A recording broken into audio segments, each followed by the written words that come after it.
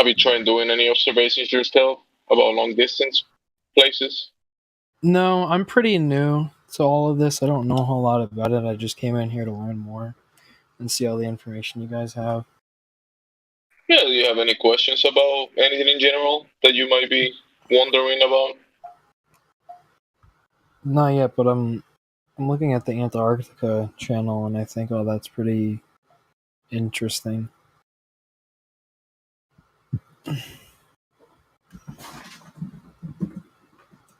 It's kind of mysterious because all we got is, what we've been given. I haven't been to Antarctica, so I don't know exactly what it is. And Mhm. Antarctica Mysterios. Tell us about that.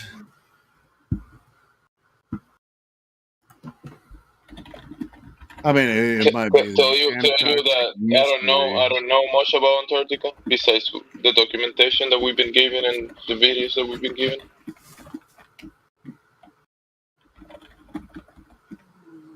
We have, I mean, general knowledge. A lot of people have general knowledge about what's going on with Antarctica. But as far as like detailed information, you're going to have to study that. As a person who's like, I'm a fan of history. How did they find Antarctica? No, I'm a historian, and I'm going to see how these sailors found the ice. When they go south. How they found the ice? They stomp onto it. It depends on where they came from. I mean, did they come from Tasmania, freaking New Zealand, or different parts of Chile? It's like What do you think? What do you think about Antarctica, Goobers? What have you find? What do you think about it? most of the Glovers would be like, Sigma Tantus, bitch. Isn't Wait, Sigmantantis is on Antarctica? That's pretty much what they're going to say. Yeah, but we're talking to Goobers, not to just any Glober. Oh, not Goobers. I thought you were talking about Glover, not the Goober. Well, it might as well. Same thing.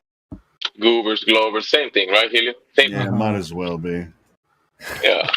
And be like, hey, how about Sigma Tantus? Hasn't everyone on Earth seen Sigma Tantus? Because the Earth is obviously a globe. Everybody, hey, everybody, woo, Sigma Tantus, woo, woo, woo. Yeah. The answer is no. Nobody's ever seen it.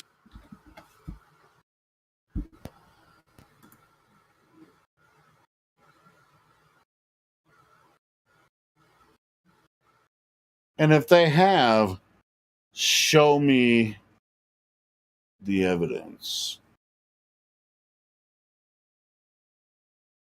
Come the cowbell.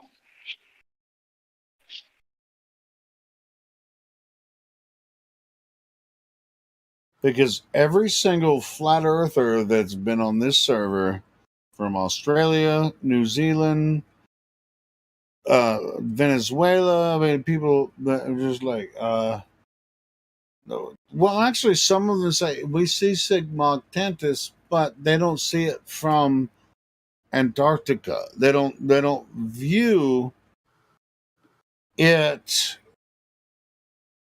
because the only way you can actually view the pole star. I mean, you have the star trails from the north. They don't. I can only find one fake video, two fake videos of the southern star trails working the same way. But you can find hundreds of them working in the north. But aren't there as many? Well, there's not. Most people live in the north, but aren't there hundreds of millions of people that could actually physically take the same type of image, even if they're, especially in South America, if they can go to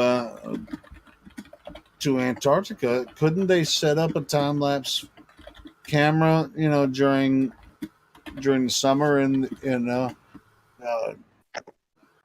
south, the southern lands, couldn't they capture the same exact footage that we Hey, capture Helio. in the north? Helio. My mic working? Yeah, I Yes, can hear you. yes. Yeah, if you Why are you talking about sky shit, Helio? We got new people here. They got any questions? but as soon as they come in and they ask about that, so I just No, he is talking to himself. Don't forget about that day. that's true.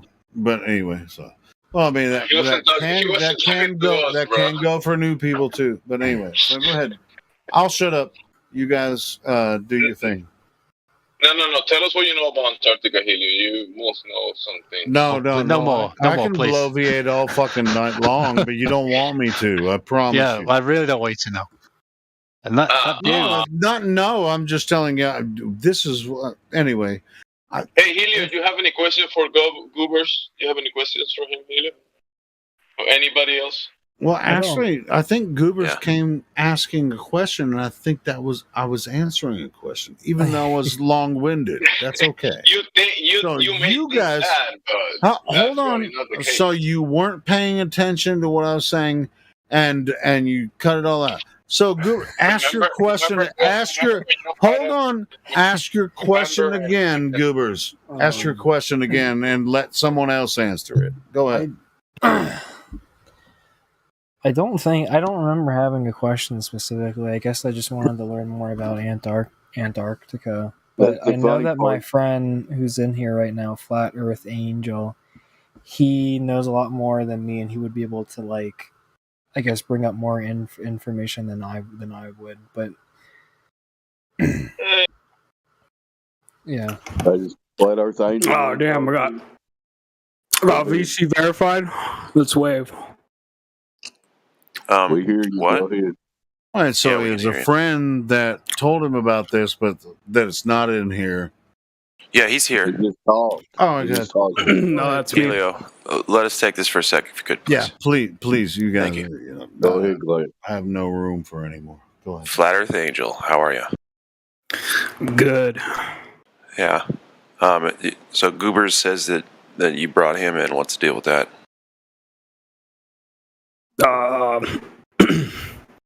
I mean, I'm the Flat Earth Angel. It's the Flat Earth Discord. It's my Discord. Oh boy. No, Well, I do have to ask, you guys act like this is, illegal to talk about. Do you think we're feds or something? What? We're just in the Flat Earth Discord. Feds? What are you talking about, bro? Well, what are you talking about? Why is it this interrogation? It's about the Flat Earth. Anyway, we're waiting for people Helio, to come please. ask. Helio, Go please. ahead. Yeah, make it quick. Thanks. Because I'm about to get pissed off at this. Well, shit. Okay, so Flat Earth Angel. So you're not a flat earther then? No, I am. Okay.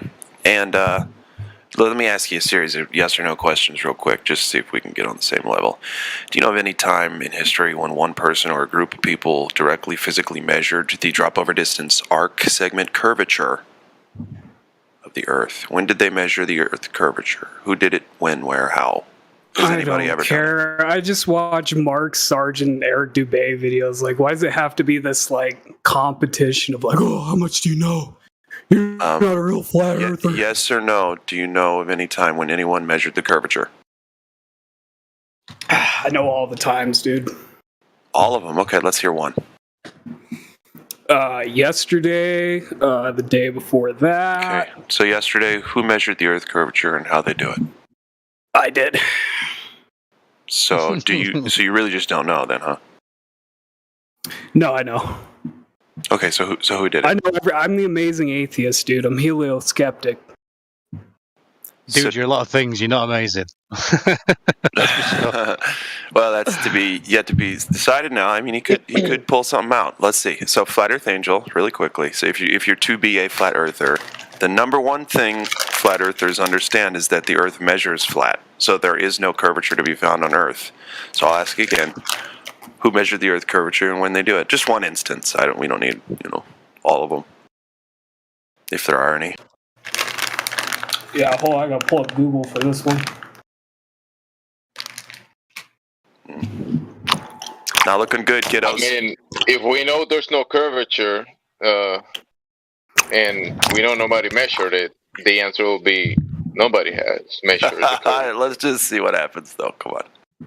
It's Friday night. Let's get loose. Come on. What are you eating, by the way, Flat Earth Angel? Giving us the pleasure of hearing you chomp down on. Oh, somebody muted you because that's what you should have done to yourself. That's okay. Can't wait to hear what you found for curvature. Can't wait. Audience, perk your ears up.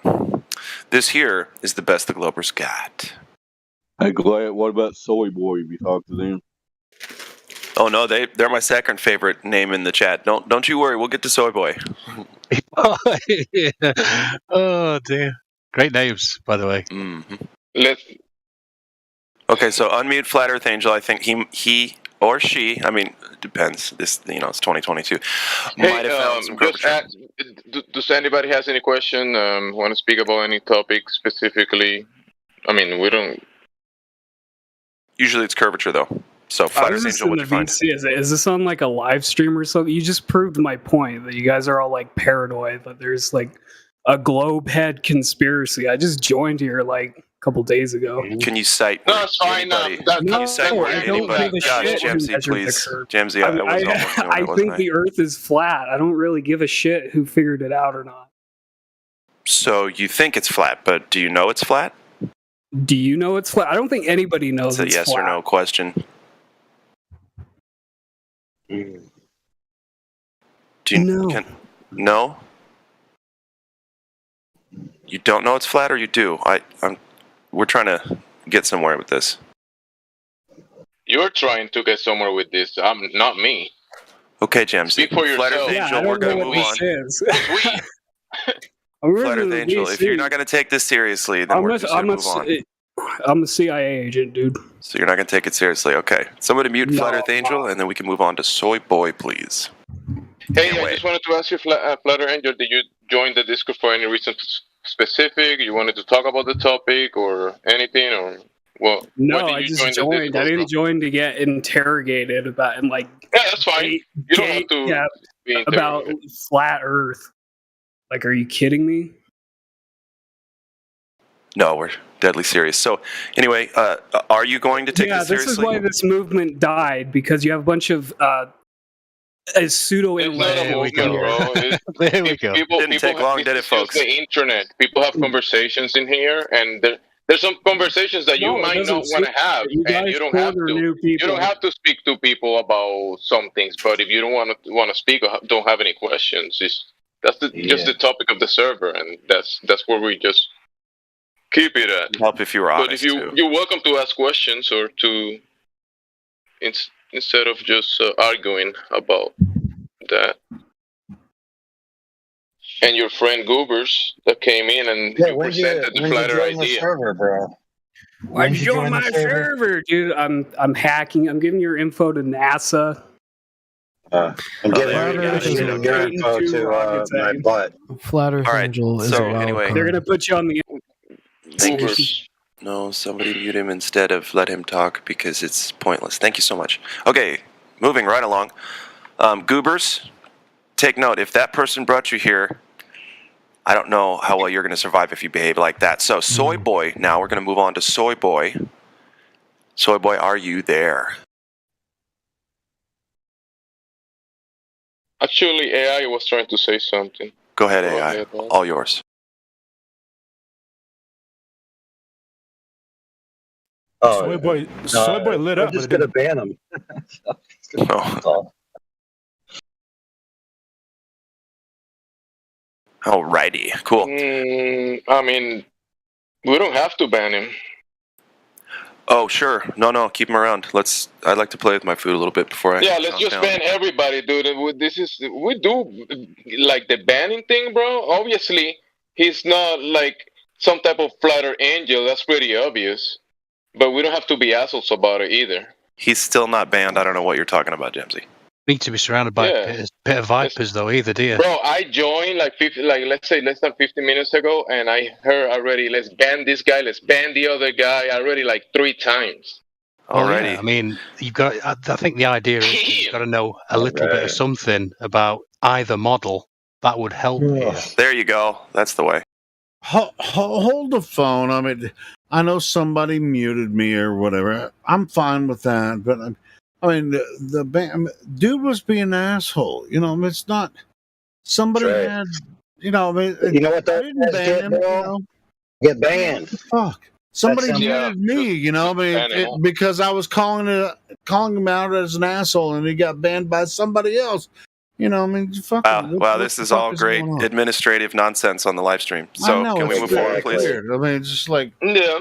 everybody pay attention to what's fucking going on. Yeah. Let me put it this simple. If you want to complain about somebody, do it in the back chat. It's that simple.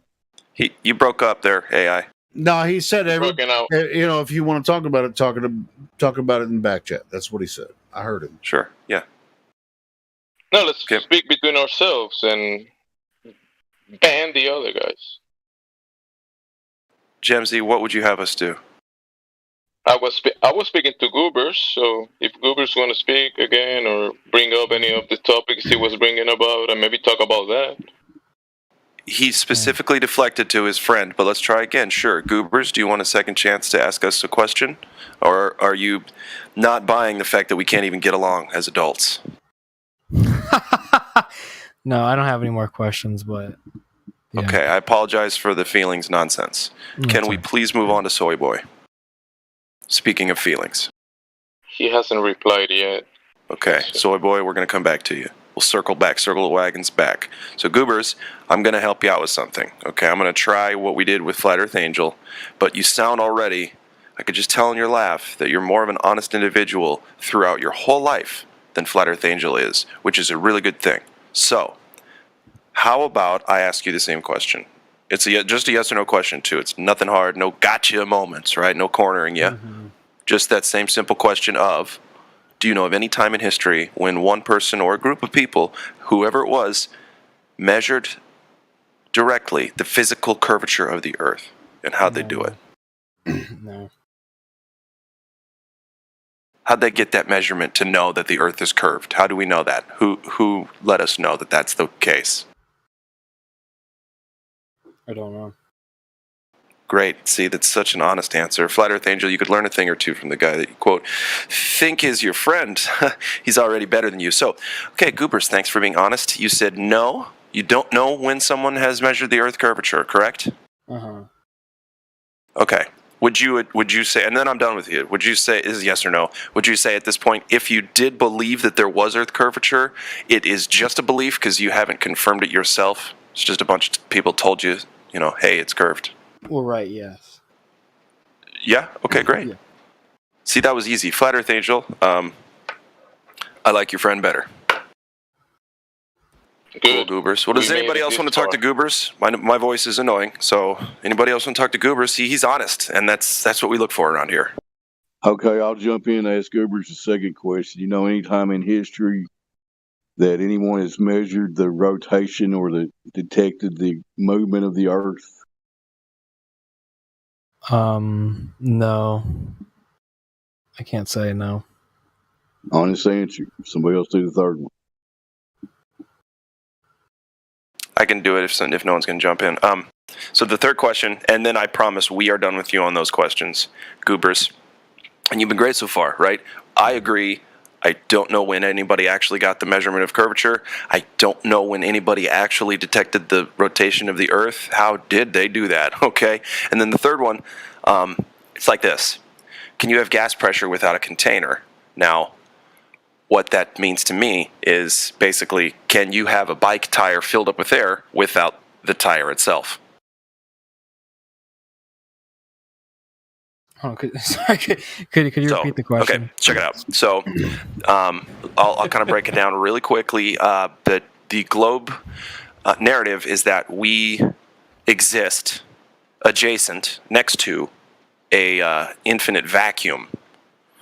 And so that would mean that the gas pressure that we exist within, right? You breathe gas pressure, air pressure. It's in and out with your lungs. You wouldn't be able to do that unless the world around you were pressurized. I don't know if you knew that. You wouldn't be able to breathe unless you had gas pressure here, right? Weather's all because of gas pressure. Everything really is because of pressure.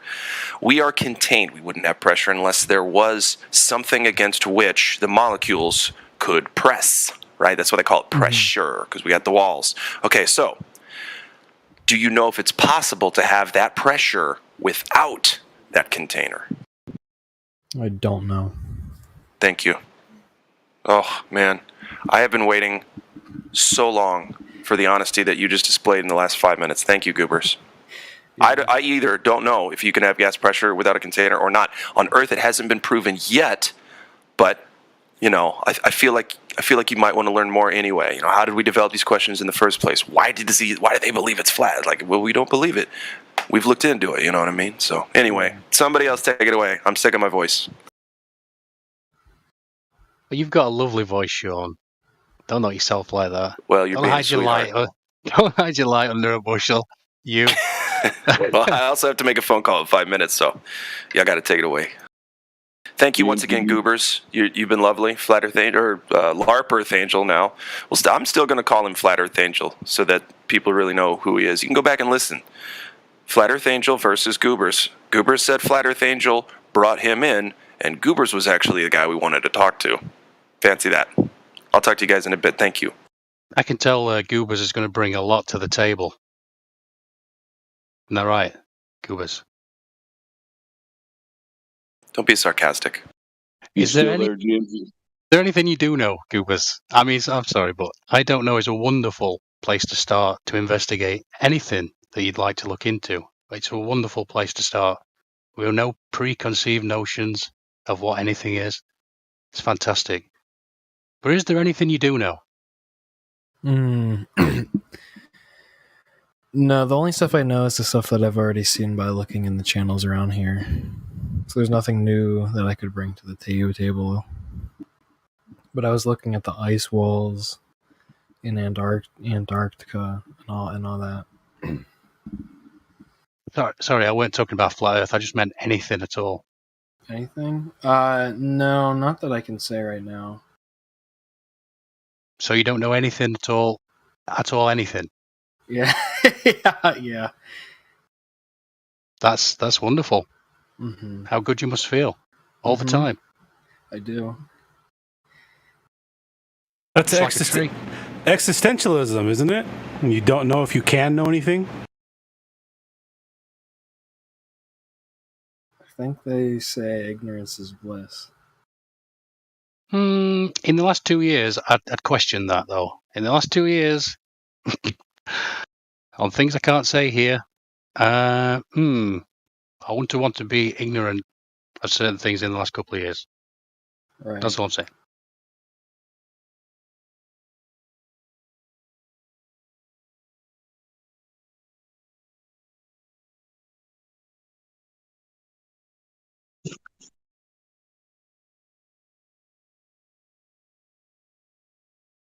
So, Goobers, you're here. Are you going to take this subject seriously, or you think we're all nuts? No, I plan on taking it seriously. You want to see a piece of our evidence? Sure. Somebody posted the Black Swan. Black Swan.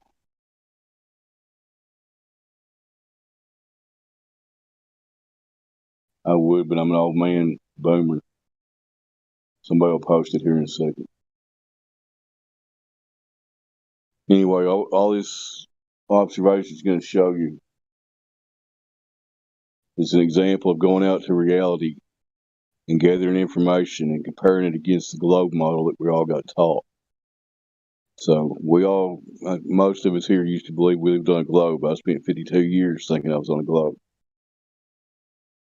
Okay, can you see live stream voice text right now? Yes. See that picture with the 2 war rigs in it? Mm-hmm. Okay. Where is the horizon in that picture?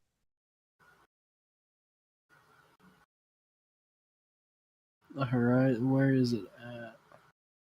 The observer height? 1 foot. Max distance.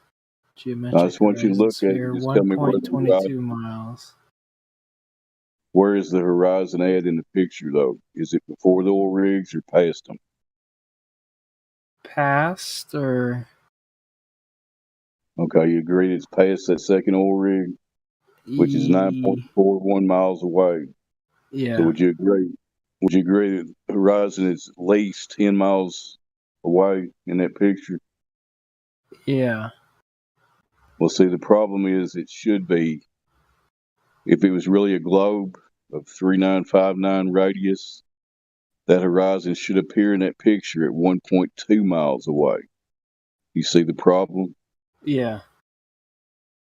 Okay, and that's just one example of hundreds, maybe thousands of these we have now. We all got taught we're on this ball, but nobody could find the ball. So there you go. There's a piece of our evidence. Somebody else go ahead. Yeah.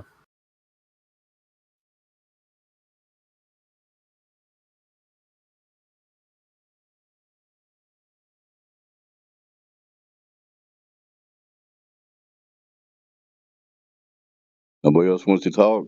Jimsy, where you at? You leave?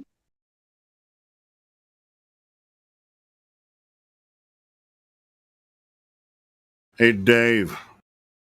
Hey, Helio. Hey, Dave. What's up? What's up in Kentucky? I'm just messing with you. It's like, what do we have to talk about here? I mean, what you guys are explaining is very simple. And then people are just like, no, it's not. No, it's not. I mean, it's like, wrong. We have a guest that isn't right now.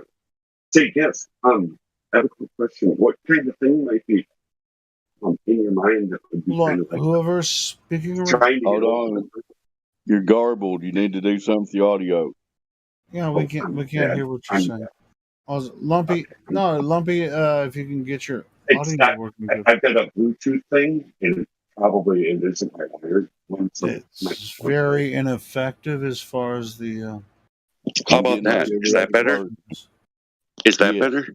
Yeah, that's way better. That's way better. Okay, so this new guest. Hi, I'm Lumpy. So hope maybe you read my thing, but yeah, I really Dude, am we see you. We see you in the chat all the time. So Lumpy, I haven't heard you talk much before. So yeah, go for it. I just wanted to bring up something that I think might have been helpful with another new guy the other day, which was maybe just ask the guy like what kind of question or maybe what kind of concept is difficult for you to maybe get yourself over the hurdle of understanding where we're coming from. But I think the hurdle is like globe flat. Well, everybody, this is, it's cognitive dissonance. Every single person that lives on Earth thinks it's a globe. Why do you think it's flat? This is this is the basic argument. It's like, why don't you just believe what everybody else believes? I'm tired of you fucking flat earthers. I'm tired of hearing what you have to say. So it's just like, but it's just like, do you want to hear why the conclusions I've come to from my research I've done over 7 years? Are you interested at all in any of the information I've come across? Why you think it takes a lot of guts to tell somebody that you've known for several years and be like, yeah, I'm a flat earther, and they'll be like, oh, well, that's the dumbest shit ever. Dude, I promise you that was the first. I thought the flat earth was the dumbest shit I ever heard of too. But let me, after 7 years of research, can I tell you, why I've come to the conclusion that the Earth cannot be possibly what they told us it is, the third rock from the whatever. And every single person we talk to, our family, friends, and local concept, even on social media, whatever, they're like, you flat earth, but they just obfuscate, what's the word? Hey, Helio. Something. Anyway, they just don't want to talk to you about it. It's just like, hey, man, Globe is the best. Helio. Fuck the rest. Hey, I was Helio. If you're gonna keep talking, talk to Soy Boy. He wants to talk right now. Go ahead. Yeah, Soy I wanted to ask Soy Boy because maybe we can add ideas. Because when I first entered this, I can remember my first. There's few no weeks halfway, of it. bro. Is there? I mean, is there halfway? Well, you're fair with that, 100%. But not everybody's the same or whatever. And I just want to give a new honest person an opportunity in case there was something, and try to make it comfortable. Well, so that he wouldn't feel like he's being attacked or any of that. Mine was the Joshua Wiki and the what you're seeing is a mirage, when it was a clear view of the Chicago skyline that should be obscured up, 3/4 of the way up to the Sears Tower. Are you under the impression that anyone that comes across this information knows who the fuck Joshua Wiki is? Oh, no. I'm just sharing mine. And prior to that, it was Eric Dubé and the 200 proofs and ideas that really got me questioning it. But it was the Joshua Wiki that got me over the hump, or whatever that was, whatever that mental thing is that goes on. So, I mean, I just like to bring up to new people that are honest, especially them, if there's any kind of question, because we've mulled this stuff over for years now. You know what I mean? Lumpy, and that's why we come. Lumpy. Sure. I mean, if I seen Tarsh, Hold on, I couldn't hear you. Nope, your mic's working. Why don't you try to talk to Soy Boy? He's wanting to talk now. Lumpy and Soy Boy, go. So you heard my question. Is there anything that just comes to mind that's difficult, or?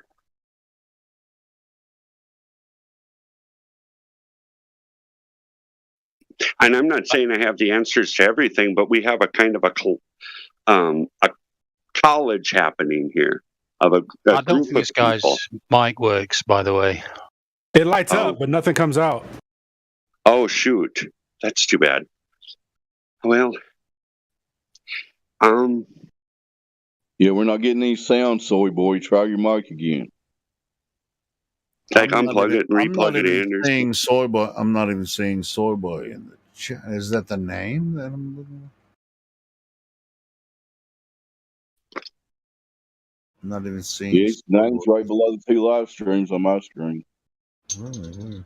I'm not even seeing it here. I guess I'm not going to talk. I will. I didn't mean to make him feel uncomfortable. I really didn't. No, sure. He was talking. I feel kind of bad because he was talking. Even if I was trying to make someone feel uncomfortable. Mic check. Hey, there you go. Is that the new guy? Soy Boy or whatever? Yeah, can you hear me? Yep. Yeah, you're fine. You didn't pressure me or anything. I'm fine. In the wrong area. It's $. That's why I was looking in the wrong area. Go ahead, gentlemen. Continue the conversation. So, I can't even remember back to what specifically I had questions on. Say early on. It definitely piqued my interest, and it made me to continue to try to figure out what was being presented to me and make it work in my brain. And I remember there was a bit of a struggle. So what I'm trying to do is find out if there's something like that happening with you. I can't even remember the details. I'm just saying the truth. I don't remember. I remember kind of struggling, though. I do remember that. But we didn't have the Black Swan back then. We didn't have a lot of this stuff. And so anyway, if you know what I'm getting at. Basically, I'm trying to see if you have anything that you're kind of holding on to that makes you lean forward. I see what you're saying, but I don't really have much to add. I guess like right now, I'm not really I don't know. I just don't have much to add. But I mean, if you guys want to question me or something, I can answer to the best of my ability. Well, the live stream voice text gives a lot of great visuals. And then another thing is just come and hang out, and being able to hear some of the personalities in here, and being able to hear the arguments coming from the opposition should, to me, it's just it's interesting for sure. But yeah, just come back. You're welcome to hang out and stay and chat, and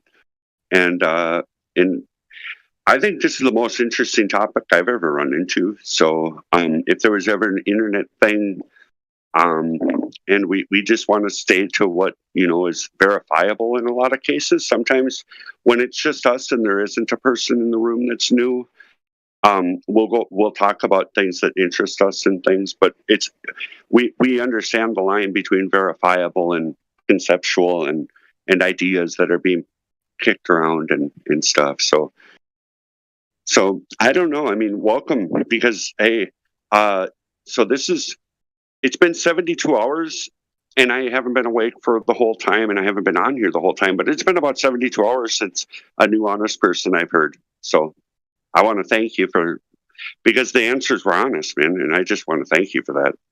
I think that was Goobers. I don't think that was me. Goobers is the one that did that. Oh, okay. Man, see, yeah. Let me ask Soyboy's question. Go ahead. Soyboy's brand new. Like, we haven't even done anything yet. We haven't. What's the? Why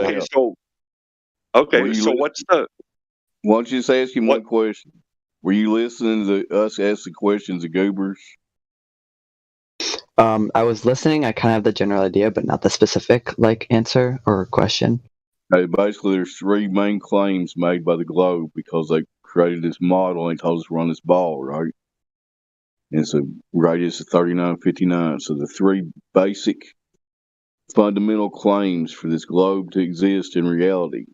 So it has to have curvature because it's a ball. Would you agree? Yeah. Okay. Common sense logic. It has to be in motion. They claim it's in several different motions and vectors going all kinds of crazy speeds. So we need to see proof of that too.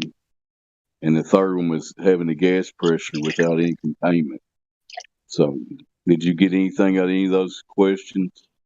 You wonder why there's people been here 6-7 years asking these same questions and we never get any answers?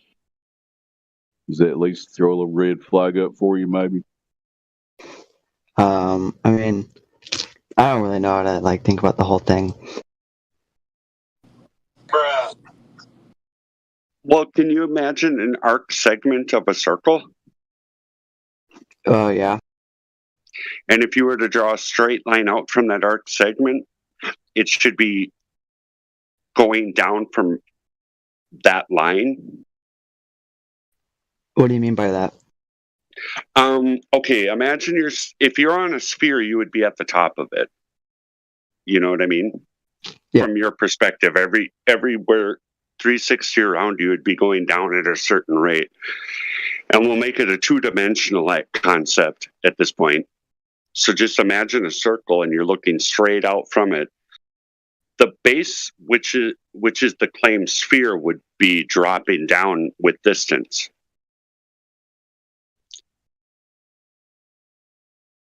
Is that agreeable? Yes, that's agreeable. Okay, good. What the observations and laser tests that have been conducted, but probably the best one is the Black Swan due to the fact that they're all the best ones. Sorry. Anyway, I'm rambling inside my own head. The Black Swan shows the horizon beyond a known distance, therefore it's a measurement. And the original claim for measurement came from an observation with the naked eye due to a dip angle claim by a guy named Alberuni. And now that we have high power optics, we can verify that this observation couldn't give us a dimension as, say, the Black Swan does, because we have a known distance. He's claiming, Alberuni, the story claims that he made a measurement based on a dip angle to the horizon. However, the horizon's apparent. We can see beyond what his claim was because of high power optics. And that's they've never changed the radius value from that original Al-Biruni measurement, which we now know that the horizon's optical, not a physical place. I have something to add. So, you said, like, I see that you were saying with the black swan and all that. I'm not trying to prove anything, but wouldn't gravity bend the light to the curvature in the globe Earth model? Well, but I would like to hold on. I'd like to get back to the original number and how the claim is made that the radius is 3959. We can. I mean, refraction's kind of aside from that, being that we now know that this horizon, due to high power zoom, that it's an optical location. It's not a physical location. And without a known distance, huh? So I ask him a question. Is there anybody in the DM? Did you think of that question about gravity and light yourself, or is there somebody in your DM? Be honest. No, that is myself. I don't have anyone in my DMs. Okay, sorry. Go ahead, Lumpy. Well, again, I want to go back to how the original radius value was given to us, and it's a story about a guy named Al-Biruni. Sometime, in the first 500 years after Christ, I believe, is something in that range, regardless of the actual date. The claim is that he made a dip angle measurement because he was on a mountain to the horizon. But we now know that that the horizon's optical because we can put a time lapse on a high powered zoom camera. And due to weather conditions and air quality, the horizon can move. And not only that, but he didn't have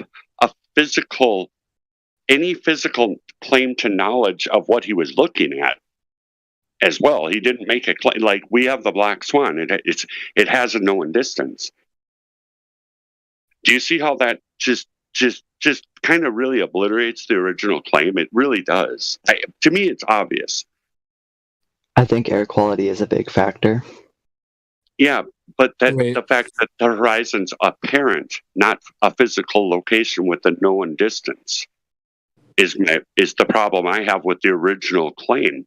Not only that, but we've debunked it entirely. But prior to refraction, there would have to be a measurement made to assert the 3959 claim. And we now know that that horizon can't be measured physically because it's an apparent location. I think we should highlight and underline the original claim, Soy Boy. Do you understand what that original claim is? That you can see farther than the horizon? No. The original claim is that the Earth curve is where the horizon is. And without optics, within first 500 years after Christ. So naked eye observation, basically. So when you say things like weather conditions and refraction and all these things, that's our point. Because the horizon is supposed to be where the Earth curvature is. So that is the original claim. It's important to understand that because things like the black swan is a response to that claim. But people forget about that and they start bringing up topics like refraction and weather conditions and all these different factors, which is, again, our argument. So just make sure you understand the original claim here is that the horizon is supposed to be where the Earth curves away from you. What do you mean by refraction? Oh, hold on.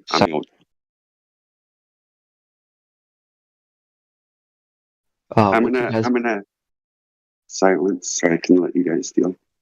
Go ahead, Soy Boy. What do you mean by refraction? I haven't heard that term. Okay, well, what? Like I said, the original. Wait a minute. Didn't he just say that the light bends over? Did you just say that? I'm sorry, I was in and out. Did you say the light bends over? That's what you said, Soy Boy, wasn't it? I said that the light would. He said gravity bends the light, for God's sake. That were a big red flag to me. I don't know. Maybe I misheard it. Yeah, gravity bends light. You didn't mishear him. I was sitting over here belly laughing. I want to talk to QE. I don't know about this. Sorry, but dude, my God, did you just come up with that by yourself? Gravity bends the light. That is your rebuttal to the Black Swan? You better return to primary school, son. Or a fucking comedy show. I don't get why you guys are being so aggressive. I thought I heard everything, but that is just dumb as fuck. Well, would you like to explain why? What? To explain why? To explain your horseshit imaginary claim? Nah, I'm not into that.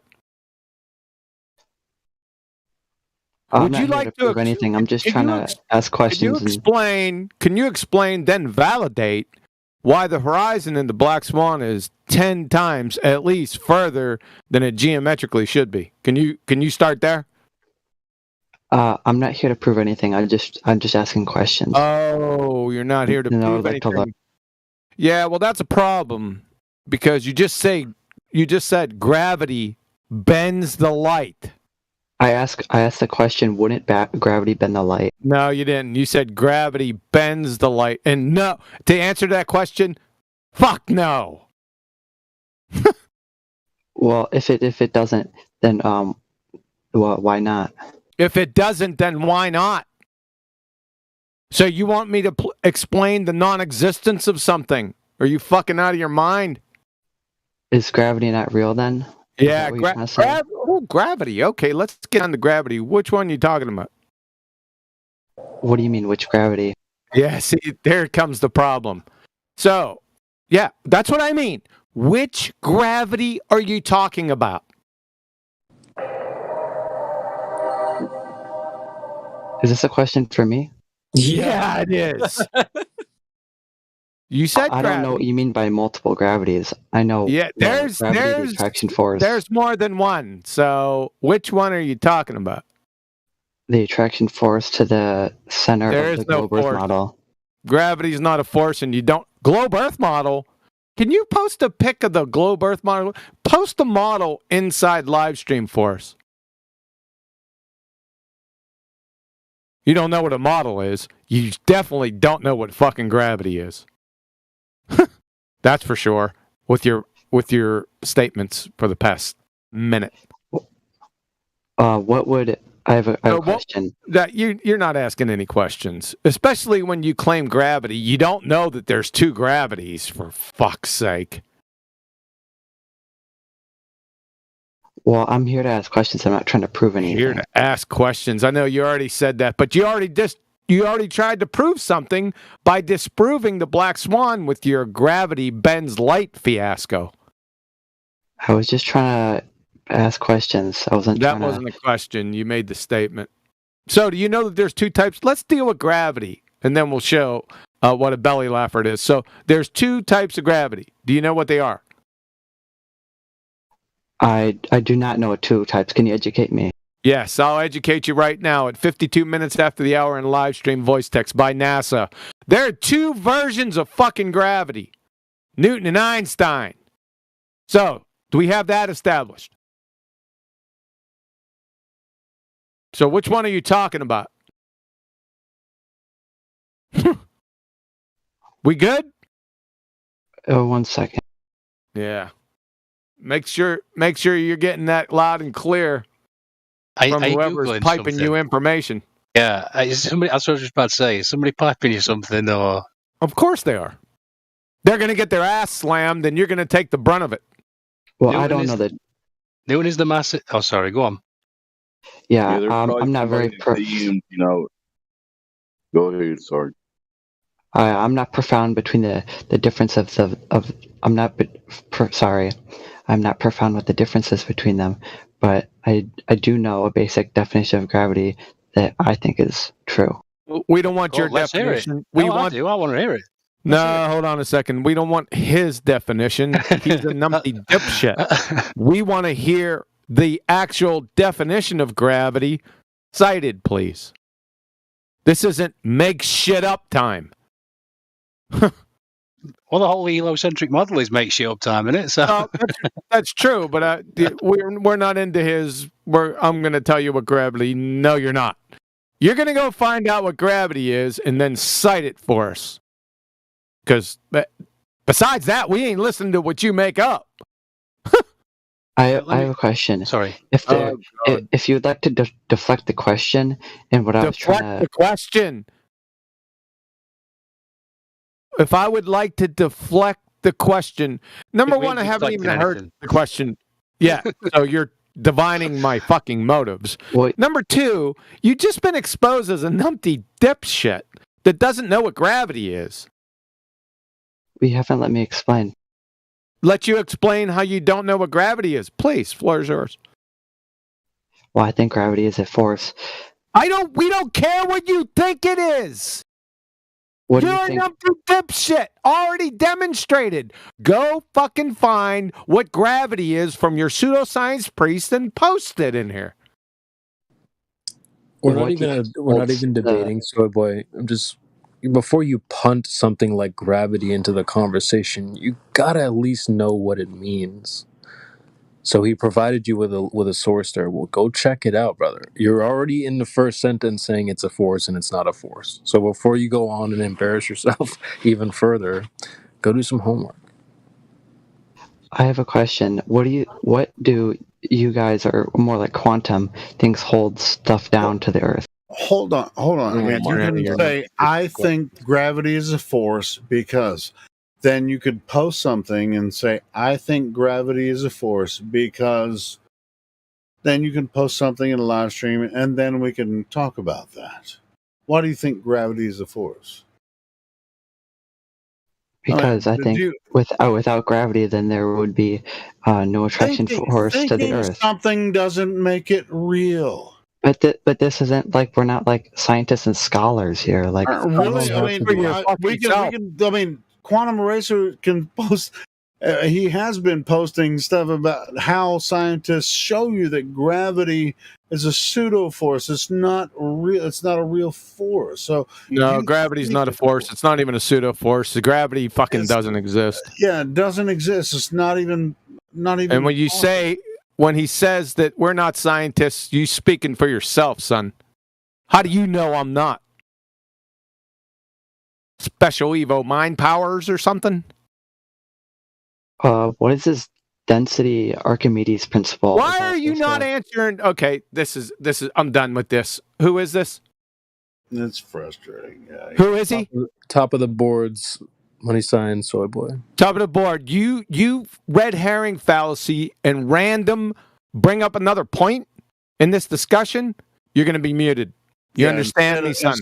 Instead of directly addressing what we're talking about, you just he said gravity was a force. Let's go ahead and debunk this right now at 56 minutes after the hour from Scientific American. This is what I want you to do. I want you to cite from what you think are reputable sources. So gravity is not a force. Einstein created his general theory of relativity, which provides our modern understanding of gravity. Interesting. With the express purpose of expunging non-locality from physics. Isaac Newton's gravity acted at a distance as if by magic, and general relativity snapped that fucking wand in two by showing that the curvature of space-time and not an invisible force, not an invisible force, gives rise to gravitational attraction. You're done. You're done. You were done in 1916. Astronomical Society from De Sitter on Einstein's theory of gravitation. Listen closely. In Einstein's new theory, gravitation is of a much more fundamental nature. It becomes almost a property of space. Gravitation is thus, properly speaking, not a fucking force. Do you get it yet, sunshine? The rest, I got about 20 more that say it's not a force, so you're full of shit. Is it okay if I say it's a force? Hell You already said enough. You want to bash yourself in the face with a spade shovel again? Go ahead. I don't want to explain all like... You don't have to explain anything. No one asked you for an explanation. We don't care about explanations. Those are just so stories. We want validated empirical evidence. If you don't have that, I'm put a going to citation disagree. down in If here. you have any physical evidence that gravity is a force, you can go ahead and say it's a force. I'm not gonna say it's a force because you guys would just keep do you yelling have at any me. physical evidence that gravity is a force? Show us the physical. Showed you that gravity is not a force from fucking the supreme commanders of your fucking religion. You want 10 more? Here we go. Let's try this. Let's see if it gets through to him. Let's see if it gets through to him. Okay, this is the universe today. I'm at 59 minutes after the hour. In general relativity, gravity is not a fucking force. From math, University of California, Rochester, strictly speaking, gravity is not a fucking force. From Phys.org, according to this theory, gravity is not a fucking force. From New Scientist, so although Earth appears to be pulled towards the sun by gravity, there is no such fucking force. From Phys Libretext, the answer is that gravitation is not a fucking force. From Physics Hypertextbook, gravity isn't a fucking force. Are you getting it, sunshine? You want 10 more? You don't have to scream. You want 10 more? You're done. Fuck off. Go back to primary school. You're a moron. Demonstrated. Yell at you. So you're going to piss down my back and tell me it's raining. So what you're saying when you do that is I shouldn't turn around and rip that pathetic little pecker off that nub of body you got? Is that what you're saying? You think that's wrong of me to do that? No, I completely see why you do it now, dude. Because when I first heard you a few years ago, I thought, God, this guy's rude. He's so rude. And then I listened for a few more years, and I thought, no, I see why he's rude now. I completely get it. And I didn't hear the 5 years before when you had all this shit, so I see why you are now. And that was, for anybody else listening, that was a reference from the Outlaw Josie Wales. Do you know that? One of my favourite movies. Don't piss down mad bike, tell me it's raining. I love that. Say again? Say again? Which was? I didn't hear you, sorry. Piss down mad bike, tell me it's raining is a quote from Outlaw Josie Wales. One of my favourite movies. Giving away my secrets. Dear. Yeah, I'm happy to talk to you, man. I'm happy to be here because, yeah, you taught me you taught me the foundation of what science is because they put this bloody moniker on everything. You're probably a shower gel. They call it science, and yeah, it's scientism. So, yeah, I appreciate that. Yep, you're welcome. Thank you. I just want to point out. Yeah, carry on. Sorry. Well, no, it's just Soy Boy. If you're listening, what you don't realize is that you're saying, "Oh, why are you shouting at me, brother?" We're trying to help you. We're in this educative state at this moment. We're not even debating flat Earth. We're trying to help you understand your own worldview. But if you're going to say, like, well, what if I want to say it's a force? Why would you say that? The people we're helping you understand that the people on your side are telling you it's not a force. So don't get mad at us for trying to educate you and you're not listening. Yeah, Kurt, Linda, like, don't involve your feelings. Try to open your mind and absorb some knowledge that you haven't been given. And you're in a flat Earth Discord, and you're postulating things you should have some knowledge of. So if you claim or ask, well, isn't gravity bending the light and causing refraction? Have an idea of what you mean by gravity if somebody questions that.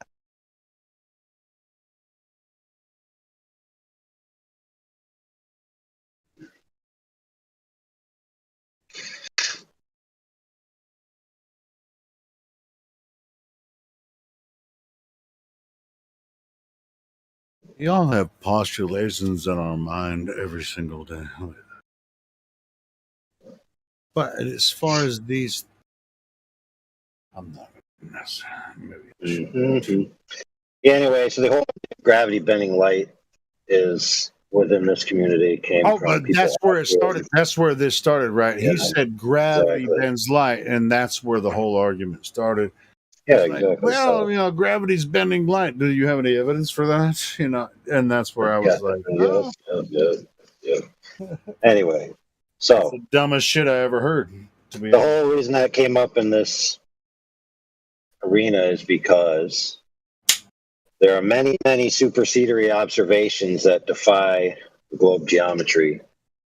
So they need an excuse why you can see things that you shouldn't see.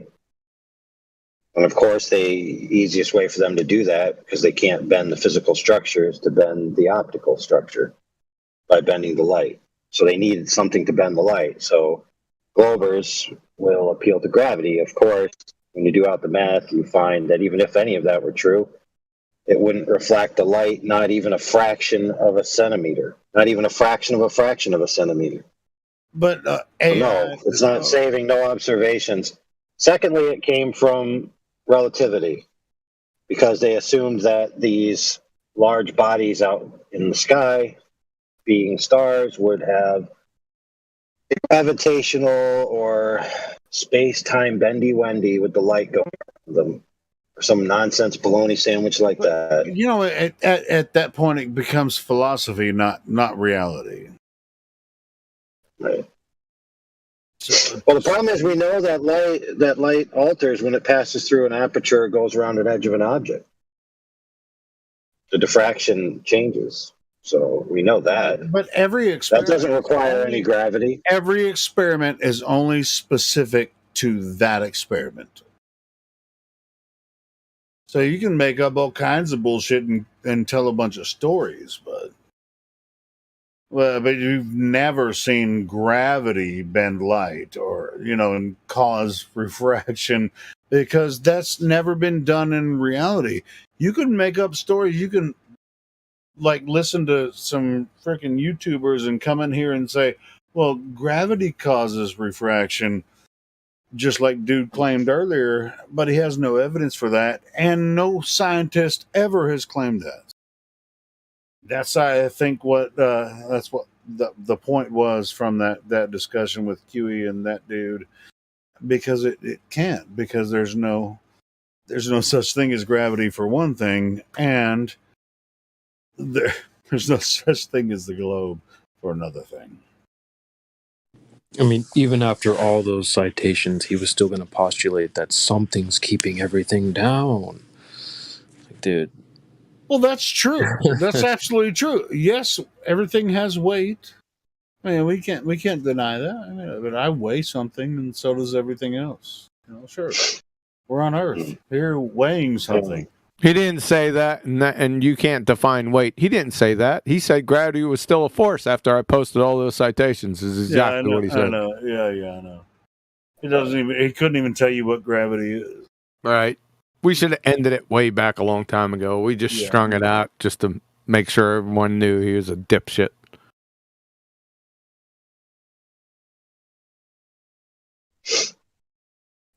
Yeah, but anyway, for enlightenment, Mr. Soy, the reason why gravity had to be abandoned as an innate attractive force between masses is because it requires an infinite universe. Okay, Newton himself understood this, and this is why he didn't personally vouch for his own theory. He didn't have a theory. Yeah, fair enough. He didn't even vouch for it either. So he failed on both accounts. And he couldn't define mass either. So there's big problems with it. He didn't want anything to do with it, did he? Yeah, so that being said, what he did, let's just call it, for lack of a better word, a experimental exercise, whether you want to call it philosophy, mathematics, or thought processes, to say, what would it be like if this were true, and I'll try to figure it out and pencil it in. And then he came to the conclusion, this is shit. And then he wrote it, and he said, guess what? Not only is this crap, but anybody who believes it is not in possession in philosophical matters of a competent set of faculties. Yep. Anyone that repeats this exercise will ultimately come to the same conclusion that I have. Yeah, so now that we know that the guy to which it's attributed to basically, was like insult the triumph dog and basically said, this is a great, idea for me to poop on. Now that we know that, Mr. Soy, How can you go on saying it's a force when Quantum Eraser presented you all of these quotes saying it's not, and I presented you the story of the guy who came up with it in the first place saying it's a belonging sandwich. So what say you, Mr. Soy? Can you expound on his conclusion and say, well, he didn't figure this out, bro? You want to resurrect him and take him off mute? He's twice, 3 times dead. I think it's like 10 times tonight. Yeah, you want to respawn him? I was going to say his first line in live text is, I'm not trying to poke holes in your theory. What fucking theories have we... He doesn't know what a scientific theory is. We're talking about he doesn't Earth, know. bro. We're talking about Earth, man. We've been talking about Earth all night. He doesn't know what theory means. He thinks it when he makes up fucking shit that it's somewhat valid or has some veracity. I don't know. Does he know what Dunning-Kruger is? Now, let's stop messing with him. Yeah. Now, Dave said he's in live stream voice text said that we have a new people, Zydanx 467 and Landfair. Yeah, I'm just listening. No, sure. But do you have questions for us? I mean, I know we can seem pretty abrasive up front, but we've been dealing with some of these guys for hours. But if you have new questions and you're curious about the topic, go ahead and ask your initial questions. Go ahead. We're gentle giants. But if you, yeah, obviously. I mean, well, I always like to ask people when they first join. I mean, how did you find your way here, and why are you curious about flat Earth? Well, I found the server because somebody else told me about it, and I'm probably mainly here just because, it's something entertaining to listen to. A bunch of people arguing about the shape of the Earth. It's definitely quite interesting to listen to. So did some of your other friends, are they here too? That did they join with you? It's a long time ago. I don't know if they're still here. Okay, well that doesn't matter. So how did you come across the top? I already said that. You said friend joined, introduced you. I mean, So what do you think? I mean, do you think flat Earth is something sketchy, or is it you think we have any like decent points? I mean, obviously. If you've been listening for a little bit of it, you've heard our points. Right?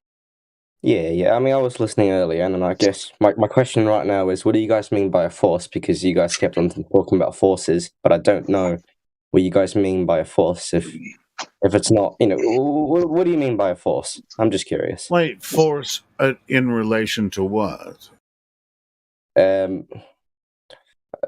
say. I know you're going to say gravity, which. Sure, bring up gravity. Don't be scared. It's okay. Say gravitational force. No, because I don't know what exactly mean by force, right? What is a force?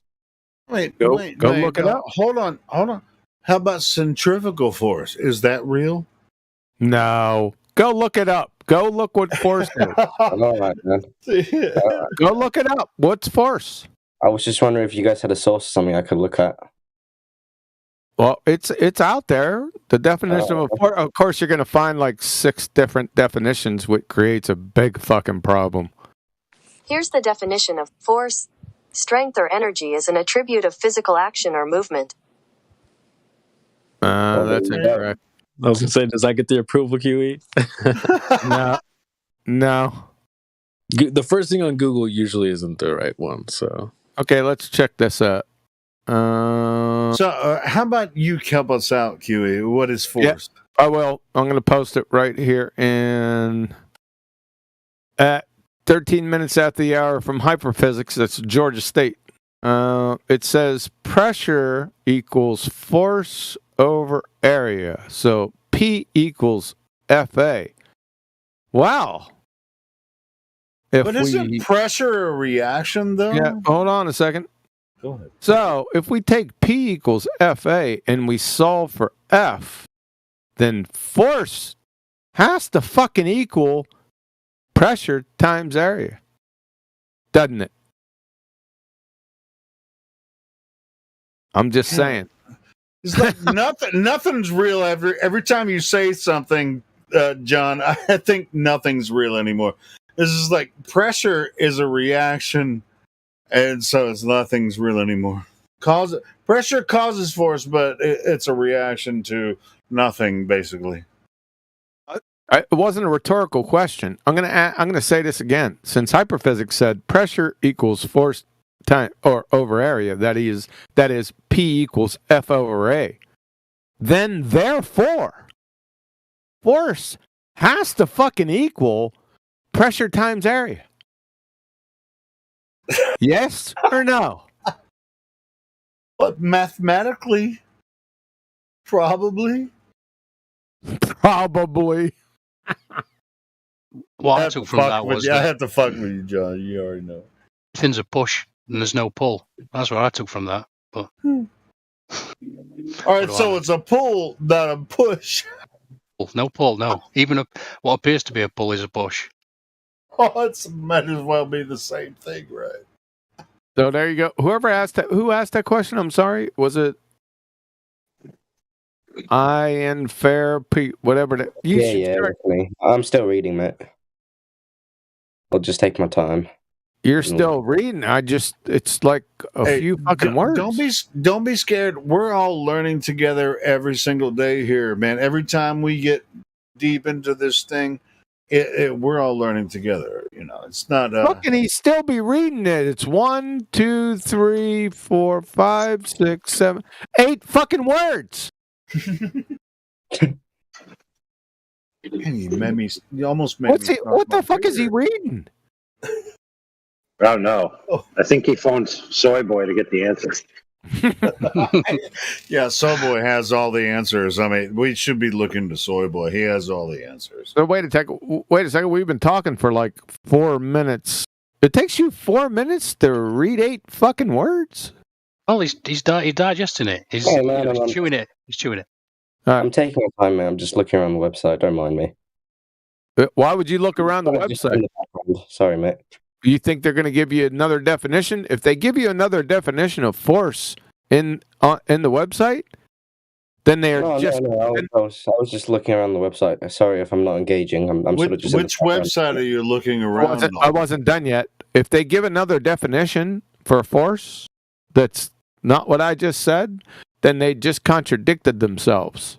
And that's the university, Georgia State University, by the way. All right. And what's that tell you?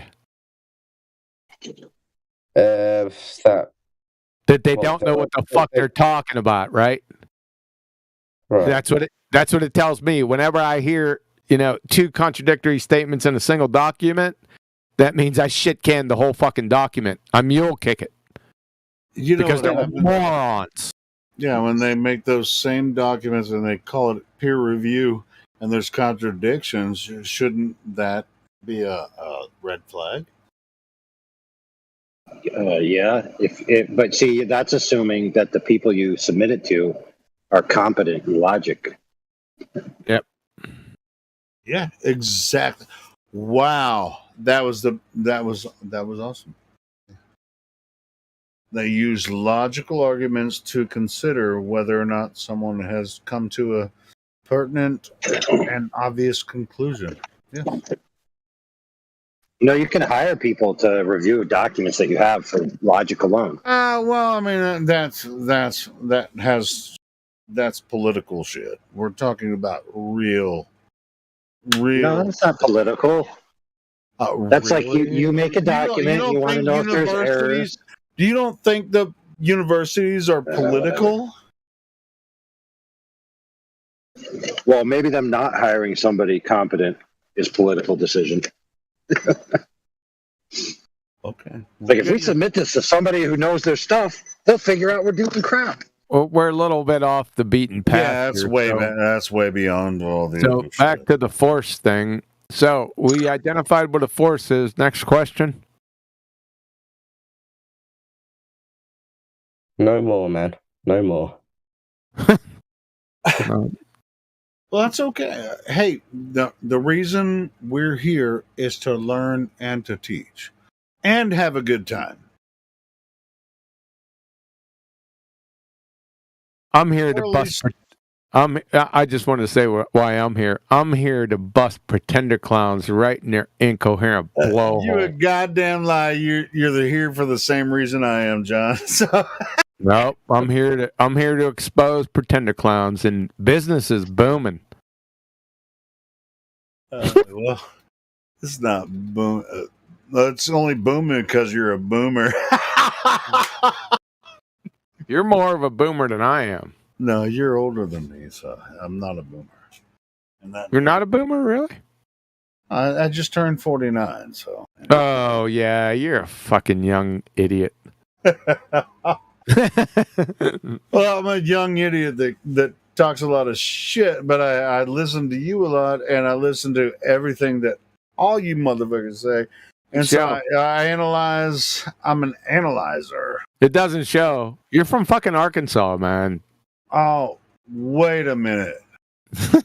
You're from fucking Pittsburgh.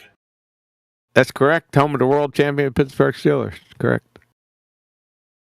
So Pittsburgh have won more championship NFL Super Bowls than anyone. No, I think they're tied with those crayon munchers from fucking New England. Yeah, from I'm from my mommy and my daddy. Yeah, so am I. I'm from my mommy. I should say I'm from a city of champions, man. Dude, I've been a Steelers fan. I was actually born in Warren, Ohio, which is very near Pittsburgh. Always been a Steelers fan, but anyway. Oh, so me and you have that, in common. But that portion of Ohio and Pittsburgh, what a shithole, right? Oh, I like what? Pittsburgh's not a shithole. Maybe back in the '60s and stuff, Right, man. well, You just insult where you live. Warren is a shithole. I'm just telling you, it was not a nice place to live. That's not where I live. Number one, I was born there. Number two, I didn't grow up there. I grew up about 30 miles north of the city in the country. Number three, Oh, so you're I'm not in Missouri. Or I'm not in Pittsburgh right now. I'm in Missouri. No, I know you're in Missouri, and now I'm in Arkansas. I'm right dead in the middle of a fucking drought. Yeah, it's pretty hot. It's pretty hot right now. Yeah. Like I'm in a Fayetteville area, and it's pretty freaking hot here. But I go to work every day. It's supposed to get 107 degrees next Tuesday. Yeah, with everything's burnt right now. 100% humidity. It's like 100. Are they saying shit like you can't water your lawn or wash your car? No, not yet. I mean, certain portions of where I live, there's like, hey, well, you can't start a fire, for burn bans and stuff like that. But other than that, no, it's just hot as fuck. I mean, the humidity is insane right now. Oh man. Yeah, me and John live in pretty close proximity. I mean, a few hundred miles. But. Yeah, I Does the Earth does the Earth get bigger when it's more humid, or does it get smaller when it's? It shrinks when it dries out. Damn, you almost made me snarf my beer on that one. Dude, you sound like you've been snorting beer all day. Yeah, I'm going to say you've been brewing the old moonshine or some shit. Hey, but, does that mean you guys want me to shut up and you guys no roll on? Yeah. No, we want you to take it like a champ. I'm good with that. I'm good with listening. Yeah. I'm good with that. Dude, I have You a already big know how I issue do, with the John. heat. You already know. I fucking love you guys. So, Quantum Eraser, can I speak to you for a moment? Your mic's pretty muffled. Sorry, bro. It's a bad headset. Apologize. Yeah, it's hard to hear you, but you could try. Okay, well, I'll try to speak up. Anyway, two things. I'm just a little bit south of you, and I also have like the worst case of chiggers, rash, whatever the heck it is, of my life. I think, as you did. So I don't know what I got into, or if it is figures, but it's awful. Number two, I wanted to ask you a question after the open panel about the dip angle, but I didn't get a chance to because I was working. So why do we treat, even though the horizon is an apparent location, why do we correct to the apparent location as far as dip angle is concerned?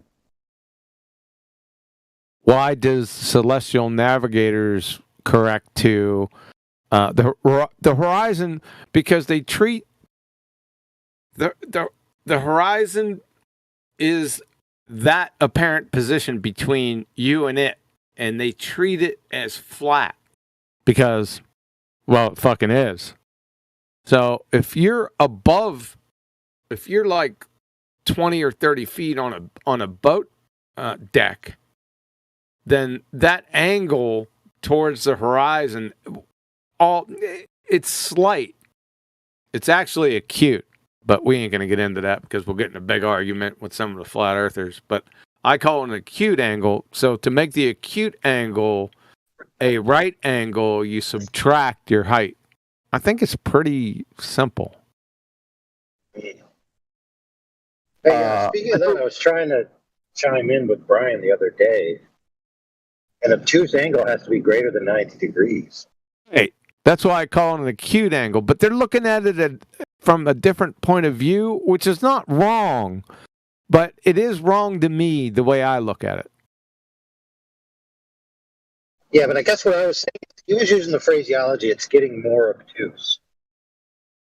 Right? So just because an angle is growing, if it's still less than 90, it's not yet obtuse, so it's not getting more obtuse.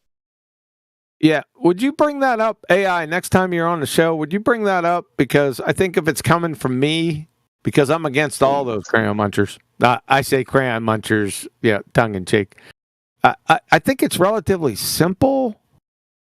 I don't know what the deal is because I posted. Well, that's why I changed my screen name. If you'd noticed it during that show when you guys were talking about it, I changed my name to Abstrused Angles.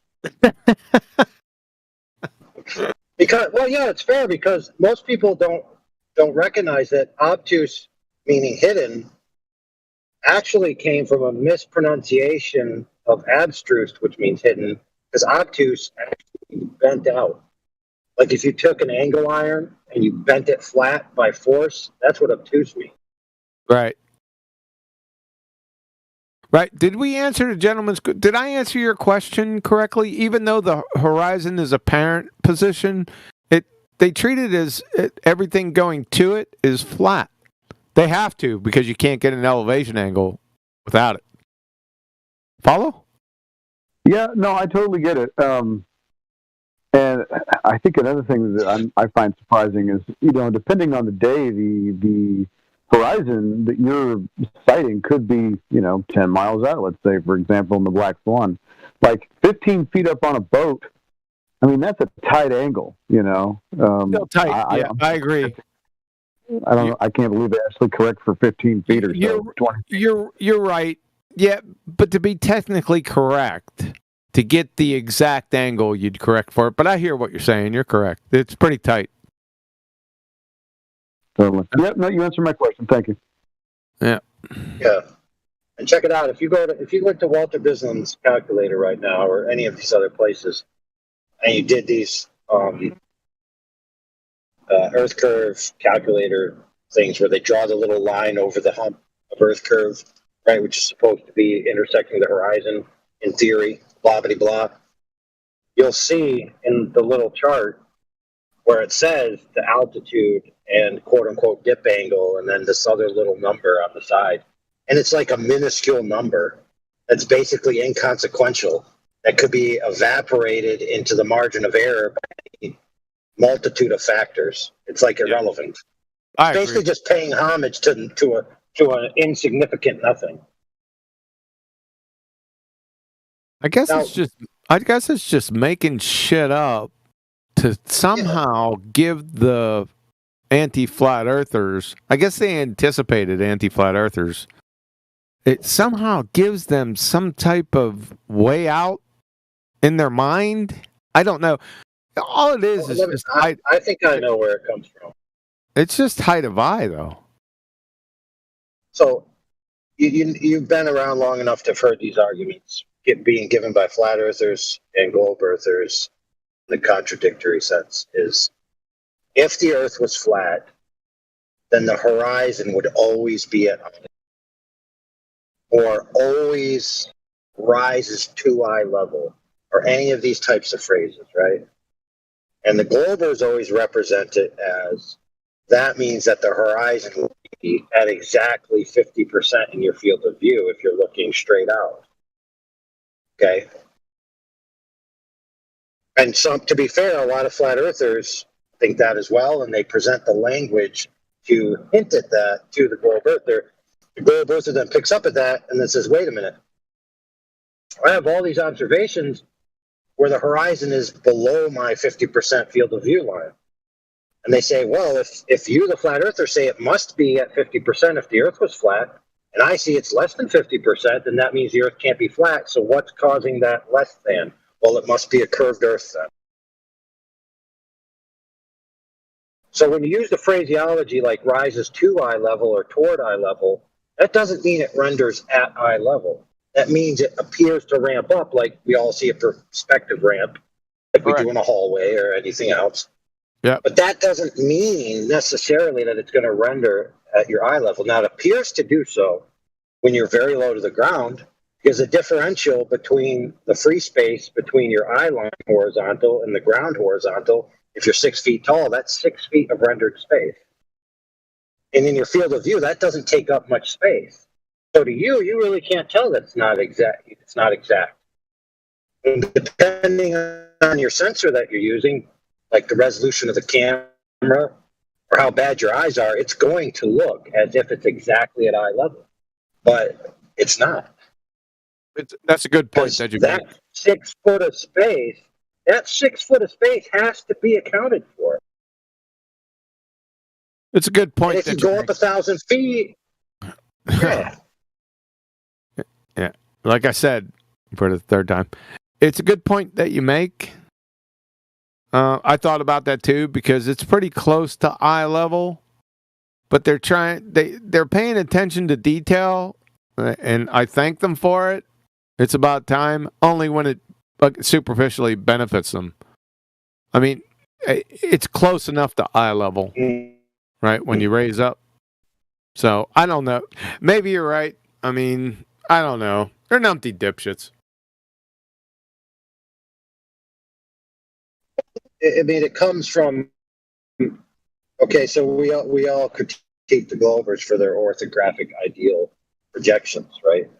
But to make a claim that you see in linear perspective is also an ideal representation.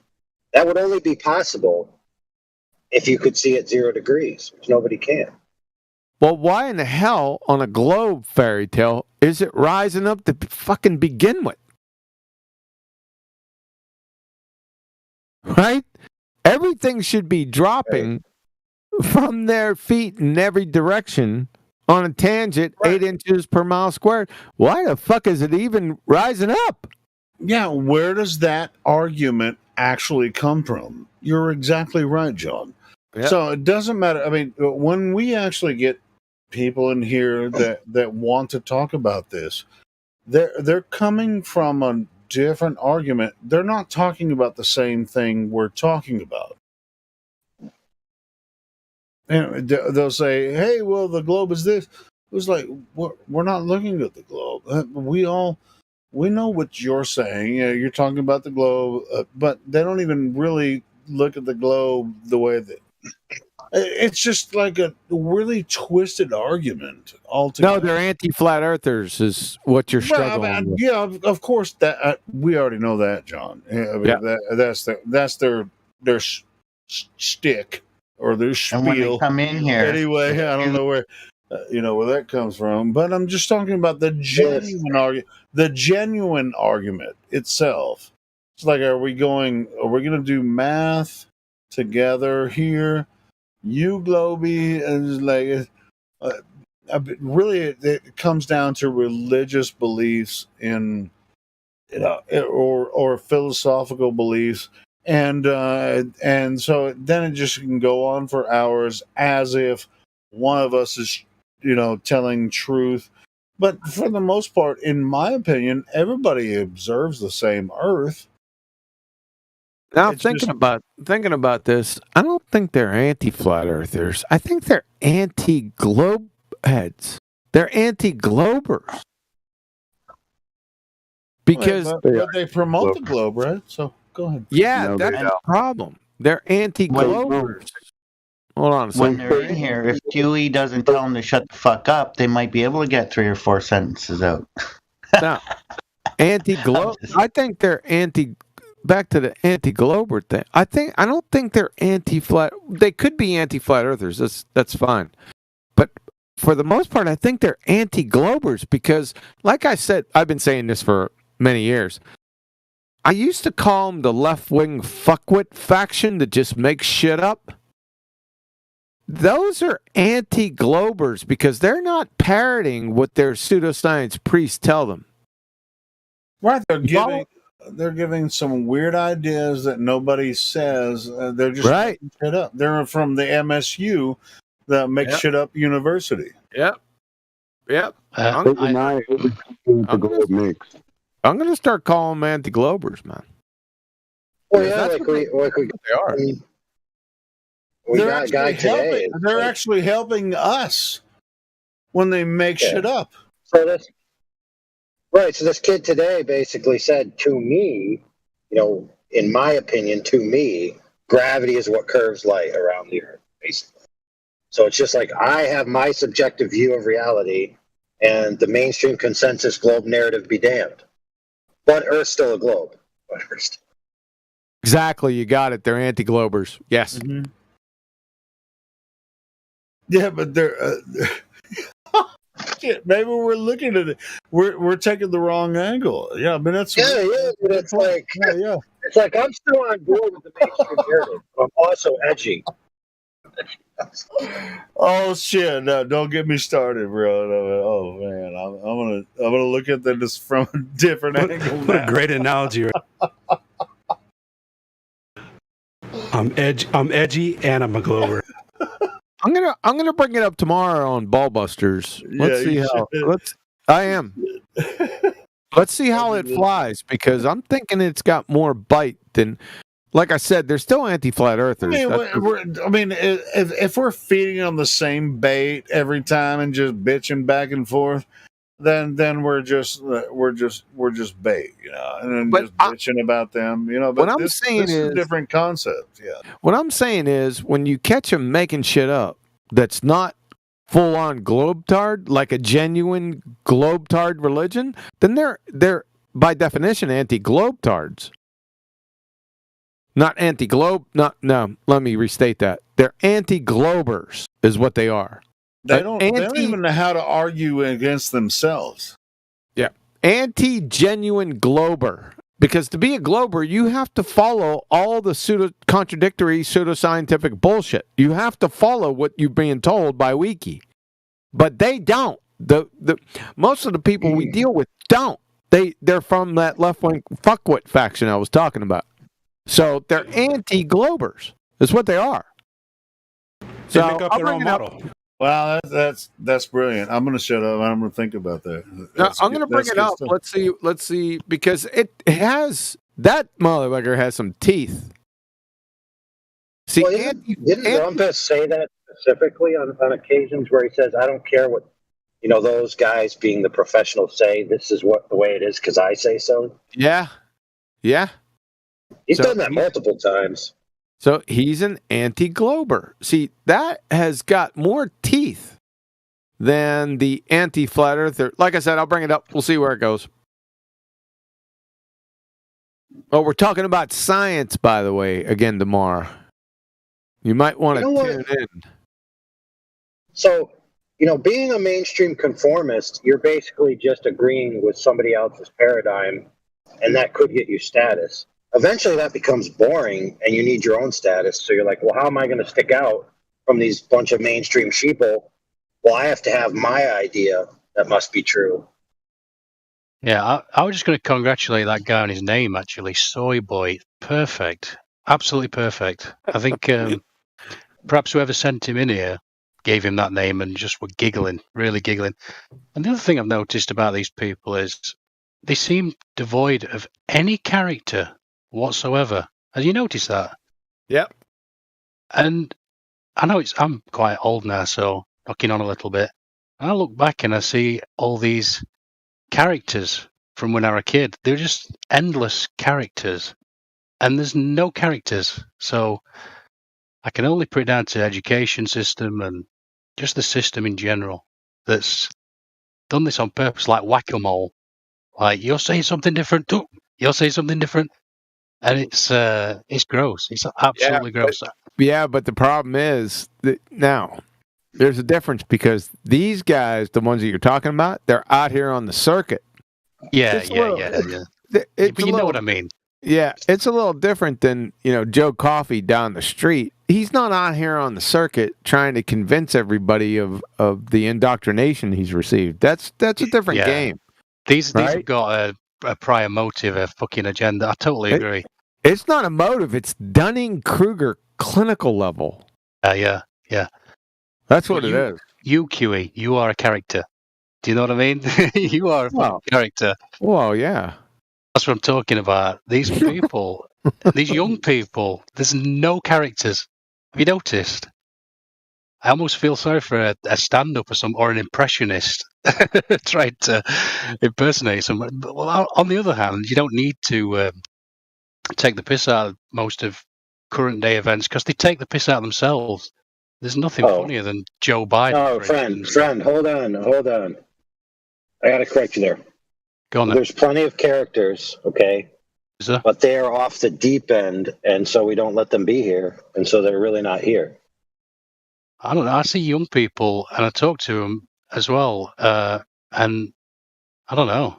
I don't see it.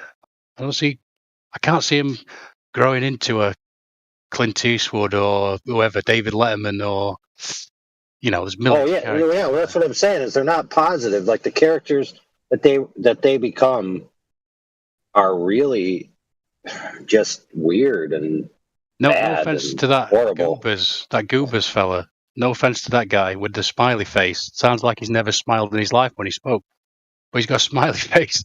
And I was just thinking that is that character that's devoid of any character whatsoever. They just, are you all right? There's I just feel sorry for him. That's all. No personality or anything. So that's all I'm saying. Whatever.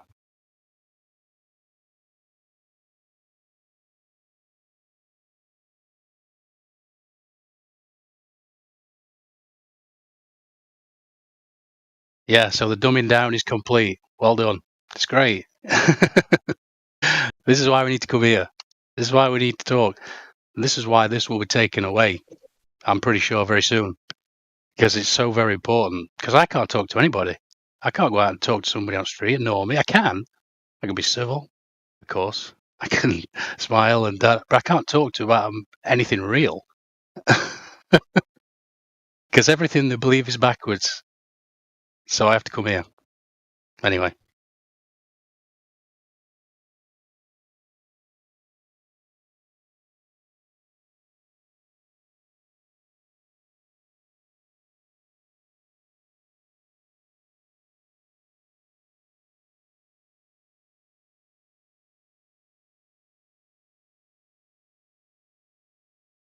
Soy boy.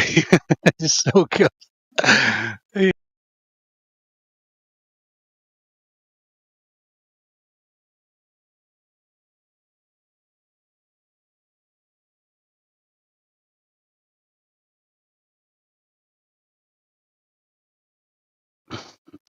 Yeah, just saying that I recommend Owen Benjamin's stream. He did a song called Soy Boy, by the way. I just realised. And he was a character. And we've seen what happened to him. He's just basically a social pariah. Well, he's been kicked out of everything. I mean, he's proper banned of everything. So that's what happens to characters now.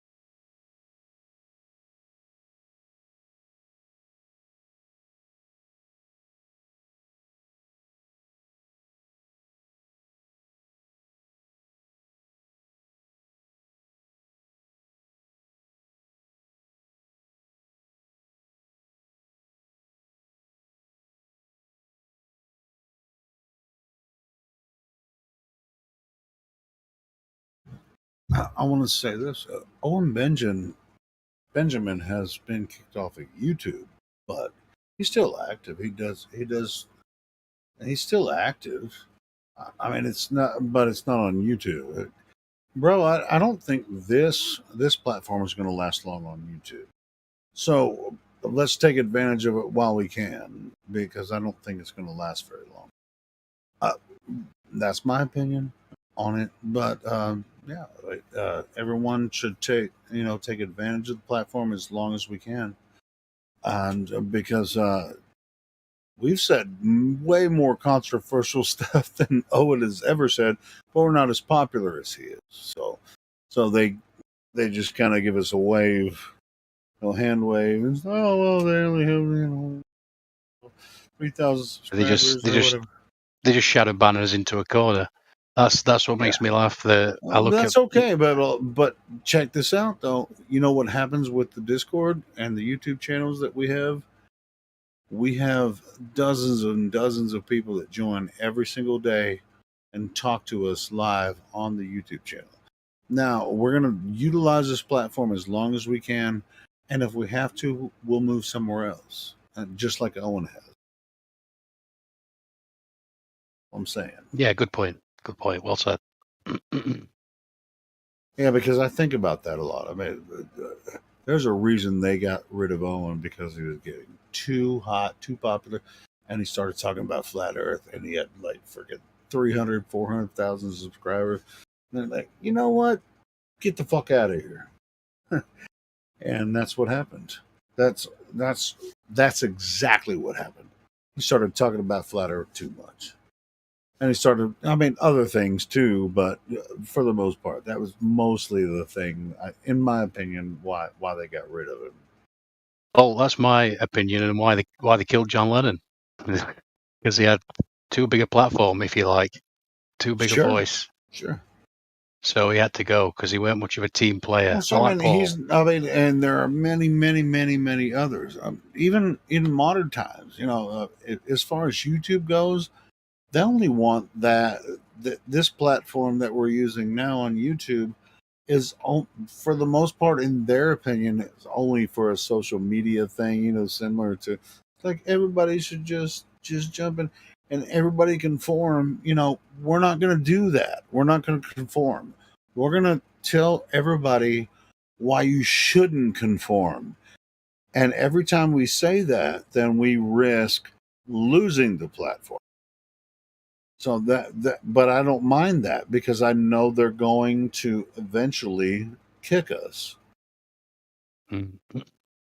But as long as they let us be here, we're going to keep doing it.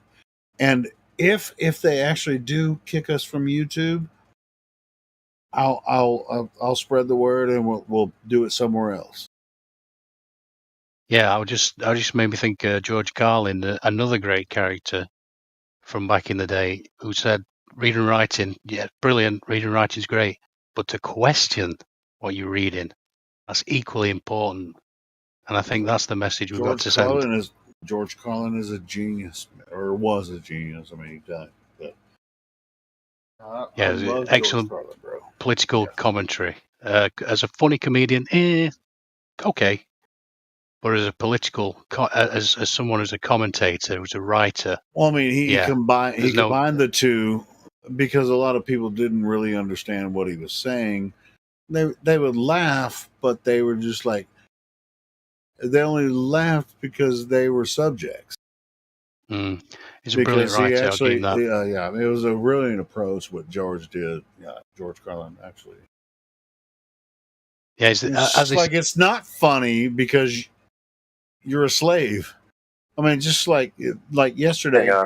Y'all guys need to stop talking shit about the number one best white comedian that's ever lived, George Carlin. So I disagree with that. I'm kind of tongue in cheek. No, I know you would, because you don't understand a lot of his early humor, and that's okay. I get it. A lot of people don't. No, I just don't think he's that funny. I think he's an excellent writer. Well, it's kind of like, yeah, that's true, absolutely. That's true, absolutely. But it's kind of like when you're trying to explain to a toddler, the inner workings of the universe.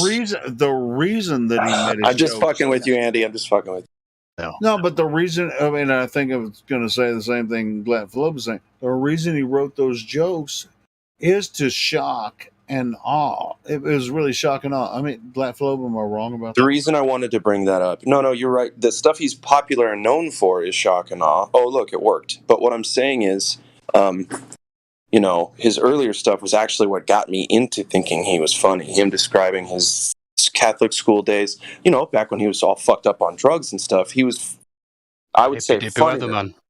He was, what's that? Dippy Weatherman. That's going way back. No. Yeah, no, it is. You're right.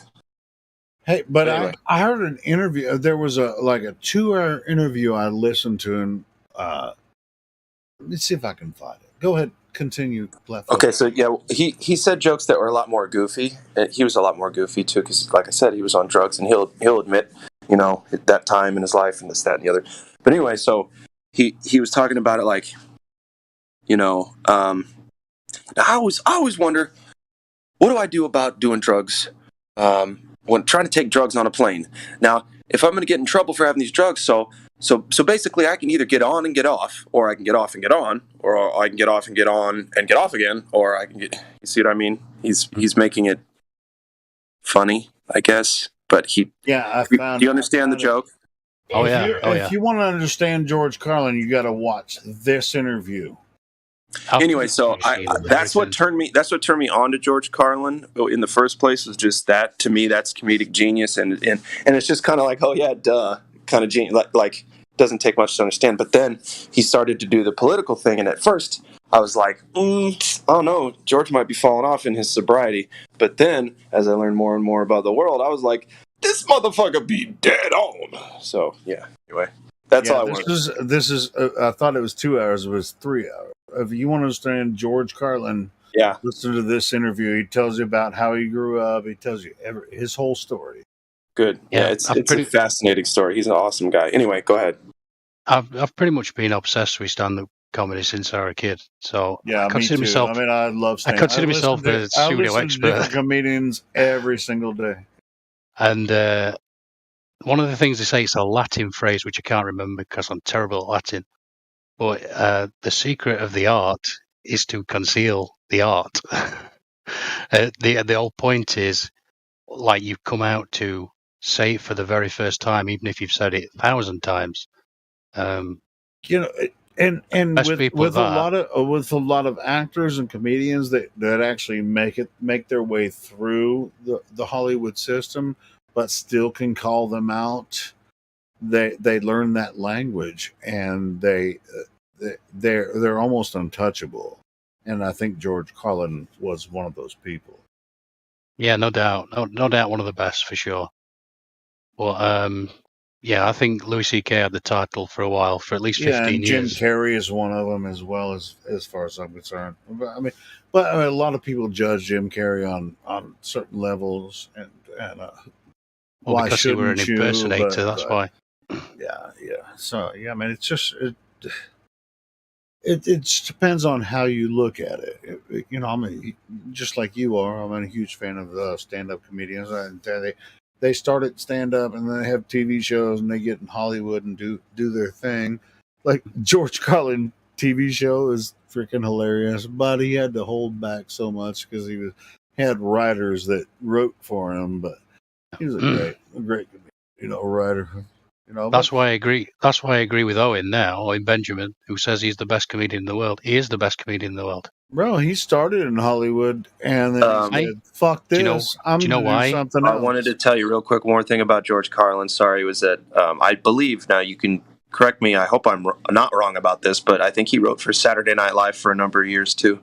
Sure, I don't remember that. He's been incorporated with Saturday Night But I'm Live not for a sure. long time. I'm not sure if he did or not. I know he was close with those folks. Well, But yeah, I don't know. Anyway, I think he's actually hosted the Saturday Night Live. well, he has hosted, and he's been on a lot of their stuff. But I'm saying I think he might have been like just in for the a couple beginning, years. like Yeah. before, But and again, if I'm I wrong, wouldn't doubt it. I wouldn't doubt it. Yeah. Somebody look it up. He started as a duo, and he wanted to go on radio with this other fella. I can't remember his name. So they started as a duo, and he wanted to be a an actor, believe it or not. He just wanted to be an actor. He Yeah. thought he could use that as a platform to then be an actor. Anyway, back to what I was saying. The reason Owen Benjamin is the best comedian in the world is because he can say whatever the fuck he wants. He can actually Well, say he can now anything. because he's not in Hollywood anymore. So he has no barriers. He has no. Have you seen that interview?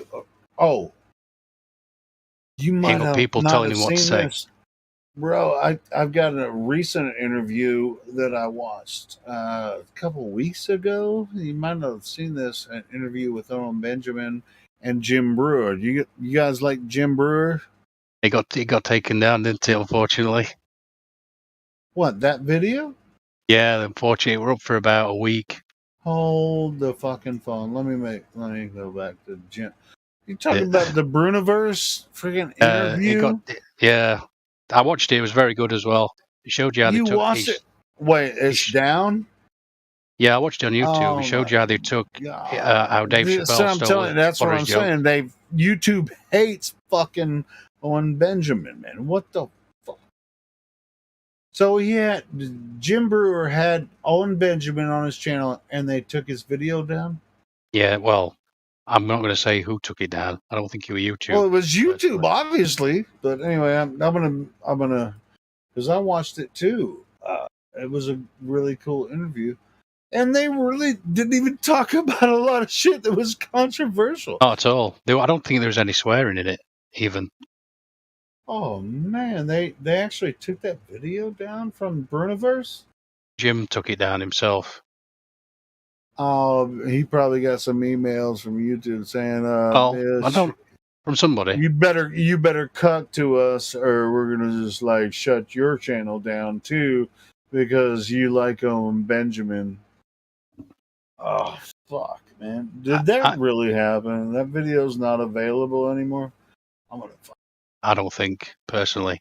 I mean, I would have liked to have left him to leave it up, but I don't think you can blame him personally because, yeah, I wouldn't blame him personally because he's making money from YouTube, but it's just like, and I don't think Owen would blame him either. But yeah, it was a really cool interview. It was. If it's really was. gone, then it's just fucking gone. Fuck, man. So it showed Chappelle stealing one of his major jokes, one of his main jokes about Caitlyn Jenner. Oh, maybe that's what it was. Yeah. Oh, that was. Maybe that's what it was. That's what I remember the conversation. It was about the transgender thing because, hey, bro, he did steal Ben's joke, bro. He fucking stole that joke. It's the same exact joke. It's the same exact joke. It's exact same. Because I saw Dave Chappelle do the same exact joke that Ben did that. Yeah.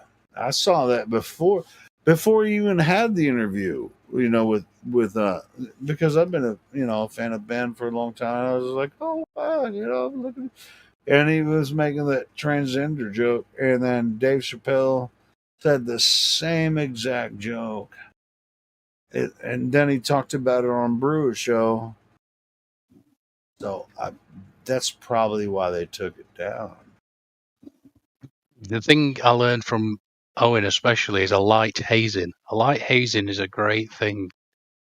And if you get a small group of people that you're not allowed to criticize, let's just say, I'm speaking in code now. Yeah, I know. And they never get criticized. That can really hurt them. And Owen really made me. Yeah, I'm seeing the big picture now. Yeah, it's that video's down, but Brewer's still up. Which is cool because I love Jim Brewer. Yeah, no, he's have you watched his new? He released it on YouTube. His brand new stand-up comedy set. He released it on YouTube like 2 weeks ago. Have you seen it yet? No, I ain't seen it yet. All right, I'm gonna send the link. Hold on, bro. You gotta watch it. It's freaking awesome. but I understand why his talk with with Owen Benjamin, why he just had to take it down, because YouTube probably told him to say, "Hey, if you don't take this down, we're going to fuck with you." Because I've been through the same situation with YouTube. Even though I'm not near as popular, but it's just like Salty Cracker just did an interview with Benjamin as well. Well, I didn't know Jim Brewer did an interview with Owen. I would like to see that actually. So would I. Well, I did see it, but I don't think it's on his channel anymore. Let me see if I can find it. Hold on. I'm gonna go to. It's called Brewer's tops, man. I would hang out with Jim Brewer for a week straight every day. Bruniverse, man. He's a little late. He's a little late to the party, but I guess better late than never. Whatever, dude. He was in late to the party, bro. Jim Brewer is like hot comic, bro. What the fuck are you talking about? I'm talking about. I don't care how old he is. I'm not talking about his comedy. I'm talking about his unveiling of the truth, I guess. Oh, he knew the truth the whole time.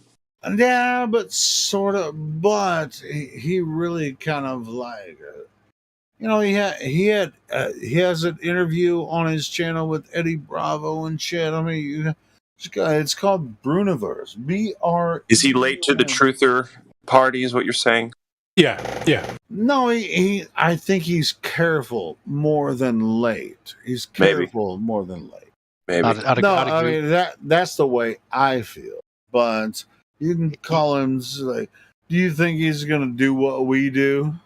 No, he did say actually. Jim Brewer said in that interview that there was a video previous where he lost his temper or something, and he was just ranting, and he took the video down himself for that reason because he felt he'd overstepped the line or something. And Owen just said to him, "Oh, you should just leave them up.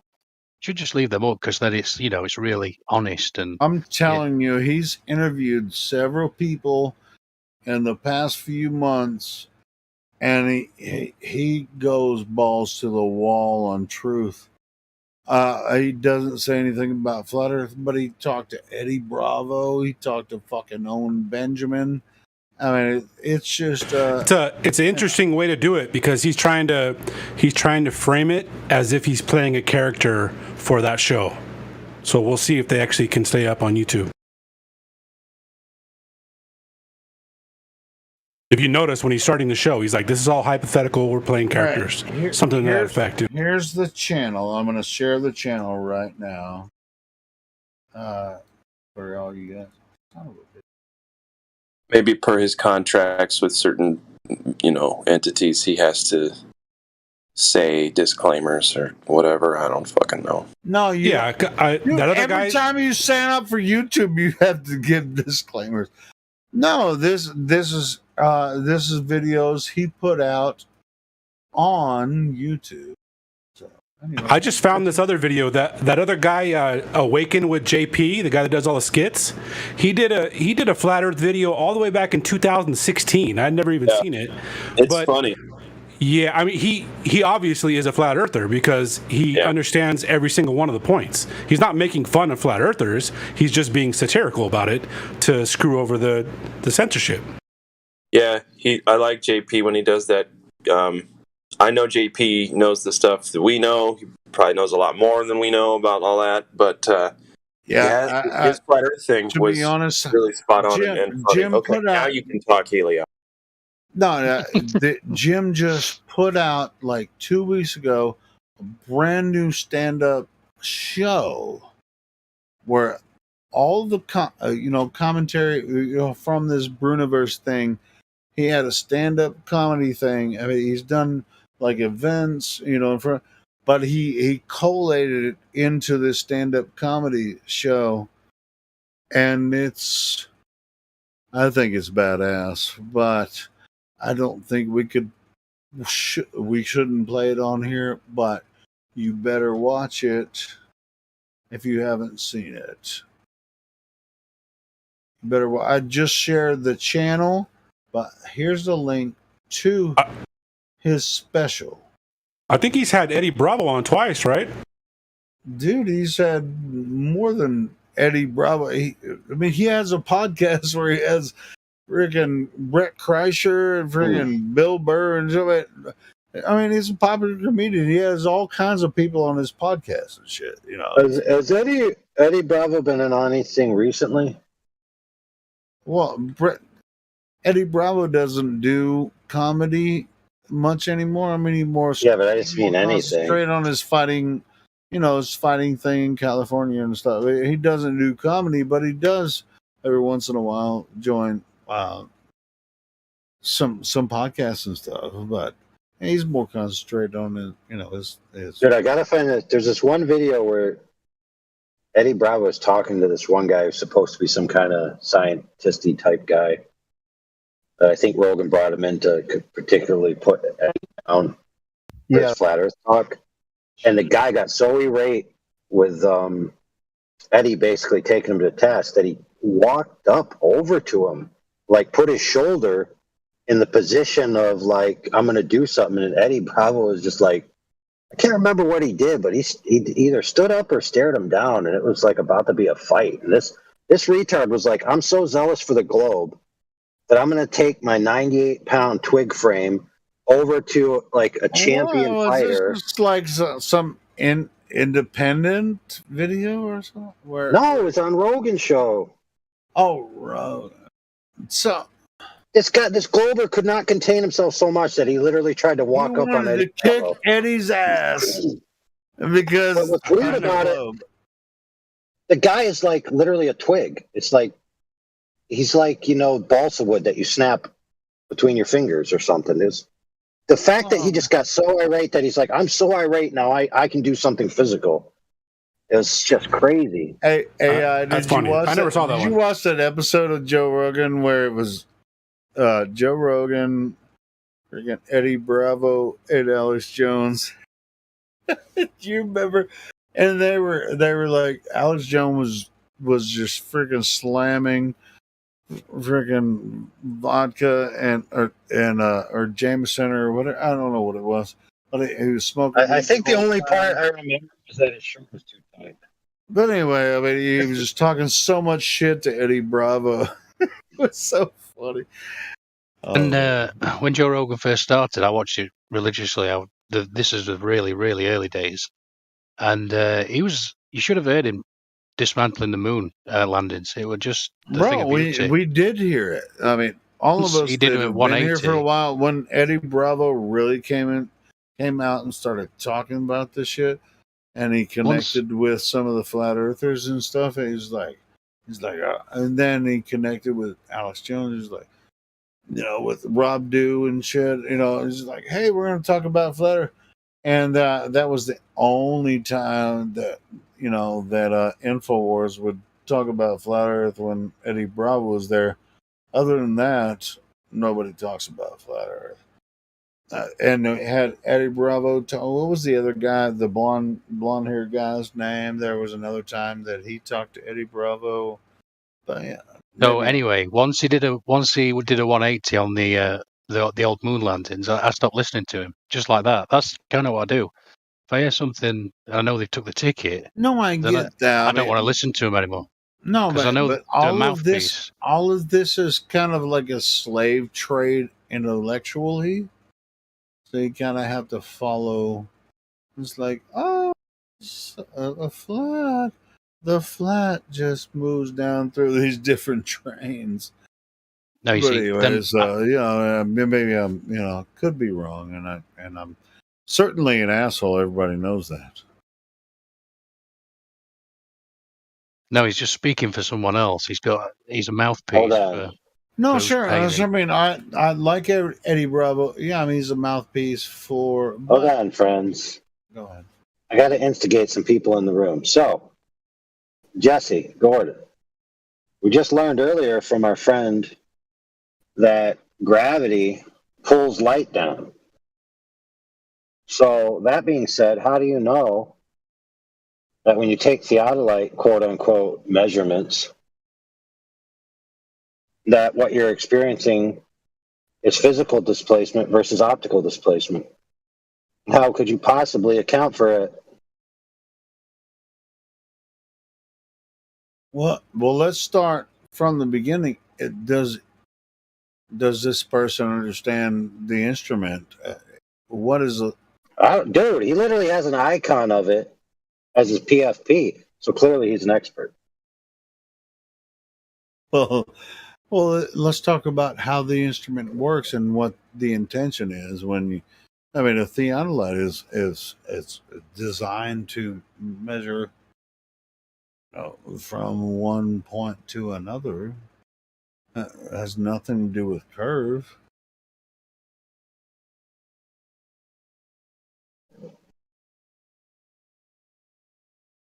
Well, yeah, you aim it at an optical target. Yeah, just like you do with an off level, it gives you an angle or binocular of some kind. Telescope. You just And then from there, you do a math on a piece of paper, and you derive a curve from it. You know, so you don't actually measure any curve in reality. You know, I mean, the theodolite is not it's not designed to measure curves. So what you would do with theodolite, they use that for surveying.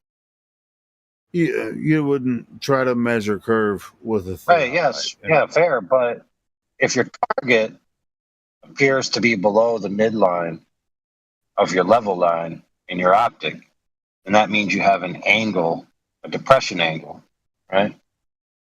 Yeah. And so you could say, well, I have something displaced optically in my field of view, or you could say it's displaced physically. But you don't use the optical instrument by itself. You actually have someone standing, a certain distance away, so that you can measure. You can measure the the field of view, and you want to measure whether the right. So are you? That's the point. So are you measuring a displacement in your field of view, you're or a displacement in free space? You're not going to figure out shit by one theodolite. Why not, dude? If I put a target out, right, that's the same height as my theodolite, let's say, and that appears to be surveyors put someone else as the target, and they have an instrument too, but they don't use the camera. The theodolite is the start of how you measure, how you survey, a certain area. You have to have someone on the other side to actually. Okay, irrelevant to the point. All right, my bad. You could have any kind of target. You could have a literally painted stick.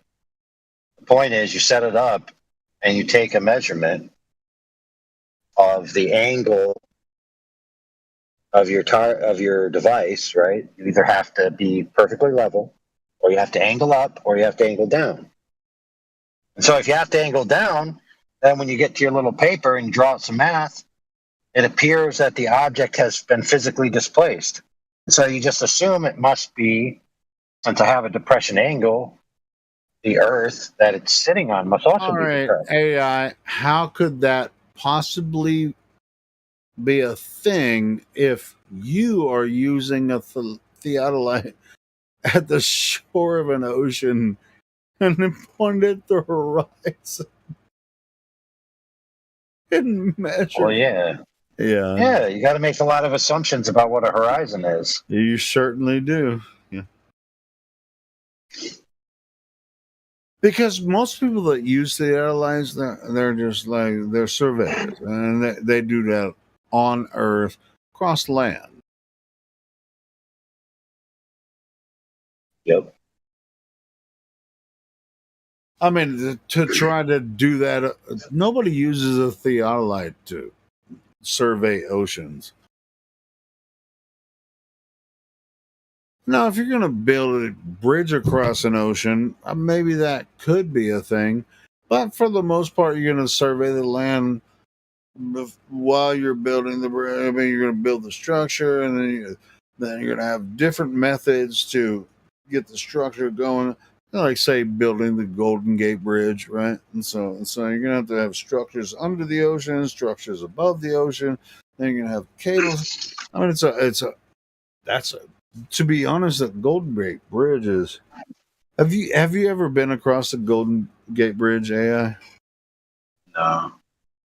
It's freaking amazing. It's I like think the Verrazano Bridge might be the biggest suspension bridge I've been across. But I've been across the Golden Gate. I've been across. Is the George Washington Bridge a suspension bridge? I can't remember. I think so. Maybe. I mean, it doesn't matter as far as bridges. You wouldn't just use a theodolite to build that bridge. I mean, it's going to be, be like, oh, it's like 3 feet. I mean, what are you going to do underwater? Oh, yeah, but speaking of that, like the Verrazano Narrows Bridge, you ever watch your History Channel and Modern Marvels intermixed within some of it, they'll say, did you know that when they built the Verrazano's Narrows Bridge that they had to account for the curve of the Earth? So the towers are 1 5/8 out from each other? Which is complete bullshit, and it's provable complete bullshit. But anyway. Dude, to get that structure 1 5/8 out at the towers is like a miracle of tolerances. You couldn't engineer that if you were daydreaming. 5 inches between the ties and shit. What the fuck? Well, there's 11 feet. There's 11 feet of differential in the altitude of the deck that the cars ride on through from the expansion throughout the year. 11 feet. Well, yet these suckers want to say they engineered this thing to 1 5/8. Well, and they use theodolite. They use theodolites to do it, right? Yeah, they probably put the theodolite on the ground, half drunk, and did No, spins. they put the theodolite on the bottom of the ocean to figure out. Well, actually, to get elevation angles from the globe, you have to use the celestial plane or whatever it's called, which actually passes through the center of the Earth.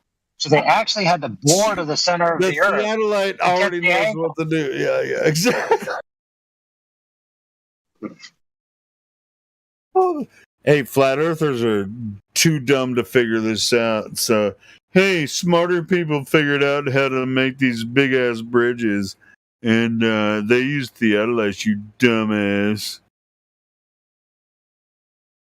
That's not how they built these freaking badass bridges.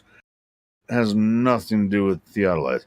Theodolites are used by local surveyors.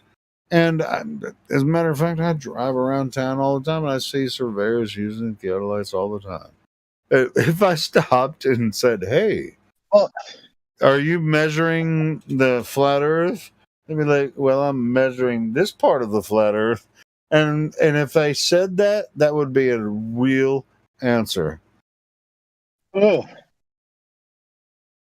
We remember when even if they're measuring freaking 300-400 yards, I'd be like, hey, I see them with their instruments. I always think about it when I drive by them. I'm like, that motherfucker's measuring how to build a building on the flat Earth.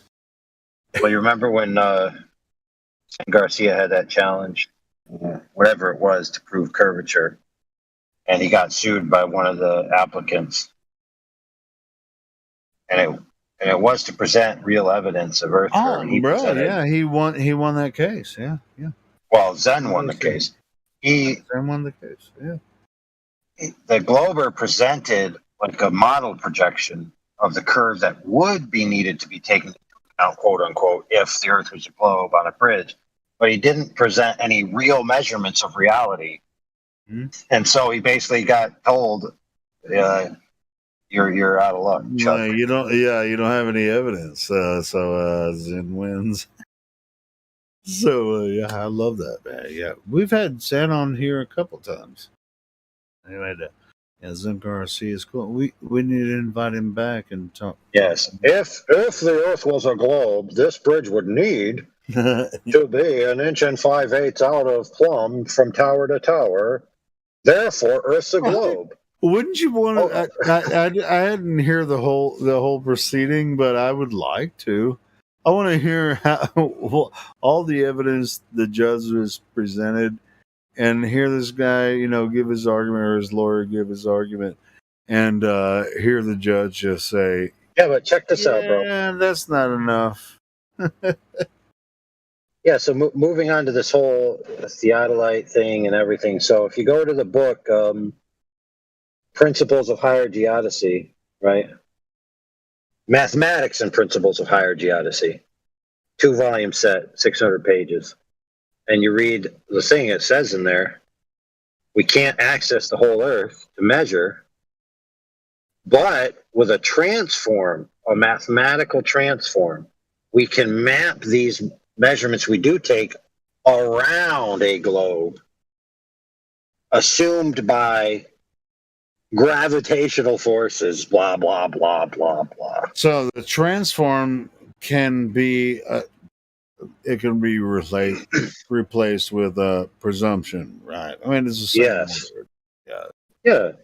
And but that's even thrown out because that is generally because like there's the geoid, the equipotential surface, and the measurements that they actually they don't really have any physical proof of any of that. Well, yeah. So check this out. So Zanek's been arguing lately, and a few other Globers, that anywhere you experience a flat portion is where the geodetic potential is greater or lesser than other areas, which essentially means there's more or less distribution of gravity in a different permutation where the forces essentially make a portion of the ocean flat or a portion of this place flat and a portion of that place more curved or less curved. So basically, anywhere you go where you get a contra, everywhere it looks flat, it is flat, yeah. but it's not. But it's still on a globe. Oh my God! Are you fucking serious? For real, dude. Is that it's what the same thing with the plumb lines? Yeah, it's the same thing with the plumb lines. That's why we don't let them come in here and say that bullshit. Yeah, it essentially makes it unfalsifiable, even with the plumb lines, because like the classic statement is gravity pulls everything to the center of the Earth. They'll just turn it back around on us and say, "Well, yours is unfalsifiable too."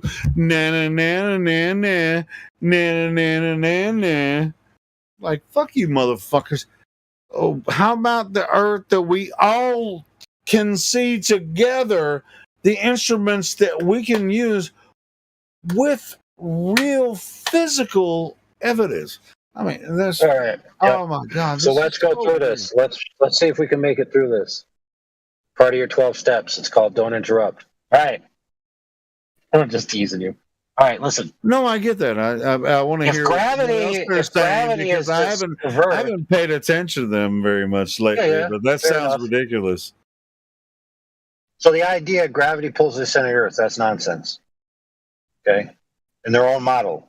That would require a perfect distribution, which you don't have. So you have varying distribution, which means you have varying gravitational vectors. Not only that, but you have the Brenda force, which is the differential angle between the axis of rotation, right, being centrifugal force outward, and gravity being inward. So already there you have differential vectors where it's not going to the center. Now you have the varying pockets of more or less gravity, which alter those plumb lines even more in a myriad directions.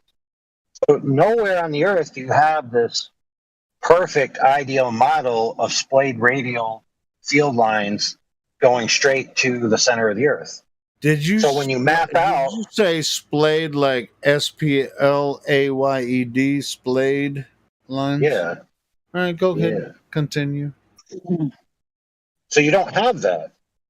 You have all different directions. So if somebody presents to you an ideal, like, for example, Jesse Kozlowski, where they take two theodolites and then they say, oh, I see a differential in my field of view, therefore it's a physical differential. I take it back to my table. I draw lines, create triangles, call them plumb lines, say they're pointing relatively to the center of the Earth, and make these radials and say, oh, it's within this tolerance. Well, how do you know that that's accurate within that area? It could be pointing in another different direction. So when you do that, you don't even know if you're truly leveling your device. That's Because if the plumb absolutely line true. isn't pointing to the center of the Earth, you can't use the standard circumference. You can't use the standard radius. You can't use any of it. That's like I was saying. If I drove by one of these surveyors that I see standing on the side of the road, like, are you measuring according to plumb? They'll be like, yeah. And is that toward the center of the Earth? They'd be like, I don't know what you mean. That's basically. Hey, that's a fair answer. I don't know what you mean. Nothing to see here. Moving along. Do you understand surveying? Yeah, no, I do understand surveying. I was just wondering if you were measuring plumb to the center of the Earth, and they'd be like, I don't know what you're talking about. Well, this is the way you got to talk to people to really get them to understand what they're doing and the confusion between down and inwards to the center of the Earth. They're two different things. We all operate with down. Nobody operates with inwards to the center of the Earth. I mean, I'm not going to be redundant. I can say it again, but whatever. That's the way it goes. It's just like there's no real geodetic surveyors. There's no such thing as a real geodetic surveyor. They're just mathematicians. The same way with these NASA freaking people that took pictures of freaking galaxies and shit. I mean, they make shit up just like everybody else does. I mean, and if you had somebody with like Jesse Kozlowski go up and be like, hey, you're doing it wrong. You're not measuring to the center of the Earth, bro. Your buddy over there, he's not measuring toward the center of the Earth. Hey, man, shut the fuck up. We're trying to do our job here. Get the fuck out of my face, bitch. There ain't no such thing as measuring toward the center of the Earth. We're just, we're measuring from, we're about to build a building, and it has nothing to do with center of the Earth. That's not what surveyors do.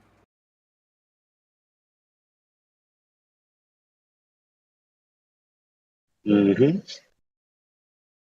Oh, man. And anybody can say I'm goddamn wrong, but I know I'm goddamn right. You're wrong. All right, say it. All right, now prove it.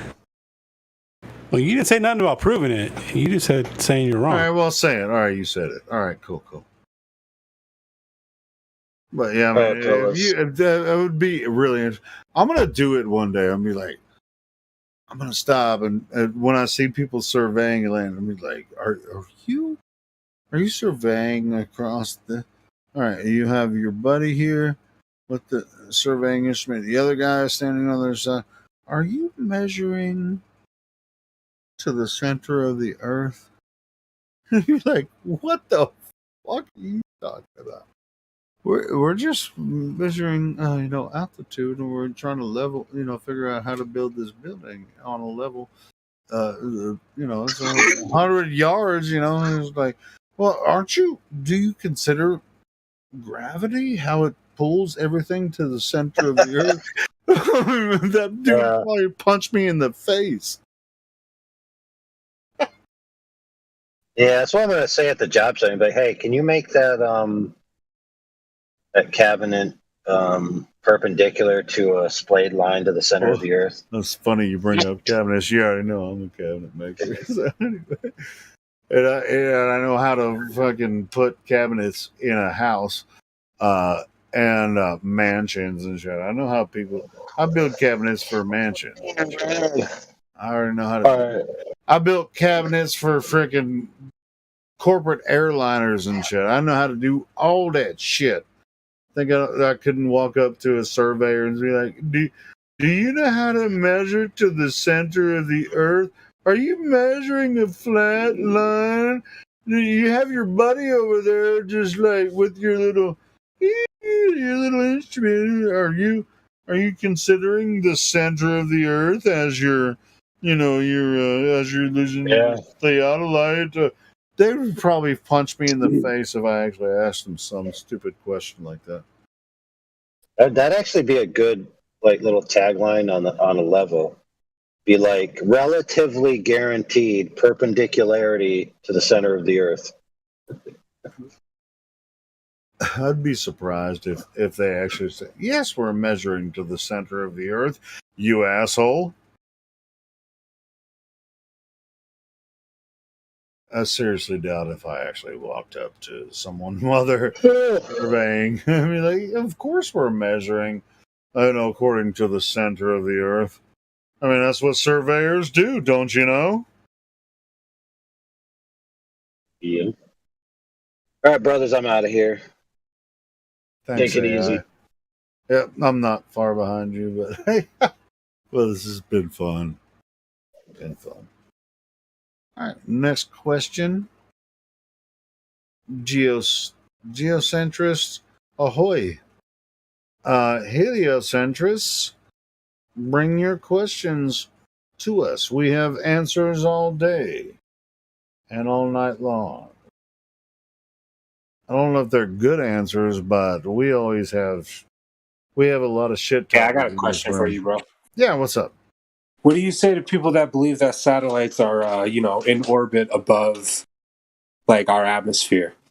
Like, is there fuel for these satellites? A lot of times, initially, if someone says, "Hey," well, hold on, I'll let you finish. I interrupted you. What? My main question is: Are we using fuel to keep these satellites in this quote-unquote type orbit? Are the satellites actually in orbit? I don't know.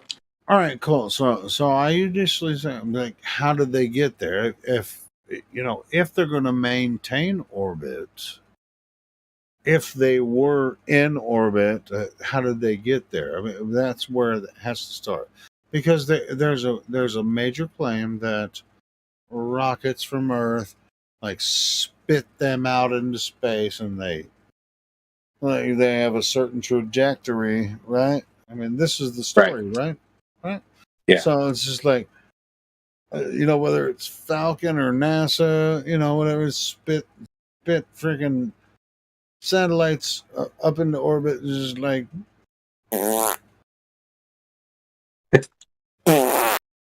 So you're saying that there's never an object floating in space. It's never happened. The major claim is that what happens when they actually do dump these satellites, or which is a physical object, right?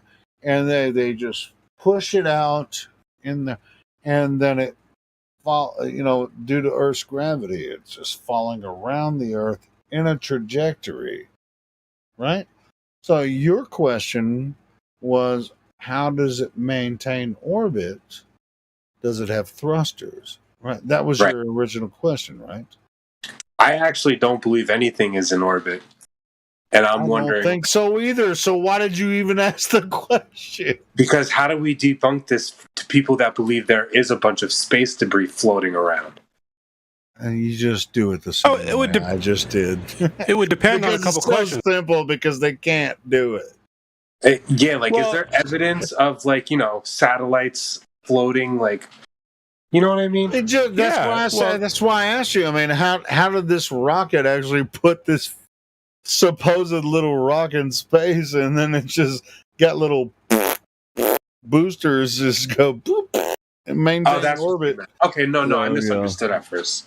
Well, I'm making jokes, but at the same time, sure. I mean, they'll claim most satellites are in geocentric orbit, and there are certain distances, but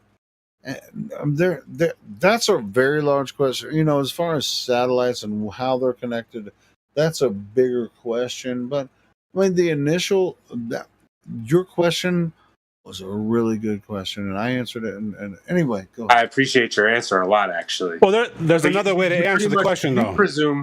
I'm sorry to interrupt. You're presuming that they do have, fuel and thrusters.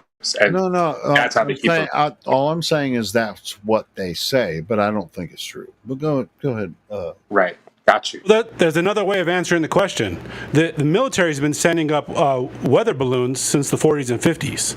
So if it would depend on where your personal definition of where space begins. Is it possible for things to be floating above us up in the atmosphere? Absolutely, it's possible. Yes. Do they function the way that you've been taught in school? The way they function? No.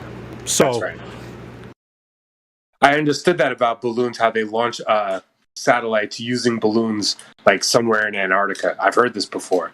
And this was what made me ask, like, okay, you launch them up there, but then is there a fuel source on there that's keeping them up there? You understand my question, so that's great. yeah. Well, of course they would still be underneath the sun, so you could have solar panels on there, and they could still be powered. You could also put some type of a small nuclear reactor. That's speculation on my part, but submarines can function for 25 years without refueling. So why couldn't you put something up there that doesn't need refueling? Sure, but Levelus with right. Good point. I mean, I don't know, but that's as much speculation, I guess, as absolutely. I prefaced it with speculation. All right, cool. So either way, it is not the absence of gravity keeping it on that point. You're saying that it's all these. It could be whether it's balloons or orbits or whatever. We do have, what they call satellite communications, right? Something is there. Now the balloons can't maintain, a certain thing unless you make stories. They have stories about little boosters that keep them in orbit or whatever. Same with the ISS. But for the most part, every single communication we have, just like the one we're talking on now, that's landline and local tower communication here on Earth. Has nothing to do with satellites. So okay, but who needs satellites?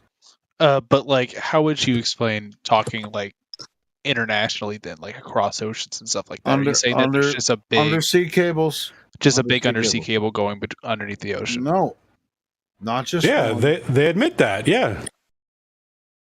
What are you denying this? I mean, that's the only way. I mean, that's the only fucking way we can communicate with Australia from here, from America, is undersea cables. It doesn't happen through satellite communication. And if you're in sea, they have Wi-Fi freaking towers in underwater cables. I thought that there was I thought it was a thing that underwater cables don't work. Wow. I might be. Well, then you're wrong. Fucking told you that. You're incorrect. Sure, thanks. No, it was some project, I think, in the 1920s that they tried to build a very long cable underwater, and it turns out that it was just incorrect or something. I don't know. Electric? Who told you that? That's the only way we can communicate across continents. Almost. The only reason we can talk to people in England and in Australia almost immediately is because of undersea cables. It has nothing to do with satellites whatsoever. No, I'm not. Are you confusing that with the Marconi radar stuff? Is that what you're getting confused about? I'm literally talking about some project in the 1900s, over 100 years ago, probably, where they built some long cable underwater and then it just never. I'm gonna send you. I gotta find the actual project because they definitely. I'm gonna show you. I'm gonna send you a video if you don't mind me sending you a private message about how they've sent these fiber optic cables all across Earth so that we can communicate with each other. Sounds good, man. I like videos like that. Yeah, all right, bro. It's the best shit. I mean, you wouldn't be able to talk to us, this fast if you weren't communicating through laser cables, because it definitely ain't coming from satellites. I'll tell you that much. Yeah, I always had an iffy feeling about satellites anyway, so kind of confirming all these weird shits to me right now. I have a friend that actually, he works for these companies that sell technology to people that manufacture satellites. And it's just like, he tells me about like being at the launches for the satellites, and I'm just like, damn, like they've really got people like standing there watching shit float into the air, you know? What do you say to all that? It's just like what they believe is these satellites. You know, how do you convince them?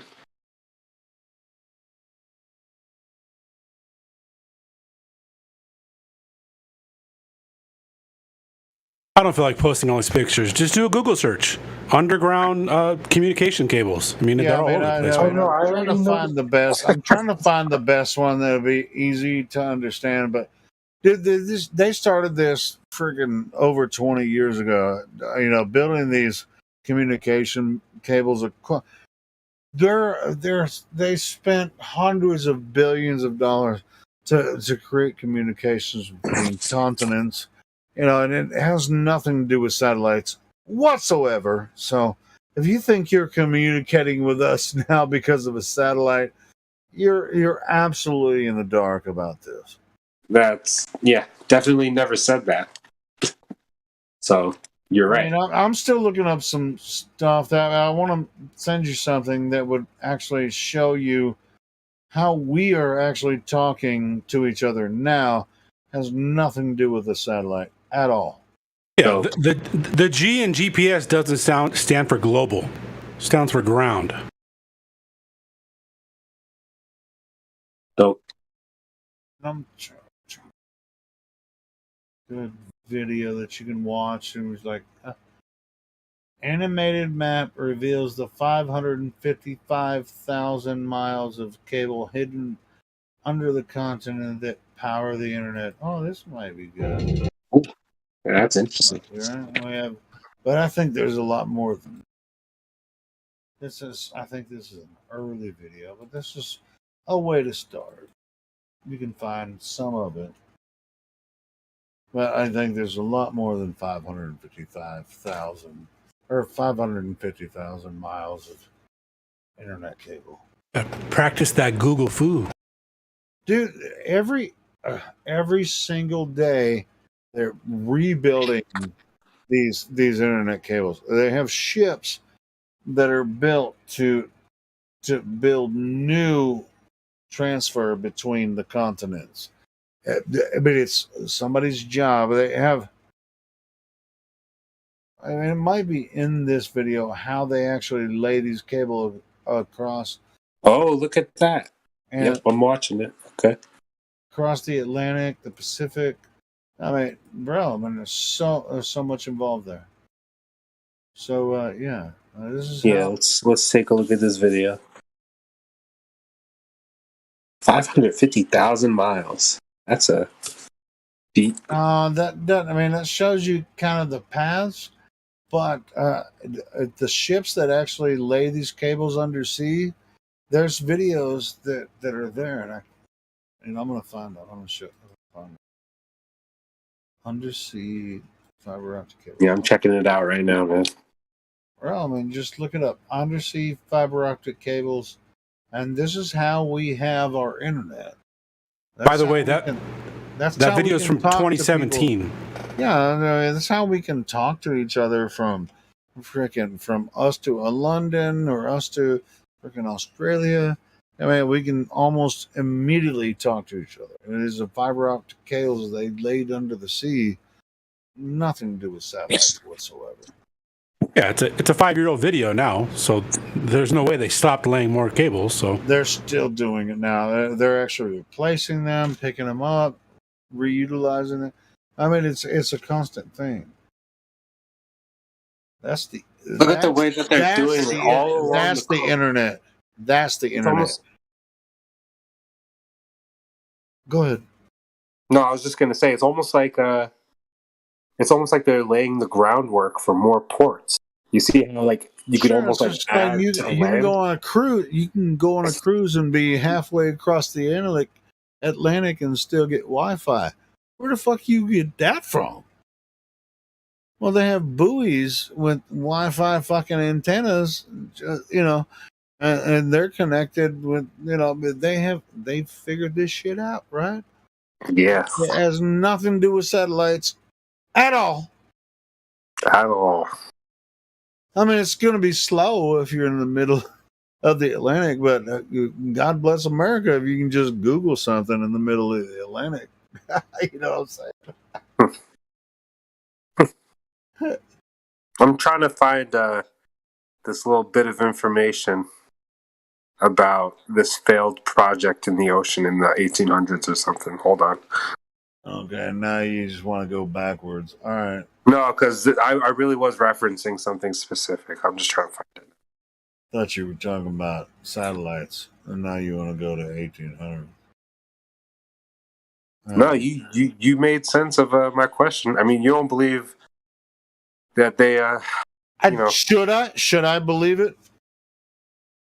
I mean, I think the answer is actually we both know that this is not what's really happening. So I didn't say I know a goddamn thing. I just asked you if I should believe it or not. Believe in that? I don't think you should. No.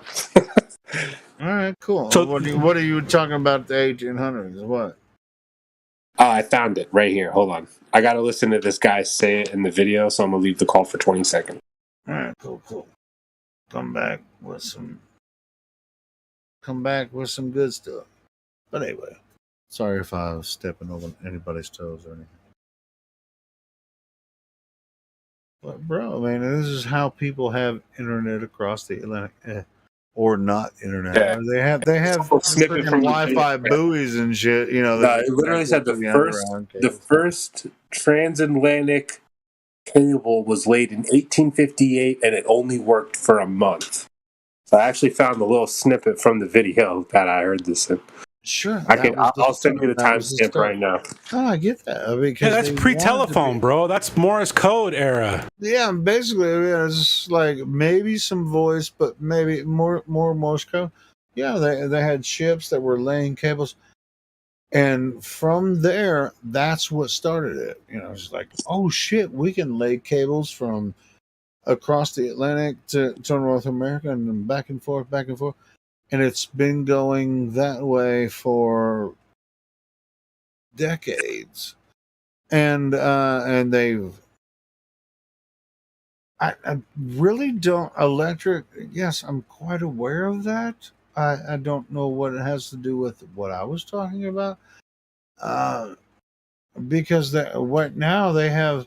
I've seen videos of these ships that are laying these freaking 2-foot wide fiber optic cables at the bottom of the ocean. They have a tower as they're moving across. They're just laying these fiber optics. That's why we can talk to each other transatlantic, transpacific. We can talk to people in Russia. We can talk to people in fucking Norway almost instantaneously. Has nothing to do with what you posted, but yeah, I mean, it was the start of it. So yeah, cool. Yeah, that's kind of what gave them the idea. Yeah. Okay. Like, hey, let me just run an electric line over here, and I can go.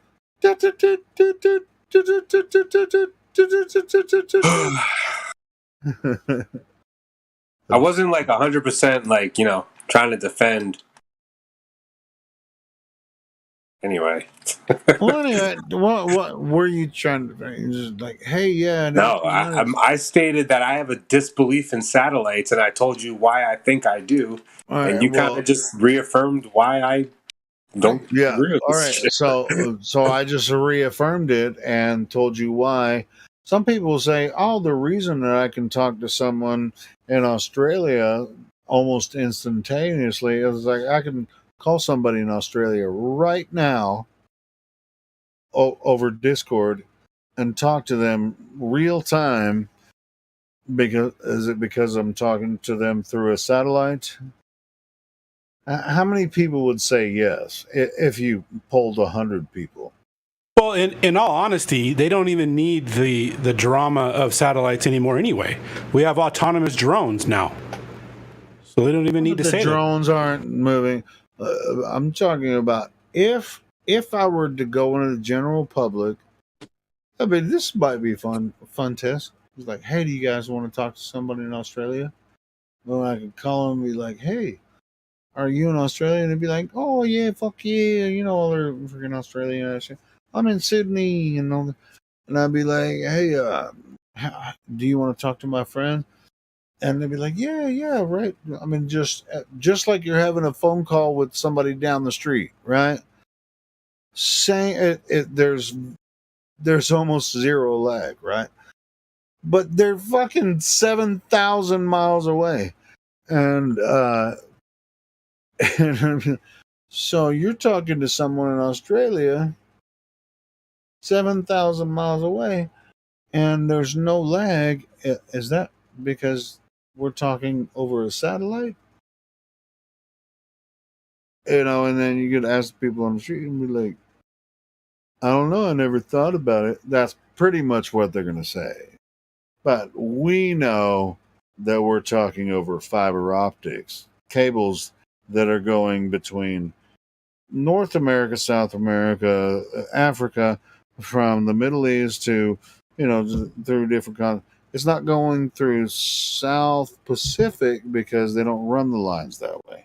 Anyway, all these fiber optic cables run this way. They've been doing this for dozens of years. They've made sure that the internet runs very fine. So why we can talk to somebody in Australia from North America almost without lag. So, and you. Well, I feel like I definitely asked the right person, man. You definitely had an answer for me, so I appreciate you. Yeah, dude. Do you think you're gonna send? If you know, let's talk. No, I don't actually. That's why. All right. This is talk. This is talk. This is just talking. Check this out. I hear you. We have. All right. Here's another aspect of it. The gamers that are, that are gaming online, they're playing games with people. All this information from the games, they're playing live with people from fucking Europe, Africa, Spain, freaking everywhere, Australia, and they can kill each other, with their stupid freaking shooting games, real time. And if there's a you think all the information from their game console is going to a fucking satellite and then coming back down? No. And and if there's like a 0.05 second lag, it's like stupid fucking computer. Yeah, right. See how dumb that is.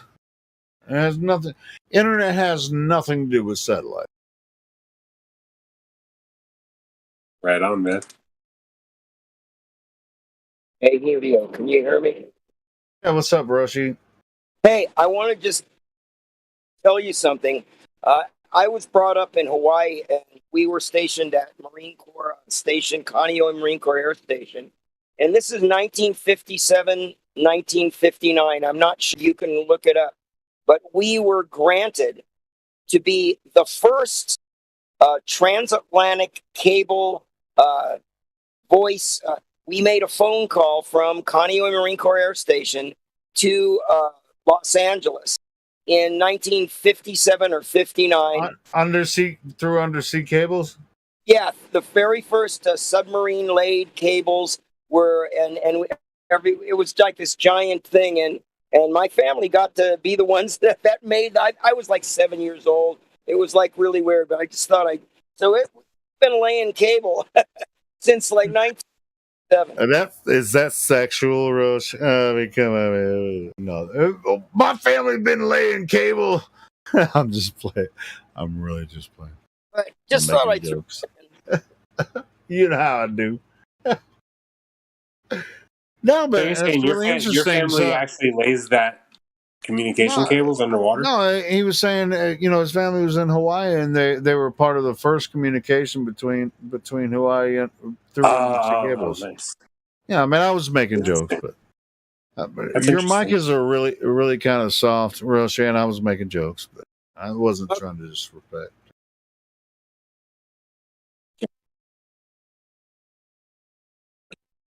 I don't know what's going on with your mic, Roche. I got my air conditioner on. It may be some back feeding. Let me turn this off and then I'll fix it. Maybe turn your input sensitivity up a little bit so that we can hear you. Yeah, that's what I'll do right now. All right, cool. But yeah, that's all he was saying. I mean, he was part of one of the first undersea cable communications from Hawaii to Los Angeles. That's what he was saying. Yeah, thank you for that, man. Good stuff. Yeah. Okay, I turned it up a little bit. That sounds a little better. There we go. I'm about 90% right now. Turn this air conditioner off. Are you on a like headphone mic or Bluetooth? No, I'm just speaking into my iPad. Ain't gonna lie, it's a little crappy. I mean, but I did understand what you were saying, and I think you made a very pertinent point that that your family was part of the first communications, undersea communications from Hawaii to LA. Yeah, well, what I was trying to also say is right after World War II, they started doing all these different things. When I first got my first boat and I was young, we all used Loran C, and there wasn't any GPS. We did all these triangulations through land-based places, and there was no satellite. And I just wanted to bring up the fact that between the Loran Sea and between these transatlantic cables, and like you say, there's these gamers that are doing live, real time, shooting each other up, and they're 10,000 miles apart, 8,000 miles apart. It's That's impossible over air. Exactly. Only possible through landline. And only possible. It's impossible over a curved Earth too. That too, but I mean, it's only possible through fiber optics, and I couldn't find the right video. But this is when you're talking to us, when you're playing online video games and everything, it's all through fiber optic landlines between continents. Has nothing to do with satellites whatsoever. And even talking to us right now, if you're talking on a telephone, your telephone doesn't connect to satellites with GPS. It just doesn't. It's not even the same thing. I mean, they can tell you whole kinds of shitloads of cartoons on TV and say, "Oh, the satellite, this and that." That's just cartoons on TV. I mean, look at the cartoon they put out about, look at deep space. NASA put a new... Do you think we're going to buy that shit anymore, NASA? No. Hey, did you see on YouTube or on the internet about the SpaceX, that the biggest booster ever had a big explosion on the pad? Yeah, I think I saw something about that. I wonder what the heck that's on. They think he's. You know what I like about? I think they're just getting desperate, to be honest, because they are. Elon Musk now he wants to bypass the moon and he wants to go to Mars. Is he kidding? The guy's like, wouldn't it make sense to actually put a base on the moon and then go to Mars? I mean, that makes more sense. It's easier to get to Mars.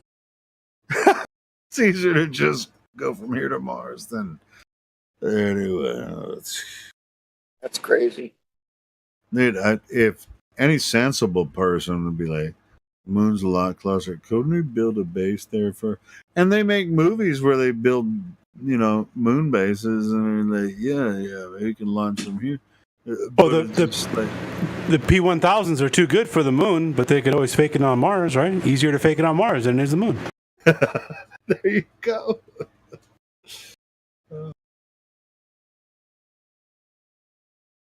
Are you this gullible?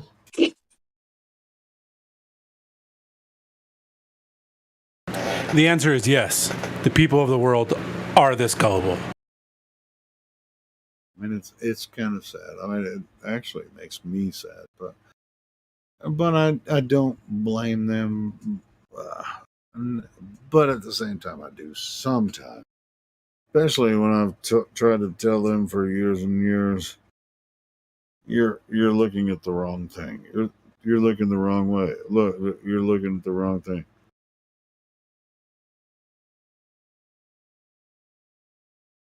Hey, they could say the same thing about me too. Yeah. Because hey, guess what? They have money and I don't. Oh, I'm looking at the wrong thing because you got money. All right. Let's see what happens to that money. Either way, I mean, it's not about money anyway, but it's just like, it's almost like whose idea was better? Well, it's just like, I ignored everything you said, and now I'm successful, sort of, but I'm subject to the system because they helped me. And I did everything they said to do. And Helio, your boy Jesse Gordon's still in the chat. Jesse Gordon, I don't think I've talked to Jesse Gordon tonight.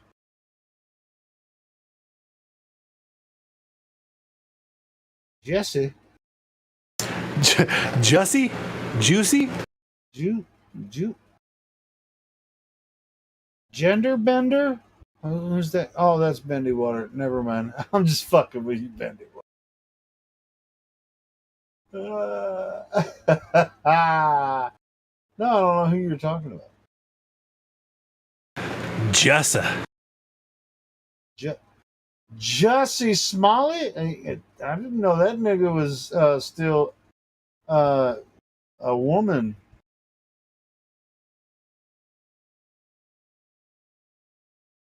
So you done pushed me too far now. I don't know who you're talking. I don't know who you're talking about, man. He's typing. Oh, Jesse Gordon. I don't see him in the live stream. Theodolite boy. Well, I mean, I think I pretty much covered that. Do you think I did okay on that, or do you think? On which part? Yeah, the theodolite thing. You think I covered that fairly well? I mean, do you think that I would stand up against someone like, one of the masters of the universe, like Flat? No, that's not how those theodolites get explained to me by the people that actually use them in real life. All the contractors, like if they're building a warehouse, they don't just leave that theodolite in the same spot and build a 1 million square foot warehouse. It keeps on getting set up every. They might set it up 8 or 10 times. They only use it a couple 100 yards. They're not looking 20 miles out with a theodolite. Otherwise, you're gonna fuck that whole fucking building up. And you definitely don't use them on over oceans. This is like the first time I talked to fucking Red's Rhetoric, first and only time. I talked to that motherfucker and he was like, how about, why don't you just pull up a theodolite app on your phone, go to the ocean, and then you can see that there's a dip value, and that's the Earth curve. It's like, I mean, even back, when I was, very young, new to this argument, I was like, bro, man, that's not how you find the Earth curve. You don't use an app on your phone. And I wasn't even really familiar with theodolite app. I mean, he introduced me to the theodolite, and then once I really learned it, I was like, dude, this dude is total fucking clown. Because that's not the way they use theodolite.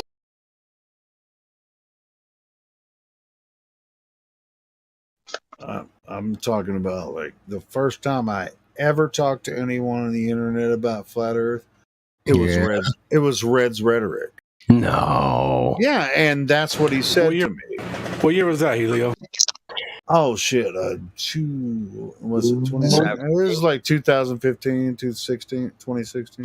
Yeah, something like that. Yeah, it was the first time I ever went live online because I was talking shit in his live chat one night. Talking shit. He's like, "Nigga, let's set up a live stream, live talk," and then we did one-on-one. You guys want to hear it? I think it's still on his channel. No. Yeah, it was pretty bad. I was gonna say I don't know who Red's rhetoric is actually. That's good. I'm gonna share it anyway. No, don't do it. No, it's really not that bad. But I had a very different reaction when I found out about the true shape of the Earth, or this realm that we're in. I didn't talk to anybody about it for fucking like 2 or 3 years. I didn't think anybody in my sphere of influence would be able to handle it, so I didn't even choose to talk to them about it. Man. That was smart. That's total. I get that. I mean, if you're not ready, you ain't ready. I was just KYP, know your personnel. I was reading the room. I knew nobody that I knew would be able to handle it, All right, cool. How long before you actually came online? How long before you actually found people to talk to online about it? It was here. And I don't know what my join date was. I'm guessing late 2019 or 2020. I had given up. That was the first time you ever talked to anyone on Yeah, when the whole the whooping cough when the whooping cough broke out, I was when the whooping cough came out, I was trying to also red pill people on the shape of or our true reality. And when I went to YouTube, I didn't even know that YouTube really had erased everything. So I was like, I was scrambling to find videos. Oh, that's cool. And then I found this place. A lot of people really kind of what's it called when you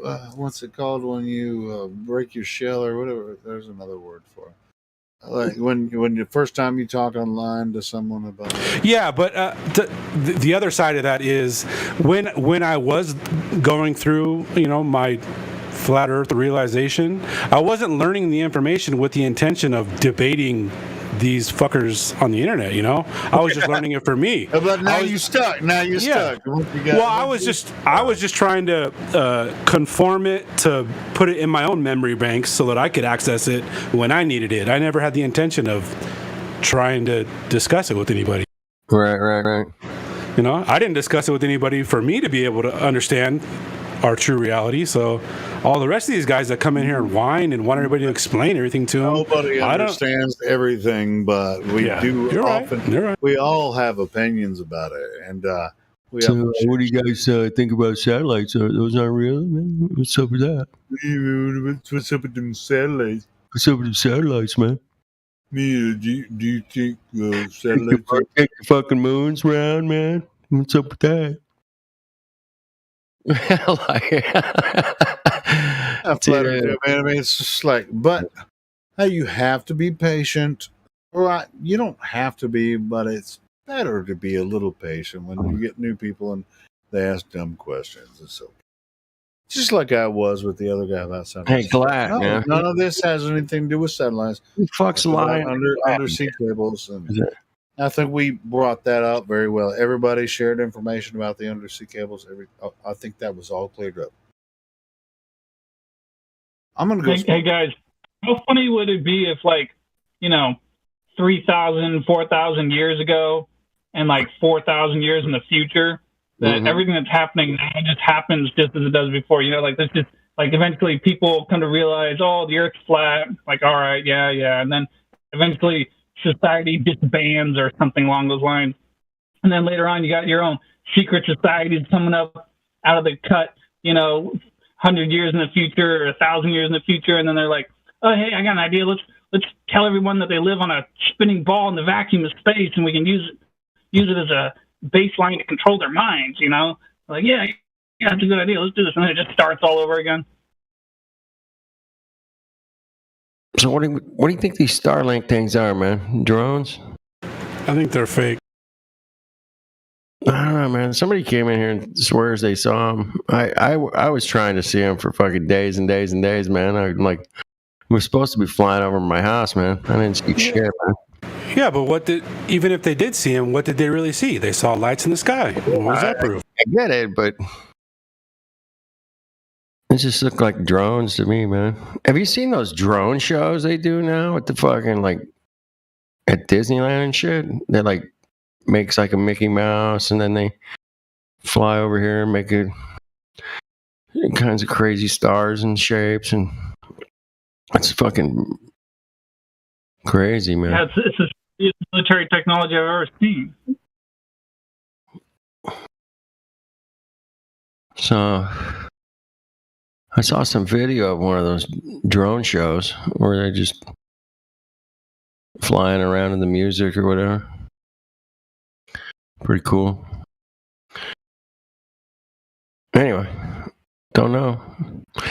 I was asking if anybody around here had Starlink for their internet.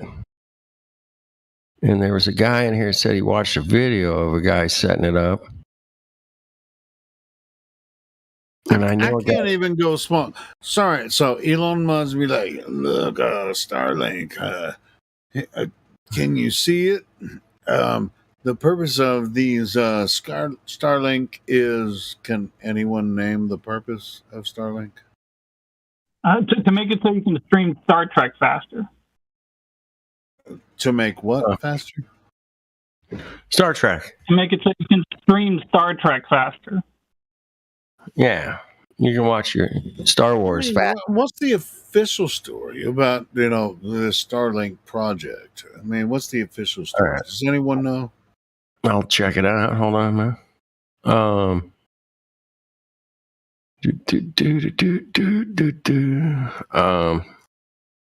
Yeah, man. And they're supposed to put thousands of these things up there. I don't know.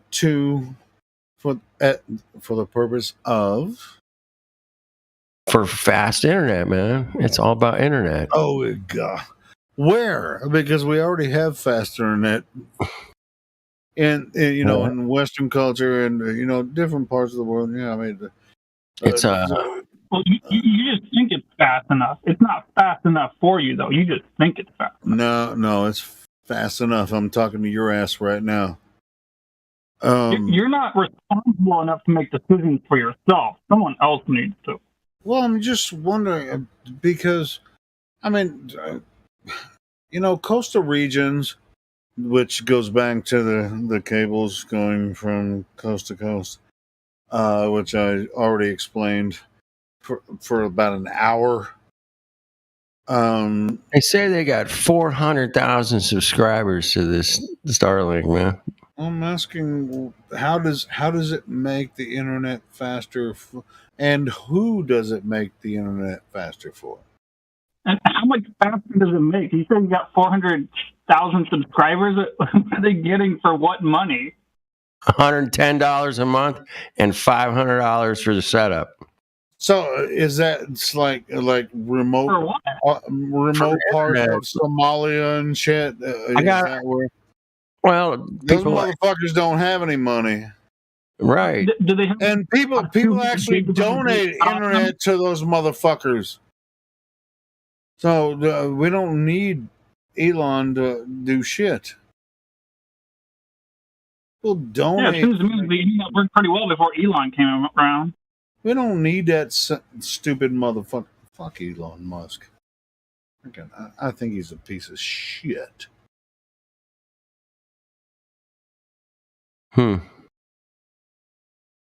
If you don't think he's a piece of shit, you're a piece of shit. I'm just fucking. They're putting 12,000 of those little bitches up I there. want 12,000 robots over Somalia so they can have internet. They don't even have fucking iPads. What the fuck kind of Wi-Fi they're gonna connect to. What the fuck is this? So what? Come on, tell me more about this. I'm fucking telling you, man.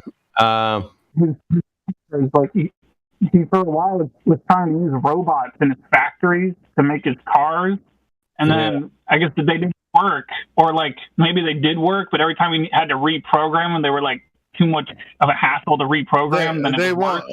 I'll tell you he what. got rid of them. He actually brought back the people workers. Like he actually brought back human workers. So like.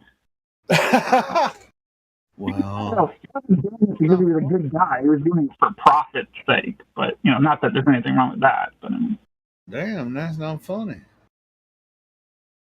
At least it makes us a little more comfortable that, robots, it's more difficult for them to take over if they can't even get them to make a bunch of cars. We should make a meme with the with those drones or whatever. They're like, thanks, Elon. Thanks, Easter Bunny. Thanks, Elon.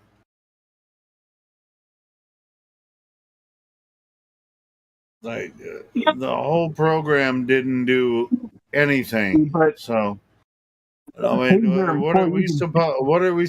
I mean, how much money did Elon spend on that, and nothing happened? Oh, $12 billion, and it's like, wasn't this fantastic? Yeah, it was fantastic, as in fantastical fantasy. You freaking retard. Nobody benefited from it at all, and you spent 12 billion or however freaking many billions of dollars wasted. It doesn't help humanity whatsoever in any way.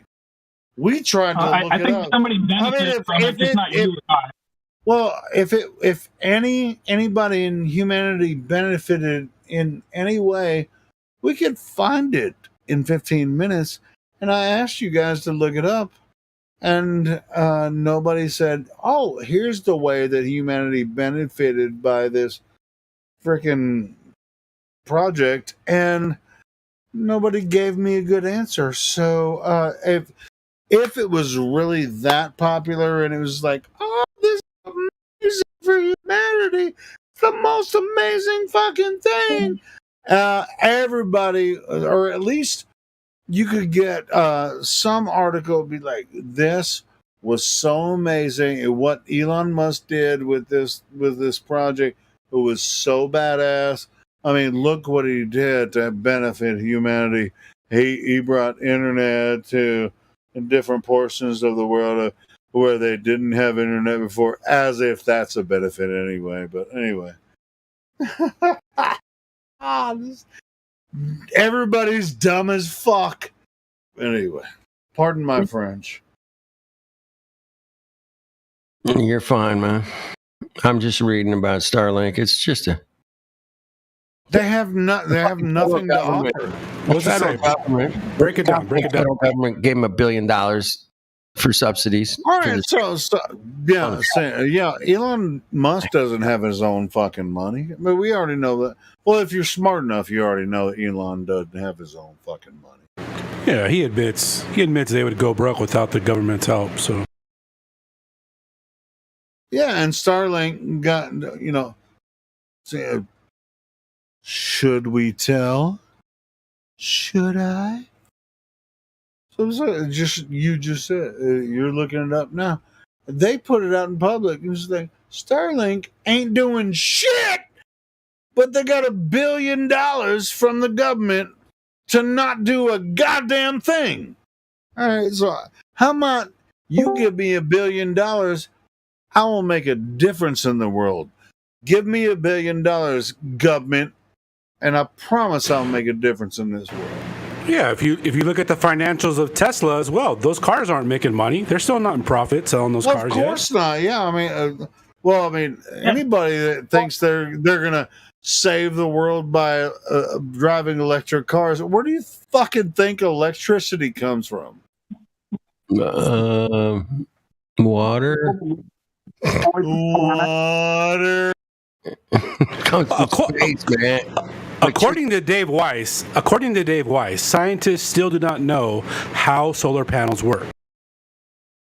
Shut up. Wait. Most. That's what he said. Hold on.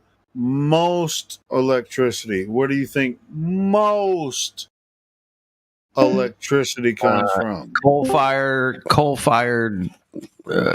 Nah, ding, ding, ding, ding, ding. Coal. Mm-hmm. A lot of it comes from dams and electric dams and shit. Most of it comes from coal. We have nuclear power plants, which that's water, which is boiled and turns turbines and turned into steam. I don't. We're not gonna get into nuclear. I don't think that's actually a real thing. But anyway, that's something else. But yeah, I mean, it's most electricity comes from coal. Because if you have electricity in your house, it comes from a coal power plant.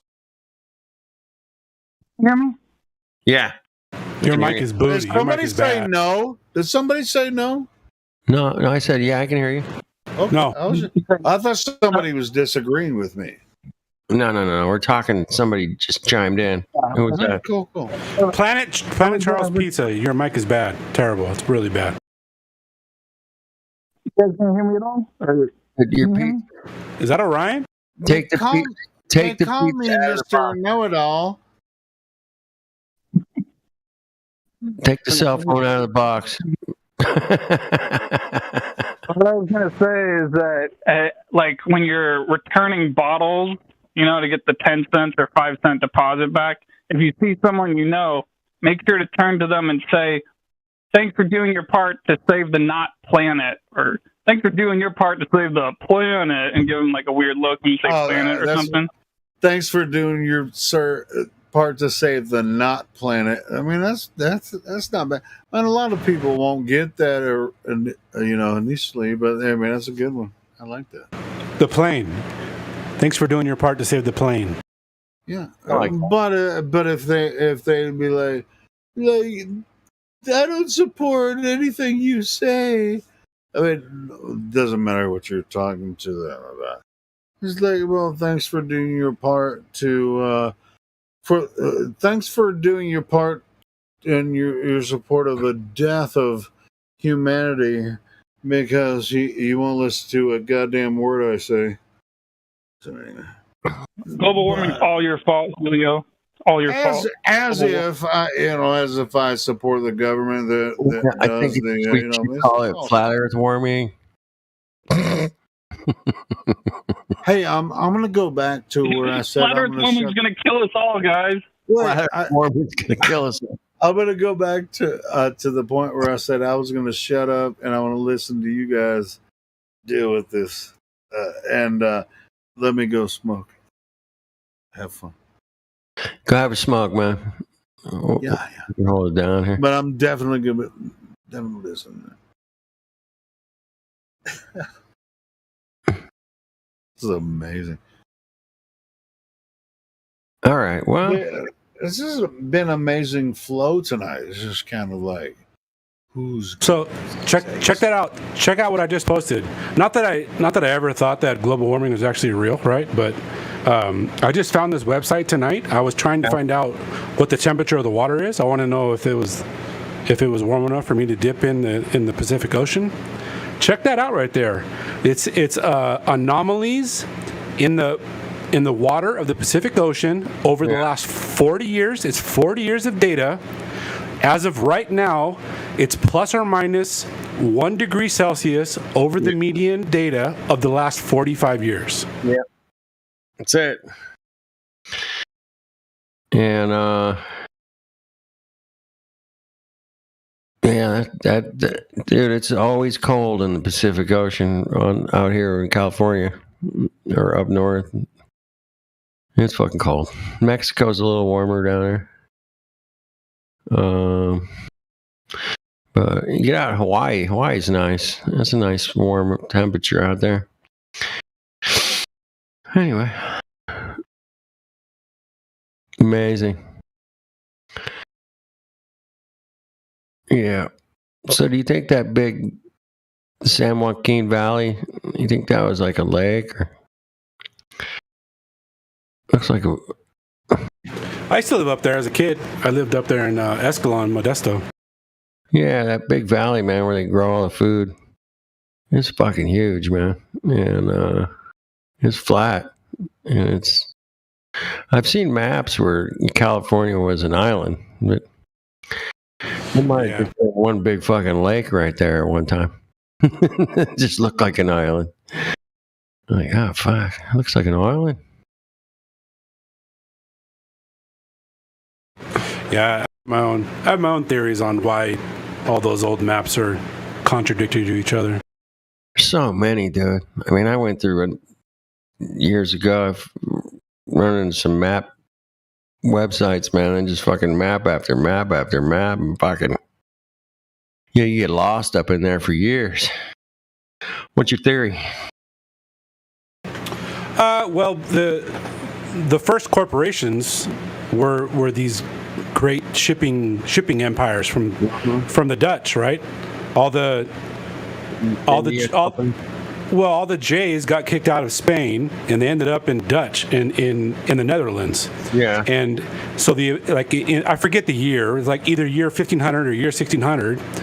There's like 15,000 shipping vessels representing the country of the Netherlands, and all the rest of the world's ships combined was like 3,000 ships. So they ran the seas. They had a monopoly on the seas.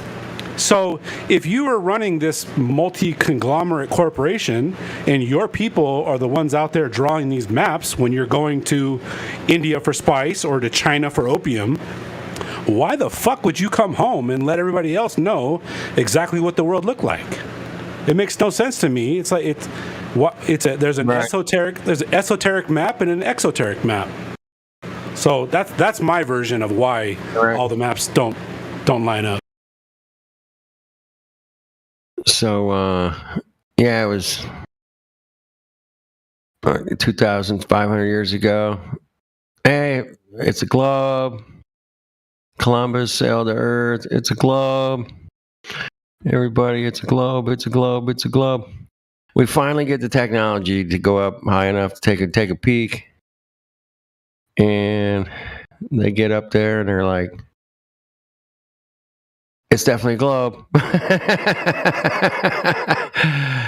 Check it out. Have you seen the first picture from space? It's pretty fucking hilarious looking, man. Yeah, it was like 1948. Like a cartoon, yeah. Shows the curve of the Earth. Yeah, like, wow. Okay. Meanwhile, the movie studios in Hollywood in the 30s and 40s already knew the shape of the Earth, huh? They did. Everybody knew it, but are they going to tell you it's a fucking flat plane? No, they can't do that. Can't do that. No. Math says everything, right? Math, yeah. We're gonna calculate a model.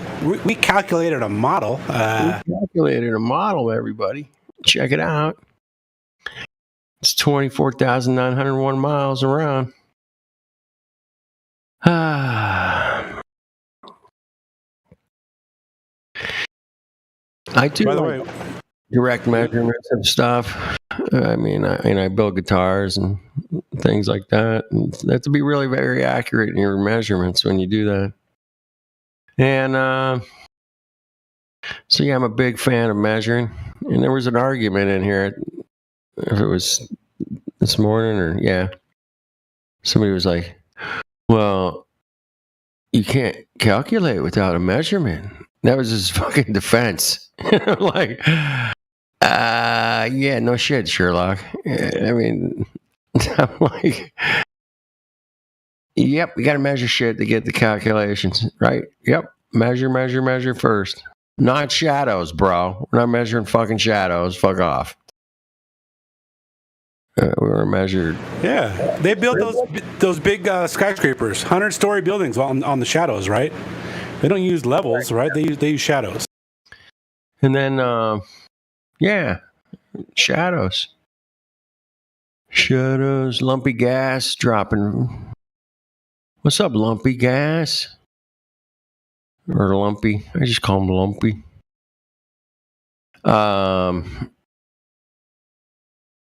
Yeah, it's quite the cuck show out there with the these guys coming in here with their just imagine calculations. Just imagine my calculations. Just imagine. Of course, you can't see it or feel it or that it's moving or it's around. Of course, you can't. Don't be ridiculous. But we got calculations that totally tell a different story. Yeah. Okay. That's a good one, man. I wish I could use that in the real world. Say, hey, I fixed your piano. Totally fixed it, bro. And you just have to believe me. And you play it, and it's like, sounds like shit, and it's all fucked up. And I'm like, no, it's good. It's good to go. You're just imagining it's fucked up and sounds like shit. You need to get your ears checked. Okay? It's totally out of tune. No. It's in perfect tune. There's something wrong with your ears, man. I think you're having I think there's something wrong with your ears, man. Mm-hmm. I mean, let's be honest. Most people haven't been exposed to this argument on either side. Most people don't know the actual globe story, and most people don't know. Obviously, they don't know our side. But the people that have been exposed to both sides, and they choose to hang on to the globe, they're hanging on to the railing on the Titanic. You know, yeah, they are. They're gonna go down. They're gonna fucking stay with the ship. They're playing in the band on the Titanic going down. Yes, but good for them. Good for them. I'm skin flute player on Titanic in my dreams. Dude. Skin flute player. That was hilarious. I like that. But I want to go back. Club's analogy of like people listening to someone playing a piano that's out of tune and then like sounds good. No, that was Flat Earth dude. Helio, man. That's Flat Earth dude. Yeah, sure. You know, the analogy there. You got to give Flat Earth dude the credit. I had nothing to do with it. He fixes piano. He builds pianos. Sure. Yeah, but that's a freaking brilliant analogy. Yeah. It's like I understand what good music sounds like, you know, or everyone assumes they do. You know, I like songs, I like music.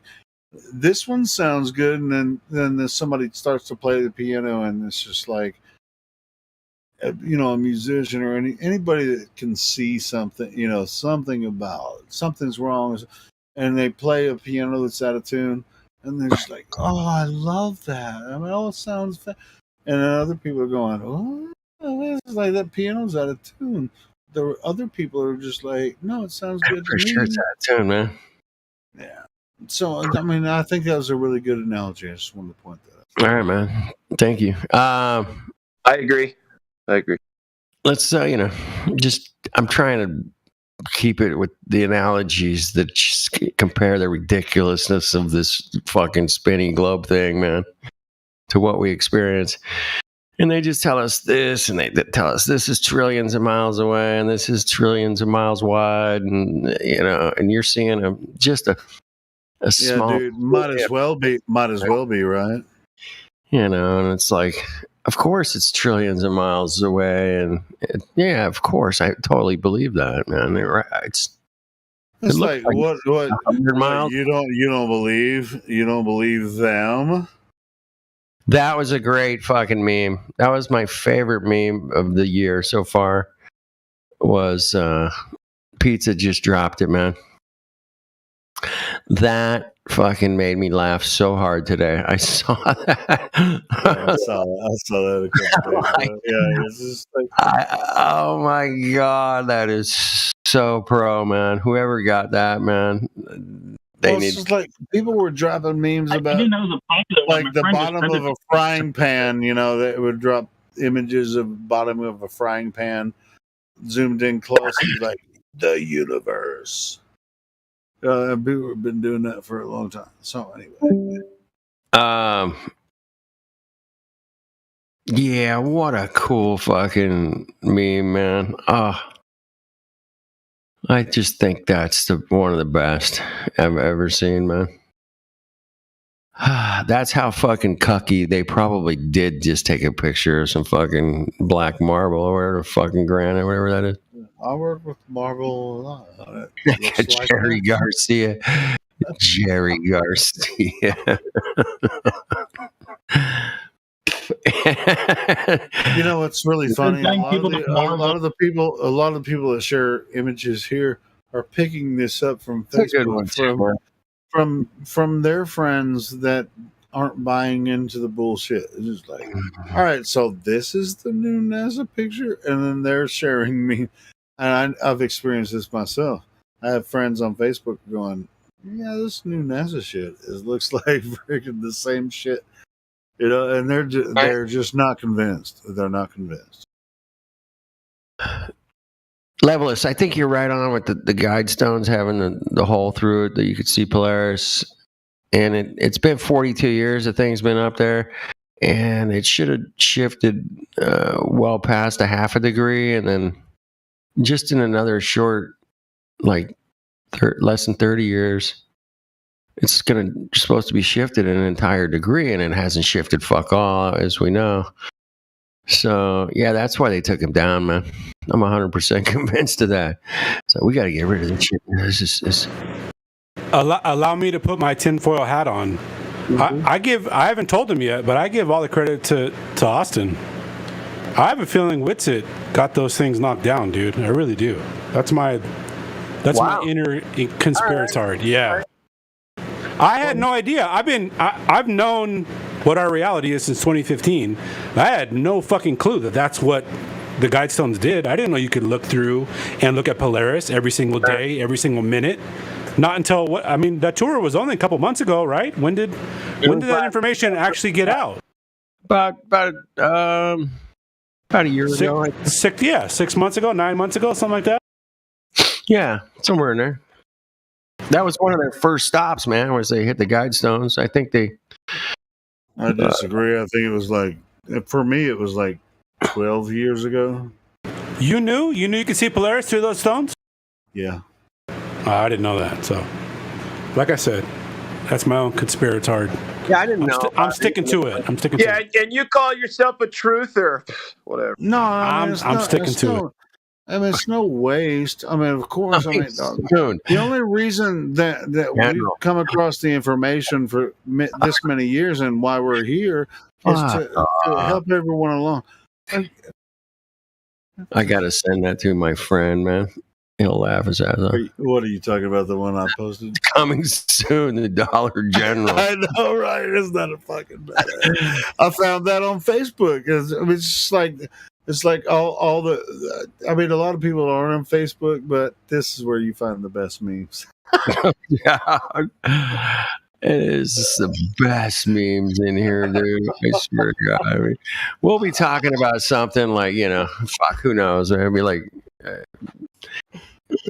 Just. I mean, I've known about the Georgia Guidestones for quite a long time, and I mean, there's a lot of information.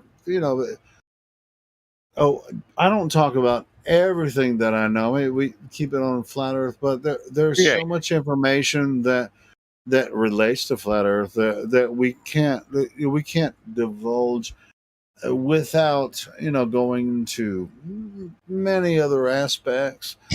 But for the most part, if you for the most part, well, we want to keep it on we want to keep it on level. Yeah, man. We want to keep it on the level truth, the reality of what we observe. We like real observations, real things that we can check out ourselves. And, it has to do with where we live. Now, it might be trees, might be mountains, might be water, could be, very, very cool stuff we get to deal with every day. Yeah, even if I knew, Polaris was there the whole time. I've been a geocentrist the whole time, but I used to think that we were the center of the solar system. So when I went to Flat Earth, I went from geocentric to geocentric. You know what I mean? Hey, leftist, is that politician that was twerking for votes or something? Yes, sir. Yes, sir. It is. I never clicked the video. It's my favorite gif. It's my favorite gif of all time, right there. You think I'm kidding? In the history of gifs, that's my number uno right there. You think I'm fucking kidding, Julio? I'm on BitChute a lot, man. Where did I miss that? I got dropped Where's like that 47 times on BitChute, man. I guaranteed. There was like twerking for votes. They both happened the same week, so someone decided to put them together in the same gif. It was beautiful. Oh, goodness gracious. Well, I'm not seeing the meme, though, man, but what is it? Laughing my stupid ass off, man. Oh, that's so fucking. Let me ask you guys something. Did you guys learn about the Georgia Guidestones from Alex Jones, like how I did? Yeah, sure, man. I was probably the first time I heard about it was Probably, yeah, me too, man. I'm not sure. Yeah, I think didn't he do a whole show?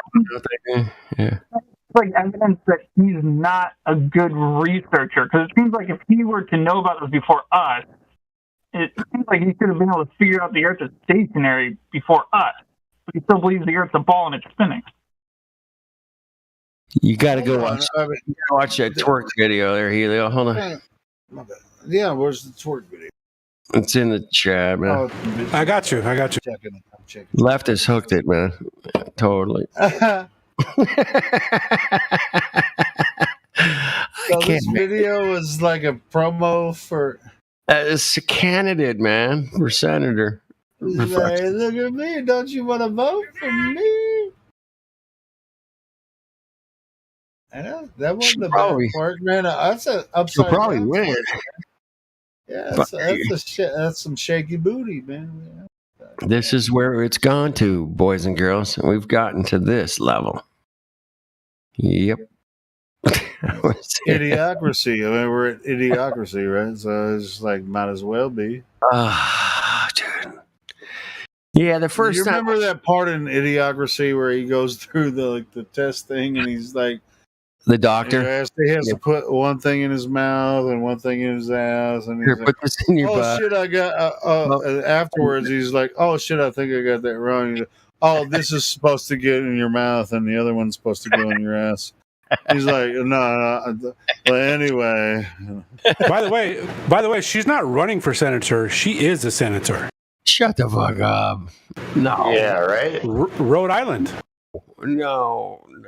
She's sitting. No. Here's the thing with that video. They don't realize she got her head stuck in the sand. She's trying to get out because she measured the math and it's wrong. Hey, hold on. It doesn't matter because she shook her booty in front of everybody. It's just like, you remember on Idiocracy when the president came out and he's like, "Cha cha cha cha cha cha cha cha cha cha cha cha cha cha." President Camacho. Bow, bow, bow. You remember on Idiocracy? Yeah.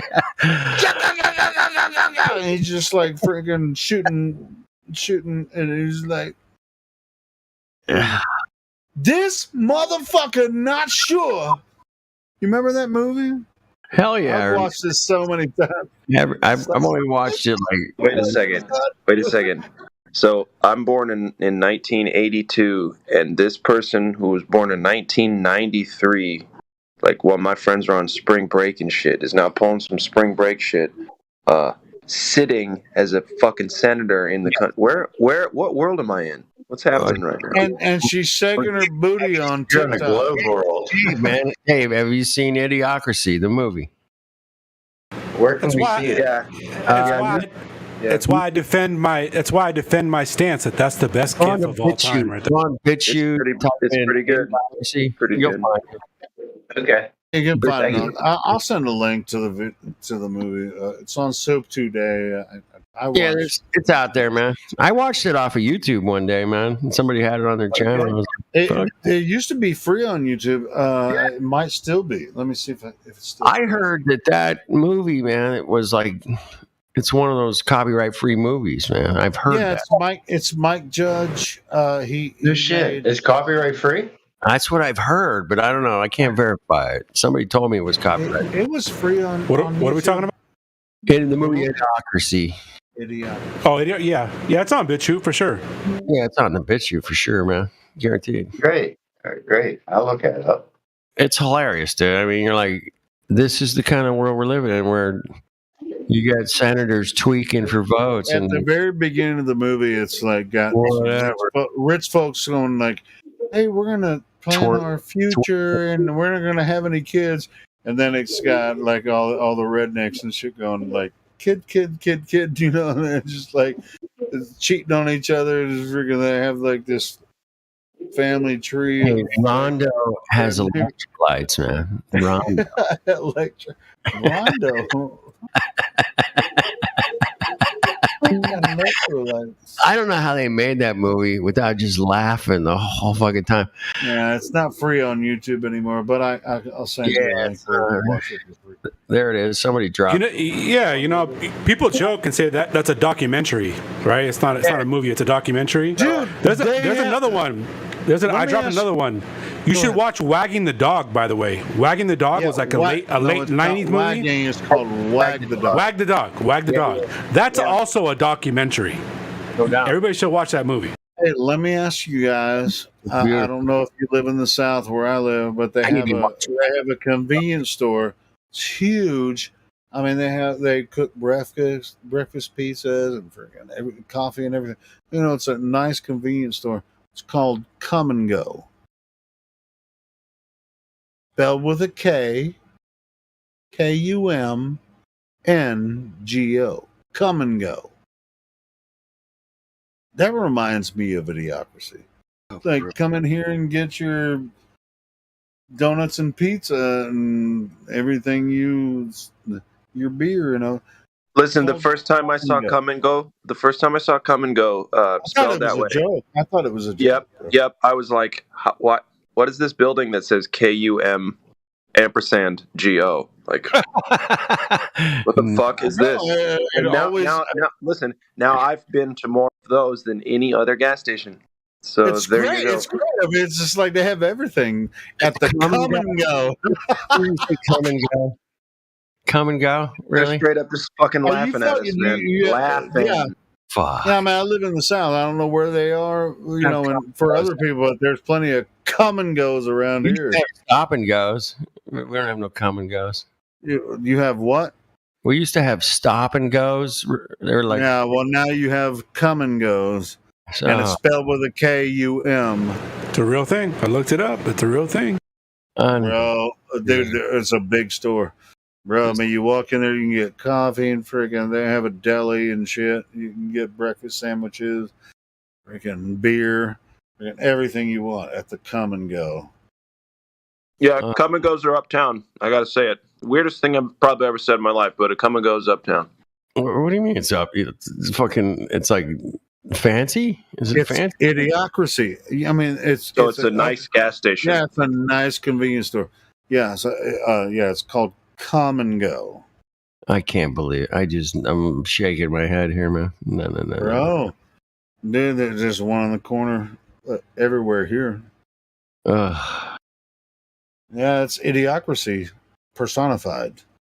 Thanks, Hollywood. Way to go, Brigade. Well, it's just like if you watch Idiocracy, there's like Starbucks is a fucking whorehouse, right? So, you know. So we're almost there. We're getting close. The president summed up America in one word this week, and it's that was like I couldn't make that up if I fucking tried. Yeah, I don't think me and you flat earth dudes should be in the same room together because we'll turn this room into like freaking weird fest. We'll give it a shake, man. We're gonna turn it. We're gonna do it anyway. I'm here for entertainment, fun, and laughing at this shit at this point because it's like so over the top, ridiculous. I can't believe my common sense is I radar. can't believe you guys never heard of the Come and Go. Let me see if I can find it. Come and goes. Well, we have the In-N-Out burgers out here, man, in California. And there used to be bumper stickers that said In-N-Out burger, and people would cut out a few of the letters, and it would say it would spell In and Out Urge. And they had them on. Oh, Urge, right? No, I mean, it's like, I mean, that's Idiocracy too, right? It's just like that's simple. It's like you remember in Idiocracy is just like with that. Besides that first test, and he's like, there's like you have an ailment, and when he went up to was like, who are they were like, move to this line, you don't have a label or whatever. He's like, he was like, what's your name? And I don't know how he was like not sure, and then all of a sudden, you know, he's this motherfucker not sure. And he went in front of the Congress. This fucking not sure. I'm gonna watch Wag the Dog again. And yeah, Wag the Dog is a really good movie. I need to do my excellent. I didn't see it. I didn't watch it in the '90s. I watched it like 3 or 4 weeks ago. It was creepy. It was creepy. Or Idiocracy. Yeah. No. I saw it. No, I'm talking about Wag the Dog. It was the first time I watched it for the first time like 3 or 4 weeks ago. It was creepy, dude. It totally creeped you out, right? Yeah. Yeah. It's gonna creep me out because I haven't seen it since I've been a flat earther, so it's gonna really mess with me now. Oh shit.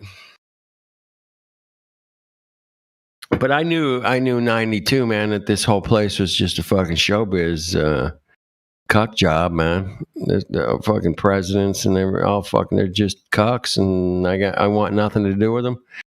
I'm going to go to work and shut the fuck up and not vote and not fucking pay attention to those things. If I saw an article about politics or something, I just turn the page, man. No, not interested. Not interested. And that's probably, they say, hey, man, it's your fault. This place is all fucked up because you didn't vote, man. And I'm like, no, it's not my fault. Trust me. I was watching. You remember Dave Chappelle show, and he was like, "What?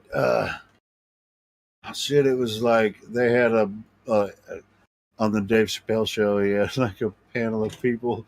Like one was a New York City cop, and one was a rapper or whatever. He was like something about black people. That's it. Well, Chappelle, man, was so, I don't know, groundbreaking in a lot of ways. The real Chappelle, but this new guy, yeah, I don't think that's him. But the show, man, was just epic, man. Dude, I'm like, oh my God, I can't believe they're doing this. Oh, fuck, that's hilarious. Oh, he's so good. Just so good, man. I laughed so fucking. They offered him $60 million. 50 another season. $50 million. And then he said, no, I gotta go, man. He said no, because they said, we'll give you $50 million as long as you don't do this and don't do that. And he's like, no, listen, motherfucker he had integrity because he wasn't going to put on a fucking dress for nobody. That's one of the reasons. Yeah, that's one of them. But they also taught him you can't say this about the, because you already know what he was doing on the other shows. He did it so well and sly. Like everybody was getting all sensitive and shit. Like, you can't do this anymore. I mean, there's no chance he could come out now and do this show. They would just go fucking cut him down. Those old Chappelle episodes are so awesome. Good. Well, I wouldn't ask that completely different person masquerading as Dave Chappelle to fucking do anything that the original Dave Chappelle ever did. So there's that. Dude, they don't even play reruns of Chappelle, man. They can't. No. You can't do that. Nope. It's still on Comedy Central's Yeah. YouTube channel. So yeah, I mean it's still there. Oh, Still- so it barely exists. There you go. Right, it barely exists. Yeah, but the new Chappelle, which I don't think is the real one, but anyway, that's something Yeah. else. I He's pretty funny, but it's just like a total different. People get mad at me. I always thought Chappelle was a little overrated. I thought Charlie Murphy and Donnell Rollins made that show, but that's just me. You know what? You're definitely was a cast, man. Why do you think he recruited them, and why when they were trying to control him? I think that was the cast that killed. bro. I think his show, like the actual show, is better than his actual stand-up. I've never been a huge fan of his stand-up. I love his stand-up, but yeah, stand-up guy. I mean, he's talented as fuck. I'm not saying he's not talented. I'm just saying he's not as funny as other black comics. Is what I'm saying. Charlie Murphy was hilarious. And Darnell, I mean, get the fuck out of here. Stupid fucking funny, bro. That guy is fucking funny as fuck off. He's so good too, man. And these guys did it straight faced, man. I don't know how the fuck they pulled that off, but yeah, I wouldn't be able to do it and not laugh. I would have been playing that character. I don't think they did it live, but they taped that shit, right? I don't think I can tell a joke without laughing afterwards. Exactly. Yeah, I have to laugh. Laughter's so healthy, man. I don't know if you guys are into laughing, but I'm like totally into it. I feel like a lot of times if I'm joking, if I don't laugh, I feel like you guys will think I'm being an asshole. Which that's okay sometimes. Helio, nobody ever thought you were an asshole on Discord ever. No, I don't think that's true. But if I tell a joke, I heard you got pulled on the carpet today a little bit. Maybe, I don't know. By who? I think Adam called you out. I think for being a drunk person that I hate to listen to drunk people, and it's horrible. And Helio, and he kind of. Well, I mean, he couldn't be. He wouldn't be able to pull me on the carpet. So anyway, he was throwing you. If he doesn't like to hear me talk, he had a drinking problem. He fixed it. That's cool. It's like an ex-smoker, man. It's like.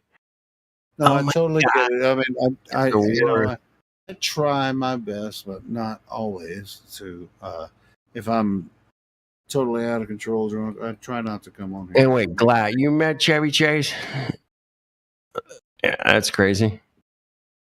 His delivery is one of a kind. Chevy Chase had a great delivery. Unbelievable, man. There was that. He did a movie. Real quick, I just wanted to tell that story. It's a quick story too.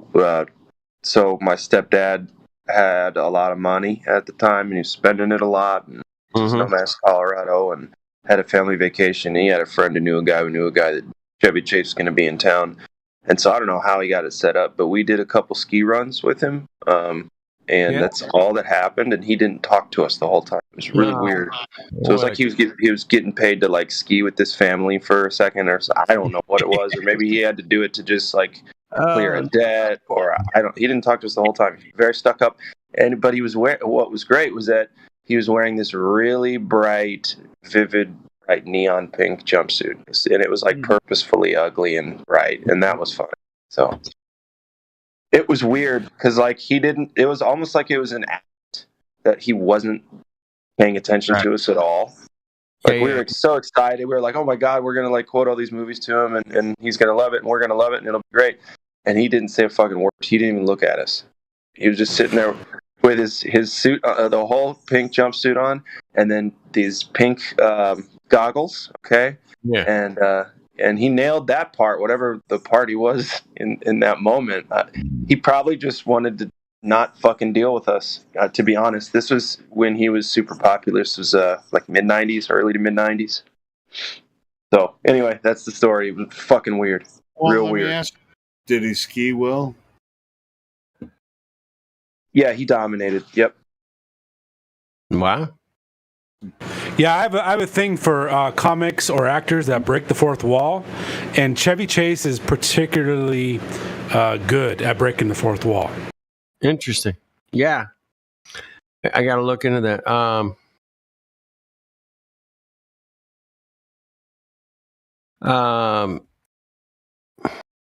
Do you guys ever watch some Norm Macdonald? That motherfucker was totally out of control. He died. Yeah, he died last year, but Yeah, he yeah, he had cancer for several years and didn't tell anybody. Fletch. My brother loved the movie Fletch. I don't know why. He swears it's. I gotta watch it again or something. Maybe I missed something. I don't know. Anyway, I mean, Chevy Chase was awesome in most of his movies. You know. but yeah, you're right. He has a way of telling delivery, unique telling delivery. the truth without, telling you the truth. It's when he looks into the camera, bro. It's when he brings us in. You turn to the camera and you give us the story, and then you go back to the plot. It's amazing. Like, bitch, you believe me? Shit like that. Yeah, he's just yeah. He's amazing, man. Yeah. So yeah, we're surrounded by people that are trying, man. I know these cocks and music, making music and films, and that's how we know. That's how we know when we see these congressmen on camera that they're full of shit. Well, I like to see senators twerking, man. That's my thing. Especially when they have big old booties. I'd love to see big booty hoes. Come with it. See, but as a matter of fact, I think if call me weird, man. But just like be like, who twerks the best? And be like, that's you. That's you. I'm voting for you. That's hilarious, dude. I love bitch shoot, man. You can fucking. I like big butts, and I cannot lie. Bitch is the bitch shoot, man. I can't wait till they shut that fucking bitch down. So Coco 21 comes along. Coco 2020, and it's like, yo, man. YouTube says, fuck off. You can't talk about that shit. Facebook, everybody says fuck off. Twitter, fuck off. No. You can't go against the narrative. And then all of a sudden this BitChute shows up, man. I was like, whoa, what the hell is this, man? Why are they giving us this fucking free-for-all? What the hell is going on, man? Where'd this come from, man? We can't live stream on BitChute. Absolutely. That's what's fucked up. Without BitChute, man, I'm like on, a couple of. But dude, as soon as you can live stream on BitChute, we're gonna fuck off on YouTube. We're gonna be over on BitChute. Well, that was, my dream was to always have a place where we could just fucking talk about whatever. That's the human nature, wants to talk about everything. And for us to be censored like we're getting censored, man, is so discouraging.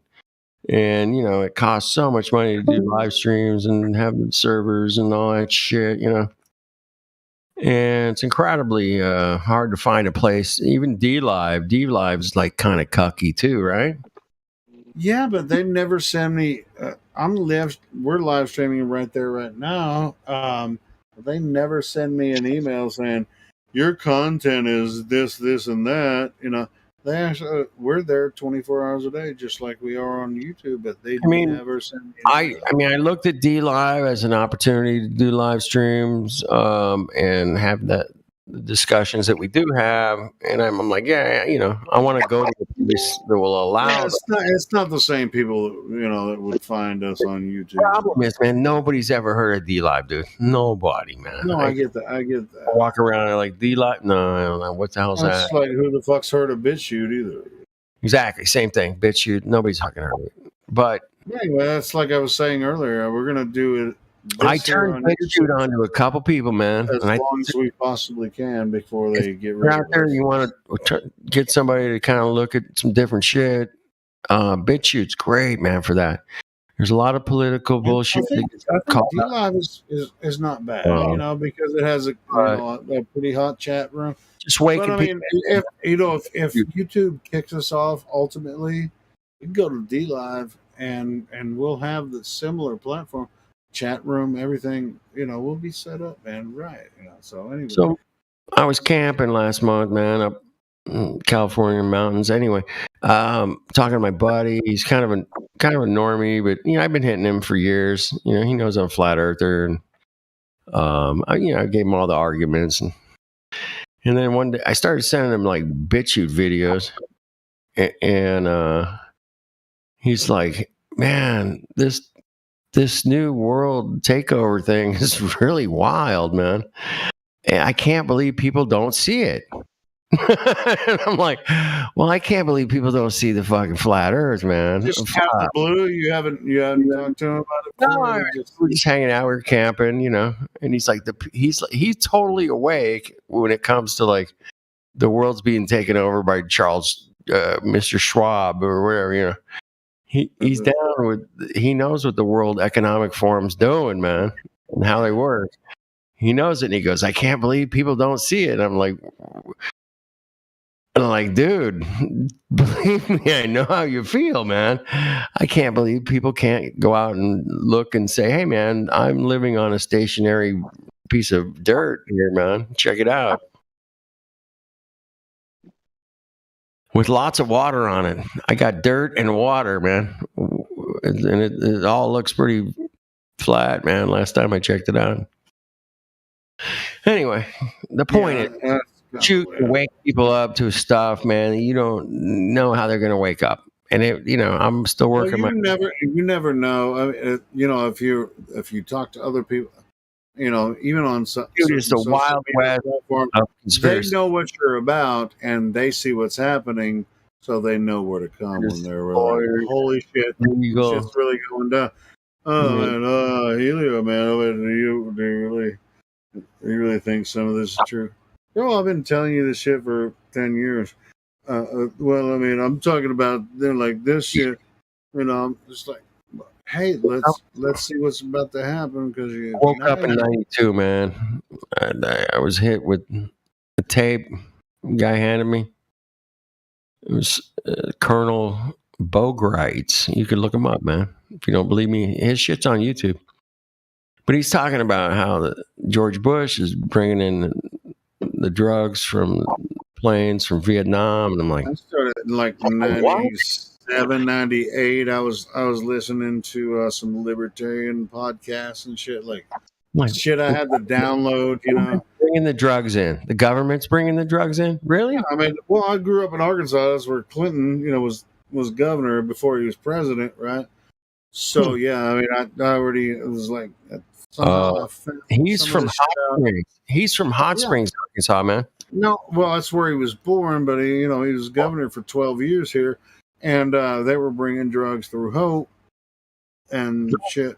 I didn't find that shit out till later, but as far as like, they made a movie about that shit, dude. Tom Cruise made a movie about that shit. Yeah, well, in Arkansas. No, it wasn't Tom Cruise. It was.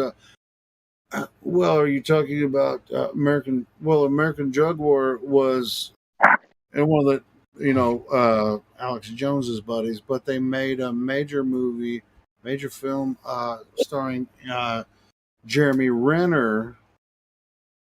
That it was the same story about Freeway Ricky Ross. And the crack epidemic, they were bringing cocaine through Hope, Arkansas. Yes, into LA. Yeah, and the FBI and CIA were like bringing drugs in, all that shit. Yeah. Hey, Helio, I thought that the Tom Cruise movie was the one where Tom Cruise played. He was the pilot that was landing all the drugs for the Narcos. He was the pilot. Yeah, they probably made that movie before the other one because after American Drug War came out, they made that movie with Jeremy Renner. That was really a portrayal. It was really Jeremy Renner was playing the reporter that was calling out, the CIA and the FBI and how they were bringing the cocaine in through Arkansas, sending it to LA. And reporter ended up dead. There was a fucking retired FBI guy, man, came out and said, "Hey, man, they're doing this." That was a fucking Hollywood movie. That was through Arkansas, right? That was through Arkansas. Yeah. Billy Boy. Mm-hmm. Yeah. While he was governor of Arkansas, Yeah. I think one of the big things that took him down too is when those two kids were on the railroad tracks and saw them unloading their boats. And the Memphis 3, that was another story that happened while he was governor. But I don't think he had anything to do with that. But that was something else. There's some sketchy shit going on with that as well. But I don't think Clinton. There's sketchy shit going on, boys and girls. Yeah, Arkansas is fucked up, bro. I'm telling you, I grew up here, bro. I told you my friends looking at moving there. You remember that? You remember that old HBO show, Gangs in Little Rock? You told me shit. I'm not good. I'm gonna. You remember that show in from HBO? That was before the other show, Gangs in Little Rock. It was I think it was early '90s. Yeah. A show called Gangs in Little Rock, just like it was just like all drug trafficking and shit, and people dying or whatever. I mean, I was living here at that time. As a matter of fact, I was in Little Rock College during that. I never, I didn't. There were certain parts of the city you just didn't go to. So I already knew that because I grew up here. Yeah. But they made a show on HBO about it. I see the clock 11:11 a lot. That's the one I keep seeing over and over and over. Some people see different numbers on the clock, especially if it's a digital clock. You'll see 11:11 or 1234 or 333. I don't know, man. Do any of you guys have a consistent number that shows up on your clock? No, I don't understand. So why do people make such a big deal about that? By the way, I don't know, man. I don't understand it. I don't understand it either, man. That's why I brought it up. I have some crazy ass dreams sometimes, but while I have lucid dreams quite often, and if some of those numbers come up, I'll pay attention. I'll give you some feedback on. I mean, I don't know. I've had digital clocks in my past in my bedroom. I don't have a clock in my bedroom now, or a TV or anything like too much electronics. I might have a fan, but I used to wake up at 11:11 or 3:33. Sometimes I would wake up. It's just weird, man. It's just not. There's probably no Mandela effect behind it whatsoever, but it's just interesting. That's all, man. I'm not deep diving into it at all. Davey says he sees them all, man. You see them all? 1, 2, 3, 4. I see 8675309. I feel so bad for the person that ended up with that phone number. Oh my God. That was horrible. But, thank God he didn't give the area code. Right. But everybody called that number, man, when their own area code. Yeah. Hey, so you called it in years, but how come everybody skips Gen Xers? How come everybody talks shit about the booms and everybody talks shit about the millennials? But how come Gen Xers don't come out of nobody's mouth, by the way? Did anybody find that a little weird? We are the Gen Xers. Y'all motherfuckers ain't worth talking about. You feel me? We are the Gen Xers. We talk about it. That shit is weird to me, bro. That's weird. It's because we're a skip generation or what? Hey, I'm the first Xer ever born, man. I'm it. So you guys can fuck off. You're right. Yeah. Flat Earth Dude's the X-Man. I am the fucking X-Man number one. I was born right when it turned, man. And I'm thankful for that. I mean, I guess everyone wants to talk about their different generation. I mean, we talk about our own generation sometimes, but we don't necessarily say. Go ahead, I'm talking to the reason why they don't talk about them is because they're the ones in control. That might be true. That's a good point. Right. You're fucking right. You're fucking right, man. Shit. Oh, you nailed it. All right, that's it.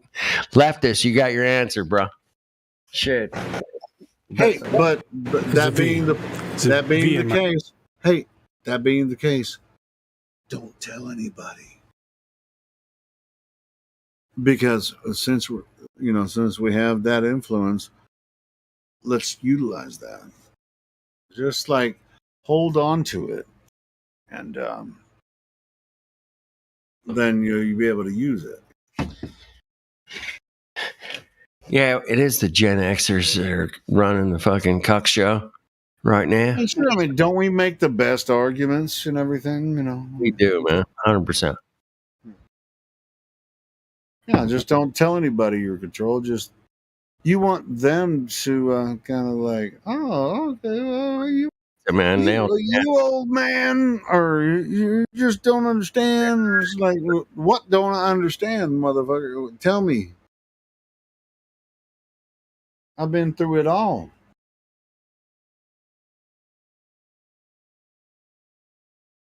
This person half my age tell me what I don't understand.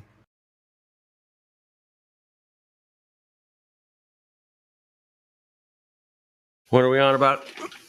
No, we're just on about this general shit we have to go through with some of these little kids that come in and say, "Oh, you just don't understand. You don't believe." I was just like, "No, I don't believe it. I actually want to. I want to know what you understand about Earth. You don't believe that the Earth is a globe. Well, should I believe the Earth is a globe?" Well, there was an argument today, Helio. I heard about belief, and it was Gregory and somebody else. They were talking about maybe a gospel that in order to have a measurement, and I don't know, it was something about belief without knowing, Yeah, knowing is one thing and belief is another, but you have to have both to make it work or something like that, man. It was basically about that, man. You can't believe something unless you know something. And I appreciate that, man, because when you know something, man... Hold on. Don't do that. You are making a fatal mistake here. Right? Here's the deal. We can't go around saying, oh, the globe is a religion and it's just a belief system, but I'm going to believe all this other stuff and talk about it. No. It's either a belief system or it's not. You can't have it both ways. I'm sorry. It's either belief or fact. That's the distinction. If you blur those lines, we've got a big problem. Yeah, I'm trying to straighten out those lines. I don't want to blur them for sure. I thought it was a pretty shitty fucking blur, man, is my point. I'm like... Well, and to be honest, I think I know something or I believe something. There's two different fucking things. Totally two different things. Yeah, I think someone that maybe been a young person that came in with a tactic from some of the other anti-flat earthers, just like, oh, you don't believe? They're just trying to say, hey, they're just trying to spin shit around. It's like, you don't believe or this, believe. And that's why I was like, hey, this isn't about belief. We're talking about Earth. Don't you live on Earth? That's the way. If they say something about belief, I'll just go back to Earth. Right. Like, I don't have to believe Earth. I live on Earth. Yeah, so you're don't right. you live on Earth as well? And we can't. So we're not talking about belief. We're all experiencing this together. Right. No, I'm not going to blur the line in belief and knowing, man. Fuck off. Yeah, I mean, you can get off in the minutia if you start to argue that shit. You But wanna it's like, don't you live on the same fucking earth that I do? Right. It's over. Yeah. So at that point, you'd be like, well, tell me about the earth you experience. I'm going to tell you what I experience. And then where we can... does the sky meet the ground, Mr. Skeptical? I think everybody. I'm not going to tell everyone how to argue the point, but that's the way I do it. Just like, don't we both live on the same earth? Mhm. So it's not like be where your feet are, man. You're going to tell me something about Earth I don't know because you've been somewhere else. I don't know where we're going with this. Well, I've heard the term like a reality observer and observing reality. I'm a reality observer. I don't know. Can I say something? Yeah. Go. I'll say what I typed. The fact says after an approximate 3 miles, nothing should be seen beyond the mass of the opposite globe, of the apparent globe. Yeah, David, you're going to have to include the observer's height in that. Put me at any fucking height. I ain't going to see no bend. Where did the fucking 3 miles come from? They're math. Which math? They're the globalist math. The radius. But you're not specifying where you're observing the horizon from. That's what I'm saying. The beach. The beach. Well, see, you're already off in their idea. That's what I'm saying. We're not. Okay. All right. That's why I'm here. I'm here to learn. Yeah, cool. This is from what I can see from the two platforms. It's not a bad argument, but you're going to have to talk about the observer's height if you're going to bring up the 3 miles. Okay, from 1 foot. Not a wrong argument. From 1 foot height, I should be able to see 1.2 a platform. I should not be able to see a platform at 1 foot height. At 10 6 miles. miles away. 10 miles. 10 miles away. 9 miles. At 100 miles away. Whatever miles. Hold on. If you want to go by the 3 miles, that's just someone standing on the beach. Just average of 5-6 feet tall. 5 foot and a half tall. Yeah, I mean, it's just like if you're standing on the beach, this is what the globe claims is like the horizon. That they will never admit that it's the curvature of the Earth because this is what they think it is, but they won't tell you it is. Right, exactly. All right, but you're going to have to say from approximate 3 miles, but it's from eye height. So it's about 5-6 feet observer height. Now, okay, no matter the height that I'm at, what should I see? No, it all depends on your height.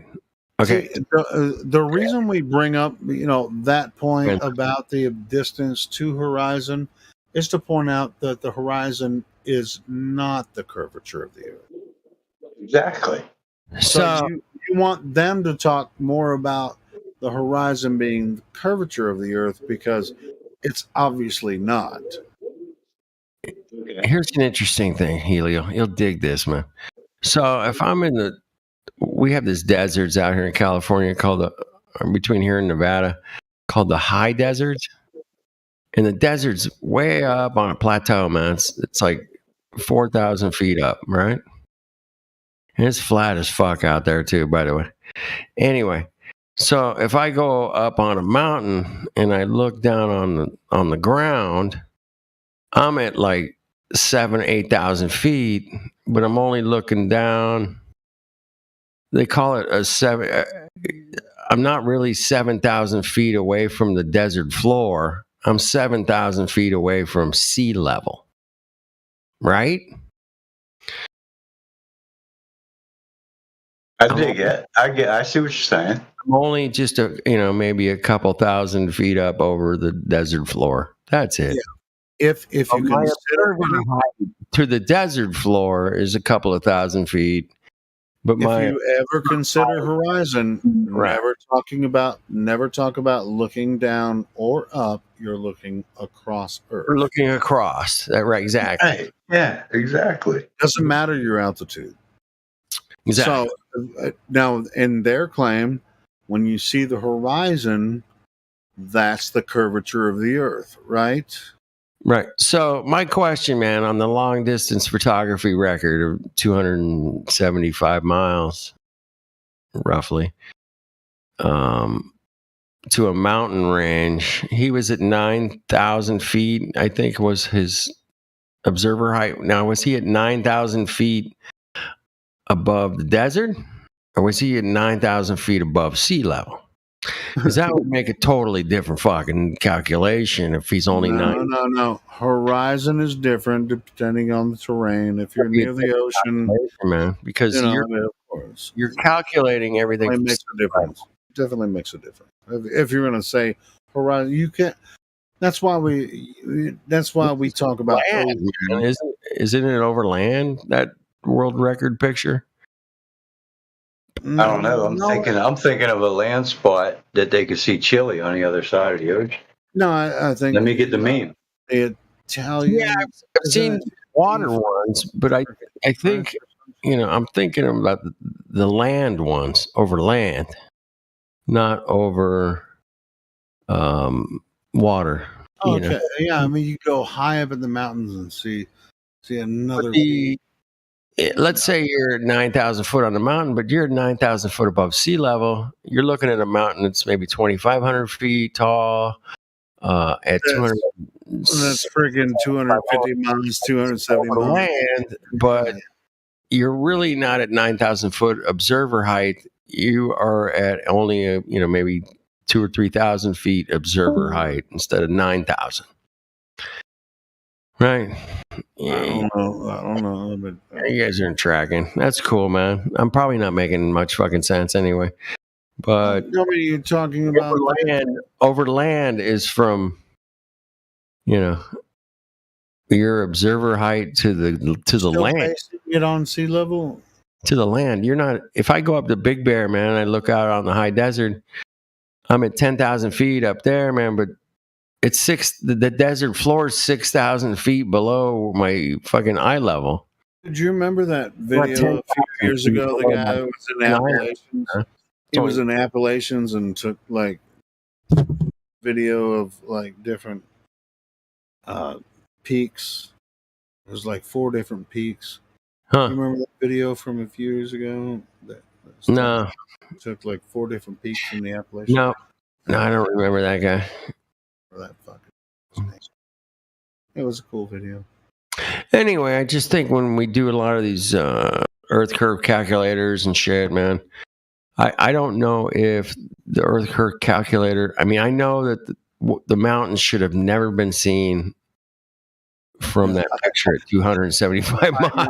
I know that too. We're just arguing minutia because what are you supposed to be measuring if the? I mean, what fucking curve, Was the curvature taken from the 9,000 foot or 6,000 foot, whatever it was? He was way up on the mountain when he took the picture, and which is cool, man. Climbing up mountains is great. I don't know if you guys have ever done it, but oh yeah, it's fucking insane, man. Once you get up there and you got the view, and you're like, "Fuck off!" Like, this globe Earth is beautiful.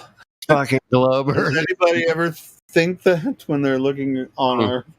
Like, this globe Earth is beautiful. I wonder what Mars Earth looks like, or the Martians. Look at all the pretty stars. They're trillions of miles away. The closest one is only 26 trillion miles away, bro. Well, that's 26 trillion. Fuck off. 26 trillion miles. I mean, that's just so funny to me, man. Even to this day, I've known this for years. I'm like, it's so like funny. it's like if you walk a mile, you get tired. Right. 26 trillion fucking miles. Hey, I got an idea. Let's just tell them the stars are really far away, man. You think they'll buy it? Yeah, we'll have to put together. Well, it's really not that hard. Look, we told them that Lee Harvey Oswald shot JFK. Look at him. Hey, I was going to make a video, real quick one on BitChute. It's only going to be 4,000 hours long, and it's called Kennedy Shot Himself. Put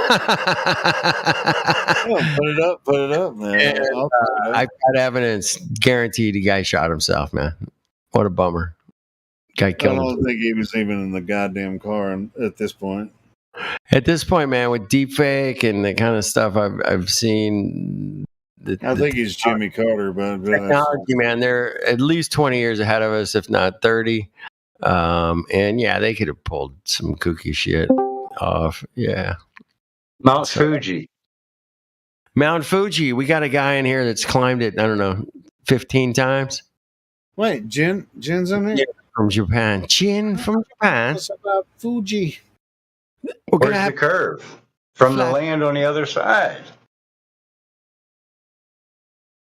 He's a flat earther. He's hiked it, I don't know, 15 times, something like that. He didn't make it summit every time. He went up like 19 times. He said he's in here, but he ain't in here. 4 or 5 times. Anyway, we love Mount Fuji. It's a beautiful hike. It's a pretty easy hike, but it's just a long, it's pretty high up. Yeah. Man. But what explains the distance between Mount Fuji and the land you could see it on across the ocean? Well, that's it, man. I mean, when you can see the ocean from the mountains, then you're seeing down to sea level from a very high altitude. That's very stationary. It's very still. If you guys have ever, I think I was up at like 14,000 feet was like the highest I ever got up. And that was in the Colorado Rockies. Did you see curvature? No curve. It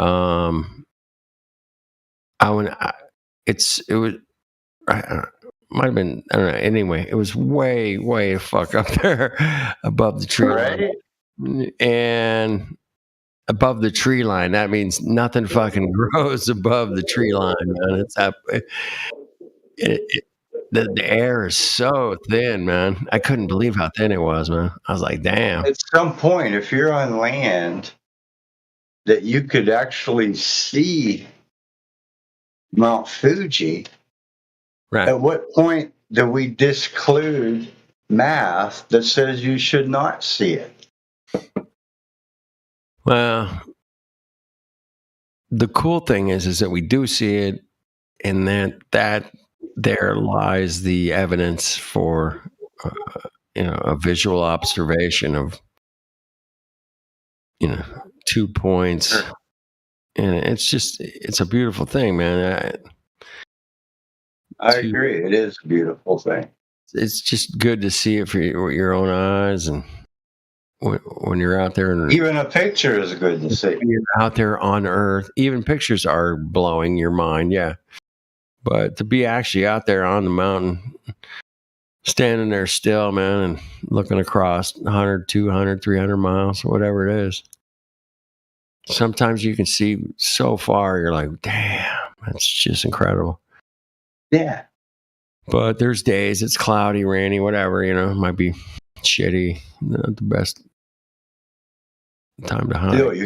You could see beyond that 3 mile point where everything should disappear, right?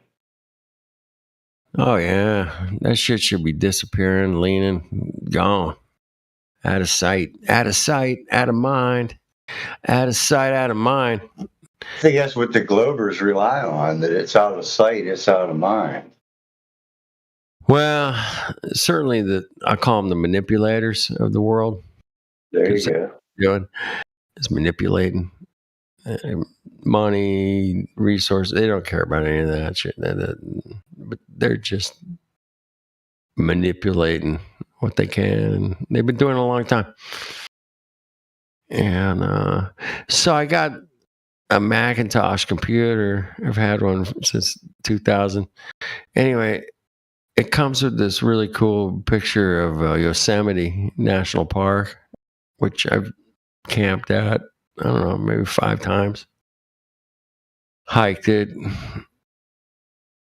And I'm looking at this one vantage point where this picture's taken from, where I know exactly where it is because I've been there.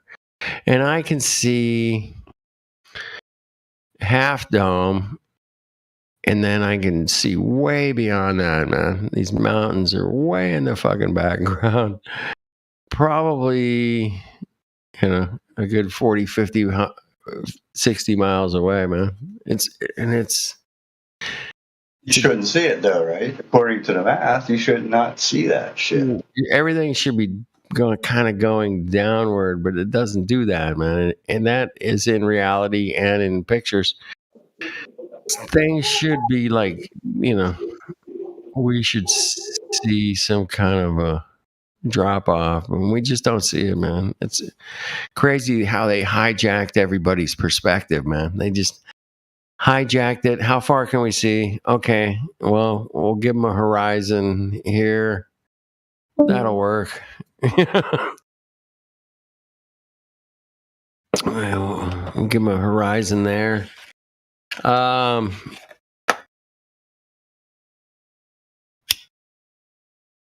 We can see too far, man, and it's a beautiful thing, man. When you go out and look at it, oh my goodness.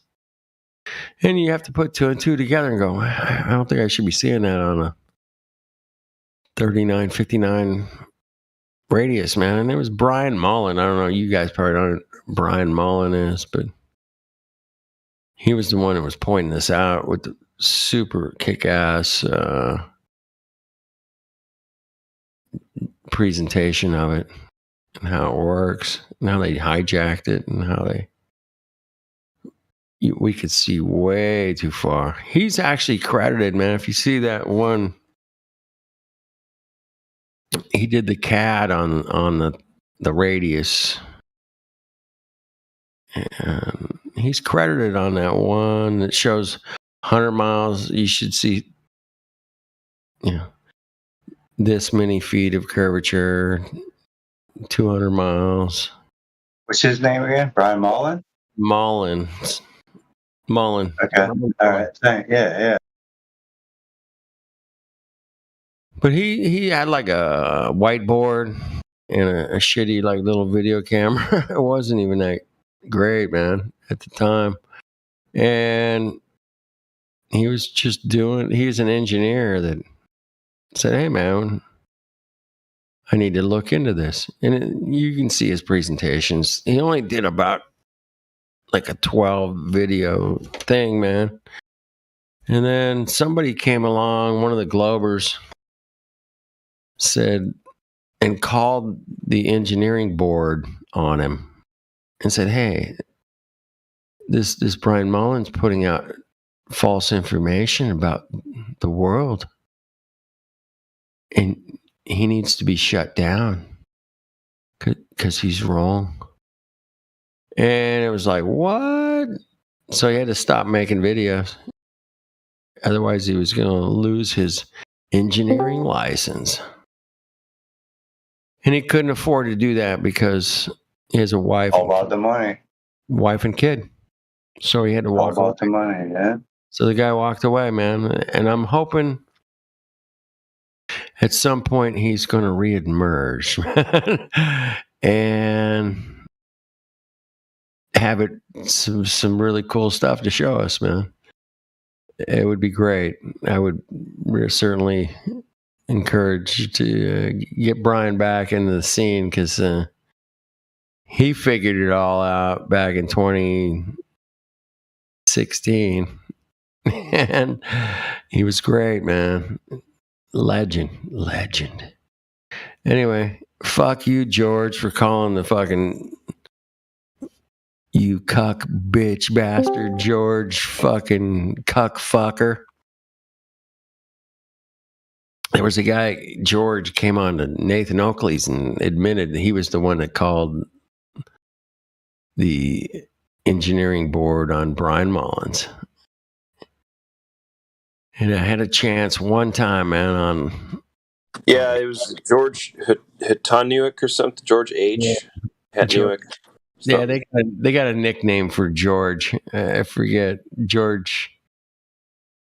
Yeah, well, anyway, look up, yeah, within the Nathan Oakley crew, George H, and you'll find him. Might find him. Yeah, I got a chance one day to get a hold of him, man, I'm on a hangout like this. I wasn't Discord; it was a hangout, I think. And I'm like, "Hey, you're the cuck motherfucker." They called the board on Brian Mullins. Oh, I wouldn't be simply I wouldn't be simply satisfied with a mere internet interaction. You know what I mean? I was just like, "Oh, you're the piece of shit, fucking cuck, fuck." I went after him, man. I don't usually get triggered, but that one got me, man. Yeah. Yeah, basically for the audience listening, what happened was somebody went after someone else for telling the truth. Oh, God forbid. So they threatened his life and his career. They threatened his career. I heard he lost tenure. I heard all these kinds of things. I don't know what happened, but I did notice this is the only empirical evidence of something having happened to him, making him stop. Was I noticed his channel got deleted, all his videos got taken down from all platforms, and someone did a really good job of scrubbing him. Yep. And it was probably him who did it, or whatever. Maybe he had help too. I don't fucking know. But anyway, yeah, I noticed that he just up and disappeared one day, and I was really into his videos, and I took advantage because I didn't save as many as I should have, and then they were all gone. But yeah, it was. I thought he was going to be around forever because he was so good. His shit was so spot on. Oh, good. And I didn't realize that that's why he was going to get shut down. Okay. Well, that was it, man. He's a high-level thinker on their terms, on the high-level Well, thinker. that's the thing, and they took one look at him too. He's such a nice, genuine guy. They're like, we can like slap his wrist and he'll be in line the rest of the life. You know, like, yeah, that's what I'm saying. He was so genuine, like he wouldn't hurt a fly. So you could easily fuck with him and, you know, threaten just his job, let alone his life or whatever else. Like, you know, and then he'll be like, oh, okay, well, I don't want to lose any of that stuff, so I'll just go away. Okay, bye. All right. Leftist just dropped a link in the chat. It's Levelist, by the way, man. You got to stop with the leftist thing. Fuck. You keep saying leftist, and that's like, you just can't do that. All right. I'll fix that. I appreciate that. I appreciate it. All right, man. Yeah, thank you, man. Dude, my brain's not working right these days, apparently. No problem. I'll figure it out, man. Don't you worry about a thing. Don't you worry about a thing. Hey, don't worry about leftist name. He's dropping some decent shit. I just dropped Helio. I dropped a playlist. Helio. Levelist. Okay, I've been listening to this too long. He mentioned something in it in the chat. I'm concern trolling, yes, but it's Levelist. That's the guy's name. Hey, I'm a dyslexic retard. I see the F and I put the L, and you know, I'm a total fucking dyslexic fucking retard. You guys should know this about me. Hey, do you mind if I change your name to Levelist? Because obviously other people have a problem with it. No, man, I'm just dyslexic, bro. I don't have a problem. I just, if you want, I'll level it. Talking to Levelist. It's a way cooler name, man. Levelist. Helio, bro. Let's just move on because I think everything. Anyway, I was just saying, I just dropped a link to Balls Out Physics. You guys were talking about Brian Mullen. We were. I just dropped the link. Yes, you were talking about Brian. I said, if you want to see his old school videos, Yeah. Let's see those. Yeah, talk about that. Everybody, calm down, man. Please. I just did. That's why I jumped in. Okay, you're spot on, man. Everything's cool. Thank you, Levelist, man, for dropping the Plantis Veritas, Brian Mullen. Plantis Veritas is not Brian Mullen, but he has some good shit too. But I guess nobody's paying attention except for me, but that's okay. That happens a lot. You'll be all right. Thanks for the encouragement. I appreciate that. Hey, Helio, stop being a dick, dude. There you go. There's that. Yeah, there's that. I have a tendency toward that. Yeah. Wait, I'm confused. Why would anyone want to be called leftist? Exactly. I don't know. That's a bad name. That's an excellent question, my friend. So why would you want to be called? Did something change? Is there a levelist and a leftist? Because I've seen both. Well, and that's why I was confused. I was wondering if Mandela. His original name is Levelist. It's a Mandela effect now. Yeah, No, it's I feel honored. I'm honored. Fuck, I'm honored. Right. Just for the sake of everyone in the room, click on leftist name. You can see his original name is Levelist. So that's why I was saying, do you want me to change it to Levelist, or do you want to change it yourself so that nobody's like getting pissed off about that? Wait, before you change it, I say that we give credit to whoever changed it to leftist. I want to recognize and give them credit for changing it to leftist because that's a good troll. That's a good one, man. Oh, you didn't do that? Well, he might have done it himself, and kudos. I'm just wondering if I didn't. There we go. That looks better right there. Yeah, here we go. Levelist is, dude. That's a sweet name, bro. I mean, I would trade Flat Earth dude for Levelist. I mean, I know we clown around sometimes. As moderators, we can change people's names. I was just wondering if he did that himself, or if he, that's all I was wondering. It's the only reason I brought it up. He bounced or he fell off. It happened. Well, I mean that. No, I didn't. Now my name is Rightus. Oh shit! Rightus. He's doing it again. Cock bitches. This is why I love you guys. Someone's good, I man. don't want you to go down the middle of the road. Someone's good. Somebody's good, man. Somebody's really good, man. Okay, love you. Bye. Love you. Okay. Love you. Bye-bye. We love you long time. That was hilarious, dude. Anyway, I mean, you guys were talking about Brian Mullen for quite a while. Let's get back to Brian Mullen. It's hard to find his videos, but I just sent you a playlist. Everyone can click on that playlist. You can see his videos there.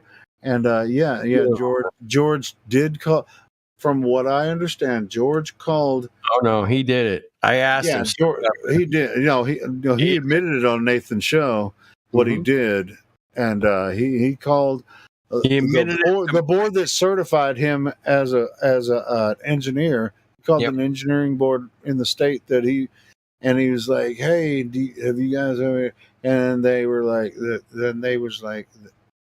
He's like, all right, I'm going to stop doing this so I can keep my job and stuff.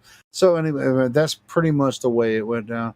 Yeah, George fucked with him, and that's why everybody hates George. And I think a lot of Globies hate George for that reason too. So, well, what's the guy? What's the Planete Veritas guy's name? But that guy's a sharp motherfucker too. Robert Bassano. Robert Fasano, yeah. That guy's he's a pretty sharp cookie too, man. Yeah, he jumps in and jumps out like he's like a year at a time. He'll probably come back in here one day. He's been in here before too. All right. He runs. Hey, my shout out to Robert Bassano. So this guy would call up NASA and just start ringing numbers, man. He had the Skype and he would live stream he would just literally like, today, hey, guess what I'm doing, man? I'm calling NASA. Let's go. And he started dialing numbers. And 2 times, man, he got a hold of the guy that was in charge of Hubble for 25 years. And he got a hold of a guy that was in one of the guys that worked with a program called SOFIA, which was the 747 with the exact same telescope as Hubble inside of the 747. and it cost the exact same amount as Hubble to put this telescope. It was the exact same dollar amount to put the telescope in Sophia as it was to put together the Hubble Space Telescope. And he got a hold of one of the guys who was in charge of that program on Sophia, and he got a hold of the guy that was in charge of fucking Hubble. And the conversations are legendarily informationally accurate to they're just making this shit up, man. And they shot the same picture from Hubble as Sophia on the same day. The guy's been a director of Sophia for like 25 years. Right? He's never seen a live feed of Sophia in his life. It was the Hubble. I think that was the Hubble one guy. Oh, okay. My bad. Whatever. He's never seen a live feed in the 25 years he's been working there. Bassano was the guy that called both these guys up and got them on the horn and recorded it and live streamed it and said, "Hey, man, look at what I got, motherfuckers. Check this out." And he fucking killed it because he's so... I found the original interview. You guys want to hear it? I mean, we don't have to listen to it. He knew all their lingo, man. He knew that you called... Hubble Space Telescope isn't called... It's HTS, man. He would go, on the HTS, the velocity of the decay in the orbit depends on the atmospheric refraction of the... I mean, he knew this shit is better than these cocks. I'll tell you that, man. This guy knew. Fucking Robert knew. That link I just shared. That is the phone call when he went through the different phone calls, and he finally got a hold of this guy. Yeah. That video I just shared, you can listen to it, and that's... Listen to those, and these are the guys that are in charge of these equipments that's supposedly out there in outer space or on a fucking 747 or whatever. But those are the guys that are... He got a hold of them, man. Thank you, Robert Bassano. I can't believe his channel's still there. I can't either. I can't believe they haven't shut it down. It's still there. All his videos are still there. So that's weird, but the way he went out and said, "Good luck," And it's like back in the day when I first started listening. You remember when he was doing shows with QE? Fuck yeah, man! That was so awesome, man. It filled up my day. It was like I was just listening to QE and Robert go back and forth, brother. That was so freaking... It was incredible, man. I mean, these guys are going back and forth about what is science, what is light, what is distance, where's the curvature. There was no thing that wasn't discussed in great detail, man. Yeah, if you're not subbed to this channel, everything that they were talking about 6 years ago is pertinent to what or what Robert was talking about 6 years ago is pertinent now. So you sub to his channel and go back and listen to a lot of his videos. It's good stuff. Hey, man, I have a feeling he's going to come back in here one day because it's pretty much the only place he can go back to. He's the last people, when it comes to Flat Earth, that he's talked to, me and Jose and some other people. Right. So I think, when he makes his way back, he'll talk to us first. Well, I guarantee you, it has always been refreshing to listen to original thinkers. Yeah. Throughout the history of mankind, it has to have been. It has to have been. There's no question. Robert Fasano is an original thinker.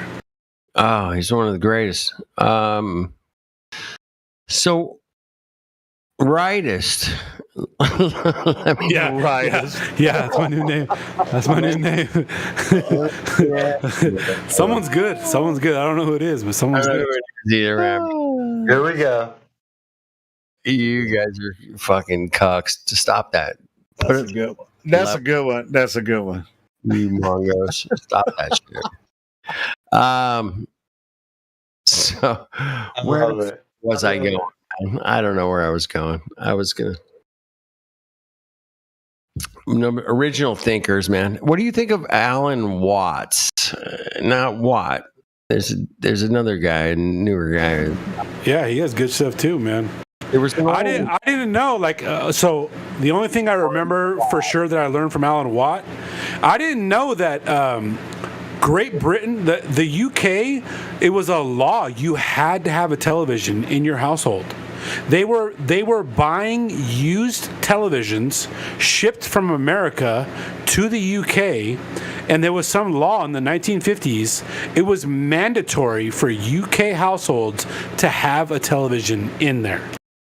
Get the fuck. Yeah, I learned that from Alan Watts. That's crazy. And he was breaking it down. He said basically the television was the breakdown of, how did he put it? He said so he said before the television came into vogue, everybody used to get together like once a month, all the different families or sects, or I forget exactly how he put it, but everybody would get together and they would all discuss the problems going on in society. And he said as soon as the television came out, everybody stopped meeting with each other. Right. The society stopped existing the way it was before then. That totally makes sense. Yep. Yeah, you want to separate everybody, man. Hey, Coco 19. Woo, let's separate everybody. You can't go to the store and you can't do this and you. If I had told you, it was like your new resident expert appeared on television. Instead of learning about what's going on in your society from your friend on the other side of the hill over there, you learned about it from television, and everybody accepted it. Hey, they got horses and they got a creek and they got garden.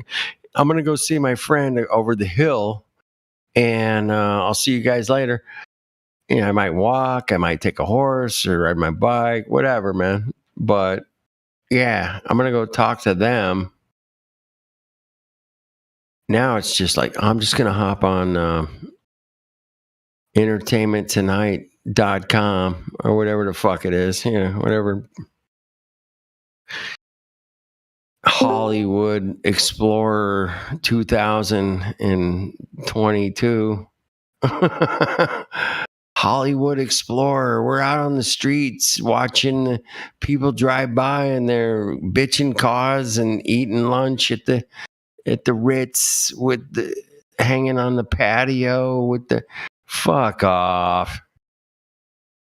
Where do we live, man? Where do we live? I mean, many of the people in England have talked about the television tax. You guys don't know that that's required now? Well, they call it's a state licensing television thing that they have to pay for it, and they have to prove that they're not watching television. Right. Yeah, I've been down that road. It's happening. Yeah. It's still happening for them, people in England. But I mean, it doesn't happen here. But right. But it's still happening in England. I don't know when you guys are talking about it like it used to be a thing. It's still happening. No, but because they have the BBC in America, or they have different channels that are government. What Ritus was saying, man, was that it was a law that you had to have a television in your house. That's a mandatory thing. What the difference is now, if you have a television in your house, you have to prove that you're not watching the public programming. Otherwise, you have to pay. Yeah, he's right. They pay for it. Everybody has to pay for television over there. Yeah. It's still happening. So, I mean, it's a different wording, but yeah, they have to actually pay for public TV over there in England. Yeah. Yeah, we do here. It's called. It's called NPR. PBS, yeah. This is NPR. Yeah, you're right. NPR and freaking PBS and all that shit, right? But Imagine if you were in England in the 1960s. If you have a TV, you know, and say, "Oh, Hey, Helio, hold on. Pizza. Imagine if you were in England in the 1960s and you got your TV stolen, and then you get in trouble because you don't have a TV. God damn it! That's all right, we'll give you a TV, but you're gonna have to pay us. I can't pay this month. $15 a month. My TV was stolen. The robbers, they came. The robbers, they came. It was just weird. He said they bought used television shipped over from America. It was just a random, like, that was weird to me. I never heard of that before. Yeah, because the Americans are upgrading to better televisions so they can be more programmed than the English. We got the super ultra thin flat screen. Yeah, 2000. Probably still happening that way too. Yeah. And when the English government bought him, they bought him out of a guy's, the back of his trunk, bought him out of his trunk. Like a drug dealer. And I got your super ultra HD TV. Super. This one's only $30, man. $30. That's a good price. It's a 20-inch, bro, man. This is top of the line, man. In America, you got to get your programming in, man. I didn't realize how much material Alan Watt has. I definitely have not followed all of his material. Somebody that's in for the sure. chat said Alan Watts. There's a difference between Alan Watt and Alan Watts. Alan Watt had a podcast that went for years called Cutting Through the Matrix. And that dude, I mean, his voice, it's droning. A Scottish dude that lives in Canada, but there's so much information there. Alan Watt. No S. Yeah, I'm not talking about ALANWATT. I used to listen to Cutting Through the Matrix. I listened to that for a long time. It's really good stuff. Yeah.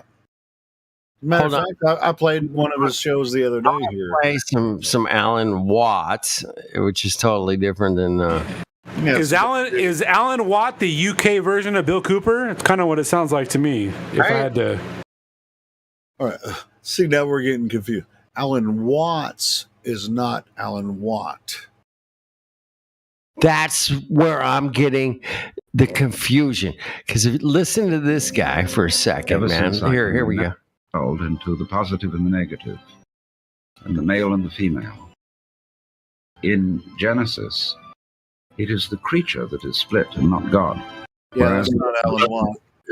That's Alan Watts. Yeah. Right? That's Right. a different voice. Alan Watts is Scottish. Alan Watt. God damn it. Alan Watt without the S is Scottish. He's a Scottish guy, but he lived when he was doing his podcast. He's dead now, but when he was doing his podcast, he was in Canada, but he grew up in Scotland. Alan Watts with an S. No, Watt with no S. No S. Yeah, Scottish guy. Isn't he still going? He's still going. No, I think he died about a year or so ago.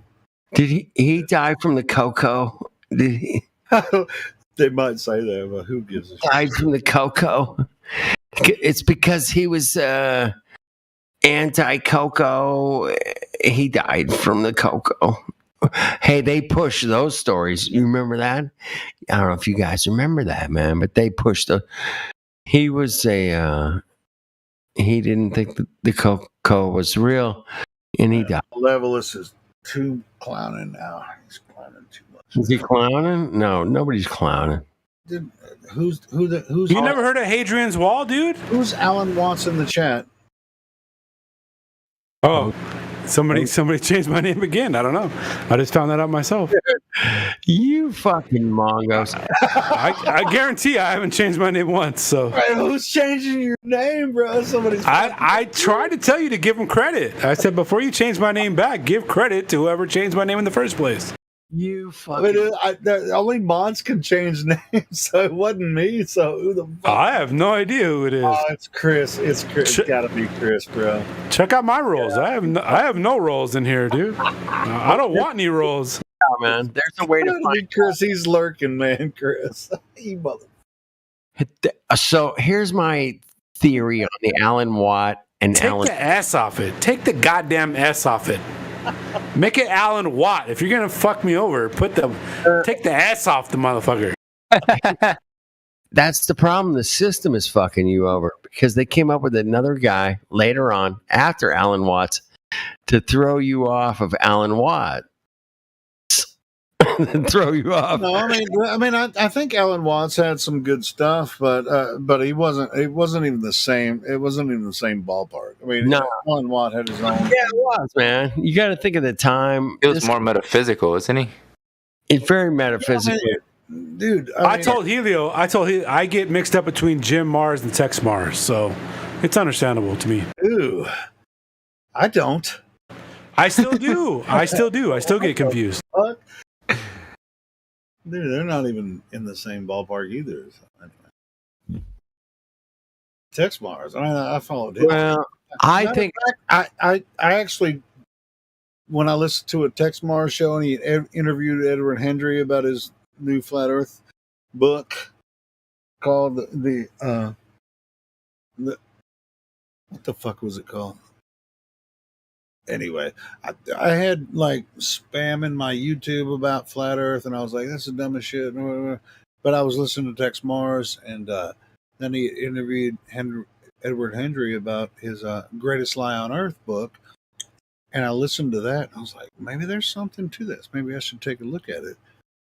And that's when I really took a look at Flat Earth, and I for like 6 months was like everything that Flat Earth came up. I was like, get this shit out of my face. But I'd been following Tex for a long time before that. Yeah, I mean, Jim Mars, I know who that is. I mean, he's the, there's, I don't know how you can get that mixed up. Jim Mars is a reporter, that worked with Alex Jones and shit. Just because of last name. The last name. I don't remember them I followed too closely, maybe, so I knew the difference anyway. But, and Alan Watt and Alan Watts, I guess I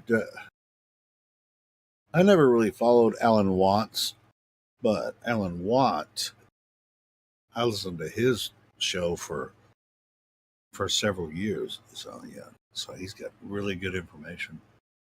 Cutting through the matrix. I never heard Alan Watt stuff. Bro, this guy has a body of work. Fuck, he has a lot of material. Go to BitChute. Go to BitChute and put in Alan Watt. He's got fucking pages of shit. I'm telling you, bro, man, just listen to it. I mean, it's kind of droning. It's just like you either fall asleep or you just be sucked in. You just be like, oh my god. Yeah, all right. Like I'm telling you, bro, that I listened to him for years, man. Alan Watt is the Scottish dude. He grew up in Scotland, but he was in Canada when he made most of this material that you'll find on his podcast, Cutting Through the Matrix. Good stuff. Good stuff. Okay. Will do.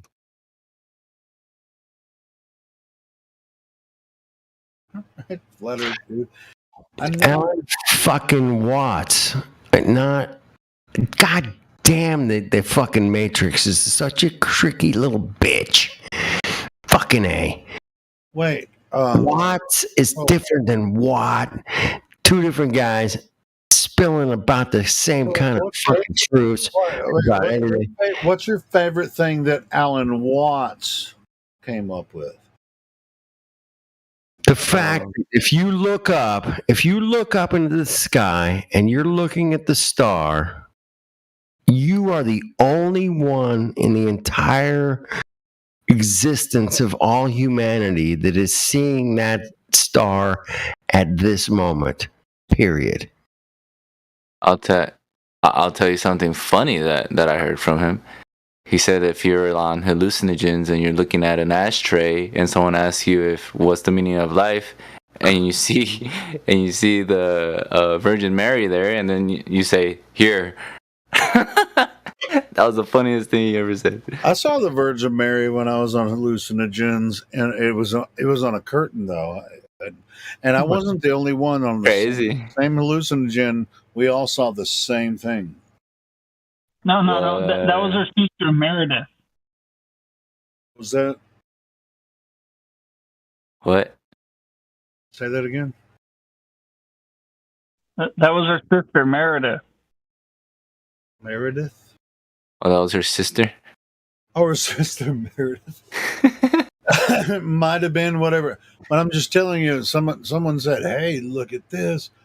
And we were all tripping, and then we all looked at it and saw the same. Well, I don't know if I saw it the same way everybody else did, but I could see what this person was seeing. Really? Because that's trippy. It was like in a curtain in a room, and it was just like it was like holographic, like 3D kind of shit. It was weird.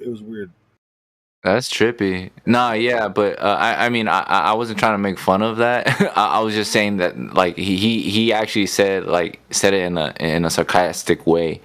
So that was my favorite thing. I mean, unless you really kind of experience hallucinations, it's fun to make fun of people that have done it. But if you've never done it, you know, that's fine. Nah, I've experienced it, not at my will, but.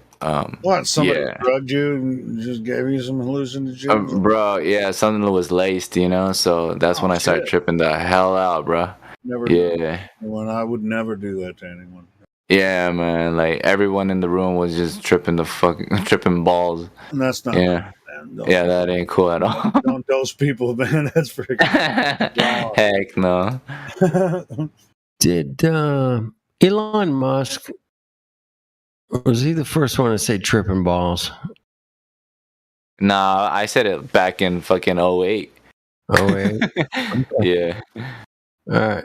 Cool, man. I'm just checking. I don't know. I think people were saying that before he was even famous. Said it in the 80s. Oh, wait. Oh, all right, for sure. 80s? Get the fuck out. Nobody said tripping balls. You mean, oh, wait. 2008. Yeah, no, 1989. I said I'm tripping balls. They were probably saying that shit back in 78. Bro, I'm tripping balls. People were saying that when I was a child, so yeah, I believe they'd be saying that 10 years before that. That thing you said a second ago, Flat Earth dude, about the Matrix being like some tricky freaking thing or something. I was going to say, like, I think Keanu Reeves does the same thing when he wakes up in the morning. Yeah. It's Alan Watt. I don't know. Oh, shit. Alan Watts. Boy.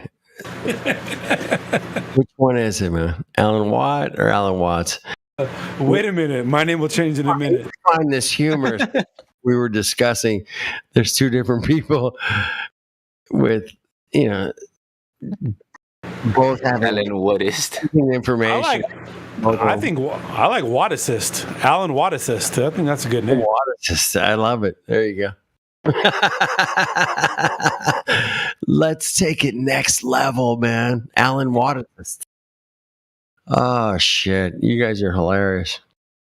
What? I couldn't find the video. I couldn't find the video I was talking about though, where he's discussing it being an actual law in the UK that everybody had to have a television. I couldn't find it. So. All right, it's all right, man. I'll believe you. No, man.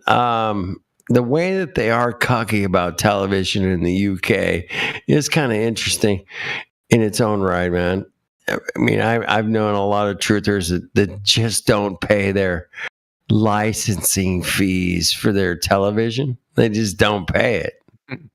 They just don't fucking pay it. And they tell rebels. Fucking rebels. Like, hey, man, you owe like $400 for the fucking... And they just go, fuck off. And they shut the door, man.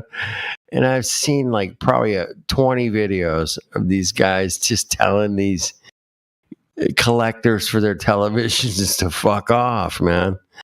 And that's a beautiful thing, man. It's just guy comes to the door, says, "Hey, you owe me money," and you just go, "Fuck off, fuck off."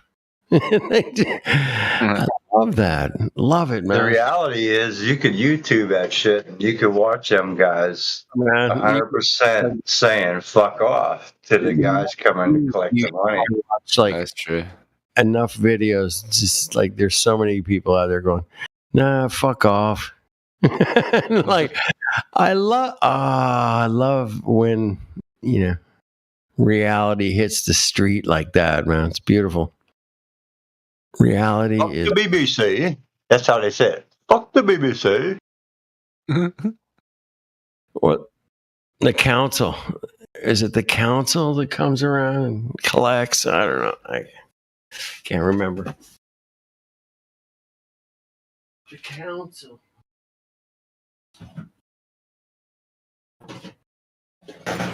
Top Gear is the best thing that's ever happened to the BBC, in my opinion. In my American opinion. Is it good? Top Gear? You never heard of Top Gear? Wait, I'm thinking of Top Gun. My bad. No, you're good, man. You never heard of Jeremy Clarkson, dude? I'm being bad.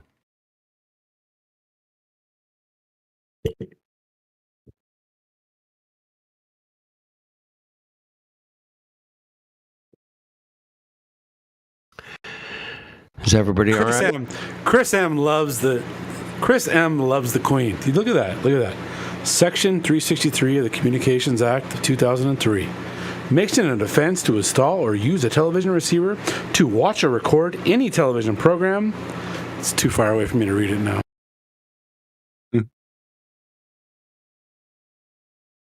Wow. He loves the Queen. He loves her. Chris, he hates that. Hey, my favorite song last year was Boris Johnson is a cunt. Did you guys catch that one? You can drop a link? Oh, fuck yeah. Yeah, I'll drop a link. Hold on. Give me a second. Yeah. It's even on YouTube, I'm pretty sure, man. Yeah, it's gotta be on there. It's gotta be on there. Is that Homer Simpson in that gif there? How come Americans can't do a UK fucking accent to save our lives? Why is that a thing, dude? Fuck off. I got deep English fucking accent. Fuck off. We couldn't save our mothers to do a UK accent, dude. Yeah, we suck at it. I love the way they just throw around the word cunt and like, you're just a fucking cunt. You fucking cunt. I'm like, wow, man. You guys, okay. That's a no-no here in America, man. I can't say that.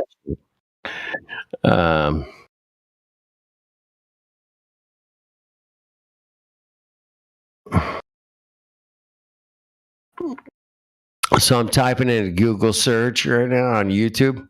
And I'm typing Boris is a chant. Why are you still using Google? Well, I'm using YouTube, man. Yeah, he wants. He wants the link, man. I gotta give him the link, man. Gotta give him the link. At least use DuckDuckGo or Brave or something. What's that? I said at least use DuckDuckGo or Brave or something. Yeah, I could do DuckDuckGo, no problem. But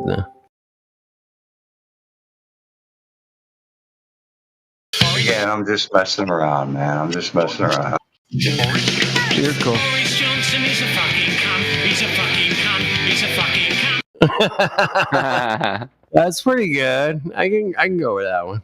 All right. I hope you enjoy this one, man. I'll drop that link. But this is not the one that was popular. But yeah. Anyway, I love the energy on that one, man. Damn, punk rock, man.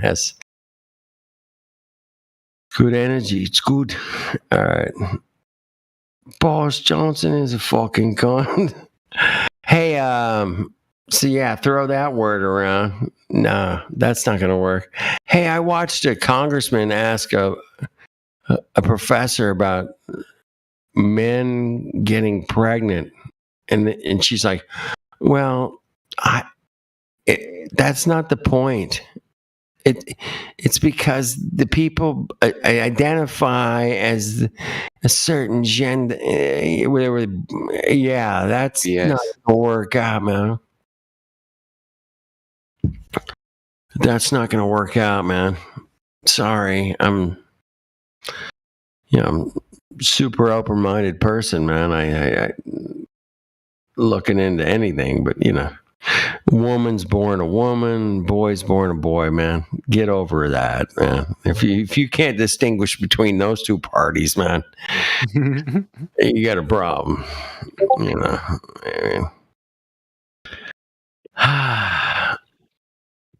So check that out. Have you seen that video I just posted? No, man. Where'd you put that in the chat? Yeah. Oh, I haven't seen it yet. No, I almost clicked on it like yesterday. I was like, just watch it. Just watch. It's still only 30 seconds. Just check it out real quick. I'll be right back, man. Let me mute. I'll watch it.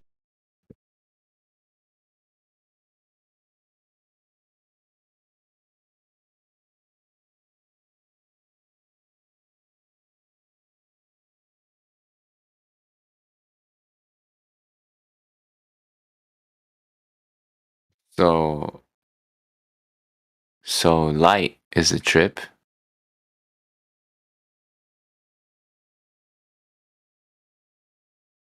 No one. Okay. That was hilarious. Hot like a tamale. Hot like a tamale, baby. I say, looking good. You're looking good, baby. I thought that shit was hilarious. Don't accept a blowjob after that hot tamale. That's hilarious, man. Yeah. Oh, that's funny. I love the thumbnail for that. That's good, man. The kid with the NASA shirt.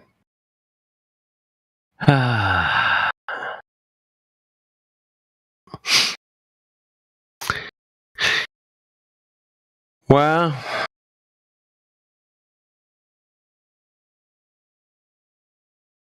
there is sanity to be found out there. There is. You got to find it, man. That's crazy. And just question the people around you in the most delicate way, apparently. Fuck.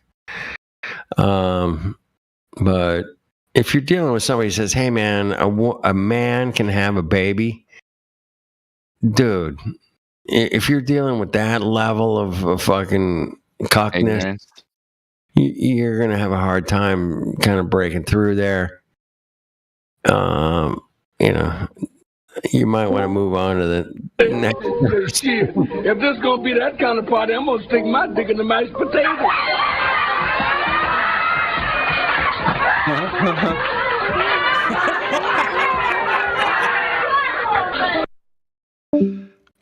At that point, you got a question.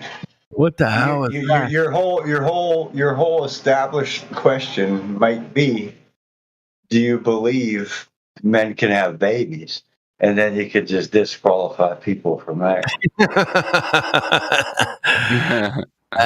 It's just so bizarre, dude. I mean, it's a fucking joke. It is. It's a fucking joke, man. Really, it's definitely Dave Chappelle shit here, 100%.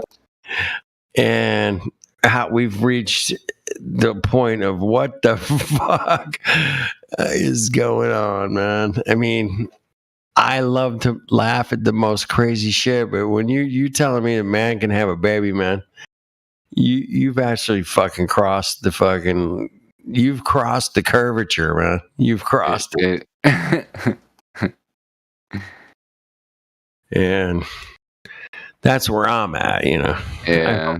I'm sure most of y'all are the same The place. world's full of cucks, right? You're full of cucks, man. Cuck City, bro. Cuck City. And the last 2.5 years have really taken it to the next cuck level, man, for sure. But to take it to like men can have babies and it's okay to, and you're inciting violence if you say that that's not true. The nail is in the cuck coffin. Fuck off a minute, man. Wait the fuck off, man, because that is just beyond any kind of common sense that I've ever had in my entire existence here. And so yeah, men can have babies now. What? Oh my God, that's crazy.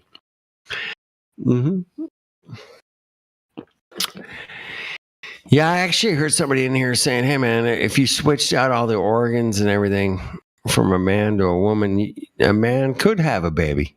You know, through medical surgeries and such. You know, that's wicked, all by itself, man. That's really wicked.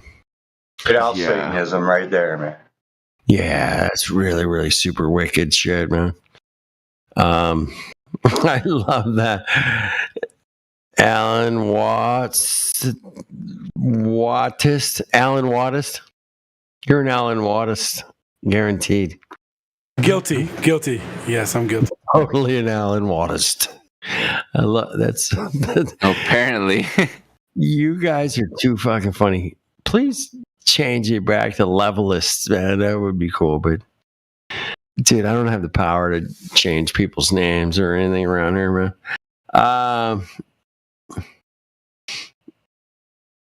That movie. That's hilarious. I am laughing. Davy's laughing his ass off. You're still in here, I'm going to stream Idiocracy tonight. You're going to stream it? I'm going to stream it on DLive and Odyssey. And Wag Your Dog. You can do both?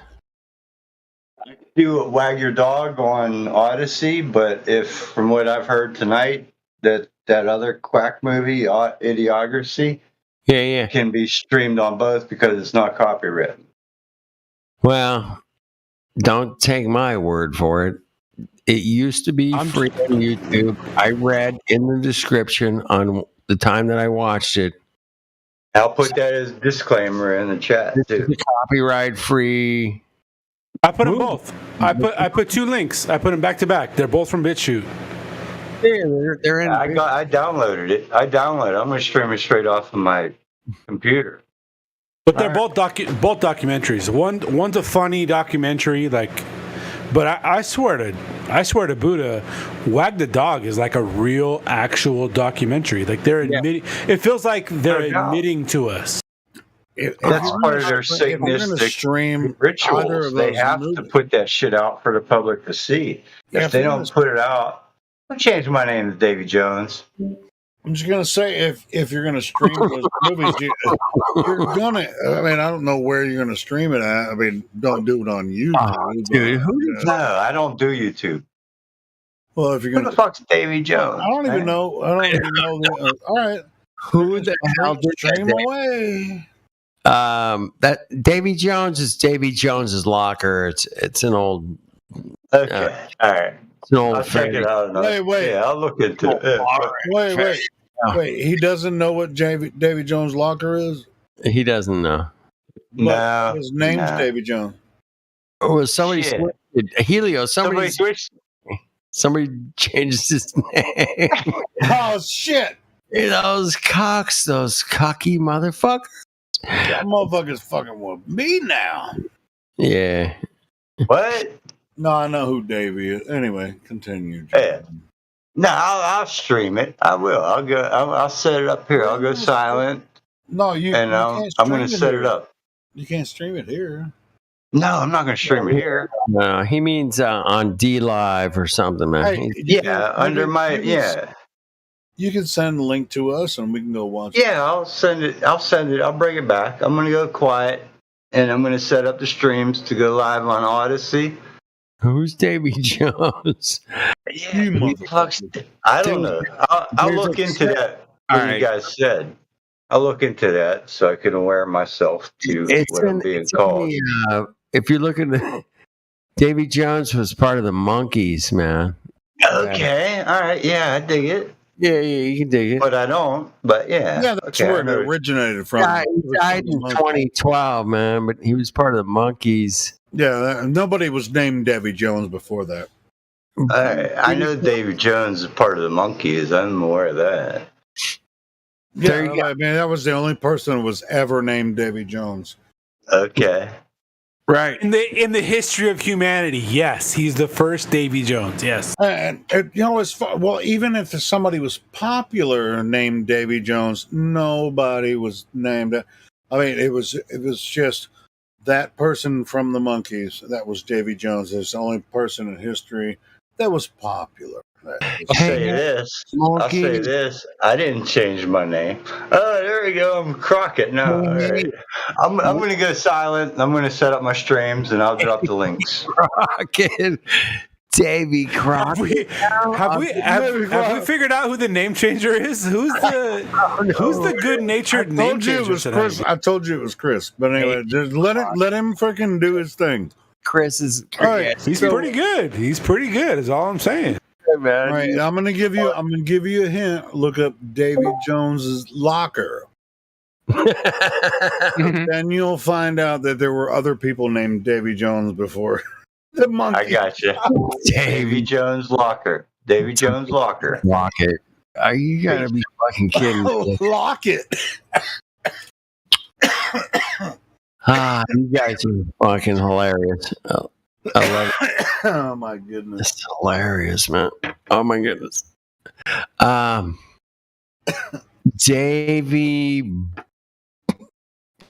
Who else is another Davy? Davy something. Davy Crockett. Davy.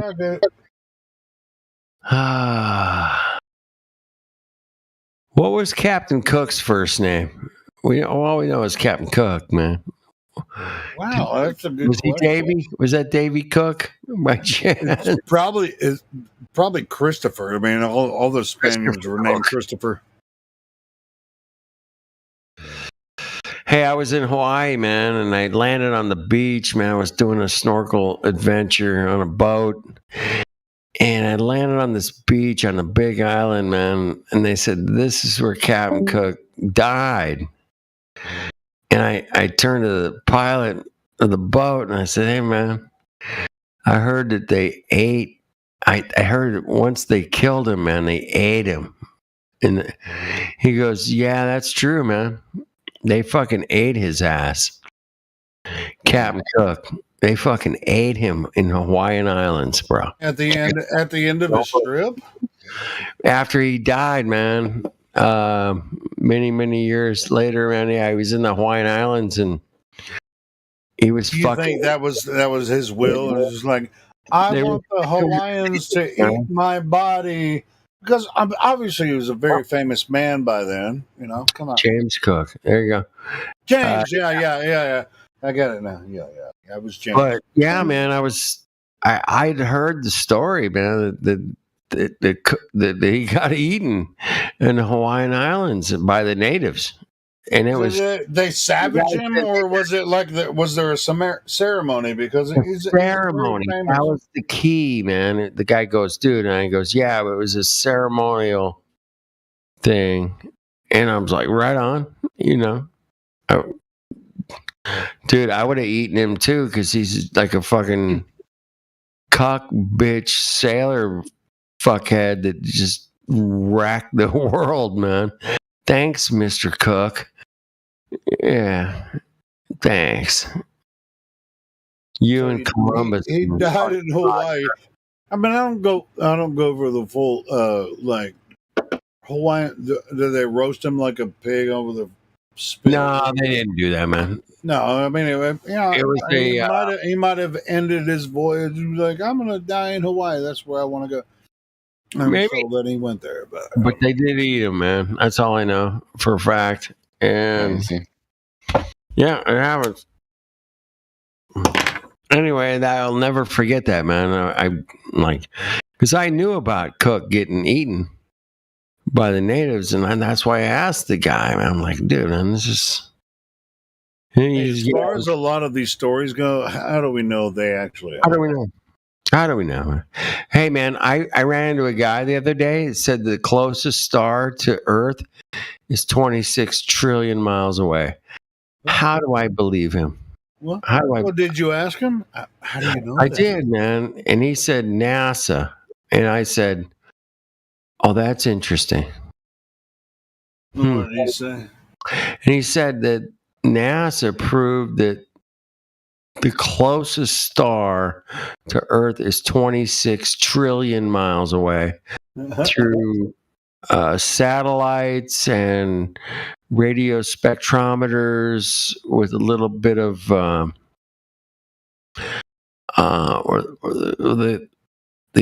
blue light, red light shift. The blue light, red light shift. Did he say that kind of shit? He actually didn't know, or was he talking about a specific star? They proved it with the blue light, red light shift. Yeah, they did. They did. 26 trillion miles away. That was it, man. That's what I got, bro. It was a light shifting guarantees. You got red shift, blue shift, spectrometers, and radar telescopes. Yeah, those kind of instruments totally prove that that's 11 trillion miles away. 11 trillion miles away. 11 trillion. No, wait. 26 trillion. 26 trillion. Might as well be. 11 trillion, 26, whatever. It doesn't legit. It's far. It's very, very far. And them some pretty high numbers. I mean, are you nine? Hey, Helio, have you ever driven a 2,000-mile trip? Yeah. Yes, you have. It's a long way, man. I always knew where I was going when I was doing it, though, too. Well, you think you knew where you were going, but you got there. No, I drove on international freeways, and every time I left from somewhere, I knew exactly where I would end up. So, yeah.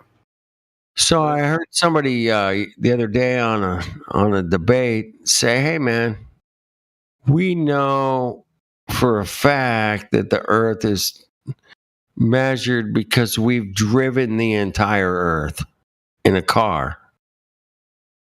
And I was like, "What? The balls on that fucker, huh?" Yeah, the balls on. Yeah, you see how it works when you just when you run out of arguments and then you just make some stupid claim like that. The roads together, if you add them up, exactly meet our expectations of the globe, man. Guaranteed. I was like, what? Who's driven the roads across the Pacific Ocean? Anybody? That's like the Atlantic. Ain't no bridges down there that I know of that go from fucking South America to Africa. I mean, dude, I've driven from Maine to California. It's a long fucking drive, man. It's like 30. I've been across the Lake Pontchartrain Bridge 6 times. There you go. That's a 20-mile bridge. Yeah, it's over 20 miles. Yeah. Damn. The other thing is that America is the easiest country in the world to drive in. Every other country you visit and you want to drive, it is more difficult than America to drive in. No doubt. No doubt about it. Yeah. Yeah, drive across Australia, man. See how that goes. That's good. Drive across Asia. Try to drive across Asia. See how fun that fucking is, dude. Yeah, fuck off. There's a highway in Australia that you can hit, and it'll be like 400 miles of straight line, but there ain't no gas stations, so good fucking luck with that.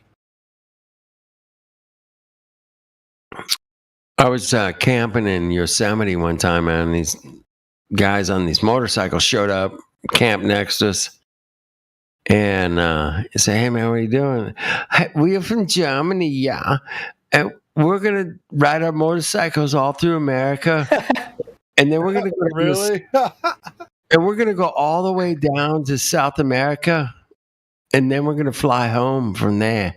I was like, I bet they never made it. no, I think they made it, man. These guys were on it, man.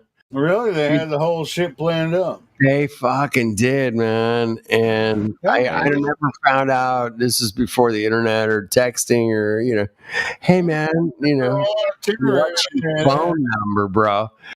Give me your. They drove by motorcycle through the southern border of America. Went all the way down, man. And these were like, and had their motorcycles hybrid dirt bikes. flown back to Germany. Did it, man? I hope they did it. I was like, yeah. Like a cool plan. If they had enough money, man, they probably could have done it. Yeah. All the way down to Cape Horn, dude. All the way down. They were going all the way. I was like, fuck yeah, let's go, man. Yeah, that sounds like, dude. If I had the means to do that, I would do the same fucking thing, bro. Dude, man, that would be just incredibly. If I was, let's say, 25 years younger, dude, I'm getting a sailboat, and we going for a fucking cruise, man. Let's go. Where we going? South Pacific. We're going everywhere, man. We ain't, well, if I'm with you, we ain't going to South Pacific. We're going everywhere. I'm going South Pacific, North Atlantic, wherever, man. We're going. We're going South Pacific, like stay near the shore of South Africa and shit. But if you try to just be like, "Hey, man, we're gonna head toward Antarctica from here," I'm gonna be like, "Yeah, I'm just gonna stay in South Africa. I'm good." Well, I think Levelist has posted a great picture of Captain Cook's voyages. Oh, there you go. Yeah, what's his fascination with New Zealand, by the way? What's going on with New Zealand? Look what happened when he went down to South Africa. That's crazy. All right. Let's go over that. It does end at the Hawaiian Islands. I was right. Thank you.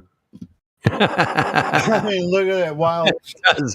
Like once he hit Africa, and then he went down, and he's spiraling around. He's like, "What the fuck?" No, isn't Cook the guy that has the logs of traveling around the ice wall for like 65,000 miles or some shit? Correct. You are correct. Yeah, am I correct? Yeah, I'm correct. It's not his only trek, and I think that's obviously that's not his only trek. But Cook was the one who. The green one is very impressive. That's kind of what I'm looking at, right? You see that on the map that we were talking about? All right. The green one? The green line? And then he goes down, back around, and he's like, "Oh, fuck, there ain't nothing out here." And then he goes, apparently he hit Antarctica, and then he's just like, I don't know how they had resources to travel that far from there to New Zealand. How the fuck did he have? He really liked New Zealand. Guaranteed. He really loved it. That was his little stop along the plane. It was just nice. It was a nice stop, man. New Zealand, man. I don't know. It's a lot like Southern California, I've heard. Between it doesn't get too hot. It doesn't get too cold there, man. I've heard it's really nice climate. I've heard. So check that out. I just eat and drink and not get scurvy. Check that map out that I just posted right now. Like, I don't see too many people talking about this map. I just found this today, by the way. I think it's called the North Polar Projection Map. I have that same map, dude. I actually have that unprinted or something close to that. What year? I don't know, actually. I just found it today. I haven't done any I haven't dove deep into it. I'm gonna find it. everybody talks about Australia being down under, and I always thought like nobody ever talks about Australia being cold. I've never heard anybody saying they're cold in Australia. Never. And I know for a fact that the tip of South America, Australia, when it's wintertime there. yeah, well, but I know for a fact that in Patagonia, in the tip of South America, people freeze to death down there. And I just through that map right there, you can see that the tip of South America is 15 degrees more south. The tip, the 60 degrees south is the cutoff for Antarctica, right? But through that map right there, it looks like the tip of South America is 58 degrees south. I mean, it's right there. It's right next to it. It's right there, man. It's right there. Yeah. Most of the land of Australia is desert, and we know how cold deserts can get in the wintertime. So, yeah, it definitely gets cold in Australia. Not a question. I don't talk to Australians. No, most Australians we talk to are either in the northeast or southeast of Australia. We have talked to people from Perth, but for the most part, we don't ever talk to anyone from the central part of Australia because they're in the west. Mostly desert. Yeah, nobody lives there. Nobody lives in the middle of Australia. That's not true. There are people who live there, but we never talk to them. Right. Yeah, there's no internet there. Hey, you got to get the Starlink, man. They got to get $500. Only $110 a month, man. Come on. Those guys can do it, man. I know they can. Yeah, we talk to people from Australia every single day, but they ain't in Central Australia. And even, in their wintertime, it's cold. I mean, but it's wintertime right now. Max Egan said it's cold as shit right now. Max Egan said, "Hey, man, I took the Southern flight, man. I took the Southern flight, man. Guaranteed. It's working." I'm telling you right now, in Sydney, it's wintertime, and it's. I ain't gonna say it's like snowing or anything, but it's cold. Oh, it's cold, man. All right, I gotta go to bed. Me too. I got a guy coming at 8:00 in the morning. To do what? Go like contract? Yep. Do some work. He's gonna polish a piano for me, man. Polish. Tricky stuff, man. You contracting with another person that polishes pianos? Yep. That's what he does. Ooh, that's cool. That's cool. Yep. And he's gonna come here and polish a piano and make it look like a piece of glass, flat and level. Good night. How's the piano sound? I mean, is it already tuned? He jumped out. I was wondering if the piano was already tuned. Because it's very hard to tune a piano.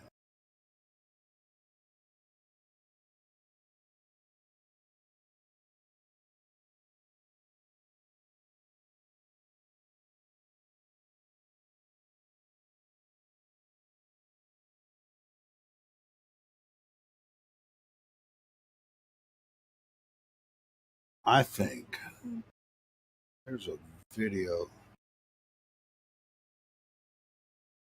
was gonna play after I played 1984 yesterday, but then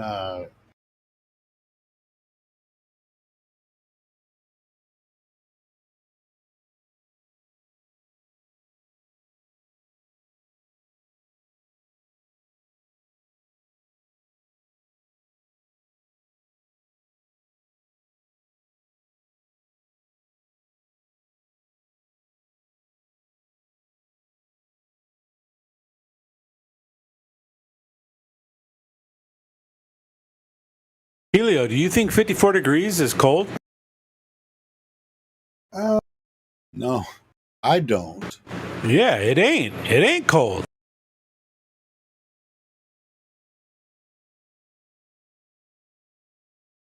Where's it 54 degrees? Sydney, Australia. It's their winter. It's their winter right now. Everybody says it's their winter. It's their winter. Australia is not that far south. Don't get excited. Oh, sorry. I have a loud voice. I have a fraud voice. Sorry. It's peak of summer here in America, right? So what temperature is it 300 miles into the desert? Now I'm gonna look up the tip of South America. I'm gonna look up that temperature No, right I'm now. talking about in Australia. What do you want to know? What do you want to know? Where is it? So, you know, Sydney's a tropic environment, right? Even in the wintertime. Yeah, but listen. Find somewhere a few hundred miles away from Sydney in the desert in the center of Australia. Look at the temperature. It won't be snowing, but it's probably about freezing.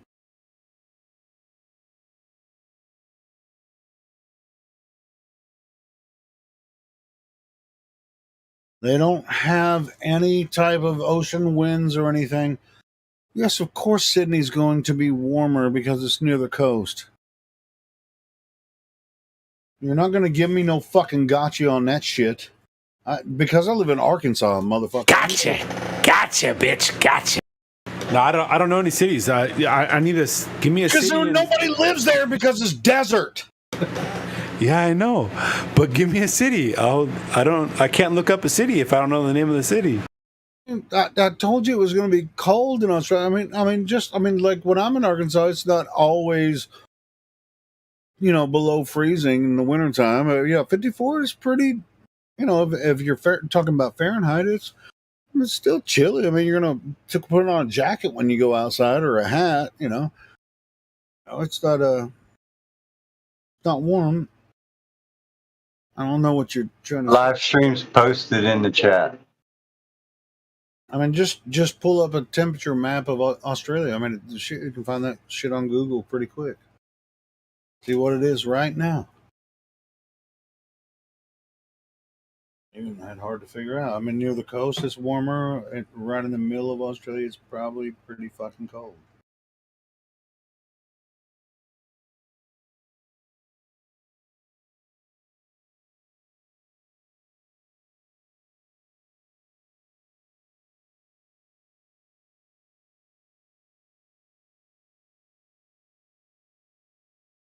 So the absolute dead center of Australia supposedly is a city called Alice Springs, and it's 71 degrees right now.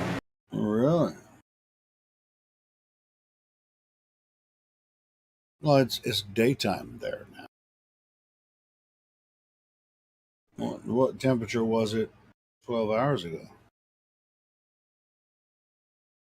39. There you go. See, it's cold. That's cold.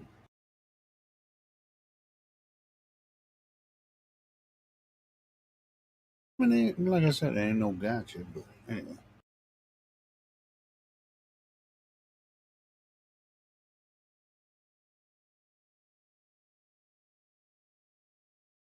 Millennium Envoy.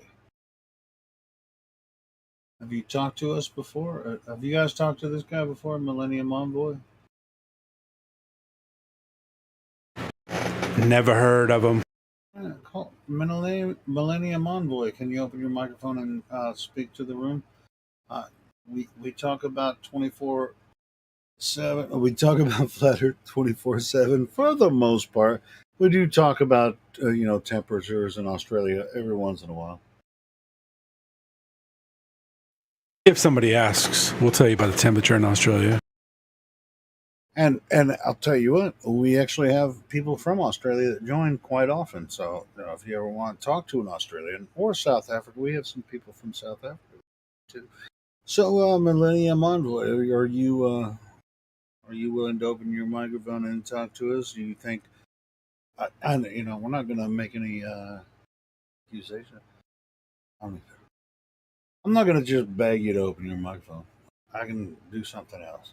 So, Millennium Envoy, do you want to talk to us? You have a control of your microphone. You can unclick.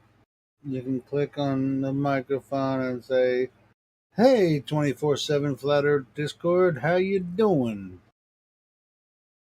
But apparently, Millennium Envoy has no interest in that. Just wants to listen, or maybe joined and passed out, or maybe he's AFK making some coffee or some shit. Come back to Millennium Envoy. I like the name, though. I'm gonna lie, I like that name. It's a bold name, Millennium Envoy.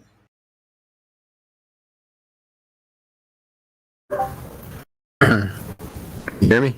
There you go. Oh, see, I told you he was a little bit AFK. If we give him a second. No, just being selfish and mostly just listening.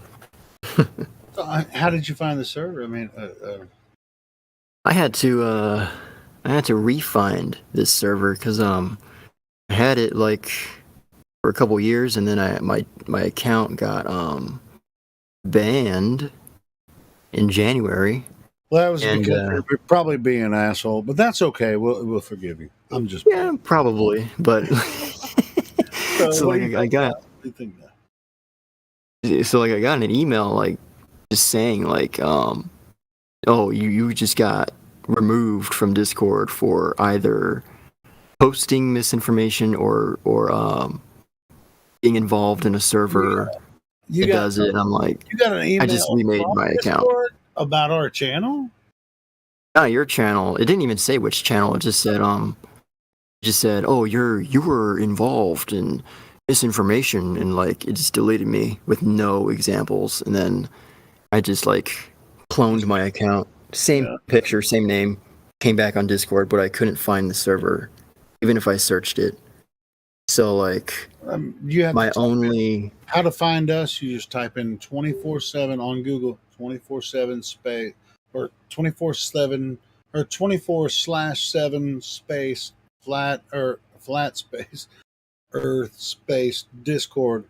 You'll find it right away. yeah. We're running Yeah, it's probably really has probably has to be Only way really you can find specific. us, I mean, but or unless it's or you search that on. Yeah, but they don't delete flat Earth stuff. So what the fuck were you talking about that you got deleted off of Discord, my brother? I was probably not when I was. It just said you were involved in a server that was posting misinformation. But it so I wasn't think I this had one. to. He was just, No. You said it wasn't this one. No, it couldn't have been because my only way back here was a friend that I recommended the server to, and I'm like, hey, do you still have the link to that? You still on that Flat Earth Discord server? And he gave me the link back, and I returned. But I think it was about it was a server that was kind of blabbing a lot about the prescription, the recent prescription. I'll just call it that. Oh, okay. Yeah, we avoid. That's probably what did it. It was only two things Exactly. I was thinking about. That was one of the two things I was thinking about. So okay. And I wasn't talking about it, but I was like in the server that was. So there you go. That's probably like, why. I mean, it's like we live stream 24/7, and YouTube will get us on that one, and apparently Discord will too. So even if you're in a private room. I mean, I got my account on Twitter got permanently banned. I never, so help me God, I never commented or liked any video on the entire platform. All I did was view videos. But mine is now permanently banned from Twitter. Damn. Wow. Yeah, Twitter's never fucked with me. I've been live streaming the same thing we're doing here on Twitter. Never gotten a negative comment from Twitter. When I get like maybe 13 to maybe up to 45 viewers a day, and I've never gotten an email from Twitter saying your content's fucked up. Do you know when they update their what do they call it? Update their policy or whatever? I always refresh the page and not click on their button. I've never contracted with them. I don't even use Twitter very much, but I'm streaming on there. But But they'll send me an email saying, "Hey, your viewership is up," and they'll tell me how many people are watching. And it's like, "Oh, so 20 people found your show today," and I'm just like, "All right, cool." Other than that, I mean, nobody really watches on Twitter, but they never sent me an email saying your content is fucked up. Like YouTube fucks with me all the time, but Twitter never does, and DLive, we're on DLive too, and they never fucking send me emails saying, "Hey, your shit's fucked up." They never send me emails. But permanently suspended. I get emails from on a constant basis, like several a day from YouTube saying, "Here's your first warning," or "We have a community guideline strike," or we have a copyright claim against your channel because somebody played a song, or which it wouldn't. It's not even really a copyright song. I mean, it's just like I just ignore those emails. It's like, bitch, I'm gonna keep streaming on YouTube as long as I can. I've never made a post. I've never made one post in my entire life on Twitter. Well, I stream on the same stream that's on YouTube every day. Streams on my Twitter channel. Same exact stream, 24 hours a day. Dude, I was banned on Twitter in 3 minutes. Like the first 3 minutes I was on it. Dude, I've had three Twitch accounts banned trying to stream this same stream on Twitch. They got rid of me on Twitch, but Twitter, I haven't had a problem from the beginning. I've had the same Twitter account for freaking, I think, 10 years.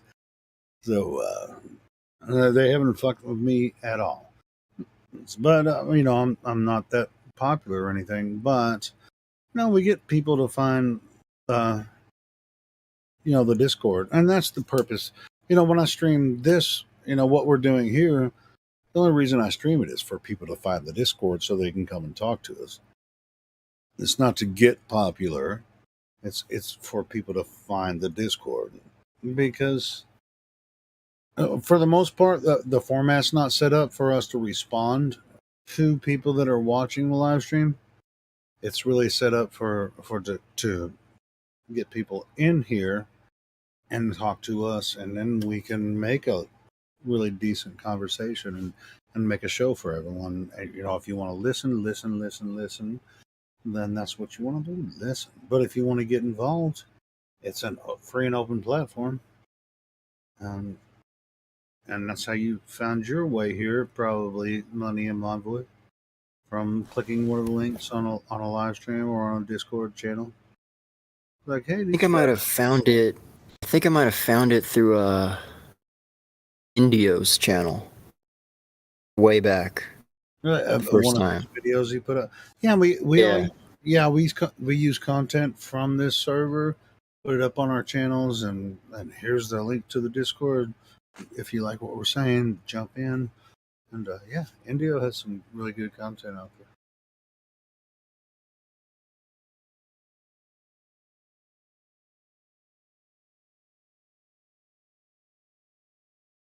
So you've been following Flat Earth idea for a while. What do you think about it? I mean, do you think the Flat Earthers have some validity to their argument, or? Oh yeah, I've been one for like 3 years. So 2019 was like the big year, and I was like, okay, this is true. And it ended with an interesting finale towards the end of the year. I was attending, it was my last year attending California University, Belly of the Beast. But anyways, one of the classes was like... You talking about Cal? Yeah, well, I'm just saying how great of an ending it was when I found out about Flat Earth in 2019, like how it all ended, like with me giving a presentation on Flat Earth and like everyone laughing at the beginning and then no one laughing at the end. And as part of your university study, you gave a presentation of Flat Earth as part. Yeah, because it was just like a random like literature course we had to take, and you had to give a presentation on something like either on folklore, And one of the options was any conspiracy theory. So that's what I went with. I'm like, I'm gonna go with this one. Yeah.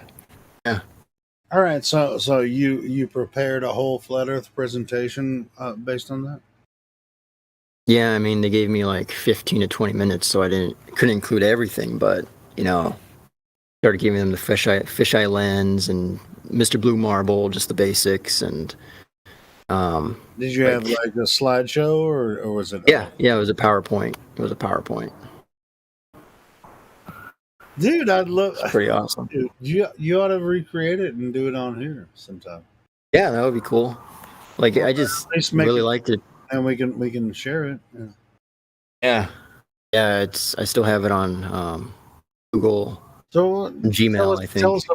Tell us about what happened after. So obviously the entire. If that was your final test, for the class. Is that what you're saying for that class? That was your final presentation. Yeah, it was a final project. I got an A on it. How many students were in the class at the time? Between 30 and 40. It wasn't like a huge one, but it was not huge. But that's not bad though. So you give a PowerPoint presentation of flat Earth, and just kind of tell us what it was like.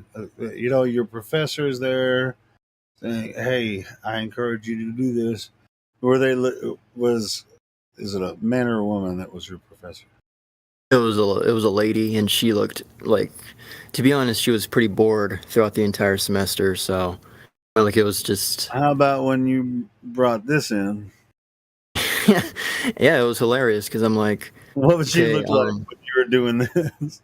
Like speechless, like no comment, like But I picked Flat Earth also because like it's not a downer, right? It's like you're able to use comedy where you can't really do that with some other conspiracies. But like, I brought up Disney and everything, and like it was, Mr. Blue Marble, Sex in the Clouds. I'm like, sex is in the air, and like they were laughing at that. It was pretty awesome. Like it was a really positive one. That's what I like about it. Yeah, man, you should recreate that and make a video. We can share it around. Do you still have it written Yeah, I'm down? still like gathering. I'm gathering things for like a really long YouTube video, and I'm kind of just like scavenging for more findings that you guys are coming up with, and like I'm always surprised, even though I know it's flat. Like I'm always surprised. Like, wow, it's that clear to see. It's not like some complicated So argument. you're It's just just waiting like, for better jokes to tell during the presentation. yeah. Me too. It's just like sometimes I'm serious and we're like, all right, so this. Let me ask you this. How do I make a stupid joke? And it's like, yeah, it's like hey, like you get the joke. Did I make a joke that nobody's gonna get? like that's why I love I don't love it, but like I was in college for 5 years, so like it is the belly of the beast, but I've grown accustomed to that like that environment, that whole social scene. So like I'm really good at communicating to that group. I'm thinking about like returning on campus and just like giving red pills in some way. So you're still in school? No, I graduated in 2020. What a year, right? What a year to graduate. What you thinking about going back? Not to attend, just to like, return there with some red pills and then bail. Not attend more schooling. Just like walk across campus, with a. Yeah. Like maybe show them like, hey, do you think this scene of Derek Chauvin and this mugshot of Derek Chauvin are the same, and like the cognitive dissonance of like different topics? It'll be pretty interesting. Yeah, I thought a lot about just like setting up downtown here where I live in Fayetteville. It's the home of the Hogs, right? And I know where all the students are going to be, at a certain time. I'll just set up some flyers. Yeah. And just be like, hey, you ever talk to anyone about flat Earth? And they might walk by, but some, It's how you fish, right? It's like set a hook. Exactly. It's like, hey, have you ever talked to anyone about flat Earth? Hey, flat Earth, flat Earth. It's like, what are you, flat Earth? We have a table set up, just like flat Earth, flat Earth. Somebody's gonna come and talk to us about flat Earth. You know what I'm saying? It's like, God damn it, what do you mean flat Earth? It's like, Earth isn't flat. I mean, what do you mean? And then we just, go from there. Yeah. And we do the same thing on here, so that's why it would be so easy to transition to doing the same thing in public too. It's like I know exactly the corner where there's going to be hundreds and hundreds of students walking by every single, at a certain time, and they don't have to stop, but a lot of them will, and so I think it'd be. Yeah, just remember though, you can't mute someone in person. Well, I mean, non-violently. they're in public. I mean, we're on a public site, so I can record it. I mean, it's the law, right? So I can record them at any time. And I'm just like, I'll have cameras set up, and just like, hey, you're talking to me here on camera. We're gonna put this on the YouTube channel. I mean, I might even do it live, but I think I'd record it first and then edit. But yeah, dude, it would be so easy to just get people to talk about flat Earth on that street. No. Like Witsit just goes raw live streaming in random cities, and I'm like, dang. That's how it's like. I told Witsit, I told him where to set up. Well, I told him where he should set up in Little Rock, but this where I'm talking about in Fayetteville is even better. It's because I used to live in Little Rock, but that's more party scene. This like where I'm talking about in Fayetteville is college scene, and there's always college kids there. Yeah, somebody's going to talk about flat Earth. So somebody's going to like take it, and be like, "All right, I'll talk. What do you got?" I mean, bro, there's freaking hundreds of kids walk down that street every day. Somebody's going to talk about flat Earth. So. Yeah, really, like, I mean, college is really, like, peers have potential there. They're just, like, especially, like, potential's inverted. Especially, like, after summer, right when they come back to town, they're getting ready to do their classes and shit. They're getting in their dorms, starting their parties and stuff. They're going to be right downtown. It's like, this is right down from the university, man, where I'm talking about sitting up. It's just nice. Hundreds of people just walking around all the time. You just wear a flat Earth hat and t-shirt and have a couple of flyers and a table. Just like, hey, flat Earth, flat. Just have a couple of cameras. They'd be like, I guarantee you, it'd just be like in a whole fish freaking salmon pool. Like, hey, flat. And you could have like 10, 12 of them going, wait, mate, I have a question. It's like, one at a time, please. So what about, why would they lie about the Earth? It's like, well, that's later. Let's get back to this question. Well, if Earth is flat, how does the seasons work? It's just like, hey, you're all going to ask the same question this person asked, so let me answer it for all of you, that kind of thing. Or just have like a list of the basic questions out, like, which do you want to pick from this menu? Like it's a menu. Like, we already know what you're going to say. Pick one. That'd be kind of rude, though. Because we all have the same questions, too. So, but it's not, I wouldn't do that to them. Yeah, that would be kind of like, we already know what you're going to say. Here, pick one you want to. They might be ignorant. Be like, that's a good question. It's just like, yeah, I thought about that the first time I heard of it too, and so I can answer it because I've been talking about this for 7-8 years. So anyway, so I'm going to answer this question. So I mean, they might be offended by us already having their questions before they answer them or ask them. I mean, that could be it could be kind of rude, but might not be a bad idea. Bad idea to go ahead and list them. just to show them we already know what they're going to say. You know, once they figure it out. Or just like have a list and also have tallies next to each question every time it's asked.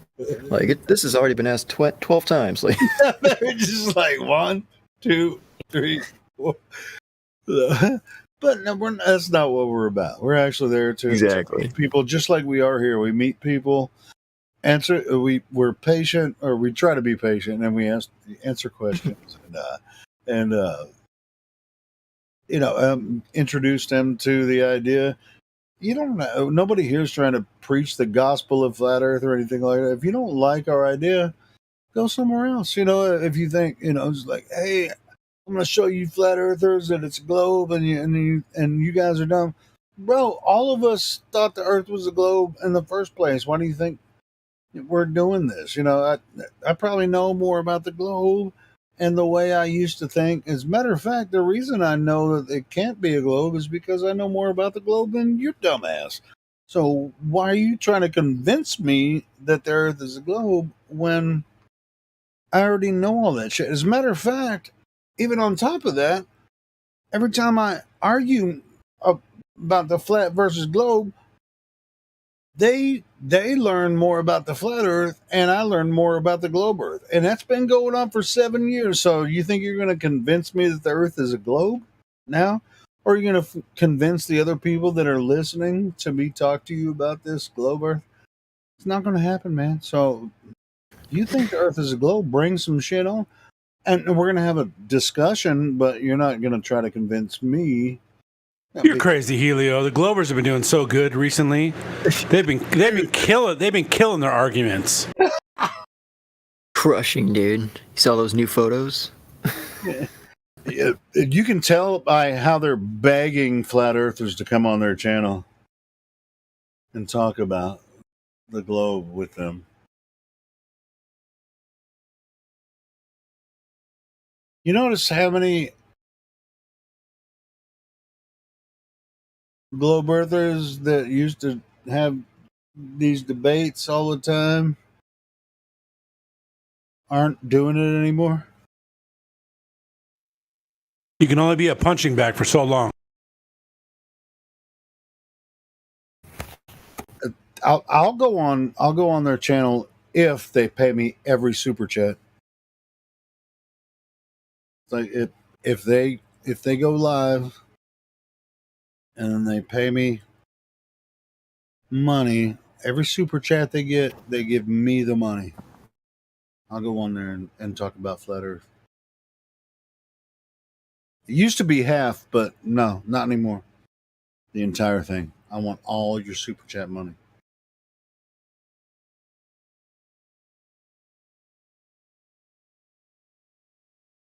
I don't think any flat earthers should touch any of these anti-flat earth channels unless they give them all the profits from that channel, because they're nothing without us.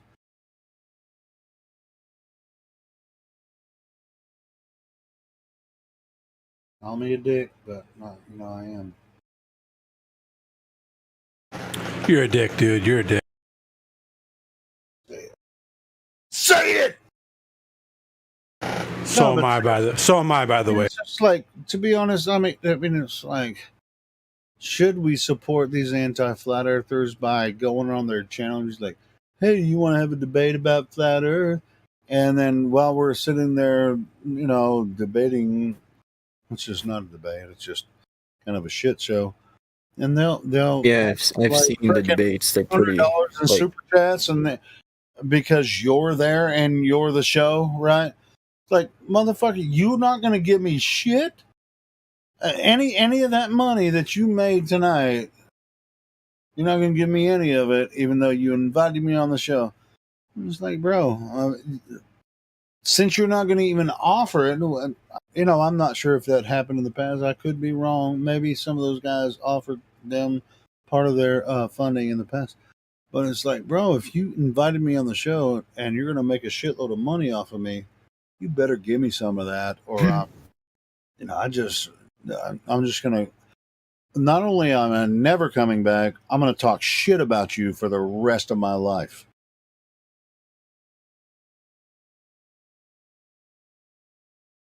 Yeah, the debates don't really become productive. Like, I remember one guy who was he was debating Witsit, and in the same debate, he said like, "Look at this geometric horizon." He was showing Witsit like, "Look at this geometric horizon," and then like deeper into the debate, he's like, "You never see the geometric horizon." No shit. I think it was Batoon, I think his name was. Yeah. And then, like, some other guy he debated was Hosho, I believe. I think that was his name. And then, which it's like, okay, show me, where you can get gas pressure without a container. And he showed Witsit a container. It was like, yeah, but in the container is a vacuum. He's like, okay, but there's a container. And Kosho's like, where's the container? I'm not joking. I can link you the debate. Pretty bad. No, I get you.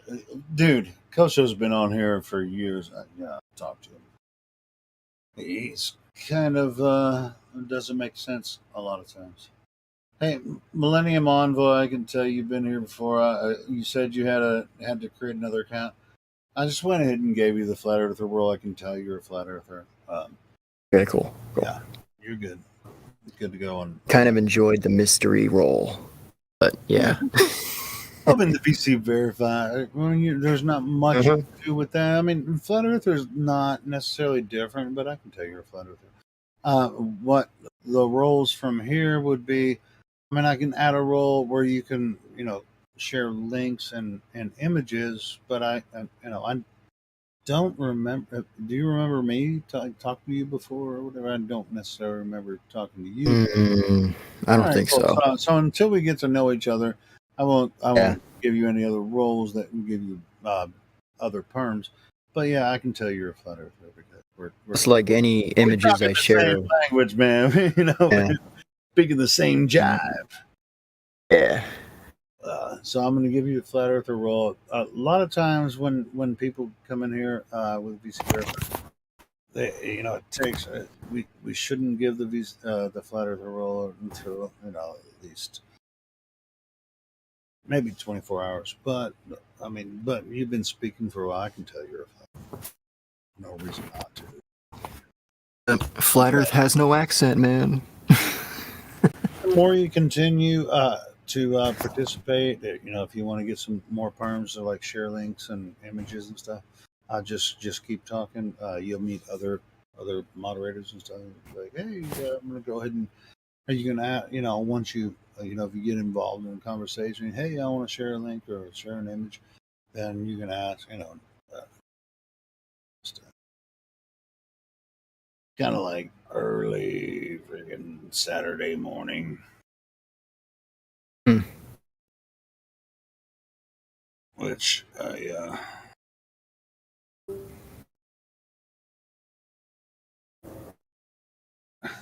means that I was asleep this time yesterday, and then I woke up late for work. As a matter of fact, though, I think I woke up about this time yesterday, went out and smoked a cigarette, went back to bed. Then I woke up late for work, and my boss was calling me, going, "Are you at work?" I was like, "No, I ain't at work." And they get your ass there, and I was like, "Fuck!" So I was over an hour late for work, but I still got a job, and anyway, that's the kind of piece of shit I am. But you know what else? You know what else? I'm really good at my job, so they put up with me sometimes. It sounds like it. Pretty hard to get skilled labor nowadays, so it is, bro. I'm really good at what I do. So it's almost impossible to replace me. I mean, I'm not trying to take advantage of it. I want to be there because shit. When I show up an hour and a half late, I ain't making that hour and a half of money. So I mean, it's like it hurts me too. I didn't mean to wake up late, but because I want that money. But like I'm taking advantage of it. Just kind of the way it works. So I saw this video today. It was a Pink Floyd concert, and they had this huge screen above the stage, and it appeared as if Pink Floyd is trying to wake up the boomers to the struggles going on in the world. So the caption at the bottom of the video was like, if they're trying to wake up the boomers right now, that means something crazy is about to happen. So I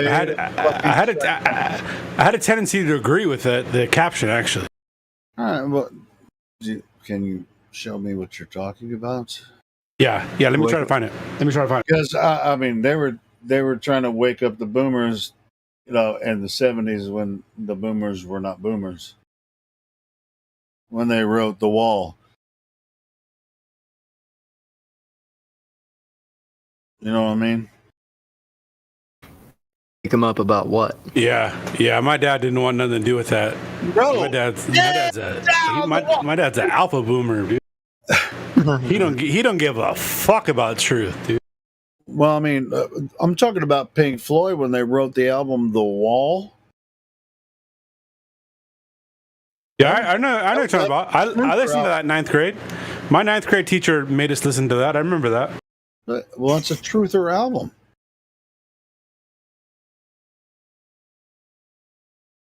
Hello?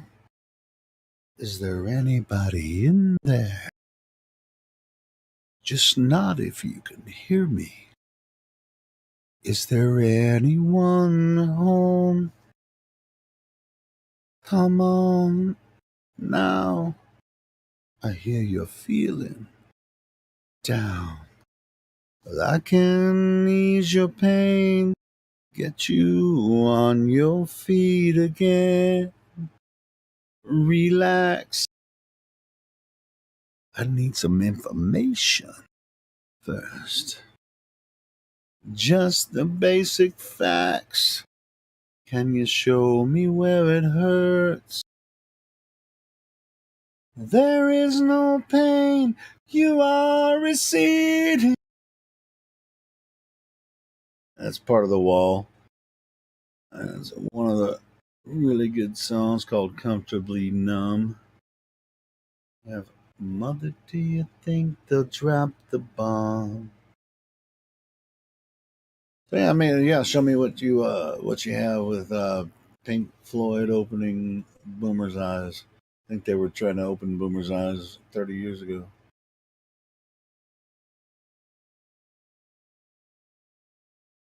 Let me see. I don't know if I'll be able to find it. Let me look.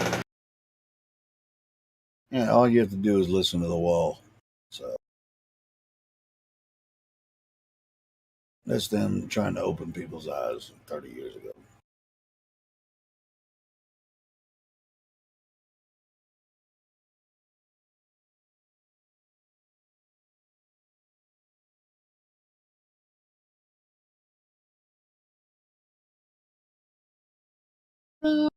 This is not how I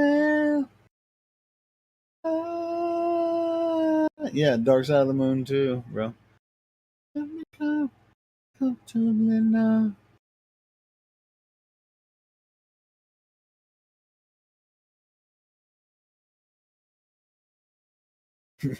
Bro.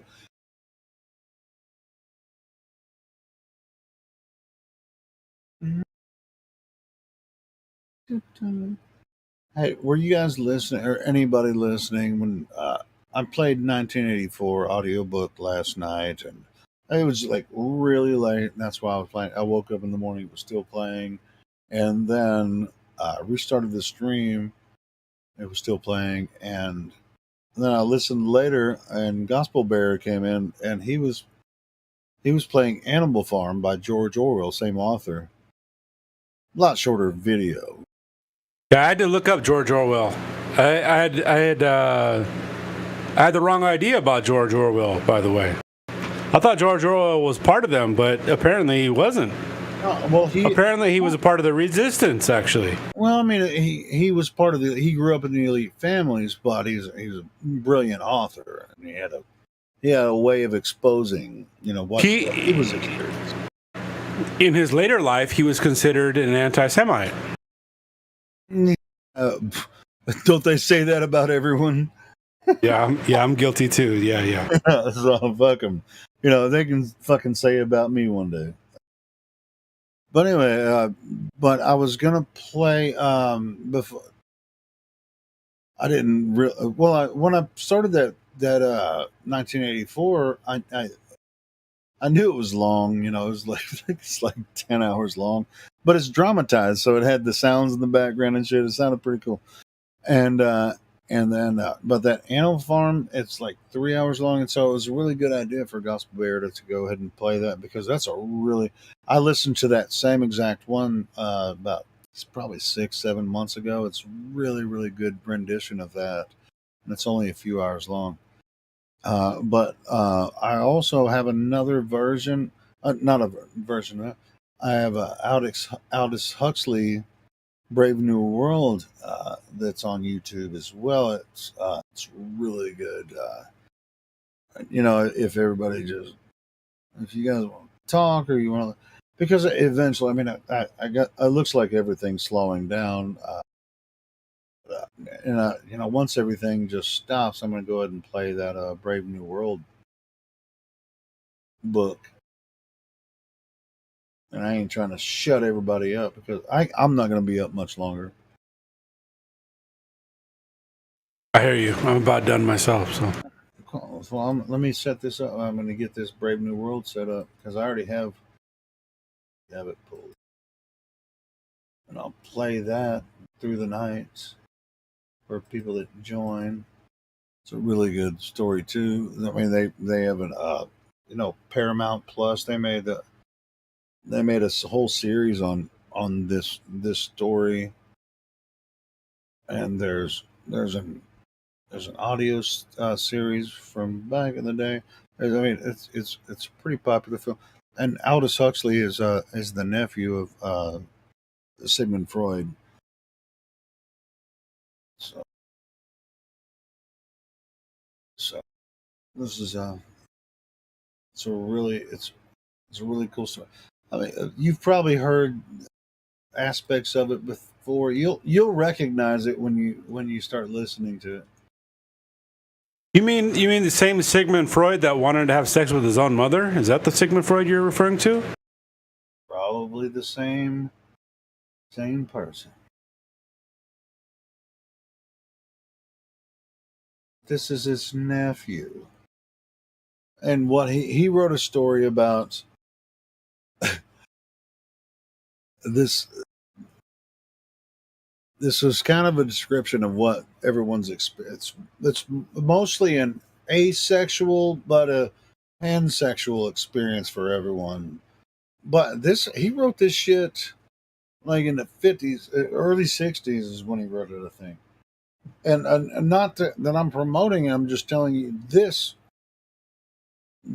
elitists were writing books like this, and they were supposed part of these elite families and shit.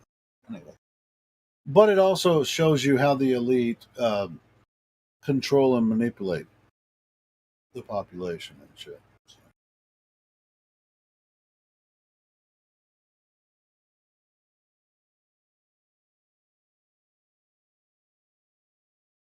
So that video I just posted is what I was talking about. It was like a marquee above the stage that was sending out messages. So the one you posted. Oh well.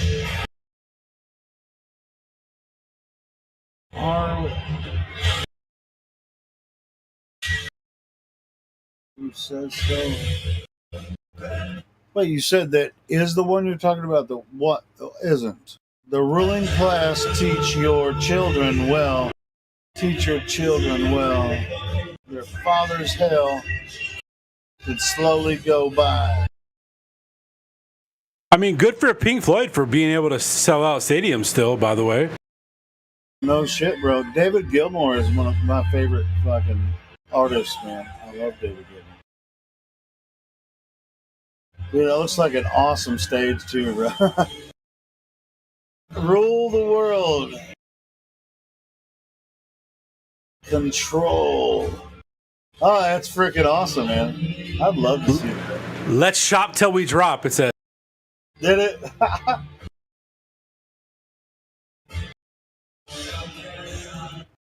See, he's playing freaking The Wall right there. We don't need no control the narrative. Alone. You hear that? Hey, teacher, leave those kids alone.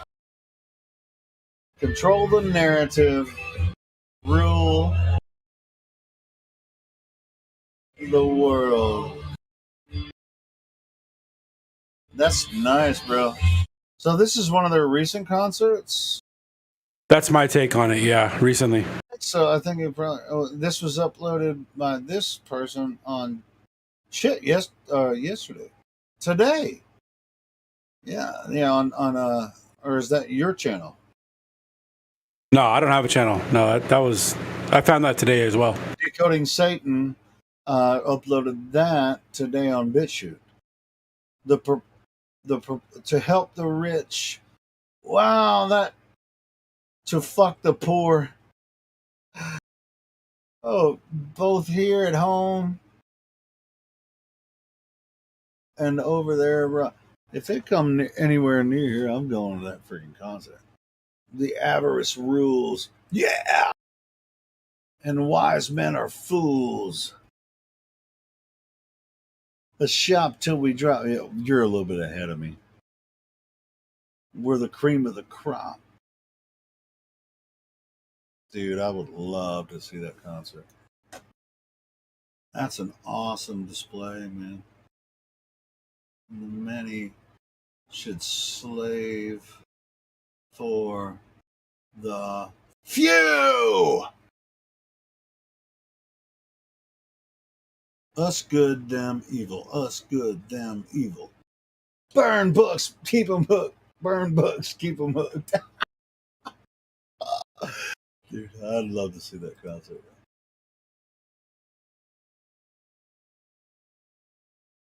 So let's listen to this Brave New World. It's a very interesting novel.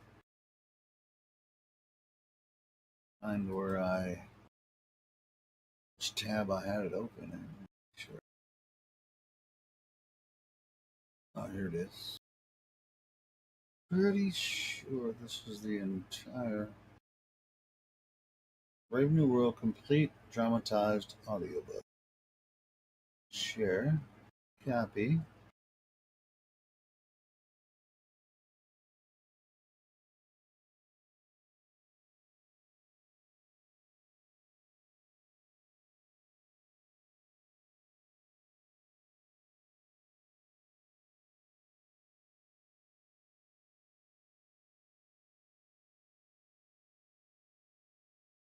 See if this works.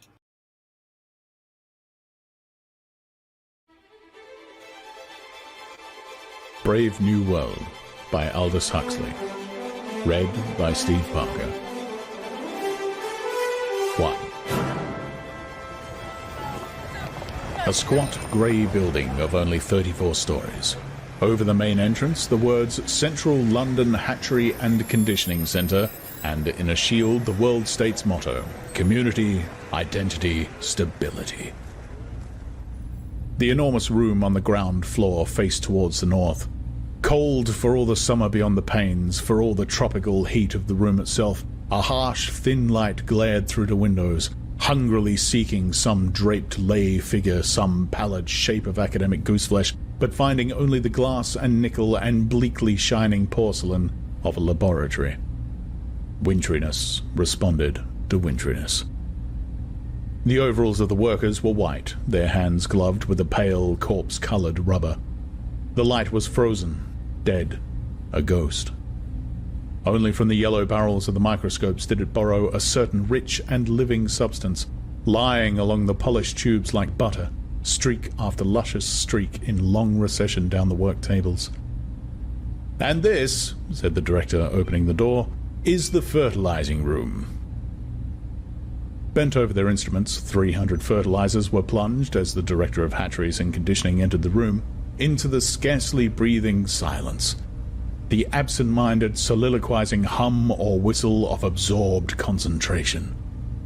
A troop of newly arrived students, very young, pink and callow, followed nervously, rather abjectly, at the director's heels. Each of them carried a notebook in which, whenever the great man spoke, he desperately scribbled, straight from the horse's mouth. It was a rare privilege. The DHC for Central London always made a point of personally conducting his new students round the various departments. Just to give you a general idea, he would explain to them.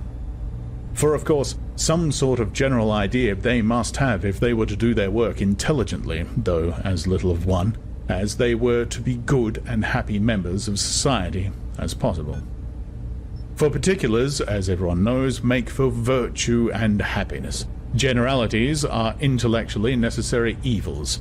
Not philosophers, but fret-sawyers and stamp collectors compose the backbone of society. Tomorrow, he would add, smiling at them with a slightly menacing geniality, you'll be settling down to serious work. You won't have time for generalities. Meanwhile, it was a privilege. Straight from the horse's mouth into the notebook, the boys scribbled like mad. Tall and rather thin, but upright, the director advanced into the room. He had a long chin and big, rather prominent teeth, just covered, when he was not talking, by his full, floridly curved lips. Old, young, 30, 50, 55, it was hard to say, and anyhow the question didn't arise. In this year of stability, AF 632, it didn't occur to you to ask it. I shall begin at the beginning, said the DHC, and the more zealous students recorded his intention in their notebooks. Begin at the beginning. These, he waved his hand, are the incubators. And opening an insulated door, he showed them racks upon racks of numbered test tubes. The weak supply of overkept, he explained, at blood heat, whereas the male gametes, and here he opened another door, they have to be kept at 35 instead of 37, full blood heat sterilizers. Rams wrapped in thermogene beget no lambs. Still leaning against the incubators, he gave them, while the pencils scurried illegibly across the pages, a brief description of the modern fertilizing process. Spoke first, of course, of its surgical introduction. The operation undergone voluntarily for the good of society, not to mention the fact that it carries a bonus amounting to 6 months' salary. Continued with some account of the technique for preserving the excised ovary alive and actively developing, passed on to a consideration of optimum temperature, salinity, viscosity, referred to the liquor in which the detached and ripened eggs were kept, and, leading his charges to the work tables, actually showed them how this liquor was drawn off from the test tubes, how it was let out drop by drop onto the specially warmed slides of the microscopes, how the eggs which it contained were inspected for abnormalities, counted and transferred to a porous receptacle, how, and he now took them to watch the operation, this receptacle was immersed in a warm bouillon containing free-swimming spermatozoa at a minimum concentration of 100,000 per cubic centimeter, he insisted, and how, after 10 minutes, the container was lifted out of the liquid and its contents re-examined, how, if any of the eggs remained unfertilized, it was again immersed, and if necessary, yet again. How the fertilized ova went back to the incubators, where the alphas and betas remained until definitely bottled, while the gammas, deltas, and epsilons were brought out again after only 36 hours to undergo Buchanovsky's process. Buchanovsky's process, repeated the director, and the students underlined the words in their little notebooks.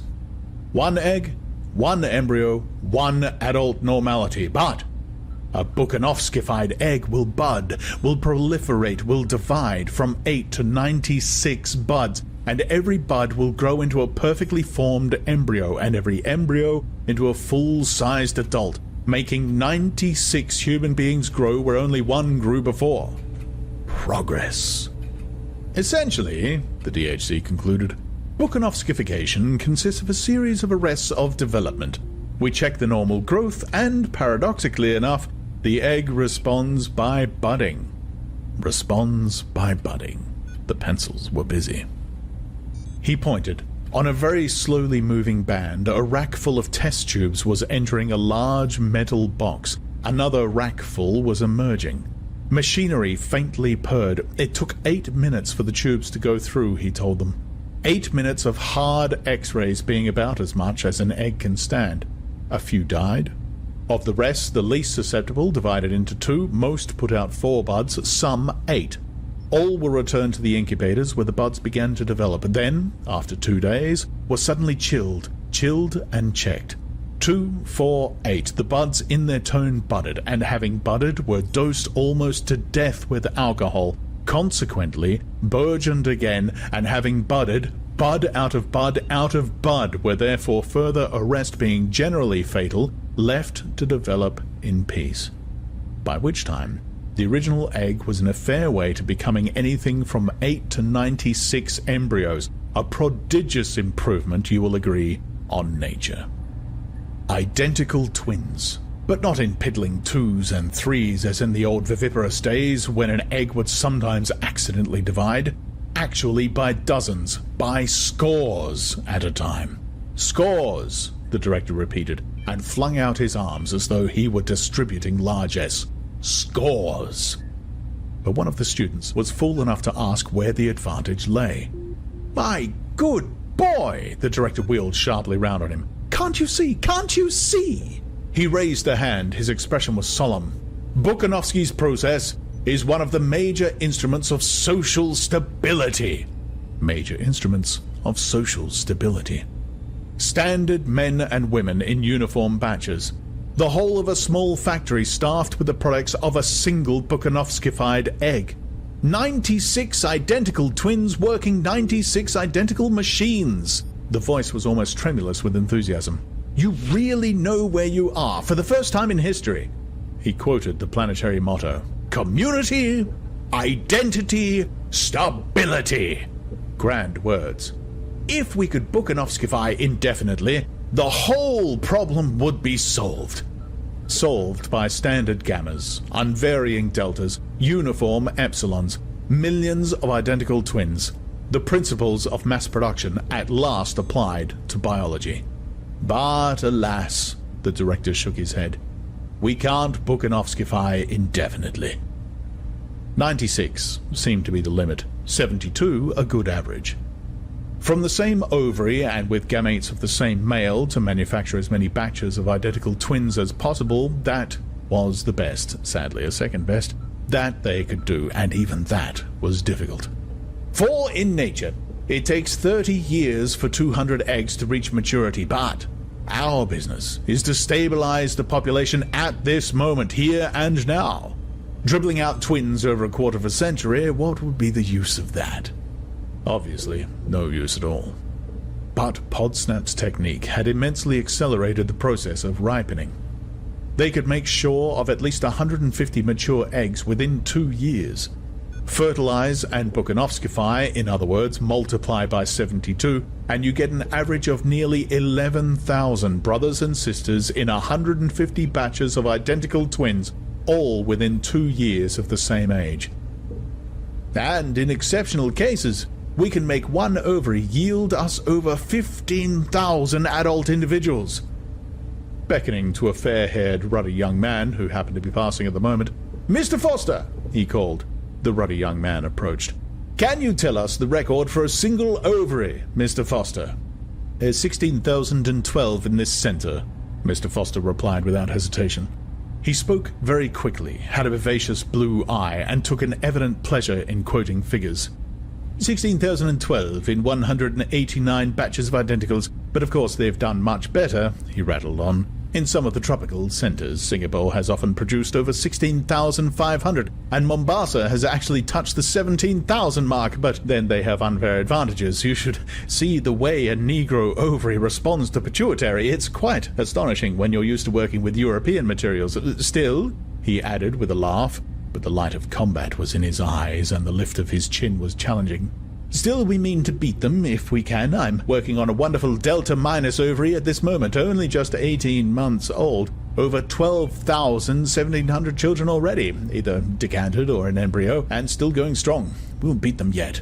That's the spirit I like. cried the director, and clapped Mr. Foster on the shoulder. "Come along with us and give these boys the benefit of your expert knowledge." Mr. Foster smiled modestly. With pleasure. They went.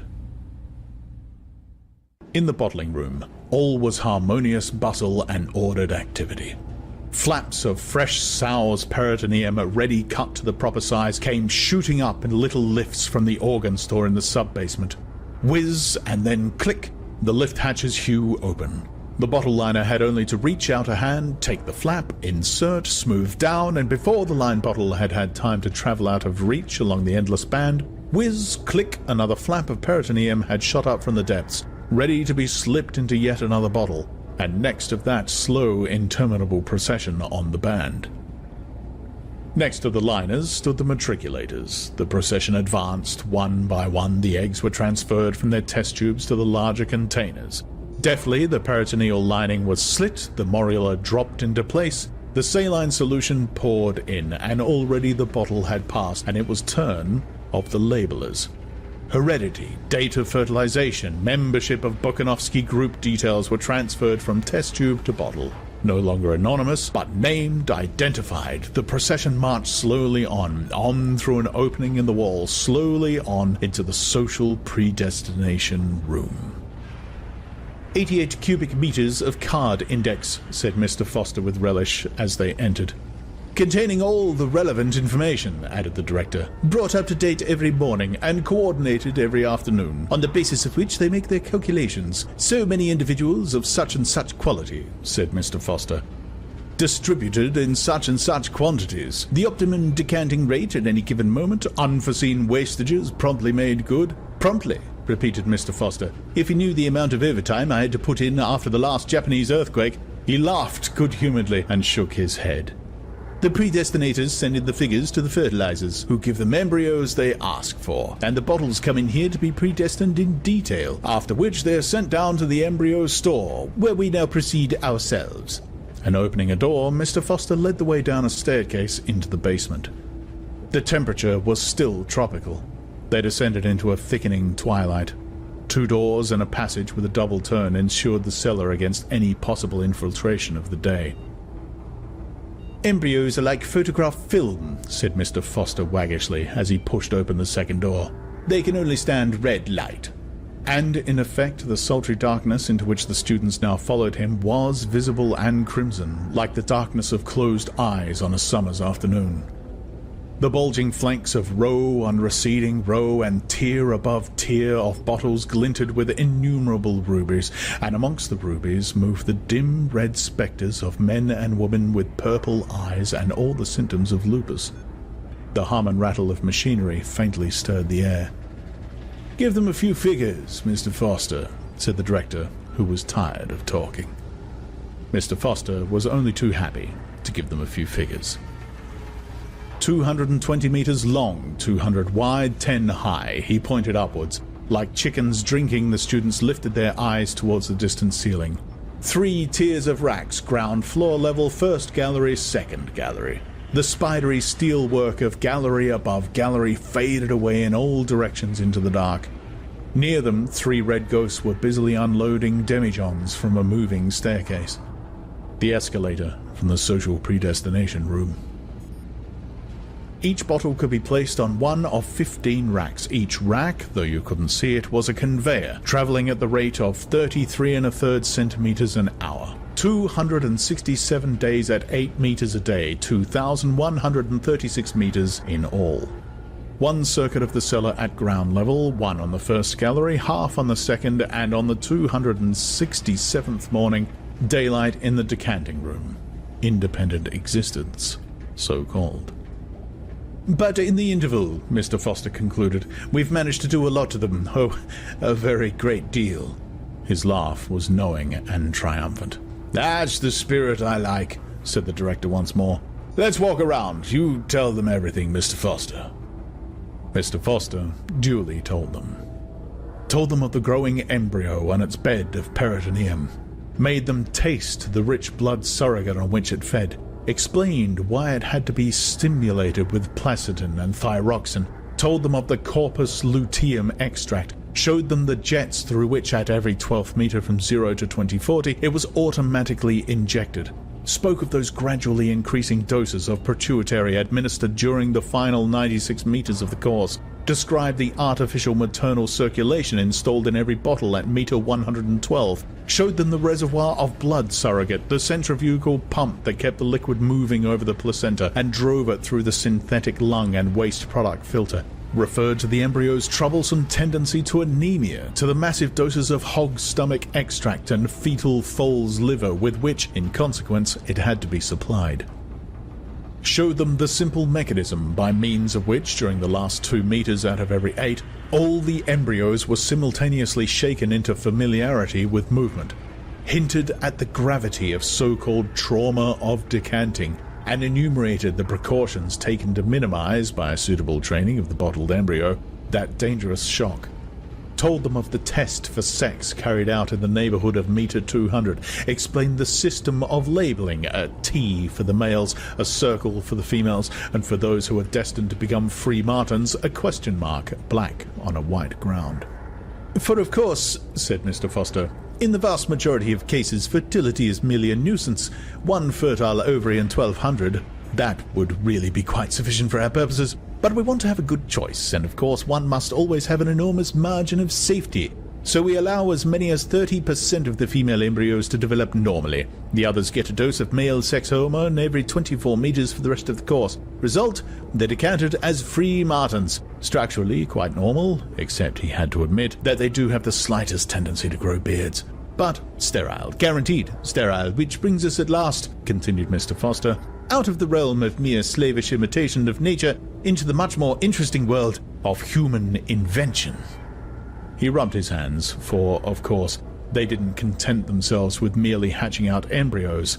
Any cow could do that. We also predestine and condition. We decant our babies as socialized human beings, as alphas or epsilons, as future sewer workers or future... he was going to say future world controllers, but corrected himself and said future directors of hatcheries instead. The DHC acknowledged the compliment with a smile.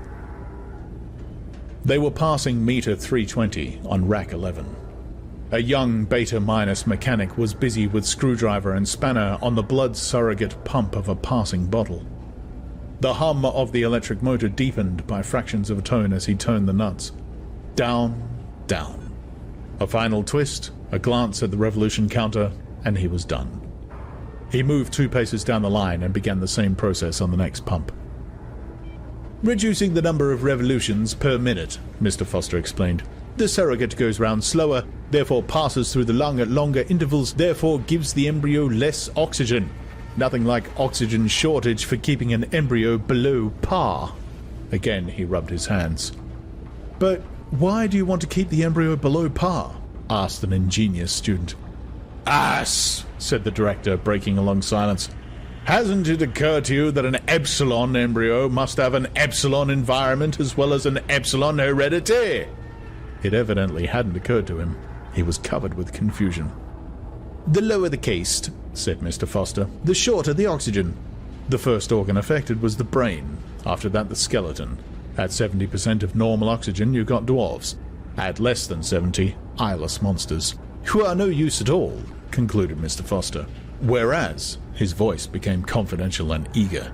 If they could discover a technique for shortening the period of maturation, what a triumph, what a benefaction to society!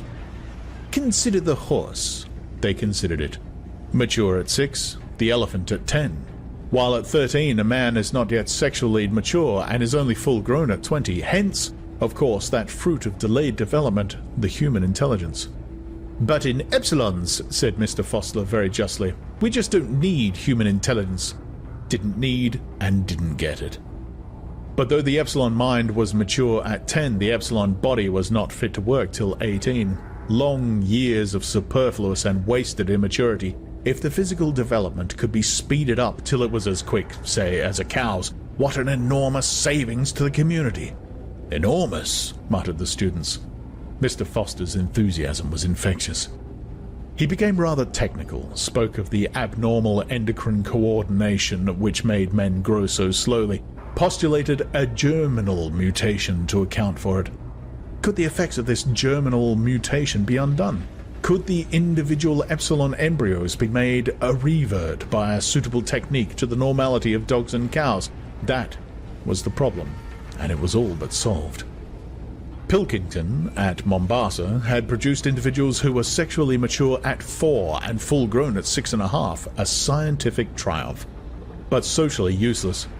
6-year-old men and women were too stupid to do even epsilon work, and the process was an all-or-nothing one. Either you failed to modify at all, or else you modified the whole way. They were still trying to find the ideal compromise between adults of 20 and adults of 6. So far, without success, Mr. Foster sighed and shook his head. Their wanderings through the crimson twilight had brought them to the neighborhood of meter 170 on Rack 9. From this point onwards, Rack 9 was enclosed, and the bottle performed the remainder of their journey in a kind of tunnel, interrupted here and there by openings 2 or 3 meters wide. "Heat conditioning," said Mr. Foster. Hot tunnels alternated with cool tunnels. Coolness was wedded to discomfort in the form of hard X-rays. By the time they were decanted, the embryos had a horror of cold. They were predestined to emigrate to the tropics, to be miner and acetate silk spinners and steel workers. Later on, their minds would be made to endorse the judgment of their bodies. "We condition them to thrive on heat," concluded Mr. Foster. "Our colleagues upstairs will teach them to love it." "And that," put in the director sententiously, "that is the secret of happiness and virtue liking what you've got to do. All conditioning aims at that, making people like their inescapable social destiny." In a gap between 2 tunnels, a nurse was delicately probing with a long, fine syringe into the gelatinous contents of a passing bottle. The student and their guide stood watching her for a few moments in silence. "Well, Lenina," said Mr. Foster when at last she withdrew the syringe and straightened herself up. The girl turned with a start. One could see that, for all the lupus and the purple eyes, she was uncommonly pretty. "Henry!" Her smile flashed redly at him, a row of coral teeth. "Charming, charming," murmured the director, and, giving her 2 or 3 little pats, received in exchange a rather deferential smile for himself. "What are you giving them?" asked Mr. Foster, making his tone very professional. "Oh, the usual typhoid and sleeping sickness. Tropical workers start being inoculated at meter 150, Mr. Foster explained to the students. "The embryos still have gills. We immunize the fish against the future man's diseases." Then, turning back to Lelina, 10 to 5 on the roof this afternoon, he said, "as usual." "Charming," said the director once more, and with a final pat, moved away after the others. On Rack 10, rows of Next Generation's chemical workers were being trained in the toleration of lead, caustic soda, tar, and chlorine. The first of a batch of 250 embryonic rocket plane engineers was just passing the 1100-meter mark on Rack 3. A special mechanism kept their containers in constant rotation.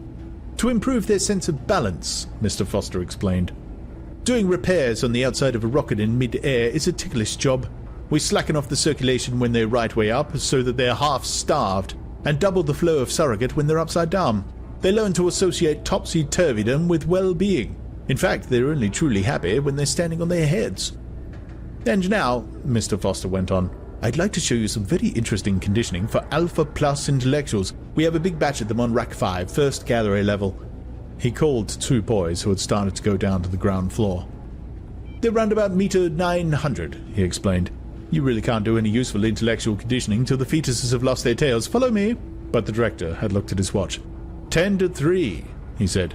"No time for the intellectual embryos, I'm afraid. We must go up to the nurseries before the children have finished their afternoon sleep." Mr. Foster was disappointed. "At least one glance in the decanting room," he pleaded. "Very well, then," the director smiled indulgently. "Just one glance."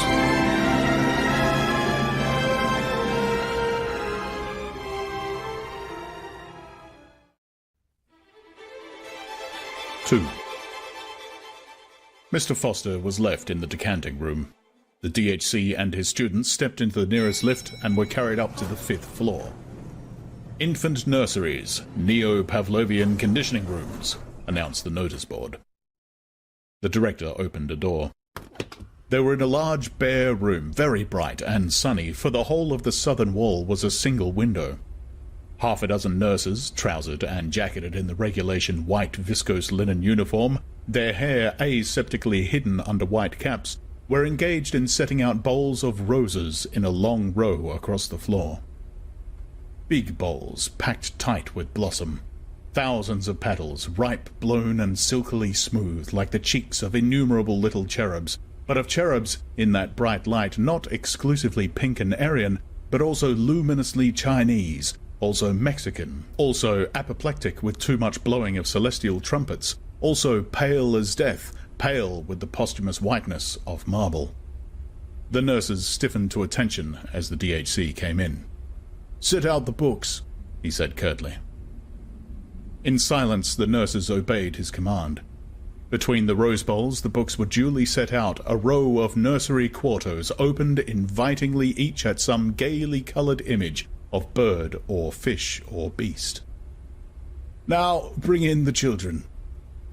They hurried out of the room, and returned in a minute or two, each pushing a kind of tall dumbwaiter laden, on all its 4 wire-netted shelves, with 8-month-old babies, all exactly alike, a Bukhanovsky group, it was evident, and all, since their caste was Delta, dressed in khaki. "Put them on the floor." The infants were unloaded. "Now turn them so that they can see the flowers and books." Turned, the babies at once fell silent, then began to crawl towards those clusters of sleek colours, those shapes so gay and brilliant on the white pages. As they approached, the sun came out of a momentary eclipse behind a cloud. The roses flamed up as though with a sudden passion from within. A new and profound significance seemed to suffuse the shining pages of the books. From the ranks of the crawling babies came little squeals of excitement, gurgles and twitterings of pleasure. The director rubbed his hands. "Excellent," he said. "It might almost have been done on purpose." The swiftest crawlers were already at their goal. Small hands reached out uncertainly, touched, grasped, unpetaling the transfigured roses, crumpling the illuminated pages of the books. The director waited until all were happily busy. Then, "Watch carefully," he said, and lifting his hand, he gave the signal. The head nurse, who was standing by a switchboard at the other end of the room, pressed down a little lever. There was a violent explosion. Shriller and ever shriller a siren shrieked. Alarm bells maddeningly sounded. The children started, screamed, their faces were distorted with terror. "And now," the director shouted, for the noise was deafening, "now we proceed to rub in the lesson with a mild electric shock." He waved his hand again, and the head nurse pressed the second lever. The screaming of the babies suddenly changed its tone. There was something desperate, almost insane, about the sharp, spasmodic yelps to which they now gave utterance.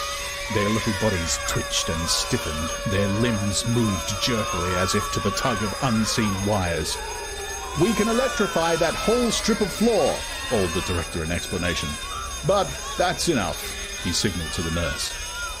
The explosions ceased. The bells stopped ringing. The shriek of the siren died down from tone to tone into silence. The stiffly twitching bodies relaxed, and what had become the sob and yelp of infant maniacs broadened out once more into a normal howl of ordinary terror. "Offer them the flowers and the books again."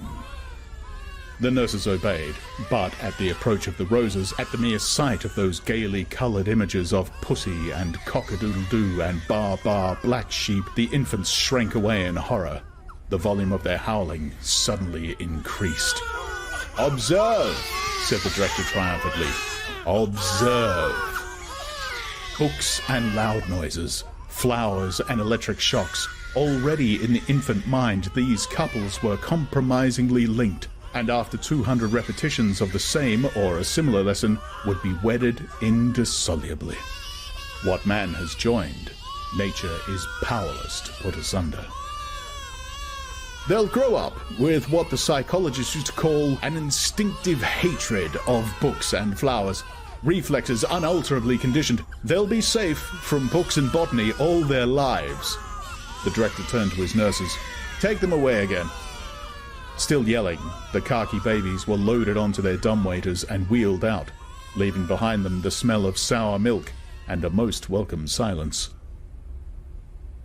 One of the students held up his hand, and though he could see quite well why you couldn't have lower caste people wasting the community's time over books, and that there were always the risk of their reading something which might undesirably decondition one of their reflexes, yet, well, he couldn't quite understand about the flowers. Why go to the trouble of making it psychologically impossible for deltas to like flowers?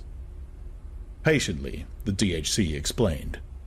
If the children were made to scream at the sight of a rose, that was on grounds of high economic policy. Not so very long ago, a century or thereabouts, gammas, deltas, even epsilons had been conditioned to like flowers, flowers in particular, and wild nature in general. The idea was to make them want to be going out into the country at every available opportunity, and so compel them to consume transport. And didn't they consume transport? Asked the student. Quite a lot, the DHC replied, but nothing else. Primroses and landscapes, he pointed out, have one grave deficit. They are gratuitous. A love of nature keeps no factories busy. It was decided to abolish the love of nature, at any rate amongst the lower classes, to abolish the love of nature but not the tendency to consume transport. For, of course, it was essential that they should keep on going to the country even though they hated it.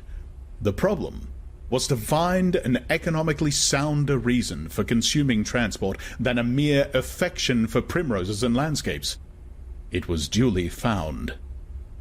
We condition the masses to hate the country, concluded the director, but simultaneously we condition them to love all country sports. At the same time, we see to it that all country sports shall entail the use of elaborate apparatus so that they consume manufactured articles as well as transport. Hence those electric shocks. I see, said the student, and was silent, lost in admiration. There was a silence. Then, clearing his throat, once upon a time, the director began, while our Ford was still on Earth, there was a little boy called Reuben Rabinovich. Reuben was the child of Polish-speaking parents. The director interrupted himself. You know what Polish is, I suppose? A dead language, like French and German, added another student, officiously showing off his learning. And parent? Questioned the DHC. There was an uneasy silence. Several of the boys blushed. They had not yet learned to draw the significant but often very fine distinction between smut and pure science. One, at last, had the courage to raise a hand. Human beings used to be... He hesitated. The blood rushed to his cheeks. Well, they used to be viviparous. Quite right, the director nodded approvingly. And when the babies were decanted, born, came the correction. Well, then they were the parents. I mean, not the babies, of course. The other ones... The poor boy was overwhelmed with confusion. In brief, the director summed up, the parents were the father and the mother. The smut that was really science fell with a crash into the boy's ear, avoiding silence. Mother, he repeated, loudly rubbing in the science and leaning back in his chair. These, he said gravely, are unpleasant facts, I know it, but then most historical facts are unpleasant.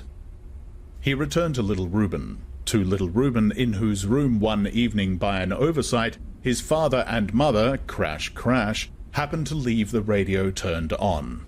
For you must remember that in those days of gross viviparous reproduction, children were always brought up by their parents, and not in the state conditioning centres.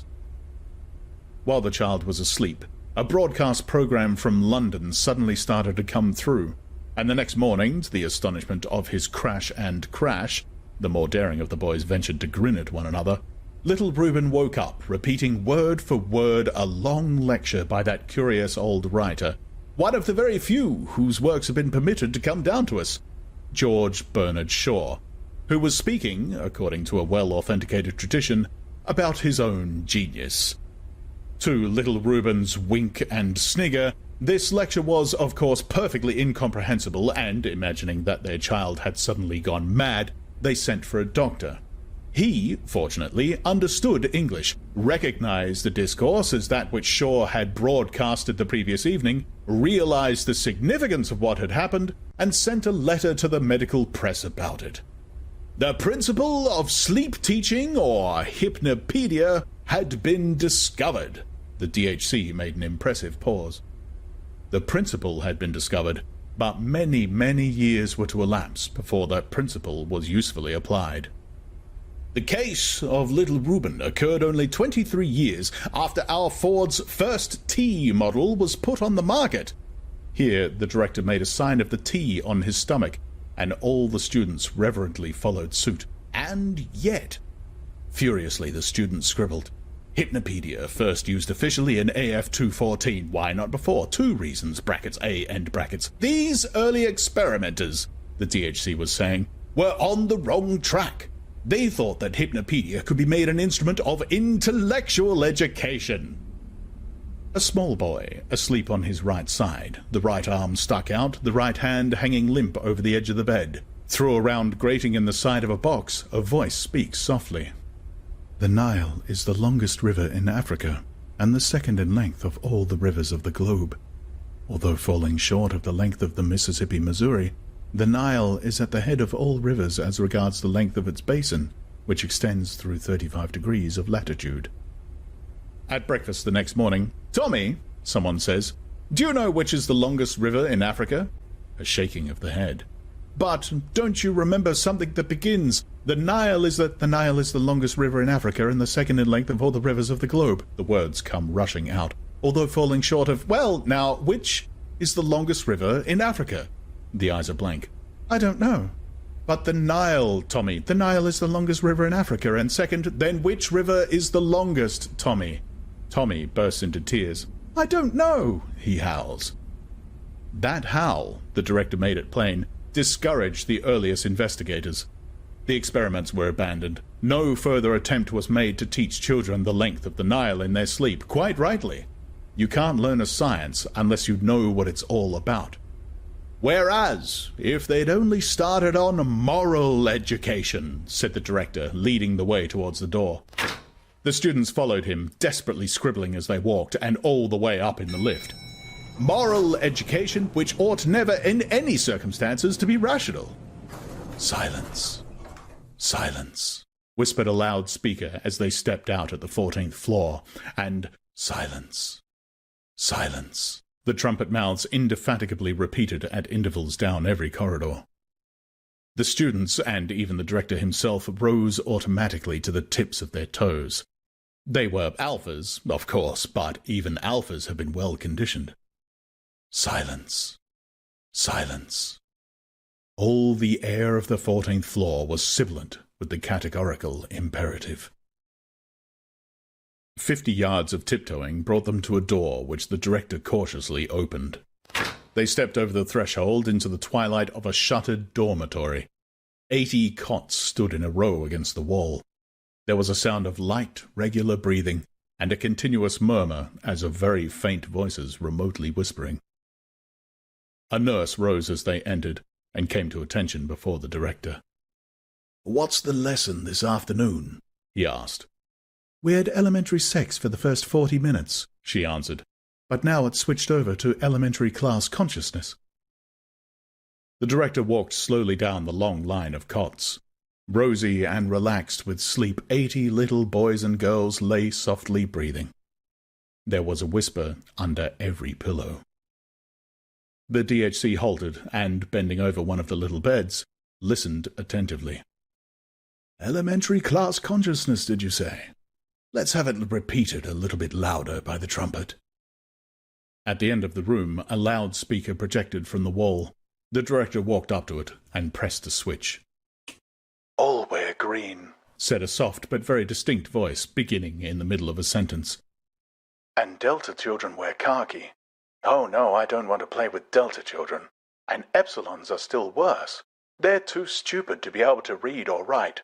Besides, they wear black, which is such a beastly color. I'm so glad I'm a Beta." There was a pause, then the voice began again. "Alpha children wear grey. They work much harder than we do because they're so frightfully clever. I'm really awfully glad I'm a beta because I don't work so hard. And then we are much better than the gammas and deltas. Gammas are stupid. They all wear green. And delta children wear khaki. Oh no, I don't want to play with delta children. And epsilons are still worse. They're too stupid to be able... The director pushed back the switch. The voice was silent. Only its thin ghost continued to mutter from beneath the 80 pillows. They'll have that repeated 40 or 50 times more before they wake, then again on Thursday and again on Saturday. 120 times, 3 times a week for 30 months, after which they go on to a more advanced lesson. Roses and electric shocks, the khakis of deltas, and a whiff of asafoetida, welded indissolubly before the child can speak. But wordless conditioning is crude and wholesale, cannot bring home the finer distinctions, cannot inculcate the more complex courses of behavior. For that there must be words, but words without reason. In brief, hypnopedia. The greatest moralizing and socializing force of all time. The students took it down in their little books, straight from the horse's mouth. Once more the director touched the switch. So frightfully clever, the soft, insinuating, indefatigable voice was saying. I'm really awfully glad I'm a beta because... Not so much like drops of water, though water, it is true, can wear holes in the hardest granite. Rather, drops of liquid sealing wax. Drops that adhere, encrust, incorporate themselves with what they fall on, till finally the rock is all one scarlet blob. Till at last the child's mind is these suggestions, and the sum of the suggestions is the child's mind, and not the child's mind only. The adult's mind, too, all his life long. The mind that judges and desires and decides, made up of these suggestions. But all these suggestions are our suggestions, the director almost shouted in his triumph. Suggestions from the state! He banged the nearest table. It therefore follows. A noise made him turn round. Oh, Ford, he said in another tone. I've gone and woken the children.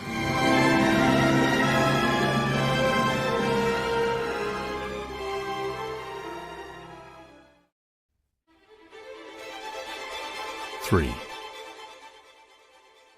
Outside in the garden, it was playtime. Naked in the warm June sunshine, 600 or 700 little boys and girls were running with shrill yells over the lawns, or playing ball games, or squatting silently in 2s and 3s amongst the flowering shrubs. The roses were in bloom. 2 nightingales soliloquized in the boscage.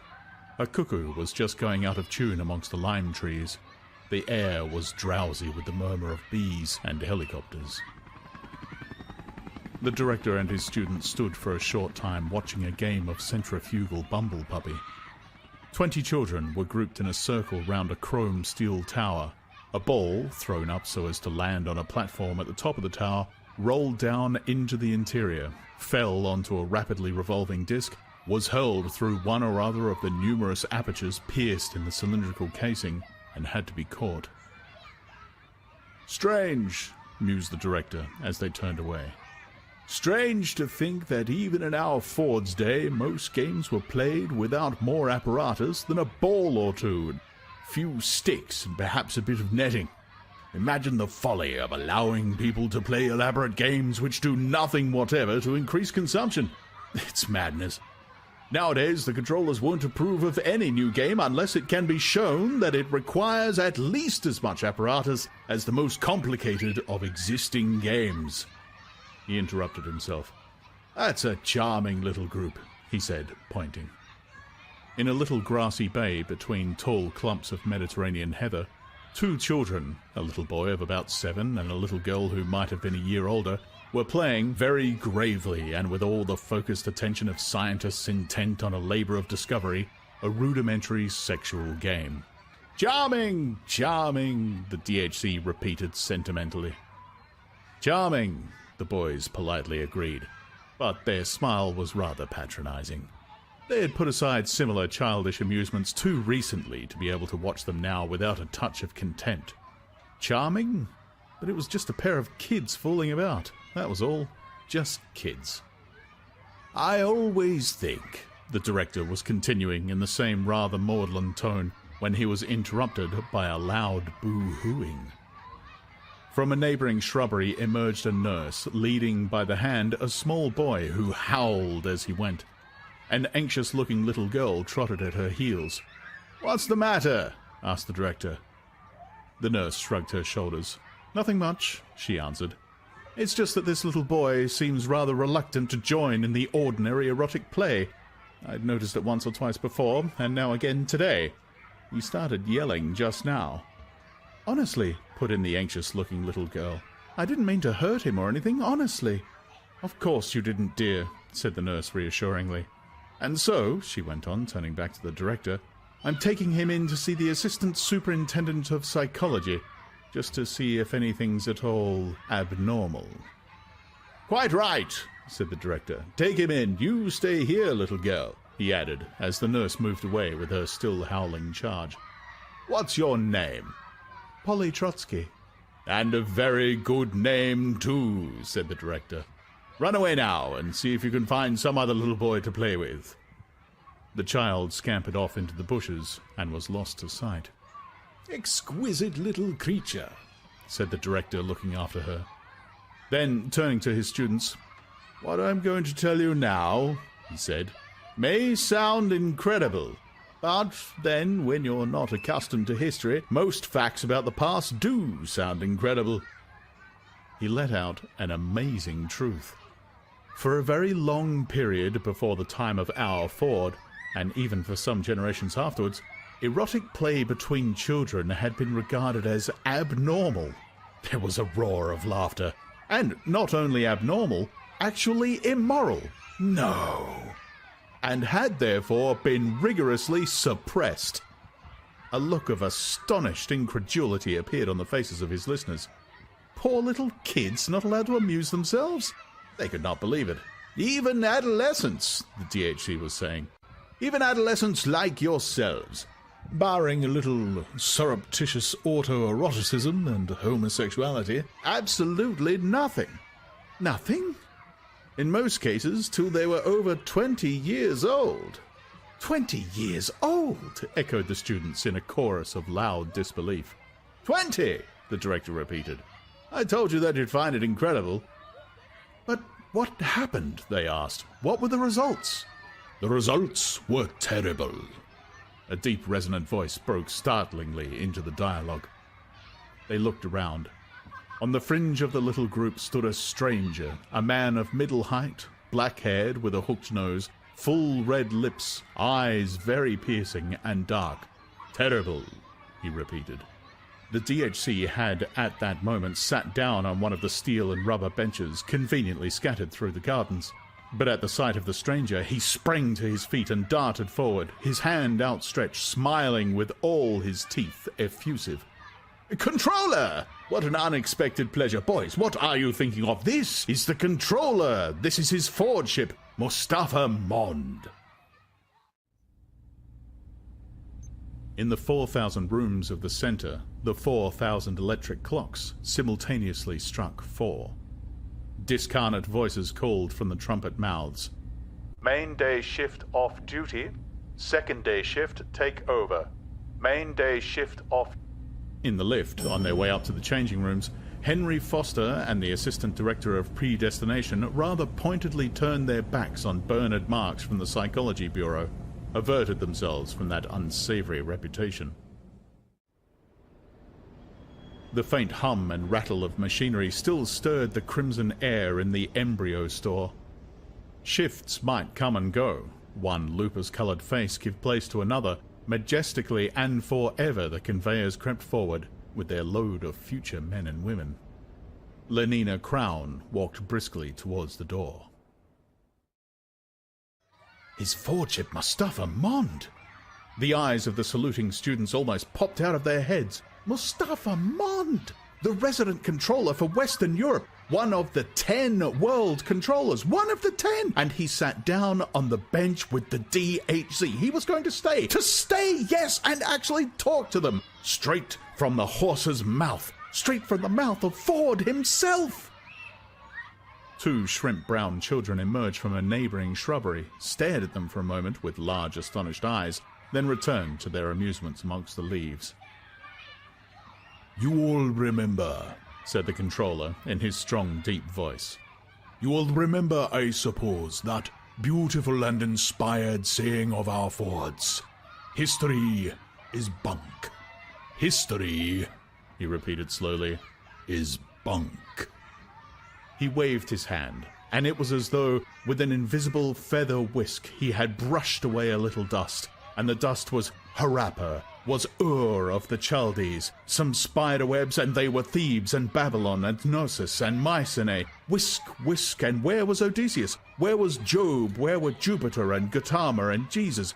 Whisk, and those specks of antique dirt called Athens and Rome, Jerusalem and the Middle Kingdom, all were gone.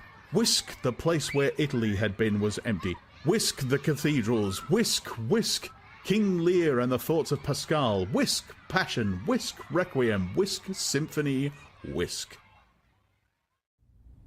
"Going to the Fearleys this evening, Henry?" inquired the assistant predestinator. "I hear the new one of the Alhambra is first rate. There's a love scene on a bearskin rug. They say it's marvellous. Every hair of the bear reproduced. The most amazing tactual effects." "Well, that's why you're taught no history," the controller was saying. "But now the time has come." The DHC looked at him nervously. There were those strange rumors of old forbidden books hidden in a safe in the controller's study. Bibles, poetry, Ford knew what. Mustafa Mond intercepted his anxious glance, and the corners of his red lips twitched ironically.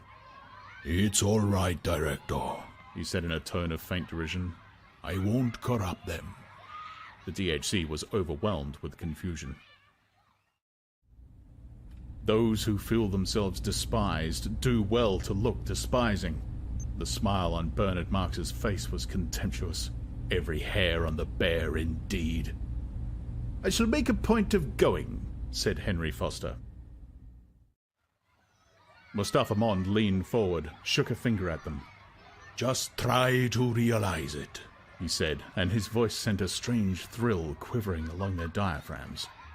"Try to realize what it was like to have a viviparous mother." That smutty word again. But none of them dreamed, this time, of smiling. "Try to imagine what living with one's family meant." They tried, but obviously without the smallest success. "And do you know what a home was?" They shook their heads.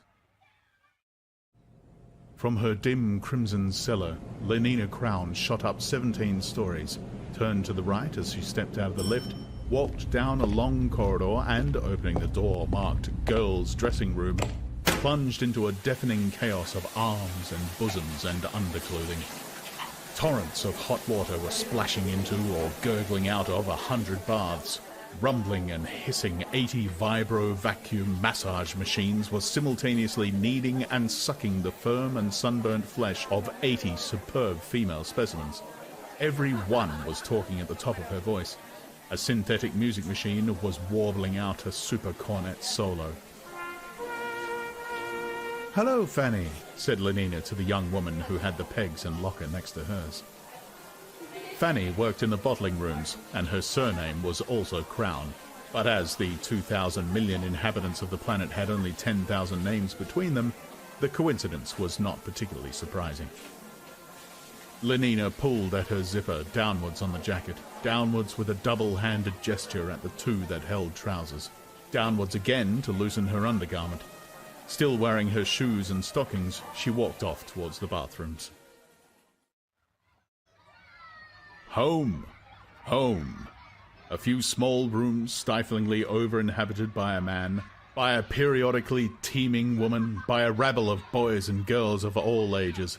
No air, no space, an under-sterilized prison, darkness, disease, and smells. The controller's evocation was so vivid that one of the boys, more sensitive than the rest, turned pale at the mere description and was on the point of being sick. Lenina got out of the bath, toweled herself dry, took hold of a long, flexible tube plugged into the wall, presented the nozzle to her breast as though she meant to commit suicide, pressed down the trigger. A blast of warmed air dusted her with the finest talcum powder. 8 different scents and eau de cologne were laid on in little taps over the wash basin. She turned on the third from the left, dabbed herself with a chypre, and, carrying her shoes and stockings in her hand, went out to see if one of the vibro vacuum machines were free. And home was as squalid psychically as physically. Psychically, it was a rabbit hole, a midden, hot with the frictions of tightly packed life, reeking with emotion. What suffocating intimacies, what dangerous, insane, obscene relationships between the members of the family group. Maniacally, the mother brooded over her children, brooded over them like a cat over its kittens, but a cat that could talk, a cat that could say, my baby, over and over again, my baby, and oh, at my breast, the little hands, the hunger, and that unspeakable agonizing pleasure, till at last my baby sleeps with a bubble of white milk at the corner of his mouth, my little baby sleeps. Yes, said Mustafa Mond, nodding his head, you may well shudder. Who are you going out with tonight? Lenina asked, returning from the vibrovac like a pearl illuminated from within, pinkly glowing. Nobody. Lenina raised her eyebrows in astonishment. I've been feeling rather out of sorts lately, Fanny explained. Dr. Wells advised me to have a pregnancy substitute. But my dear, you're only 19. The first pregnancy substitute isn't compulsory till 21. I know, dear, but some people are better if they begin earlier. Dr. Wells told me that brunettes with wide pelvises, like me, ought to have their first pregnancy substitute at 17, so really I'm 2 years late, not 2 years early. She opened the door of her locker and pointed to the rows of boxes and labeled files on the upper shelf.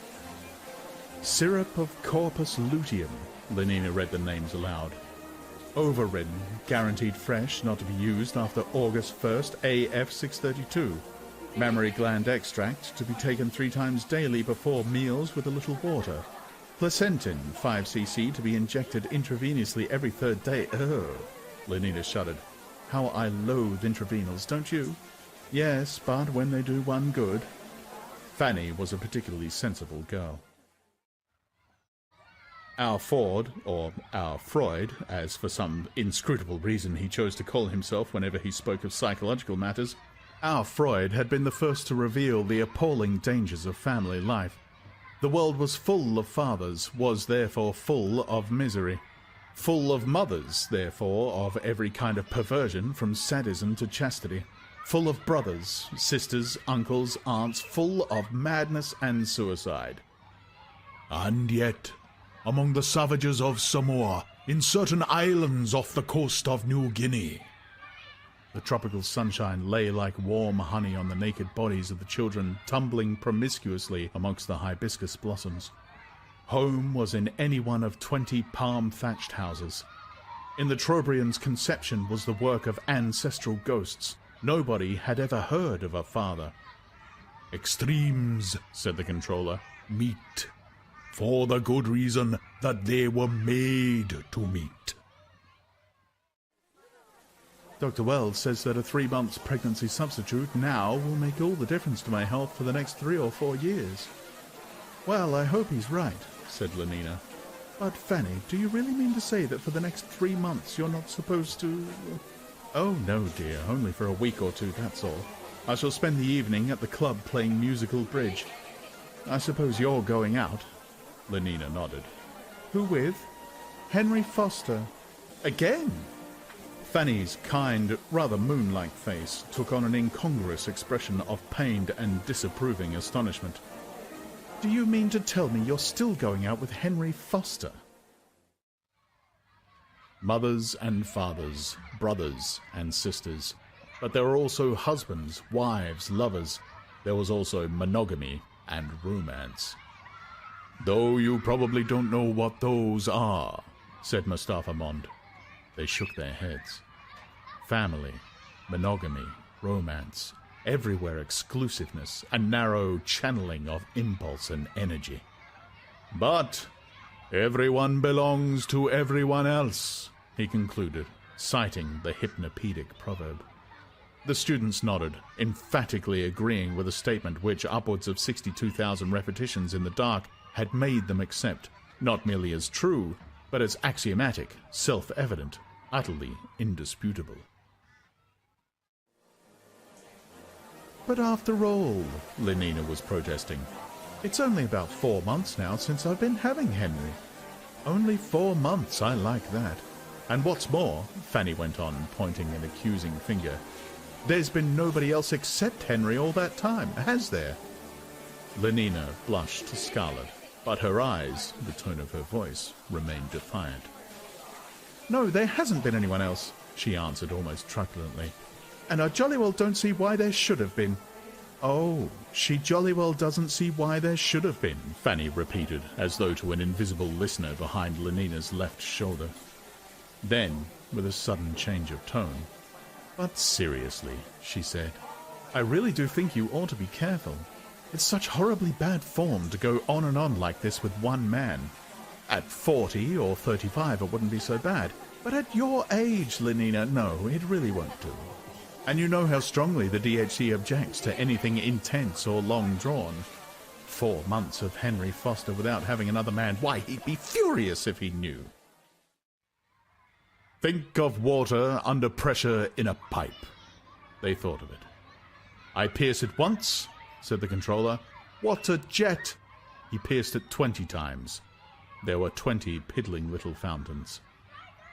My baby, mother. The madness is infectious.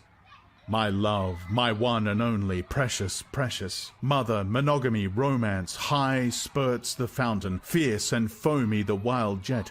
The urge has but a single outlet. My love, my baby.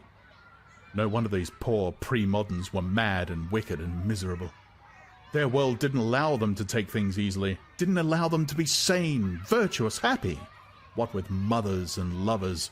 What with the prohibitions they were not conditioned to obey? What with the temptations and the lonely remorses? What with all the diseases and the endless isolating pain? What with the uncertainties and the poverty they were forced to feel strongly?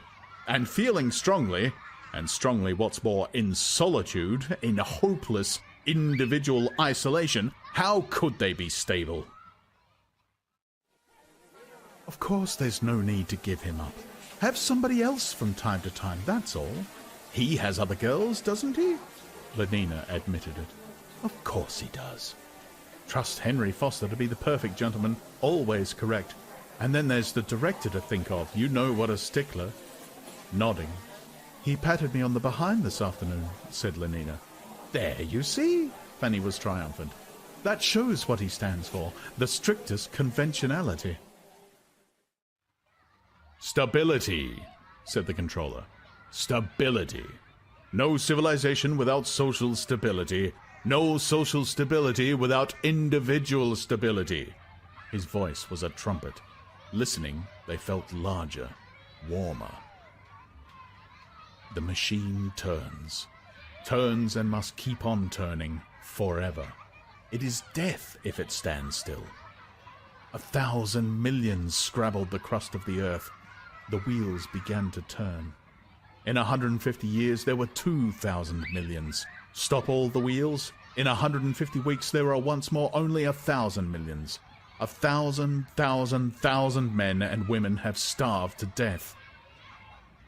Wheels must turn steadily, but cannot turn untended. There must be men to tend them. Men as steady as the wheels upon their axles, sane men, obedient men, stable in contentment. Crying, my baby, my mother, my only love, groaning, my sin, my terrible God, screaming with pain, with fever, bemoaning old age and poverty, how can they tend the wheels? And if they cannot tend the wheels, the corpses of 1,000 men and women would be hard to bury or burn. And after all, Fanny's tone was coaxing. It's not as though there were anything painful or disagreeable about having 1 or 2 men besides Henry. And seeing that, You ought to be a little more promiscuous. Stability, insisted the controller. Stability. The primal and the ultimate need. Stability. Hence all this. With a wave of his hand, he indicated the gardens, the huge building of the conditioning center, the naked children furtive in the undergrowth or running across the lawns.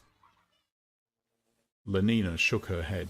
Somehow, she mused, I hadn't been feeling very keen on promiscuity lately. There are times when one doesn't. Haven't you found that too, Fanny? Fanny nodded her sympathy and understanding. But one's got to make the effort, she said sententiously. One's got to play the game. After all, everyone belongs to everyone else. Yes, everyone belongs to everyone else, Lenina repeated slowly, and sighing was silent for a moment. Then, taking Fanny's hand, gave it a little squeeze. You're quite right, Fanny, as usual. I'll make the effort. Impulse, arrested, spills over. And the flood is feeling. The flood is passion. The flood is even madness. It depends on the force of the current, the height and strength of the barrier. The unchecked stream flows smoothly down its appointed channels into a calm well-being. The embryo is hungry day in, day out. The blood surrogate pump unceasingly turns its 800 revolutions a minute. The decanted infant howls at once. A nurse appears with a bottle of external secretion. Feeling lurks in that interval of time between desire and its consummation. Shorten that interval, break down all those old unnecessary barriers. Fortunate boys, said the controller. No pains have been spared to make your lives emotionally easy, to preserve you, so far as that is possible, from having emotions at all. Ford's in his flivver, murmured the DHC. All's well with the world. Lenina Crown, said Henry Foster, echoing the assistant predestinator's question as he zipped up his trousers. Oh, she's a splendid girl, wonderfully pneumatic. I'm surprised you haven't had her. I can't think how it is I haven't, said the assistant predestinator. I certainly will, at the first opportunity. From his place on the opposite side of the changing room aisle, Bernard Marks overheard what they were saying and turned pale. And to tell the truth, said Lenina, I'm beginning to get just a tiny bit bored with nothing but Henry every day. She pulled on her left stocking.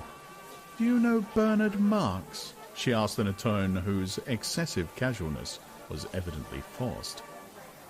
Fanny looked startled. You don't mean to say... Why not? Bernard's an Alpha Plus. Besides, he asked me to go on one of the Savage reservations with him. I've always wanted to see a Savage reservation.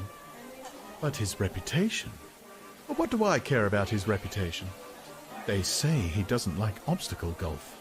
They say, mocked Lenina. And that he spends most of his time by himself. Alone. There was horror in Fanny's voice. Well, he won't be alone when he's with me. And anyway, why are people so beastly to him? I think he's rather sweet. She smiled to herself. How absurdly shy she had been. Frightened, almost as though she were a world controller and he a Gamma-minus machine minder. Consider your own lives, said Mustafa Mond. Have any of you ever encountered an insurmountable obstacle? The question was answered by a negative silence. Has any of you been compelled to live through a long time interval between the consciousness of a desire and its fulfillment? Well, began one of the boys and hesitated. Speak up, said the DHC. Don't keep his Fordship waiting. I once had to wait nearly 4 weeks before a girl I wanted would let me have her. And you felt a strong emotion in consequence? Horrible. Horrible, precisely, said the controller. Our ancestors were so stupid and short-sighted that when the first reformers came along and offered to deliver them from those horrible emotions, they wouldn't have anything to do with them.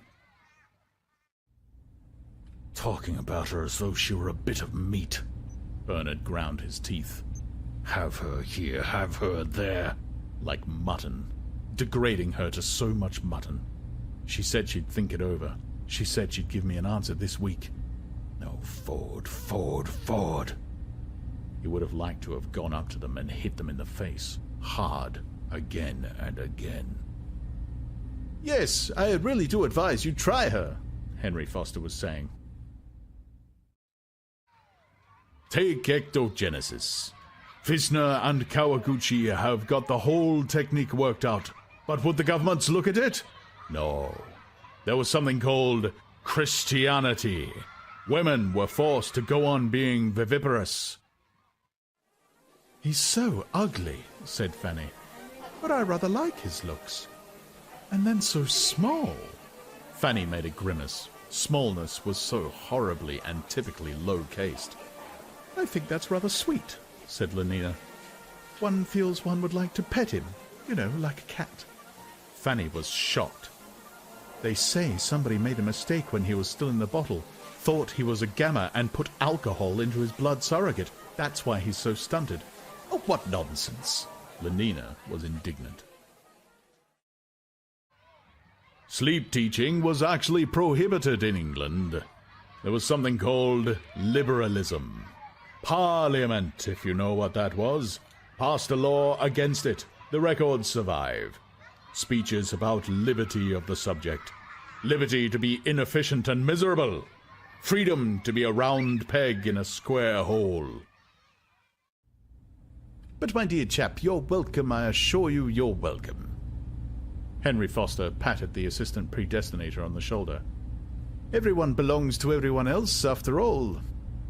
100 repetitions 3 nights a week for 4 years, thought Bernard Marx, who was a specialist on Hypnopedia. 62,400 repetitions make one truth. Idiots. Or the caste system, constantly proposed, constantly rejected. There was something called democracy, as though men were more than physiochemically equal. Well, all I can say is that I'm going to accept his invitation. Bernard hated them. Hated them. But they were two. They were large. They were strong. The 9 Years' War began in AF 141. Not even if it were true about the alcohol in his blood surrogate. Phosgene, chlorocyprin, ethyl iodacetate, diaphenylcyanine, trichemomethyl, chloroformate, dichlorethyl sulfide, not to mention hydrocyanic acid. Which I simply don't believe, Lenina concluded. The noise of 14,000 aeroplanes advancing in open order. But in the Kurfürsten Dam and the 8th arrondissement, the explosion of the anthrax bombs is hardly louder than the popping of a paper bag. Because I do want to see a savage reservation. CH3C6H2NO2 plus HgCNO2 equals, well, what? An enormous hole in the ground. A pile of masonry. Some bits of flesh and mucus. A foot with the boot still on it, flying through the air and landing in the middle of the geraniums, the scarlet ones. Such a splendid show that summer. Oh, you're hopeless, Lenina. I give you up. The Russian technique for infecting water supplies was particularly ingenious. Back to back, Fanny and Lenina continued their changing in silence. The 9 Years' War, the great economic collapse. There was a choice between world control and destruction, between stability and... Fanny Crown's a nice girl too, said the assistant predestinator. In the nurseries, the elementary class consciousness lesson was over. The voices were adapting future demand to future industrial supply. I do love flying, they whispered. I do love flying. I do love having new clothes. I do love... Liberalism, of course, was dead of anthrax, but all the same you couldn't do things by force. Not nearly so pneumatic as Lenina. Oh, not nearly. But old clothes are beastly, continued the untiring whisper. We always throw away old clothes. Ending is better than mending. Ending is better than mending. Ending is better. Government's an affair of sitting, not hitting. You rule with the brains and the buttocks, never with the fists. For example, there was a conscription of consumption. There, I'm ready, said Lenina, but Fanny remained speechless and averted. Oh, let's make peace, Fanny, darling. Every man, woman, and child compelled to consume so much a year, in the interest of industry, the sole result. Ending is better than mending. The more stitches, the less riches. The more stitches. One of these days, said Fanny with dismal emphasis, you'll get into trouble. Conscientious objection on an enormous scale. Anything not to consume. Back to nature. I do love flying. I do love flying. Back to culture. Yes, actually to culture. You can't consume much if you sit still and read books. Do I look all right? Lenina asked. Her jacket was made of bottle green acetate cloth with green viscous fur at the cuffs and collar. 800 simple lifers were mowed down by machine guns at Golders Green. Ending is better than mending. Ending is better than mending. Green corduroy shorts and white viscous woolen stockings turned down below the knee.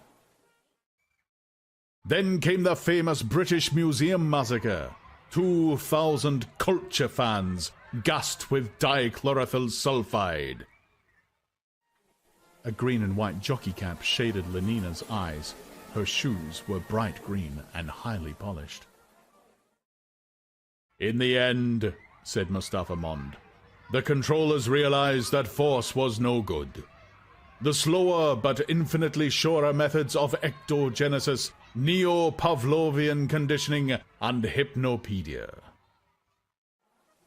And round her waist she wore a silver-mounted green Morocco surrogate cartridge belt, bulging, for Lenina was not a Freemartin, with the regulation supply of contraceptives.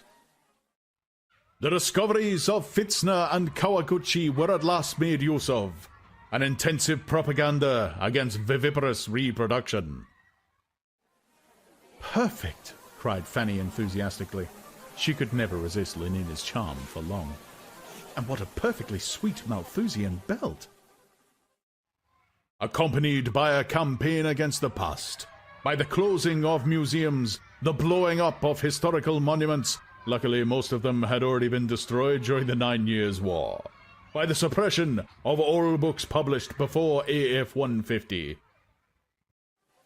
I simply must get one like it, said Fanny. There were some things called the pyramids, for example. My old black patent bandolier. And a man called Shakespeare. You've never heard of them, of course. It's an absolute disgrace, that bandolier of mine. Such are the advantages of a really scientific education. The more stitches, the less riches. The more stitches, the less. The introduction of our Ford's first T model. I've had it nearly 3 months. Chosen as the opening date of the new era. Ending is better than mending. Ending is better. There was a thing, as I've said before, called Christianity. Ending is better than mending. The ethics and philosophy of underconsumption. I love new clothes. I love new clothes. I love.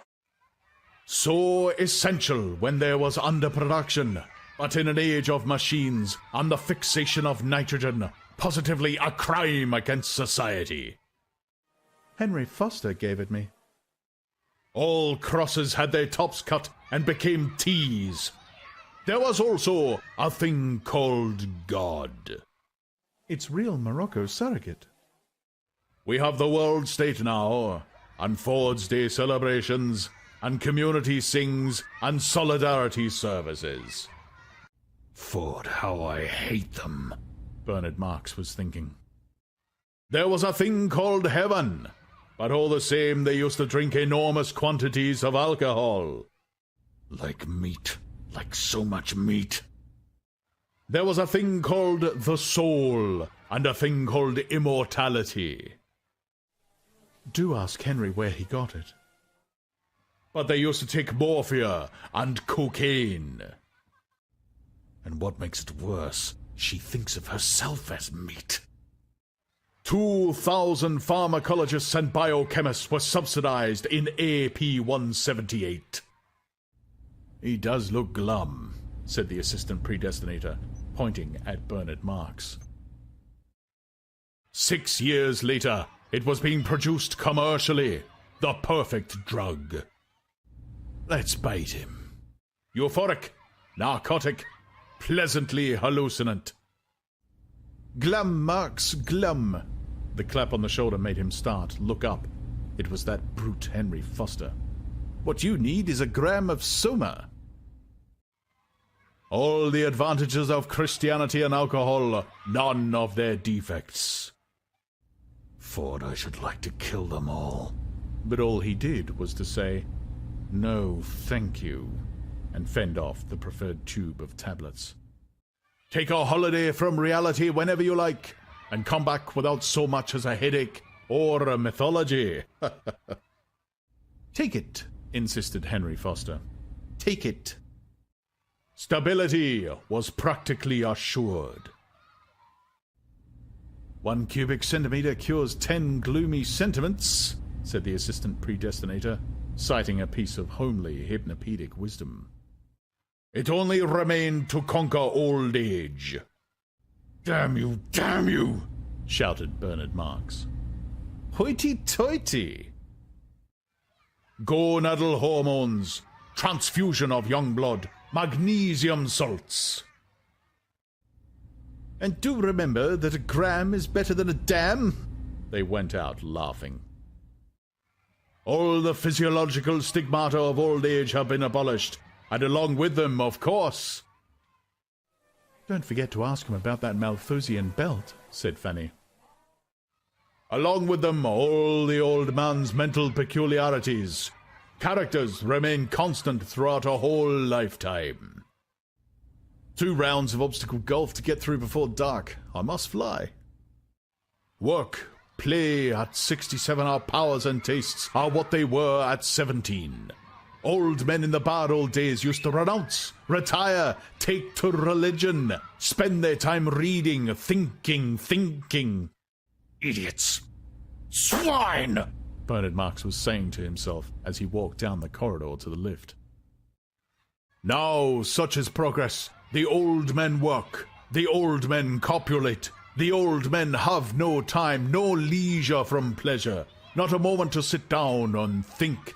Or if ever by some unlucky chance such a crevice of time should yawn in the solid substance of their distractions, there is always soma. Delicious soma. Half a gram for a half holiday, a gram for a weekend, 2 grams for a trip to the gorgeous east, 3 for a dark eternity on the moon, returning, whence they find themselves on the other side of the crevice, safe on solid ground of daily labour and distraction, scampering from feely to feely, from girl to pneumatic girl, from electromatic golf course to... Go away, little girl, shouted the DHC angrily. Go away, little boy. Can't you see that his fortship's busy? Go and do your erotic play somewhere else. Suffer, little children, said the controller. Slowly, majestically, with a faint humming of machinery, the conveyors moved forward 33 centimeters an hour. In the red darkness glinted innumerable rubies.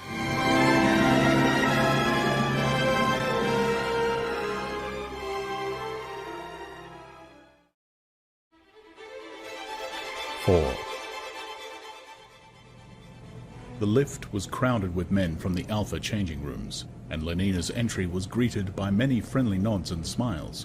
She was a popular girl, and at one time or another had spent a night with almost all of them. They were dear boys, she thought, as she returned their salutations. Charming boys. Still, she did wish that George Edsel's ears weren't quite so big. Perhaps he'd been given just a spot too much parathyroid at meter 328? And looking at Benito Hoover, she couldn't help remembering that he was really too hairy when he took his clothes off. Turning, with eyes a little saddened by the recollection of Benito's curly blackness, she saw in a corner the thin, small body, the melancholy face of Bernard Marks. "Bernard," she stepped up to him. "I was looking for you." Her voice rang clear above the hum of the mounting lift. The others looked round curiously. "I wanted to talk to you about our New Mexico plan." Out of the tail of her eye, she could see Benito Hoover gaping with astonishment. The gape annoyed her. "Surprised I shouldn't be begging to go with him again," she said to herself. Then, aloud and more warmly than ever, "I'd simply love to come with you for a week in July," she went on. Anyhow, she was publicly proving her unfaithfulness to Henry. Fanny ought to be pleased, even though it was Bernard. "That is," Lenina gave him her most deliciously significant smile, "if you still want to have me." Bernard's pale face flushed. What on earth for? She wondered, astonished, but at the same time touched by this strange tribute to her power. Hadn't we better talk about it somewhere else?" he stammered, looking horribly uncomfortable. "As though I'd been saying something shocking," thought Lenina. "He couldn't look more upset if I'd made a dirty joke, asked him who his mother was or something like that."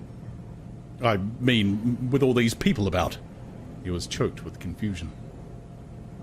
Lenina's laugh was frank and wholly unmalicious. "How funny you are," she said, and she quite genuinely did think him funny. "You'll give me at least a week's warning, won't you?" she went on in another tone. "I suppose we take the Blue Pacific rocket? Does it start from the Charing T Tower, or is it from Hampstead?" Before Bernard could answer, the lift came to a standstill. "Rolf," called a creaking voice. The liftman was a small simian creature dressed in the dark black tunic of an Epsilon Minus semi-moron. "Rolf." He flung open the gates. The warm glory of afternoon sunlight made him start and blink his eyes. "Oh, Rolf," he repeated in a voice of rapture. He was as though suddenly and joyfully awakened from a dark, annihilating stupor. "Rolf!" He smiled up with a kind of doggily expectant adoration into the faces of his passengers. Talking and laughing together, they stepped out into the light. The liftman looked after them. "Rolf?" he said once more, questioningly. Then a bell rang, and from the ceiling of the lift a loudspeaker began very softly and yet very imperiously to issue its commands. "Go down," it said. "Go down. Floor 18. Go down. Go down. Floor 18. Go down. Go..."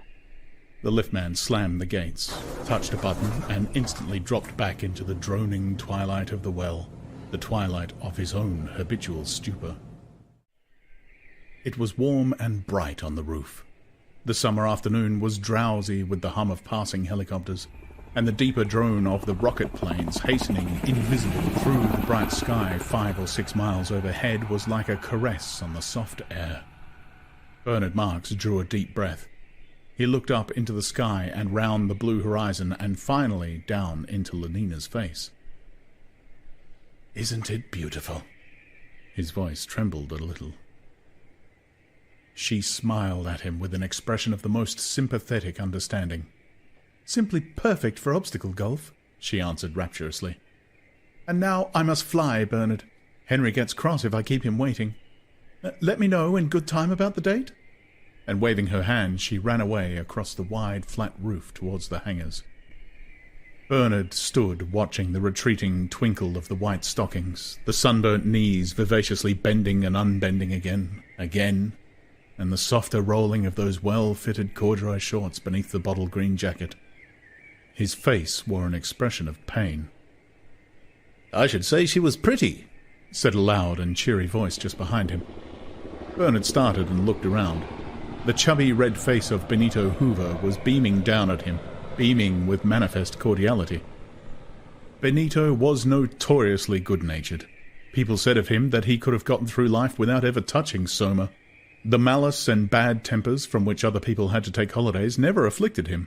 Reality, for Benito, was always sunny. "Pneumatic too, and how?" Then, in another tone, "But I say," he went on, "you do look glum. What you need is a gram of Soma."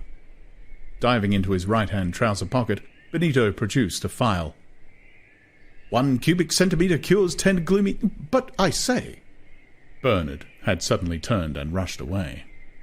Benito stared after him. What can be the matter with the fellow? He wondered, and shaking his head, decided that the story about the alcohol having been put into the poor chap's blood surrogate must be true. Touched his brain, I suppose.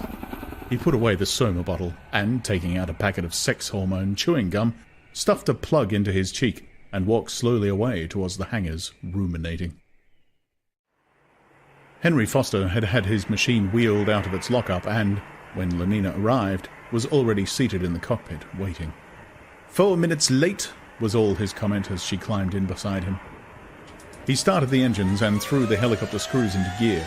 The machine shot vertically into the air. Henry accelerated. The humming of the propeller shrilled from hornet to wasp, from wasp to mosquito. The speedometer showed that they were rising at the best part of 2 kilometers a minute. London diminished beneath them.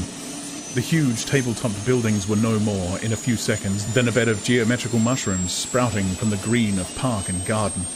In the midst of them, thin-stalked, a taller, slenderer fungus, the charring T-tower lifted towards the sky, a disk of shining concrete. Like the vague torsos of fabulous athletes, huge fleshy clouds lolled on the blue air above their head. Out of one of them suddenly dropped a small scarlet insect, buzzing as it fell.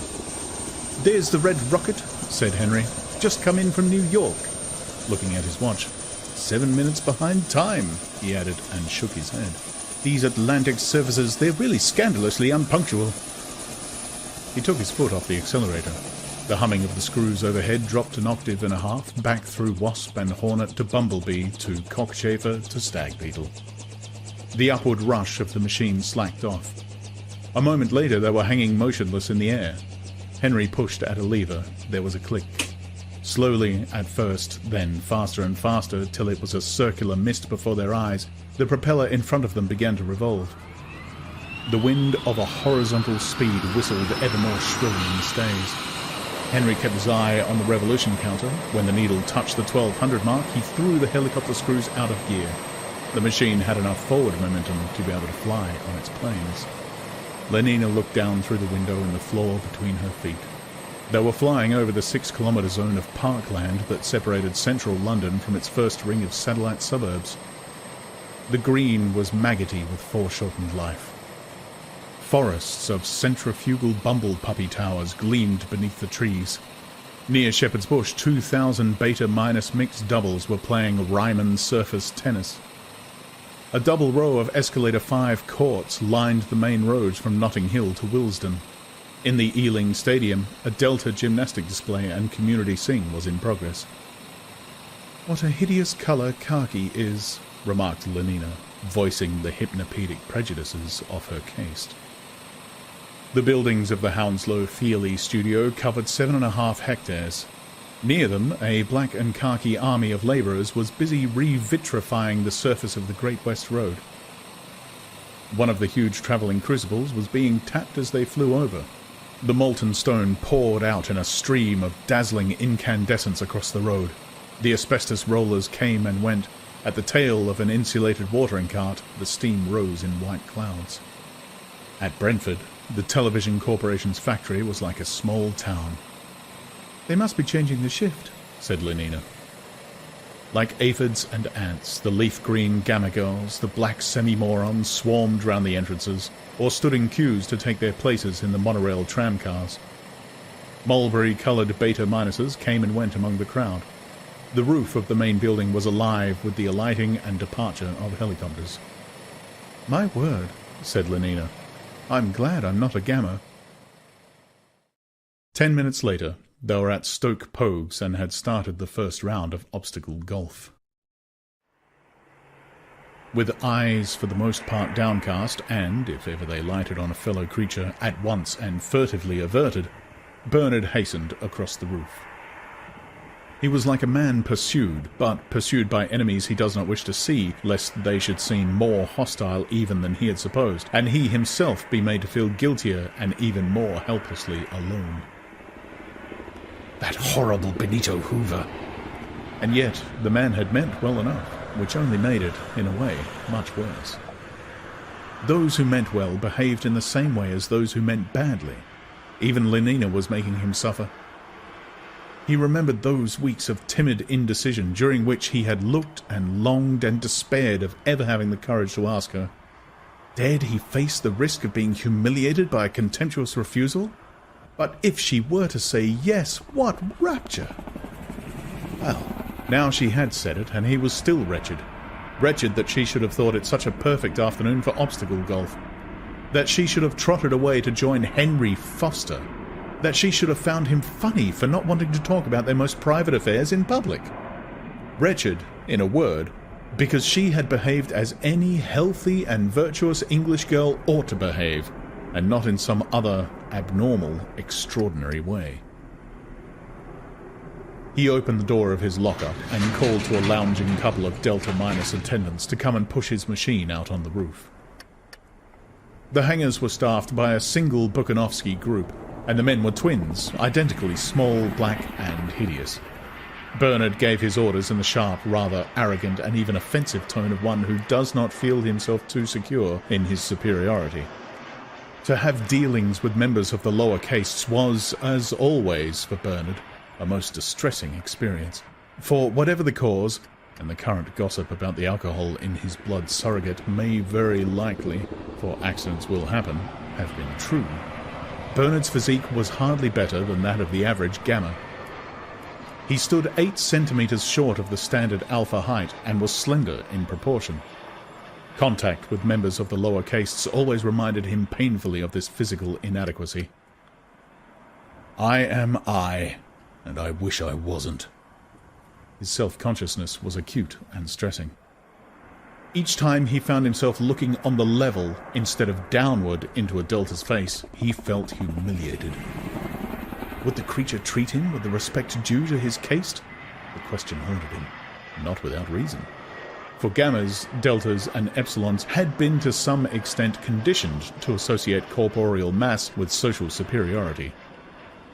Indeed, a faint hypnopedic prejudice in favor of size was universal.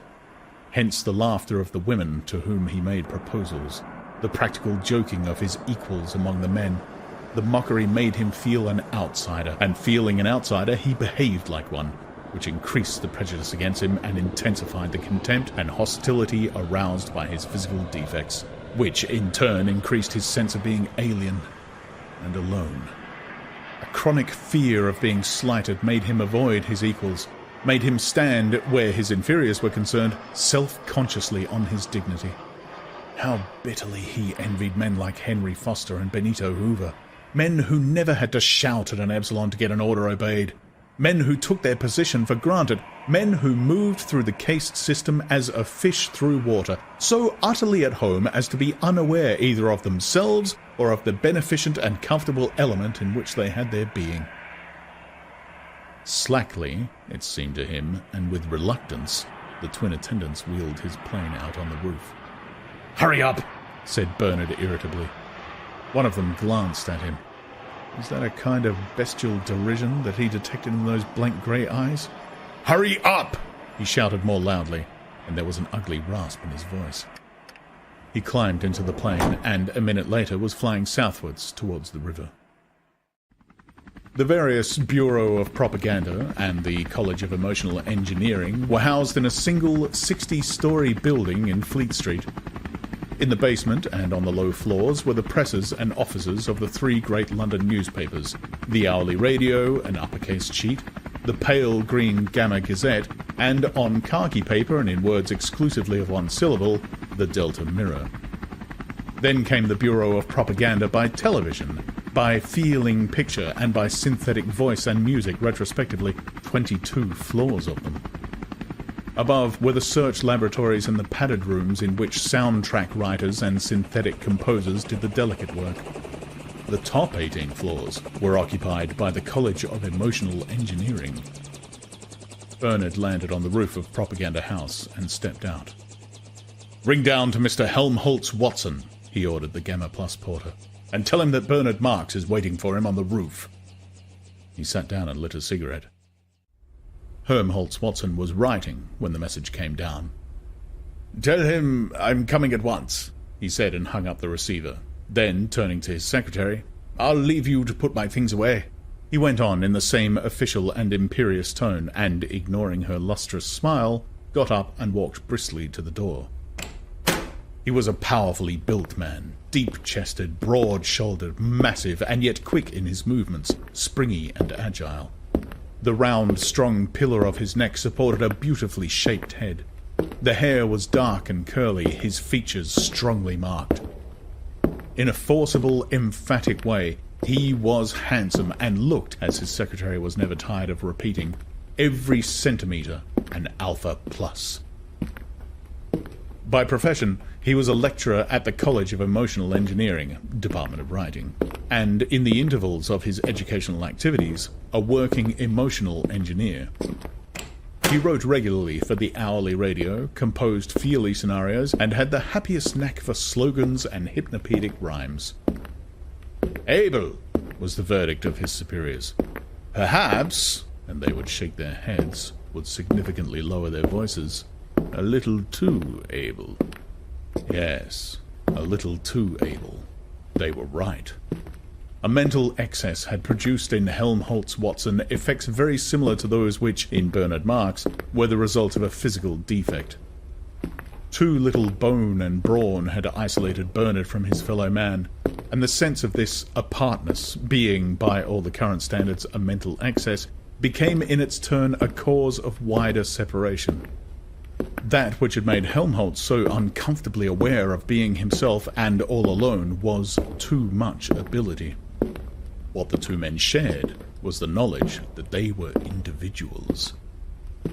But whereas the physically defective Bernard had suffered all his life from the consciousness of being separate, it was only quite recently that, grown aware of his mental excess, Helmholtz Watson had also become aware of his difference from the people who surrounded him. This escalator squash champion, this indefatigable lover, it was said that he had had 640 different girls in under 4 years.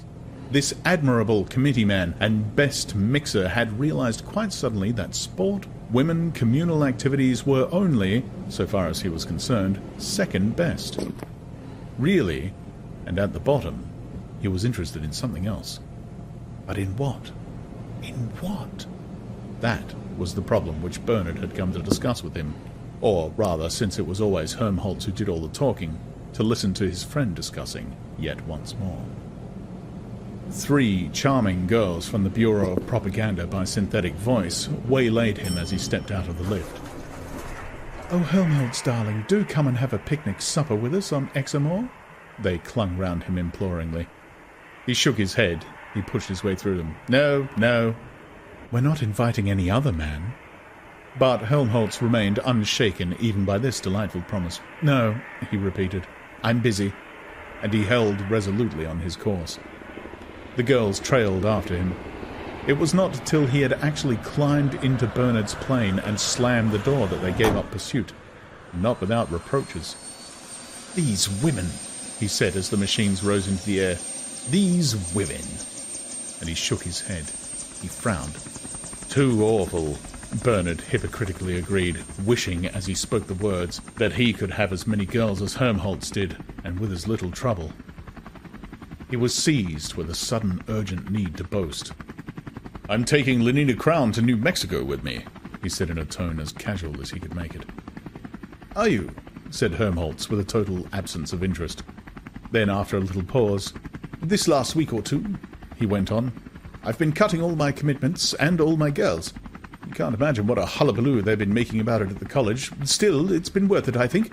The effects," he hesitated, "well, they're odd. They're very odd." A physical shortcoming could produce a kind of mental excess. The process, it seemed, was reversible.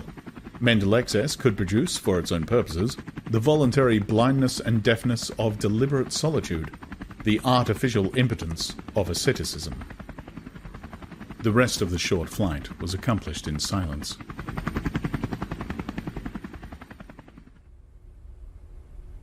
When they had arrived and were comfortably stretched out on the pneumatic sofas in Bernard's room, Helmholtz began again, speaking very slowly. "Did you ever feel," he asked, "as though you had something inside you that was only waiting for you to give it a chance to come out? Some sort of extra power that you aren't using, you know, like all the water that goes down the falls instead of through the turbines?" He looked at Bernard questioningly. "You mean all the emotions one might be feeling if things were different?" Helmholtz shook his head. "Not quite. I'm thinking of a queer feeling I sometimes get. A feeling that I've got something important to say, and the power to say it, only I don't know what it is, and I can't make any use of the power. If there was some different way of writing, or else something else to write about." He was silent. Then, "You see," he went on at last, "I'm pretty good at inventing phrases, you know, the sort of words that suddenly make you jump, almost as though you'd sat on a pin. They seem so new and exciting, even though they're about something hypnopedically obvious. But that doesn't seem enough. It's not enough for the phrases to be good. What you make with them ought to be good too." "But your things are good, Helmholtz." "Oh, as far as they go." Helmholtz shrugged his shoulders. "But they go such a little way. They aren't important enough somehow. I feel I could be doing something much more important. Yes, and more intense, more violent. But what? What is there more important to say? And how can one be violent about the sort of things one's expected to write about? The words can be like X-rays if you use them properly. They'll go through anything. You read and you're pierced. That's one of the things I try to teach my students, how to write piercingly. But what on earth's the good of being pierced by an article about a community sing, or the latest improvement in scent organs? Besides, can you make words really piercing, you know, like the very hardest X-rays, when you're writing about that sort of thing? I mean, can you say something about nothing? That's what it finally boils down to. I try and I try." "Hush," said Bernard suddenly, and lifted a warning finger. They listened. "I believe there's somebody at the door," he whispered. Helmholtz got up, tiptoed across the room, and, with a sharp, quick movement, flung the door wide open. There was, of course, nobody there. "I'm sorry," said Bernard, feeling and looking uncomfortably foolish. "I suppose I've got things on my nerves a bit. When people are suspicious with you, you start being suspicious with them." He passed his hand across his eyes. He sighed. His voice became plaintive. He was justifying himself. "If you knew what I'd have to put up with recently," he said almost tearfully, and the uprush of his self-pity was like a fountain suddenly released. "If you only knew." Helmholtz Watson listened with a certain sense of discomfort. "Poor little Bernard," he said to himself, but at the same time he felt rather ashamed for his friend. He wished Bernard would show a little more pride.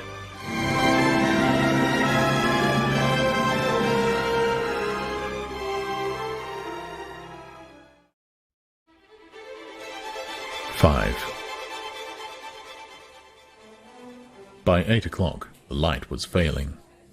The loudspeaker in the tower of the Stoke Pogues clubhouse began, in a more than human tenor, to announce the closing of the courses.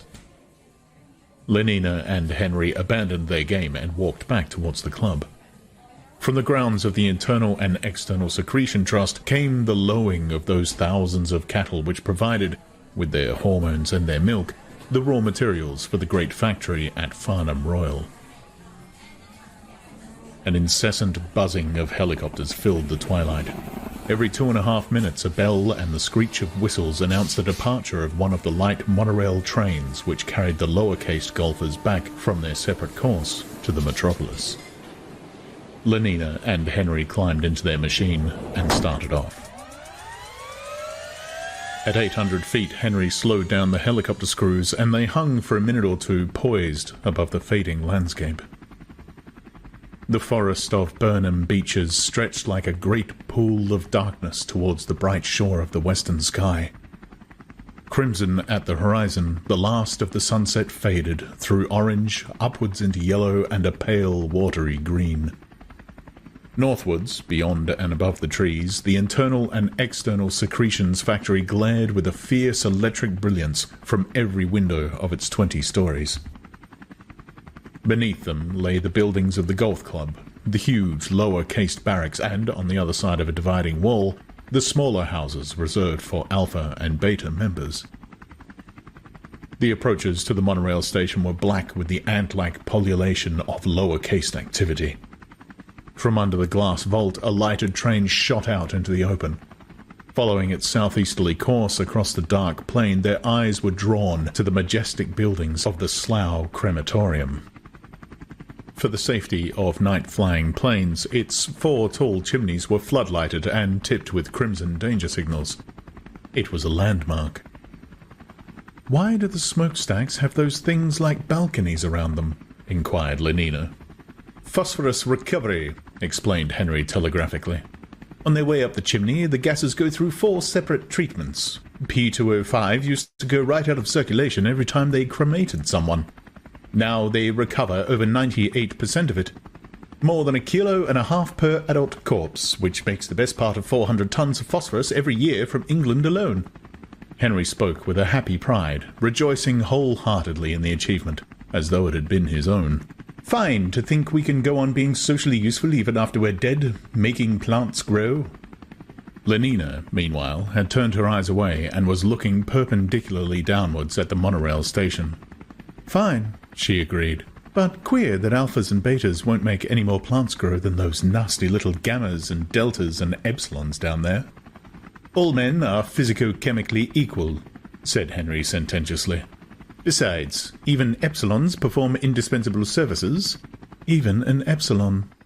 Lenina suddenly remembered an occasion when, as a little girl at school, she had woken up in the middle of the night and become aware, for the first time, of the whispering that had haunted all her sleeps. "Alpha children wear grey. They work much harder than we do because they're so frightfully clever."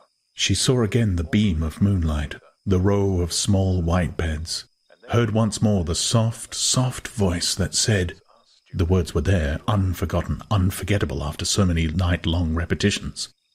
"Everyone works for everyone else. We can't do without anyone. Even epsilons are useful. We couldn't do without epsilons. Everyone works for everyone else. We can't do without anyone. Even epsilons..." Lenina remembered her first shock of fear and surprise, her speculations through half a wakeful hour, and then, under the influence of those endless repetitions, the gradual soothing of her mind, the soothing, the smoothing, the stealthy creeping of sleep.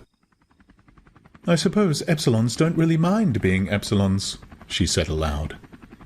"Well, of course they don't. How can they? They don't know what it's like being anything else. We'd mind, of course, but then we've been differently conditioned. Besides, we start with a different heredity."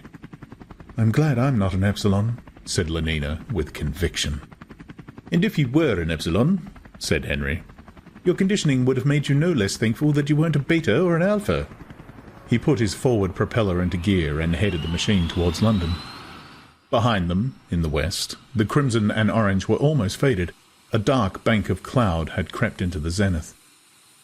As they flew over the crematorium, the plane shot upwards on the column of hot air rising from the chimneys, only to fall as suddenly when it passed into the descending chill beyond. "What a marvellous switchback!" Lenina laughed delightedly. But Henry's tone was almost, for a moment, melancholy. "Do you know what that switchback was?" he said. "It was some human being finally and definitely disappearing, going up in a squirt of hot gas. It would be curious to know who it was, a man or a woman, an alpha or an epsilon." He sighed. Then, in a resolutely cheerful voice, "Anyhow," he concluded, "there's one thing we can be certain of. Whoever he may have been, he was happy when he was alive. Everybody's happy now." "Yes, everybody's happy now," echoed Lenina. They had heard the words repeated 150 times every night for 12 years. Landing on the roof of Henry's 40-story apartment house in Westminster, they went straight down to the dining hall. There, in a loud and cheerful company, they ate an excellent meal. Soma was served with the coffee. Lenina took 2 half-gram tablets and Henry 3. At 9:20, they walked across the street to the newly opened Westminster Abbey Cabaret. It was a night almost without clouds, moonless and starry, but of this, on the whole, depressing fact, Lenina and Henry were fortunately unaware. The electric sky signs effectively shut off the outer darkness. Calvin Stopes and his 16 saxophonists. From the facade of the new abbey, the giant letters invitingly glared. London's finest scent and colour organ, all the latest synthetic music. They ended.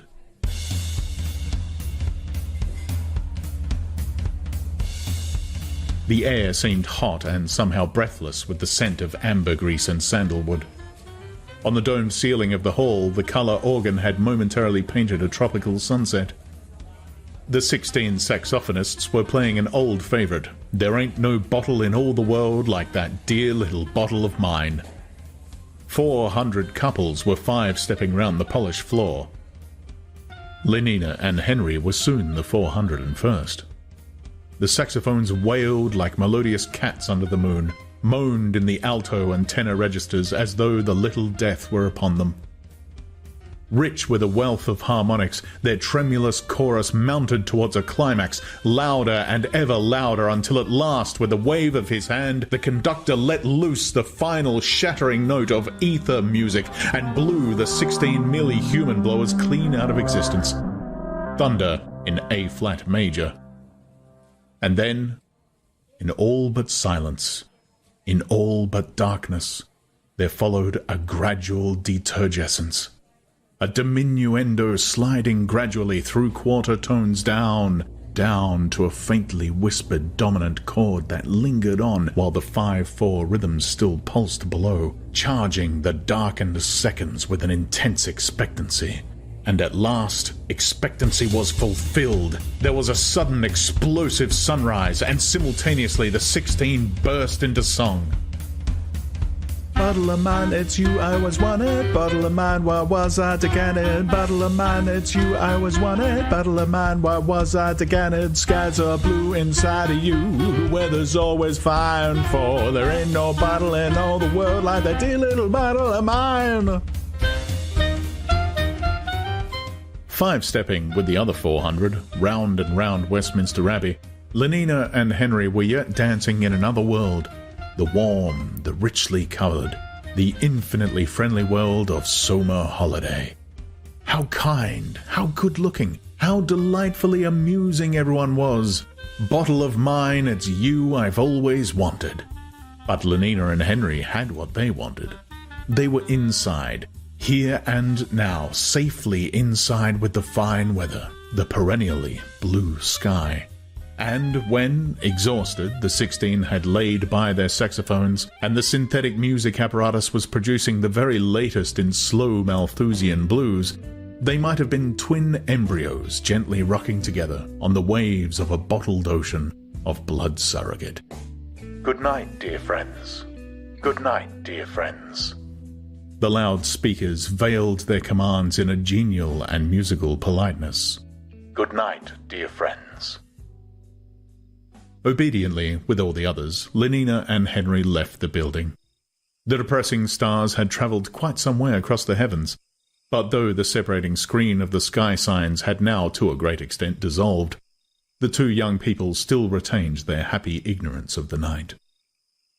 Swallowing, half an hour before closing time, that second dose of Soma had raised a quite impenetrable wall between the actual universe and their minds. Bottled, they crossed the street. Bottled, they took the lift up to Henry's room on the 28th floor.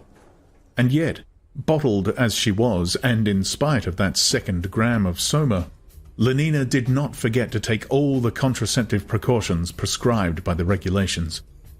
Years of intensive hypnopedia and, from 12 to 17, Malthusian drill 3 times a week had made the taking of these precautions almost as automatic and inevitable as blinking. "Oh, and that reminds me," she said as she came back from the bathroom. "Fanny Crown wants to know where you found that lovely green Morocco surrogate cartridge belt you gave me."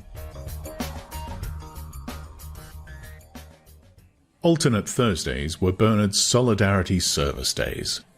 After an early dinner at the Aphroditeum, to which Herrnholz had recently been elected under Rule 2, he took leave of his friend and, hailing a taxi on the roof, told the man to fly to the Fordson Community Singery.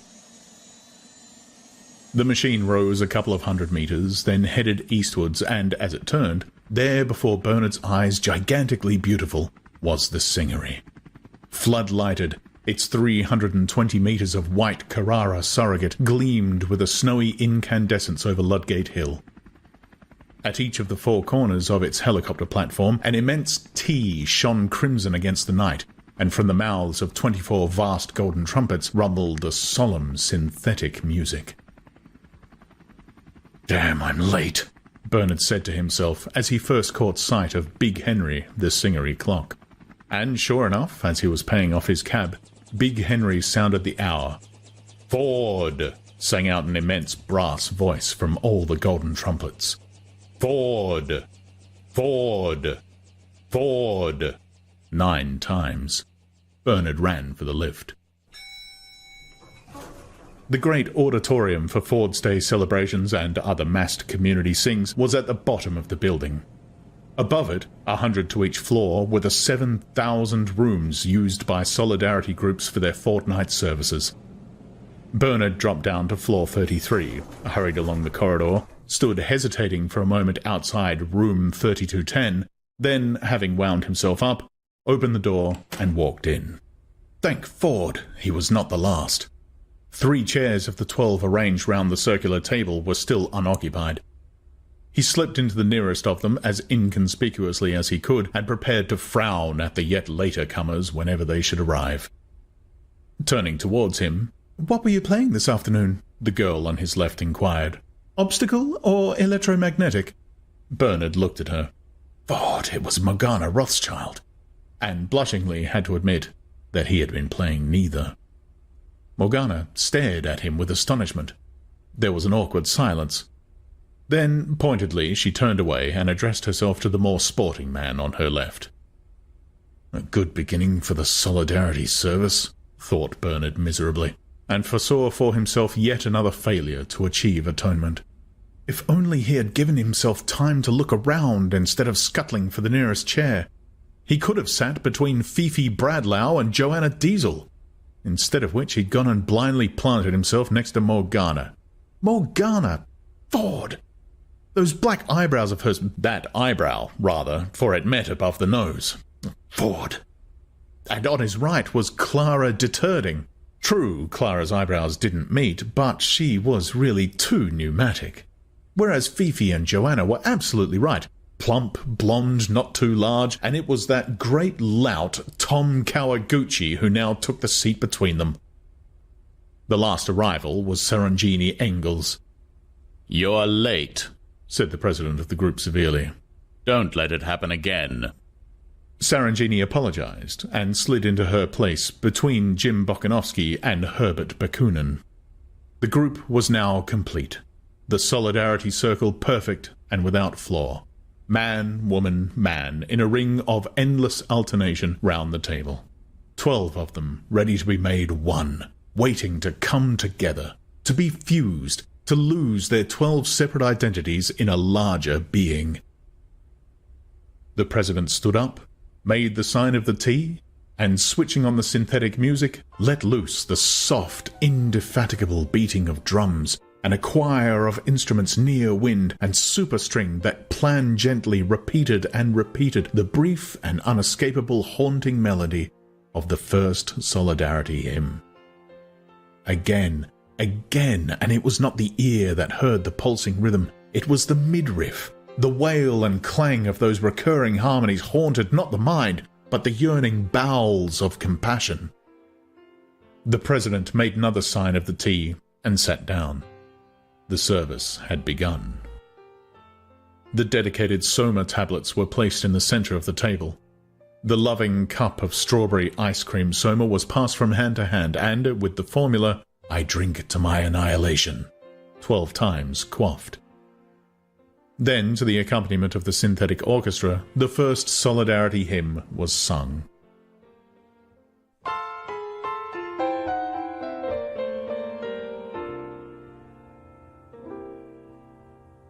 For we are 12, oh make us one, like drops within the social river. Oh make us now together run, as swiftly as thy shining flivver. Come, greater being, social friend, annihilating 12 in one. We long to die, for when we end, our larger life has but begun. 12 yearning stanzas. And then the loving cup was passed a second time. "I drink to the greater being" was now the formula. All drank. Tirelessly the music played, the drums beat. The crying and clashing of the harmonies were an obsession in the melted bowels. The second Solidarity hymn was sung. Again 12 stanzas. By this time the Soma had begun to work. Eyes shone, cheeks were flushed. The inner light of universal benevolence broke out on every face in happy, friendly smiles. Even Bernard felt himself a little melted. When Morgana Rothschild turned and beamed at him, he did his best to beam back. But the eyebrow, that black 2-in-1, alas, it was still there. He couldn't ignore it, couldn't, however hard he tried. The melting hadn't gone far enough. Perhaps if he'd been sitting between Fifi and Joanna. For the third time, the loving cup went round. "I drink to the imminence of his coming," said Morgana Rothschild, whose turn it happened to be to initiate the circular rite. Her tone was loud, exultant. She drank and passed the cup to Bernard. "I drink to the imminence of his coming," he repeated, with a sincere attempt to feel that the coming was imminent, but the eyebrow continued to haunt him. And the coming, so far as he was concerned, was horribly remote. He drank and handed the cup to Clara Deterding. "It'll be a failure again," he said to himself. "I know it will." But he went on doing his best to beam. The loving cup had made its circuit.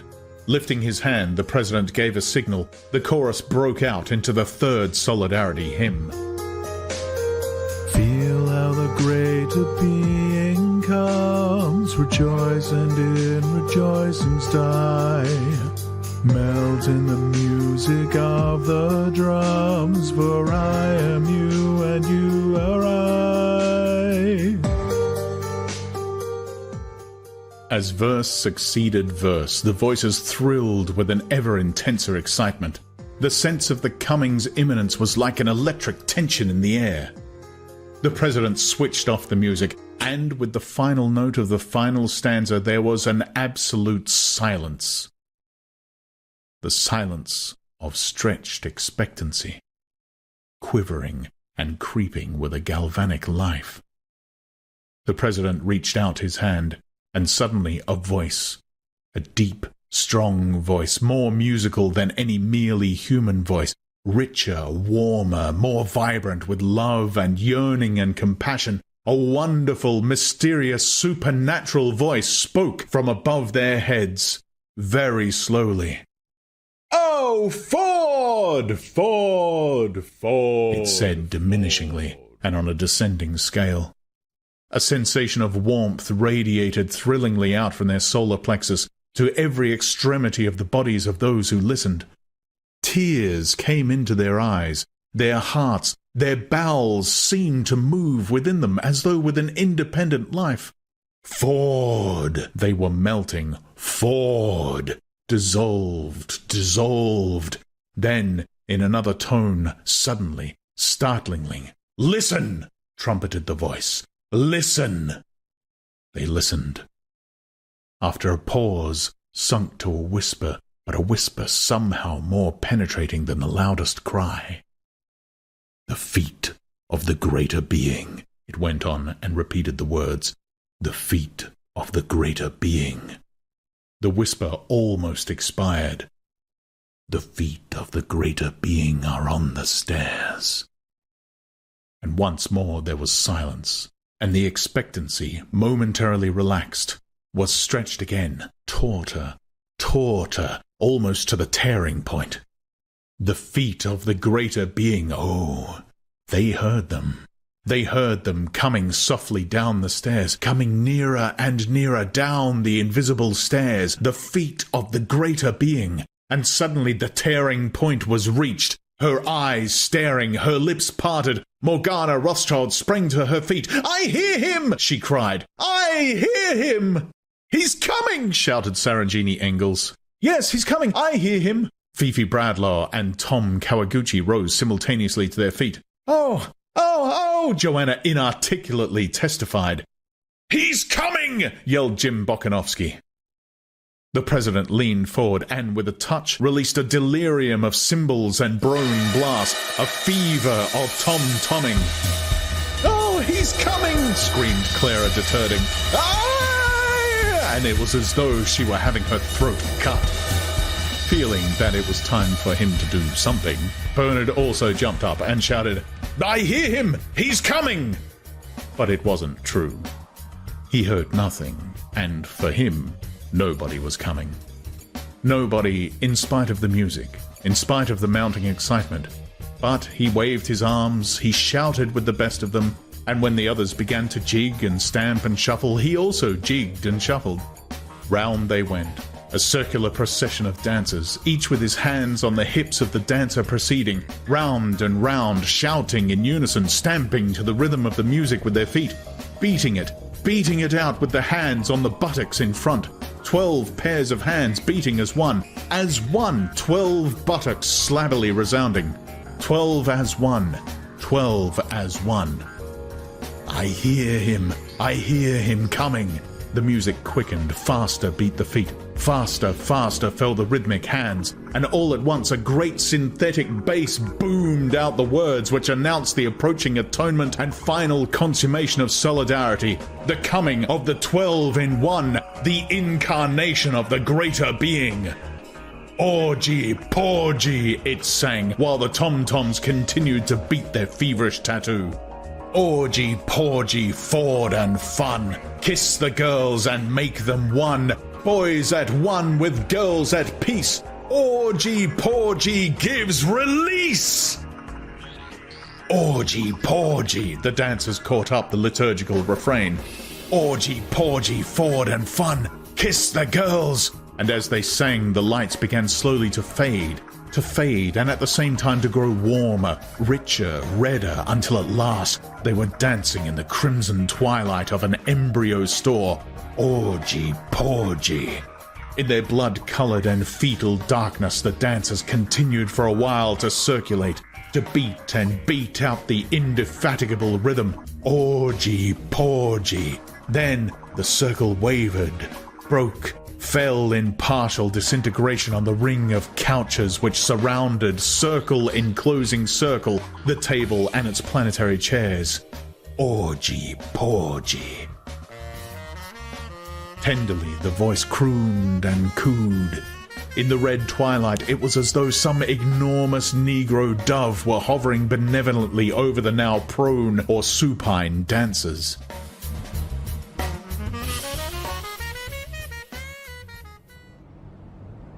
They were standing on the roof. Big Henry had just sung 11. The night was calm and warm. "Wasn't it wonderful?" said Fifi Bradlaugh. "Wasn't it simply wonderful?" She looked at Bernard with an expression of rapture, but of rapture in which there was no trace of agitation or excitement, for to be excited is still to be unsatisfied. Hers was the calm ecstasy of achieved consummation. The peace not of mere vacant satiety and nothingness, but of balanced life, of energies at rest and in equilibrium, a rich and living peace. For the Solidarity Service had given as well as taken, drawn off only to replenish. She was full, she was made perfect, and she was still more than merely herself. "Didn't you think it was wonderful?" she insisted, looking into Bernard's face with those supernaturally shining eyes. "Yes, I thought it was wonderful," he lied and looked away. The sight of her transfigured face was at once an accusation and an ironical reminder of his own separateness. He was as miserably isolated now as he had been when the service began, more isolated by reason of his unreplenished emptiness, his dead satiety. Separate and unatoned while the others were being fused into the greater being, alone even in Morgana's embrace, much more alone indeed, more hopelessly himself than he had ever been in his life before. He had emerged from that crimson twilight into the common electrical glare with a self-consciousness intensified to the pitch of agony. He was utterly miserable, and perhaps, her shining eyes accused him, perhaps it was his own fault. "Quite wonderful," he repeated. The only thing he could think of was Morgana's eyebrow.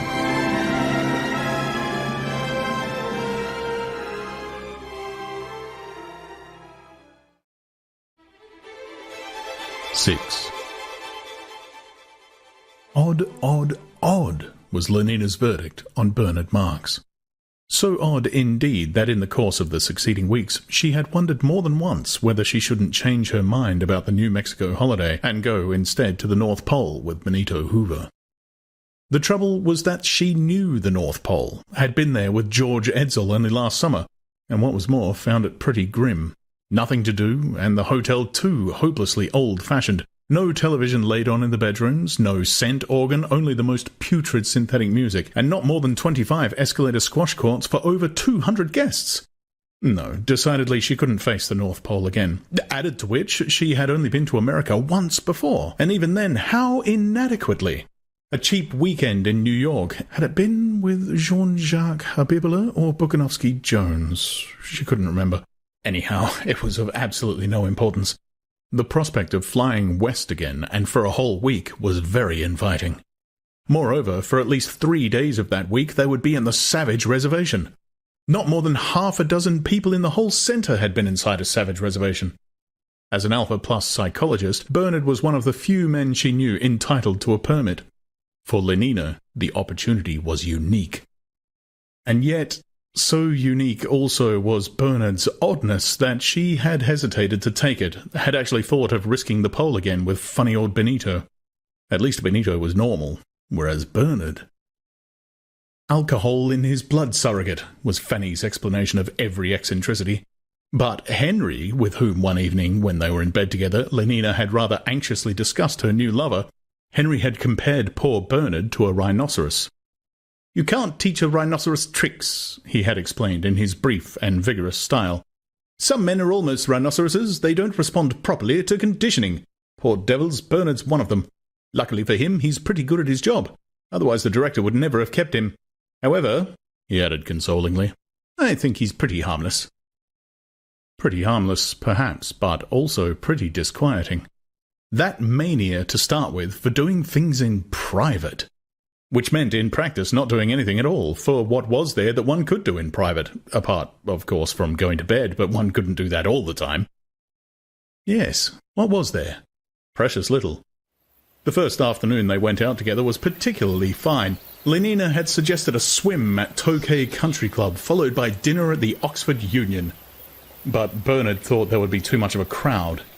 Then what about a round of electromagnetic golf at St. Andrews? But, again, no. Bernard considered that electromagnetic golf was a waste of time. "Then what's time for?" asked Lenina in some astonishment. Apparently, for going walks in the Lake District, for that was what he now proposed. Land on top of the skidoo and walk for a couple of hours in heather. Alone with you, Lenina. "But, Bernard, we shall be alone all night." Bernard blushed and looked away. "I meant alone for talking." he mumbled. Talking? But what about? Walking and talking? That seemed a very odd way of spending an afternoon. In the end, she persuaded him, much against his will, to fly over to Amsterdam to see the semi-demi-finals of the Women's Heavyweight Wrestling Championship. In a crowd, he grumbled, as usual. He remained obstinately gloomy the whole afternoon, wouldn't talk to Lenina's friends, of whom they met dozens in the ice cream Soma bar between the wrestling bouts, and in spite of his misery, absolutely refused to take the half-gram raspberry sundae which she pressed upon him. "I'd rather be myself," he said. "Myself and nasty, not someone else, however jolly." "A gram in time saves 9, said Lenina, producing a bright treasure of sleep-taught wisdom. Bernard pushed away the preferred glass impatiently. "Now don't lose your temper," she said. "Remember, 1 cubic centimetre cures 10 gloomy sentiments." "Oh, for Ford's sake, be quiet!" he shouted. Lenina shrugged her shoulders. "A gram is always better than a dam," she concluded with dignity, and drank the sundae herself. On their way back across the channel, Bernard insisted on stopping his propeller and hovering on his helicopter screws within 100 feet of the waves. The weather had taken a change for the worse. A southwesterly wind had sprung up. The sky was cloudy. "Look," he commanded. "But it's horrible," said Lenina, shrinking back from the window. She was appalled by the rushing emptiness of the night, by the black foam-flecked water heaving beneath them, by the pale face of the moon, so haggard and distracted amongst the hastening clouds. "Let's turn on the radio, quick!" She reached for the dialing knob on the dashboard and turned it at random. Sang 16 tremoloing falsettos. Then a hiccup and silence. Bernard had switched off the current. "I want to look at the sea in peace," he said. "One can't even look with that beastly noise going on." "But it's lovely, and I don't want to look." "But I do," he insisted. "It makes me feel as though—" He hesitated, searching for words with which to express himself. "As though I were more me, if you see what I mean. More on my own, not so completely a part of something else. Not just a cell in the social body. Doesn't it make you feel like that, Lenina?" But Lenina was crying. "It's horrible! It's horrible!" she kept repeating. "And how can you talk like that about not wanting to be part of the social body? After all, everyone works for everyone else. We can't do without anyone, even epsilons." "Yes, I know," said Bernard derisively. "Even epsilons are useful. So am I, and I damn well wish I wasn't." Lenina was shocked by his blasphemy. "Bernard," she protested in a voice of amazed distress. "How can you?" In a different key. "How can I?" he repeated meditatively. "No, the real problem is, how is it that I can't? Or rather, because, after all, I know quite well why I can't. What would it be like if I could? If I were free, not enslaved by my conditioning?" "But Bernard, you're saying the most awful things." "Don't you wish you were free, Lenina?" "I don't know what you mean. I am free. Free to have the most wonderful time. Everybody's happy nowadays." He laughed. "Yes, everybody's happy nowadays. We begin giving the children that at 5. But wouldn't you like to be free, to be happy in some other way, Lenina? In your own way, for example, not in everybody else's way." "I don't know what you mean," she repeated. Then, turning to him, "Oh, do let's go back, Bernard," she besought. "I do so hate it here." "Don't you like being with me?" "But of course, Bernard. It's this horrible place." "I thought we'd be more together here, with nothing but the sea and the moon. More together than in that crowd, or even in my rooms. Don't you understand that?" "I don't understand anything," she said with decision, determined to preserve her incomprehension intact. "Nothing, least of all," she continued in another tone, "why you don't take Soma when you have these dreadful ideas of yours. You'd forget all about them, and instead of feeling miserable, you'd be jolly." "So jolly," she repeated and smiled, for all the puzzled anxiety in her eyes, with what was meant to be an inviting and voluptuous cajolery. He looked at her in silence, his face unresponsive and very grave, looked at her intently. After a few seconds, Lenina's eyes flinched away. She uttered a nervous little laugh, tried to think of something to say, and couldn't. The silence prolonged itself. When Bernard spoke at last, it was in a small, tired voice. "All right then," he said. "We'll go back." And stepping hard on the accelerator, he sent the machine rocketing up into the sky. At 4,000, he started his propeller. They flew in silence for a minute or two, then suddenly Bernard began to laugh. Rather oddly, Lenina thought, but still it was laughter. "Feeling better?" she ventured to ask. For answer, he lifted one hand from the controls and, slipping his arm around her, began to fondle her breasts. "Thank Ford," she said to herself. "He's all right again." Half an hour later, they were back in his rooms. Bernard swallowed 4 tablets of Soma at a gulp, turned on the radio and television, and began to undress. "Well," Lenina inquired with significant archness when they met next afternoon on the roof. "Did you think it was fun yesterday?" Bernard nodded. They climbed into the plane. A little jolt, and they were off. "Everyone says I'm awfully pneumatic," said Lenina reflectively, patting her own legs. "Awfully." But there was an expression of pain in Bernard's eyes. "Like meat," he was thinking. She looked up with a certain anxiety. "But you don't think I'm too plump, do you?" He shook his head. "Like so much meat." "You think I'm all right?" Another nod. "In every way?" "Perfect," he said aloud, and inwardly. She thinks of herself that way. She doesn't mind being meat. Lenina smiled triumphantly, but her satisfaction was premature. "All the same," he went on after a little pause, "I still rather wish it had all ended differently." "Differently? Were there other endings?" "I didn't want it to end without going to bed," he specified. Lenina was astonished. "Not at once, not the first day." "But then what?" He began to talk a lot of incomprehensible and dangerous nonsense. Lenina did her best to stop the ears of her mind, but every now and again a phrase would insist on becoming audible. "To try and effect the arresting of my impulses," she heard him say. The words seemed to touch a spring in her mind. "Never put off till tomorrow the fun you can have today," she said gravely. 200 repetitions twice a week from 14 to 16 and a half, was all his comment. The mad, bad talk rambled on. "I want to know what passion is," she heard him saying. "I want to feel something strongly." "When the individual feels, the community reels," Lenina pronounced. "Well, why shouldn't it reel a bit?" "Bernard!"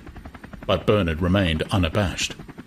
"Adults intellectually and during working hours," he went on. "Infants where feeling and desire are concerned." "Our Ford loved infants." Ignoring the interruption, "It suddenly struck me the other day," continued Bernard, "that it might be possible to be an adult all the time." "I don't understand." Lenina's tone was firm. "I know you don't, and that's why we went to bed together yesterday like infants instead of being adults and waiting." "But it was fun," Lenina insisted. "Wasn't it?" "Oh, the greatest fun," he answered, but in a voice so mournful, with an expression so profoundly miserable, that Lenina felt all her triumph suddenly evaporate. Perhaps he had found her too plump after all. "I told you so," was all that Fanny said when Lenina came and made her confidences. "It's the alcohol they put in his surrogate." "All the same," Lenina insisted, "I do like him. He has such awfully nice hands. And the way he moves his shoulders, that's very attractive." She sighed. "But I wish he weren't so odd." Halting for a moment outside the door of the director's room, Bernard drew a deep breath and squared his shoulders, bracing himself to meet the dislike and disapproval which he was certain of finding within. He knocked and entered. "A permit for you to initial, Director," he said as airily as possible, and laid the paper on the writing table. The Director glanced at him sourly. But the stamp of the World Controller's office was at the head of the paper, and the signature of Mustafa Mond bold and black across the bottom. Everything was perfectly in order. The Director had no choice. He penciled his initials, 2 small pale letters, abject at the feet of Mustafa Mond, and was about to return the paper without a word of comment or genial forward speed when his eye was caught by something written in the body of the permit. "For the New Mexican reservation," he said, and his tone, the face he lifted to Bernard, expressed a kind of agitated astonishment. Surprised by his surprise, Bernard nodded. There was a silence. The director leaned back in his chair, frowning. "How long ago was it?" he said, speaking more to himself than to Bernard. 20 years, I suppose. Nearer 25. I must have been your age." He sighed and shook his head. Bernard felt extremely uncomfortable. A man so conventional, so scrupulously correct as the director, and to commit so gross a solecism. It made him want to hide his face, to run out of the room. Not that he himself saw anything intrinsically objectionable in people talking about the remote past. That was one of those hypnopedic prejudices he had, or so he imagined, completely got rid of. What made him feel shy was the knowledge that the director disapproved. Disapproved, and yet had been betrayed into doing the forbidden thing. Under what inward compulsion? Through his discomfort, Bernard eagerly listened. "I had the same idea as you," the director was saying. "Wanted to have a look at the Savages. Got a permit for New Mexico and went there for my summer holiday. With the girl I was having at the moment, she was a beta minus, I think?" He shut his eyes. "I think she had yellow hair. Anyway, she was pneumatic, particularly pneumatic, I remember that. Well, we went there and we looked at the Savages and we rode about on horses and all that. And then, it was almost the last day of my leave, then, well, she got lost. We'd gone riding up one of those revolting mountains, and it was horribly hot and oppressive, and after lunch we went to sleep, or at least I did. She must have gone for a walk alone. At any rate, when I woke up, she wasn't there, and the most frightful thunderstorm I'd ever seen was just bursting on us, and it poured and roared and flashed, and the horses broke loose and ran away, and I fell down trying to catch them and hurt my knee so that I could hardly walk. Still, I searched and I shouted and I searched, but there was no sign of her. Then I thought she must have gone back to the rest house by herself, so I crawled down into the valley by the way we had come. My knee was agonizingly painful, and I'd lost my soma. It took me hours. I didn't get back to the rest house till after midnight, and she wasn't there. She wasn't there, the director repeated. There was a silence. "Well," he resumed at last, "the next day there was a search, but we couldn't find her. She must have fallen into a gully somewhere or been eaten by a mountain lion, Ford knows. Anyhow, it was horrible. It upset me very much at the time, more than it ought to have done, I dare say. Because after all, it's the sort of accident that might have happened to anyone, and of course the social body persists, although the component cells may change." But this sleep-taught consolation did not seem to be very effective. Shaking his head, "I actually dream about it sometimes," the director went on in a low voice. "Dream of being woken up by that peal of thunder and finding her gone. Dream of searching and searching for her under the trees." He lapsed into the silence of reminiscence. "You must have had a terrible shock," said Bernard almost enviously. At the sound of his voice, the director started into a guilty realization of where he was, shot a glance at Bernard, and, averting his eyes, blushed darkly, looked at him again with sudden suspicion, and angrily on his dignity. "Don't imagine," he said, "that I'd had any indecorous relation with the girl. Nothing emotional, nothing long-drawn. It was all perfectly healthy and normal." He handed Bernard the permit. "I really don't know why I bored you with this trivial anecdote." Furious with himself for having given away a discreditable secret, he vented his rage on Bernard. The look in his eyes was now frankly malignant. "And I should like to take this opportunity, Mr. Marx," he went on, "of saying that I'm not at all pleased with the reports I receive of your behavior outside working hours. You may say that this is not my business, but it is. I have the good name of the center to think of. My workers must be above suspicion, particularly those of the highest castes. Alphas are so conditioned that they do not have to be infantile in their emotional behavior, but that is all the more reason for their making a special effort to conform. It is their duty to be infantile, even against their inclination. And so, Mr. Marx, I give you fair warning. The director's voice vibrated with an indignation that had now become wholly righteous and impersonal, was the expression of the disapproval of society itself. If I ever hear again of any lapse from a proper standard of infantile decorum, I shall ask for your transference to a sub-centre, preferably to Iceland. Good morning!" And swivelling round in his chair, he picked up his pen and began to write. "That'll teach him," he said to himself. But he was mistaken, for Bernard left the room with a swagger, exulting as he banged the door behind him in the thought that he stood alone, embattled against the order of things, elated by the intoxicating consciousness of his individual significance and importance. Even the thought of persecution left him undismayed, was rather tonic than depressing. He felt strong enough to meet and overcome affliction, strong enough to face even Iceland, and this confidence was the greater for his not for a moment really believing that he would be called upon to face anything at all. People simply weren't transferred for things like that. Iceland was just a threat, a most stimulating and life-giving threat. Walking along the corridor, he actually whistled.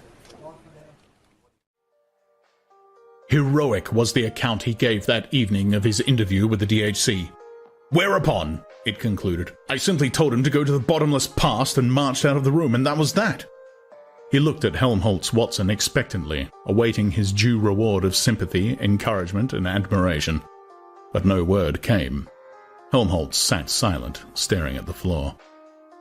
He liked Bernard. He was grateful to him for being the only man of his acquaintance with whom he could talk about subjects he felt to be important. Nevertheless, there were things in Bernard which he hated.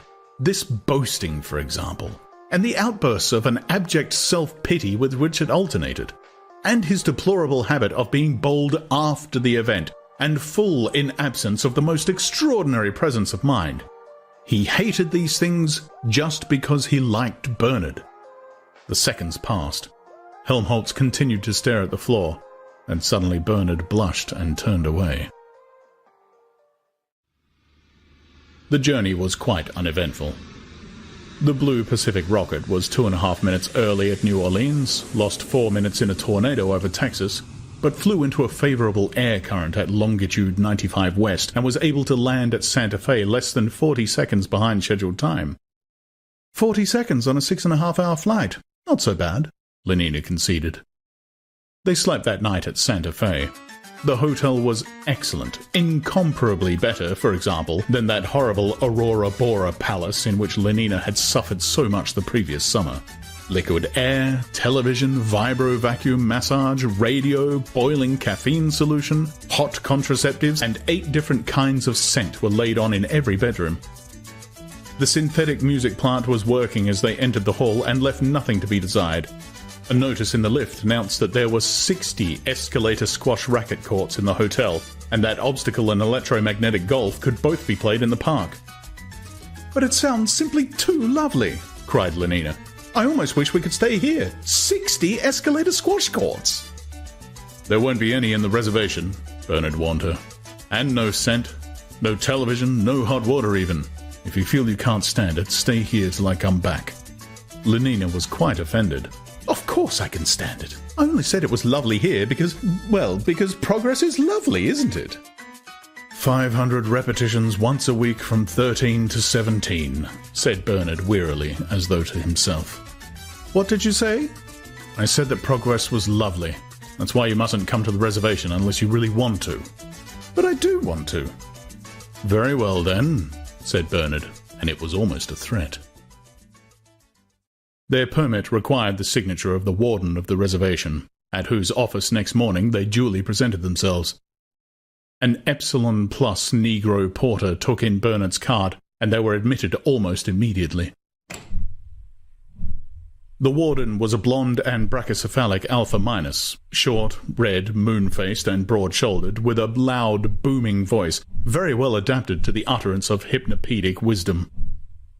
He was a mine of irrelevant information and unasked-for good advice.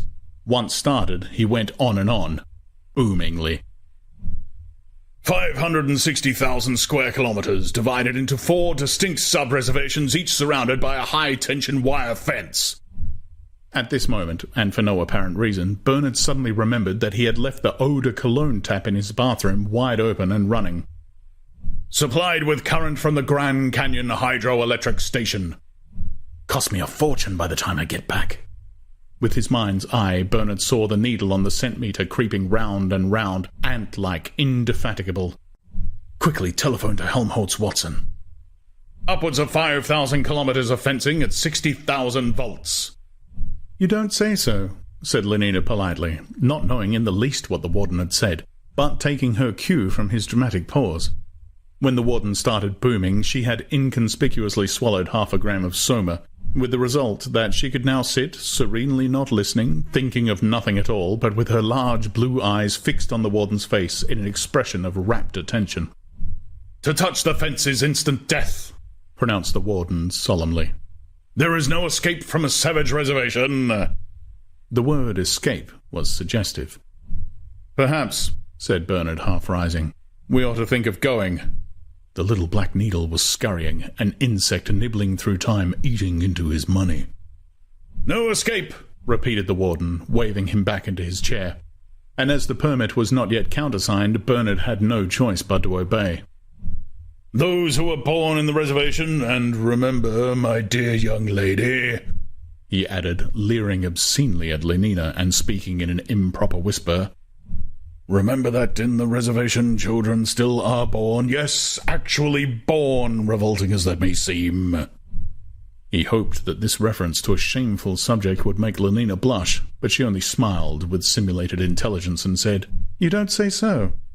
Disappointed, the warden began again. Those, I repeat, who are born in the reservation are destined to die there. Destined to die. A deciliter of eau de cologne every minute, 6 liters an hour. Perhaps, Bernard tried again, we ought... Leaning forward, the warden tapped the table with his forefinger. You ask me how many people live in the reservation, and I reply, triumphantly, I reply that we do not know. We can only guess. You don't say so. Yes, my dear young lady, I do say so. 6 times 24... No, it would be nearer 6 times 36. Bernard was pale and trembling with impatience, but inexorably the booming continued. About 60,000 Indians and half-breeds, absolute savages. Our inspectors occasionally visit, otherwise no communication whatever with the civilized world. Still preserve their repulsive habits and customs. Marriage, if you know what that is, my dear young lady. Families, no conditioning, monstrous superstitions, Christianity and totemism and ancestor worship, extinct languages such as Zuni and Spanish and Athapascan, pumas, porcupines and other ferocious animals, infectious diseases, priests, venomous lizards. You don't say so. They got away at last. Bernard dashed to the telephone. Quick, quick! It took him nearly 3 minutes to get onto Helmholtz Watson. We might be among the savages already, he complained. Damned incompetence. Have a gram, suggested Lenina. He refused, preferring his anger. And, at last, thank God, he was through. And yes, it was Helmholtz. Helmholtz, to whom he explained what had happened, and who promised to go round at once, and turn off the tap. Yes, at once, but took this opportunity to tell him what the DHC had said in public yesterday evening. What? He's looking for someone to take my place? Bernard's voice was agonized. So it's actually decided. Did he mention Iceland? You say he did? Ford, Iceland? He hung up the receiver and turned back to Lenina. His face was pale, his expression utterly dejected. What's the matter?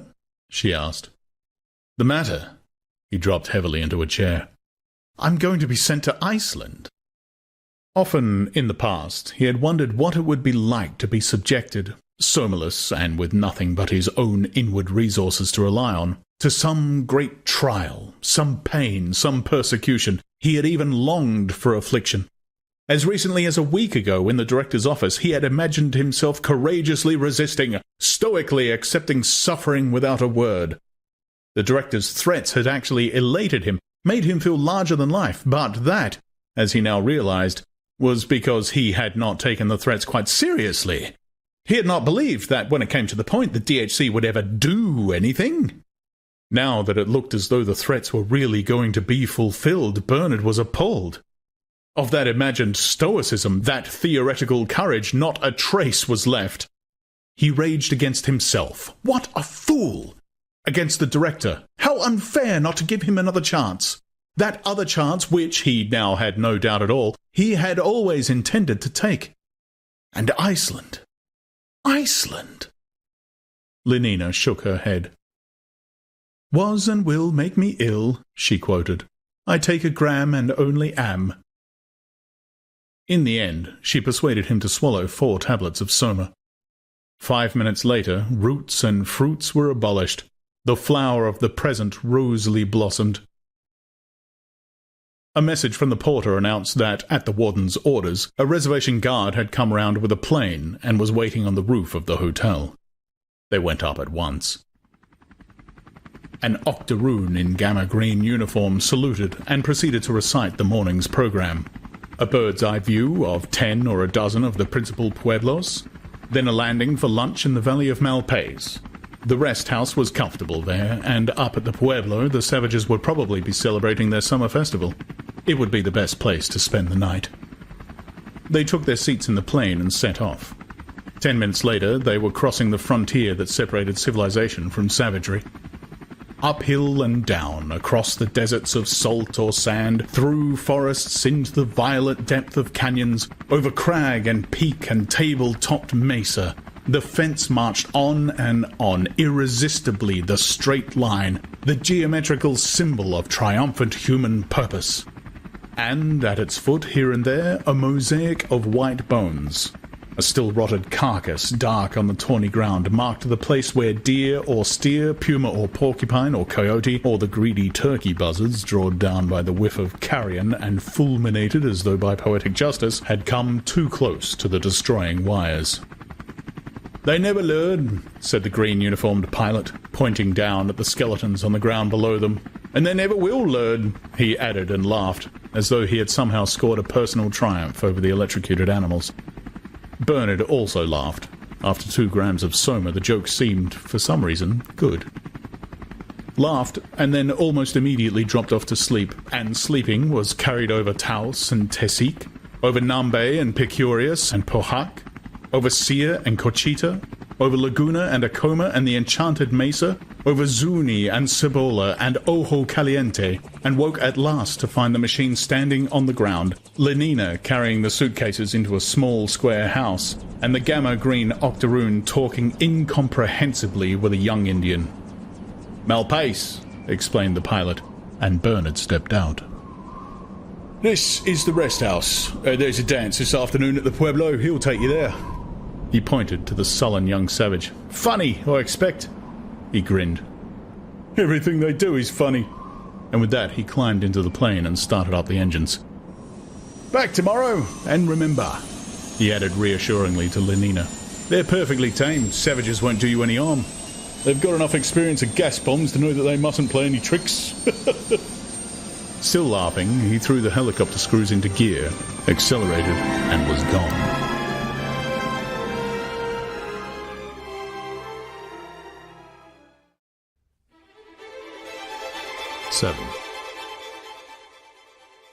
The mesa was like a ship becalmed in a strait of lion-coloured dust. The channel wound between precipitous banks, and slanting from one wall to the other across the valley ran a streak of green, the river and its fields. On the prow of that stone ship in the centre of the strait, and seemingly part of it, a shaped and geometrical outcrop of the naked rock stood the Pueblo of Malpais. Block above block, each story smaller than the one below, the tall houses rose like stepped and amputated pyramids into the blue sky. At their feet lay a straggle of low buildings, a crisscross of walls, and on 3 sides the precipices fell sheer into the plain. A few columns of smoke mounted perpendicularly into the windless air and were lost. "Queer," said Lenina. "Very queer." It was her ordinary word of condemnation. "I don't like it, and I don't like that man." She pointed to the Indian guide who had been appointed to take them up to the pueblo. Her feeling was, evidently, reciprocated. The very back of the man, as he walked along before them, was hostile, sullenly contemptuous. "Besides," she lowered her voice, "he smells." Bernard did not attempt to deny it. They walked on. Suddenly, it was as though the whole air had come alive and were pulsing with the indefatigable movement of blood. Up there, in Malpace, the drums were being beaten. Their feet fell in with the rhythm of that mysterious heart. They quickened their pace. Their path led them to the foot of the precipice. The sides of the great Mesa ship towered over them, 300 feet to the gunwale. "I wish we could have brought the plane," said Lenina, looking up resentfully at the blank, impending rock face. "I hate walking, and you feel so small when you're on the ground at the bottom of a hill." They walked along for some way in the shadow of the mesa, rounded a projection, and there, in a water-worn ravine, was the way up the companion ladder. They climbed. It was a very steep path that zigzagged from side to side of the gully. Sometimes the pulsing of the drums was all but inaudible, at others they seemed to be beating only just around the corner. When they were halfway up, an eagle flew past so close to them that the wind of his wings blew chill on their faces.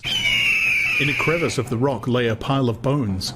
It was all oppressively queer, and the Indians smelt stronger and stronger. They emerged at last from the ravine into the full sunlight. The top of the mesa was a flat deck of stone.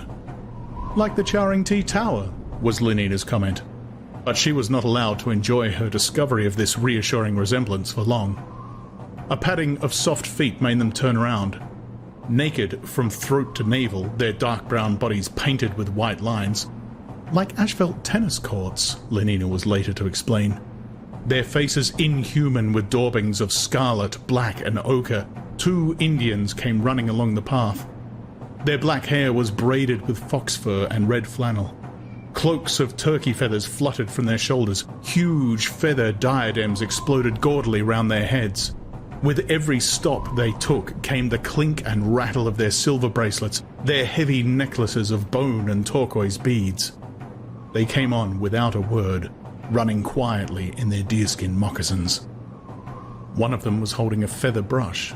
The other carried in either hand what looked at a distance like 3 or 4 pieces of thick rope. One of the ropes writhed uneasily, and suddenly Lenina saw that they were snakes. The men came nearer and nearer.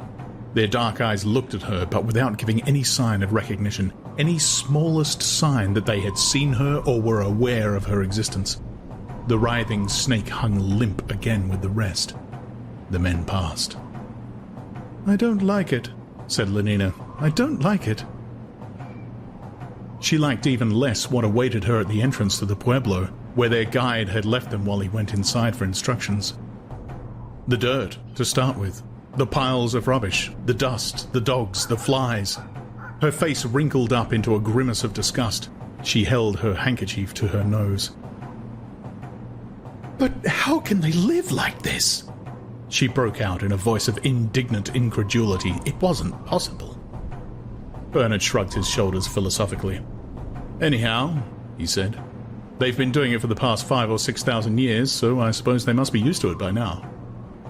"But cleanliness is next to forwardliness," she insisted. "Yes, and civilization is sterilization," Bernard went on, concluding on a tone of irony the second hypnopedic lesson in elementary hygiene. "But these people have never heard of our Ford, and they aren't civilized, so there's no point in—" "Oh!" she gripped his arm. "Look!" An almost naked Indian was very slowly climbing down the ladder from the first-floor terrace of a neighboring house, rung after rung, with the tremulous caution of extreme old age. His face was profoundly wrinkled and black, like a mask of obsidian. His toothless mouth had fallen in. At the corners of the lips, and on each side of the chin, a few long bristles gleamed almost white against the dark skin. The long, unbraided hair hung down in grey wisps around his face. His body was bent and emaciated to the bone, almost fleshless. Very slowly, he came down, pausing at each rung before he ventured another step. "What's the matter with him?" whispered Lenina. Her eyes were wide with horror and amazement. "He's old, that's all," Bernard answered as carelessly as he could. He too was startled, but he made an effort to seem unmoved. "Old?" she repeated. "But the director's old. Lots of people are old. They're not like that." "That's because we don't allow them to be like that. We preserve them from diseases. We keep their internal secretions artificially balanced at a youthful equilibrium. We don't permit their magnesium-calcium ratio to fall below what it was at 30. We give them transfusions of young blood. We keep their metabolism permanently stimulated, so of course they don't look like that. Partly," he added, "because most of them die long before they reach this creature's age. Youth almost unimpaired till 60, and then crack! The end." But Lenina was not listening. She was watching the old man. Slowly, slowly he came down. His feet touched the ground. He turned. In their deep sunken orbits, his eyes were still extraordinarily bright. They looked at her for a long moment expressionlessly, without surprise, as though she had not been there at all. Then, slowly, with bent back, the old man hobbled past them and was gone. "But it's terrible," Lenina whispered. "It's awful. We ought not to have come here." She felt in her pocket for her soma, only to discover that by some unprecedented oversight, she had left the bottle down at the rest house. Bernard's pockets were also empty. Lenina was left to face the horrors of Malpace unaided. They came crowding in on her thick and fast.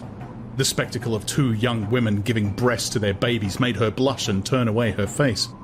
She had never seen anything so indecent in her life.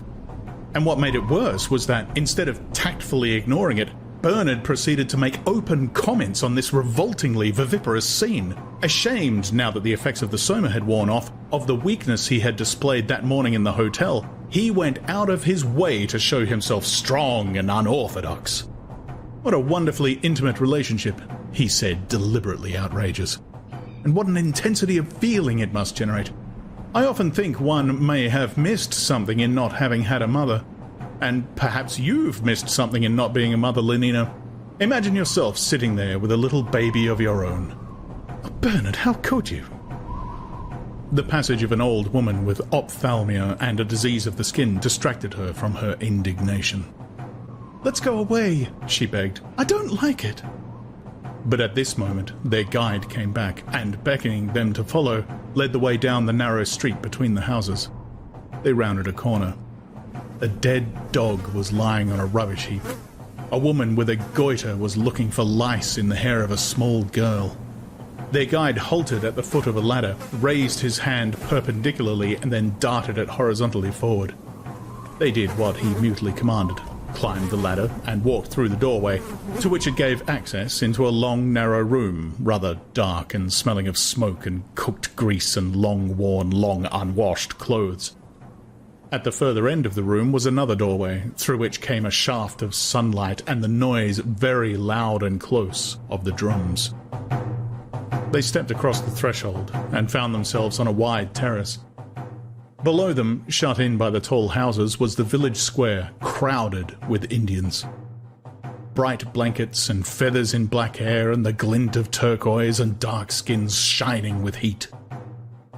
Lenina put the handkerchief to her nose again. In the open space at the center of the square were two circular platforms of masonry and trampled clay. The roofs, it was evident, of underground chambers, for in the center of each platform was an open hatchway with a ladder emerging from the lower darkness. A sound of subterranean flute playing came up and was almost lost in the steady, remorseless persistence of the drums. Lenina liked the drums. Shutting her eyes, she abandoned herself to their soft, repeated thunder, allowed it to invade her consciousness more and more completely, till at last there was nothing left in the world but that one deep pulse of sound. It reminded her reassuringly of the synthetic noises made at solidarity services and Ford's Day celebrations. Orgy porgy, she whispered to herself. These drums beat out just the same rhythms.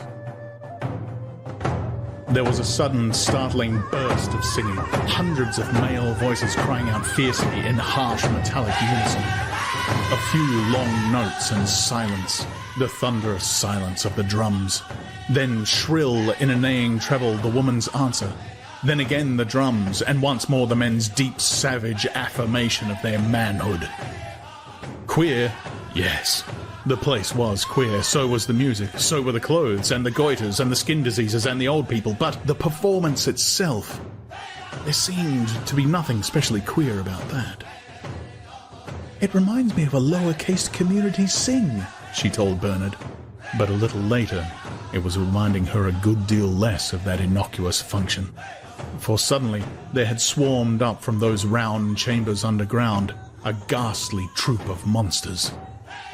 Hideously masked or painted out of all semblance of humanity, they had tramped out a strange limping dance round the square, round and again round, singing as they went, round and round, each time a little faster, and the drums had changed and quickened their rhythm so that it became like the pulsing of fever in the ears, and the crowd had begun to sing with the dancers louder and louder, and first one woman had shrieked and then another and another as though they were being killed. And then suddenly the leader of the dancers broke out of the line, ran to a big wooden chest which was standing at one end of the square, raised the lid and pulled out a pair of black snakes.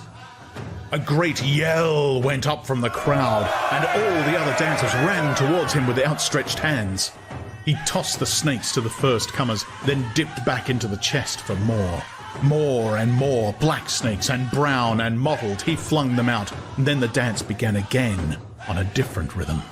Round and round they went with their snakes, sneakily, with a soft undulating movement at the knees and hips, round and round. Then the leader gave a signal, and one after another all the snakes were flung down in the middle of the square. An old man came up from underground and sprinkled them with cornmeal, and from the other hatchway came a woman and sprinkled them with water from a black jar. Then the old man lifted his hand, and startlingly, terrifyingly, there was absolute silence. The drums stopped beating. Life seemed to have come to an end.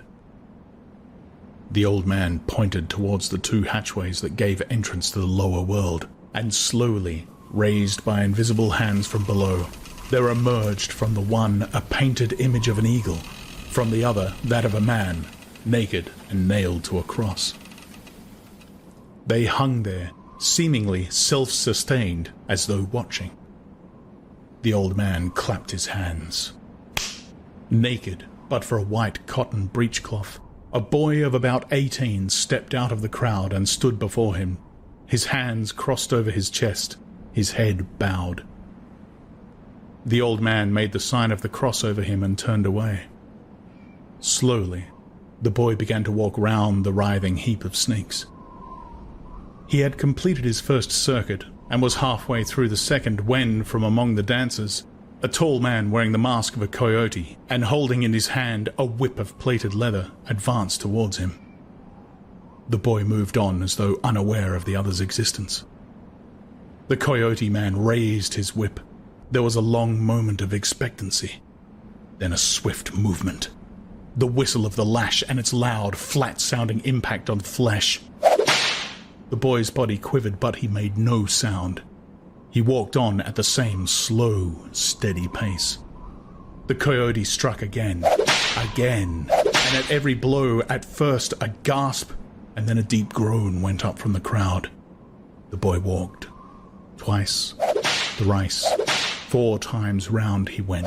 The blood was streaming. 5 times round, 6 times round. Suddenly, Lenina covered her face with her hands and began to sob. "Oh, stop them," she implored. But the whip fell and fell inexorably. 7 times round. Then, all at once, the boy staggered, and still without a sound, pitched forward onto his face. Bending over him, the old man touched his back with a long white feather.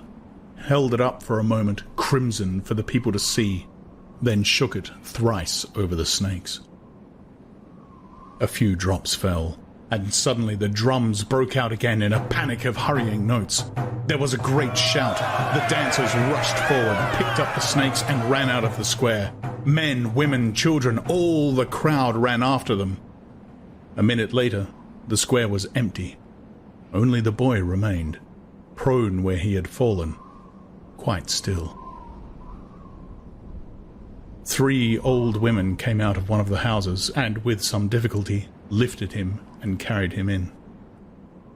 The eagle and the man on the cross kept guard for a little while over the empty pueblo, then, as though they had seen enough, sank slowly down through their hatchways, out of sight, into the netherworld. Lenina was still sobbing. "Too awful," she kept repeating, and all Bernard's consolations were in vain. "Too awful! That blood!" She shuddered. "Oh, I wish I had my Soma!" There was the sound of feet in the inner room. Lenina did not move, but sat with her face in her hands, unseeing, apart. Only Bernard turned round. The dress of the young man who now stepped out onto the terrace was Indian, but his plaited hair was straw-coloured, his eyes a pale blue, and his skin a white skin, bronzed. "Hello, good morrow," said the stranger, in faultless but peculiar English. "You're civilized, aren't you? You came from that other place outside the reservation?" "Who on earth?" Bernard began in astonishment. The young man sighed and shook his head. "A most unhappy gentleman," and pointing to the bloodstains in the centre of the square. "Do you see that damned spot?" he asked in a voice that trembled with emotion. "A gram is better than a dam," said Lenina mechanically from behind her hands. "I wish I had my Soma." "I ought to have been there," the young man went on. "Why wouldn't they let me be the sacrifice? I'd have gone round 10 times, 12, 15. Palautewa only got as far as 7. They could have had twice as much blood from me. The multitudinous seas incarnadine." He flung out his arms in a lavish gesture, then, despairingly, let them fall again. "But they wouldn't let me. They disliked me for my complexion. It's always been like that. Always." Tears stood out in the young man's eyes. He was ashamed and turned away. Astonishment made Lenina forget the deprivation of Soma. She uncovered her face and, for the first time, looked at the stranger. "Do you mean to say you wanted to be hit with that whip?" Still averted from her, the young man made a sign of affirmation. "For the sake of the pueblo, to make the rain come and the corn grow, and to please Pukong and Jesus. And then to show that I can bear pain without crying out. Yes." And his voice suddenly took on a new resonance. He turned with a proud squaring of the shoulders, a proud, defiant lifting of the chin. "To show that I am a man." Oh! He gave a gasp and was silent, gaping. He had seen, for the first time in his life, the face of a girl whose cheeks were not the colour of chocolate or dogskin, whose hair was auburn and permanently waved, and whose expression, amazing novelty, was one of benevolent interest. Lenina was smiling at him. Such a nice-looking boy, she was thinking, and a really beautiful body. The blood rushed up into the young man's face. He dropped his eyes, raised them again for a moment, only to find her still smiling at him, and was so much overcome that he had to turn away and pretend to be looking very hard at something on the other side of the square. Bernard's questions made a diversion. Who? How? When? From where? Keeping his eyes fixed on Bernard's face, for so passionately did he long to see Lenina smiling that he simply dared not look at her, the young man tried to explain himself. Linda and he, Linda was his mother, the word made Lenina look uncomfortable, were strangers in the reservation. Linda had come from the other place long ago before he was born, with a man who was his father. Bernard pricked up his ears. She had gone walking alone in those mountains over there to the north, had fallen down a steep place and hurt her head. Go on, said Bernard excitedly. Some hunters from Malpais had found her and brought her to the Pueblo.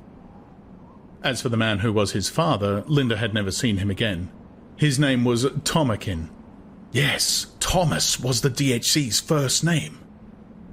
He must have flown away back to the other place, away without her, a bad, unkind, unnatural man. And so I was born in Malpais, he concluded. In Malpais. And he shook his head. The squalor of that little house on the outskirts of the Pueblo. A space of dust and rubbish separated it from the village. 2 famine-stricken dogs were nosing obscenely in the garbage at its door. Inside, when they entered, the twilight stank and was loud with flies. "Linda!" the young man called. From the inner room, a rather hoarse female voice said, "Coming!" They waited. In bowls on the floor were the remains of a meal, perhaps of several meals. The door opened. A very stout, blonde squaw stepped out across the threshold and stood looking at the strangers, staring incredulously, her mouth open. Lenina noticed with disgust that 2 of the front teeth were missing, and the colour of the ones that remained. She shuddered. It was worse than the old man. So fat, and all the lines in her face, the flabbiness, the wrinkles, and the sagging cheeks with those purplish blotches, and the red veins on her nose, the bloodshot eyes, and that neck, and the blanket she wore over her head, ragged and filthy. And under the brown sack-shaped tunic, those enormous breasts, the bulge of the stomach, the hips. Oh, much worse than the old man, much worse. And suddenly, the creature burst out in a torrent of speech, rushed at her with outstretched arms, and Ford, it was too revolting. In another moment, she'd be sick, pressed her against the bulge, the bosom, and began to kiss her. Ford!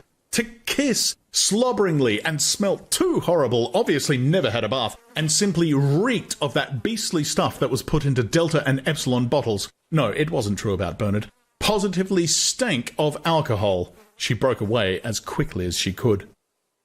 A blubbered and distorted face confronted her. The creature was crying. "Oh, my dear, my dear!" The torrent of words flowed sobbingly. "If you knew how glad! After all these years! A civilized face, yes, and civilized clothes! Because I thought I should never see a piece of real acetate silk again!" She fingered the sleeve of Lenina's shirt. The nails were black. "And those adorable viscose velveteen shorts! Do you know, dear, I've still got my old clothes, the ones I came in, put away in a box. I'll show you them afterwards. Though, of course, the acetate has all gone into holes, but such a lovely white bandolier, though I must say your green Morocco is even lovelier. Not that it did me much good, that bandolier." Her tears began to flow again. "I suppose John told you what I had to suffer, and not a gram of soma to be had, only a drink of mescal every now and again when Pope used to bring it. Pope is a boy I used to know. But it makes you feel so bad afterwards, the mescal does, and you're sick with the peyote. Besides, it always made the awful feeling of being ashamed much worse the next day, and I was so ashamed. Just think of it, me, a beta, having a baby. Put yourself in my place." The mere suggestion made Lenina shudder. "No, it wasn't my fault, I swear, because I still don't know how it happened. Seeing that I did all the Malthusian drill, by the numbers 1, 2, 3, 4, always, I swear it. But all the same, it happened. And of course there wasn't anything like an abortion centre here. Is it still down in Chelsea, by the way?" she asked. Lenina nodded.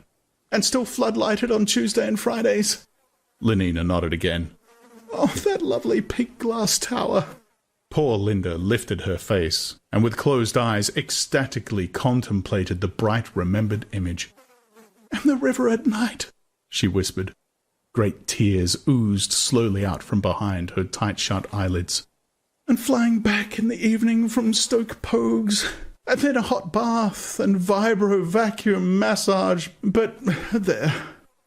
She drew a deep breath, shook her head, opened her eyes again, sniffed once or twice, then blew her nose on her fingers and wiped them on the skirt of her tunic.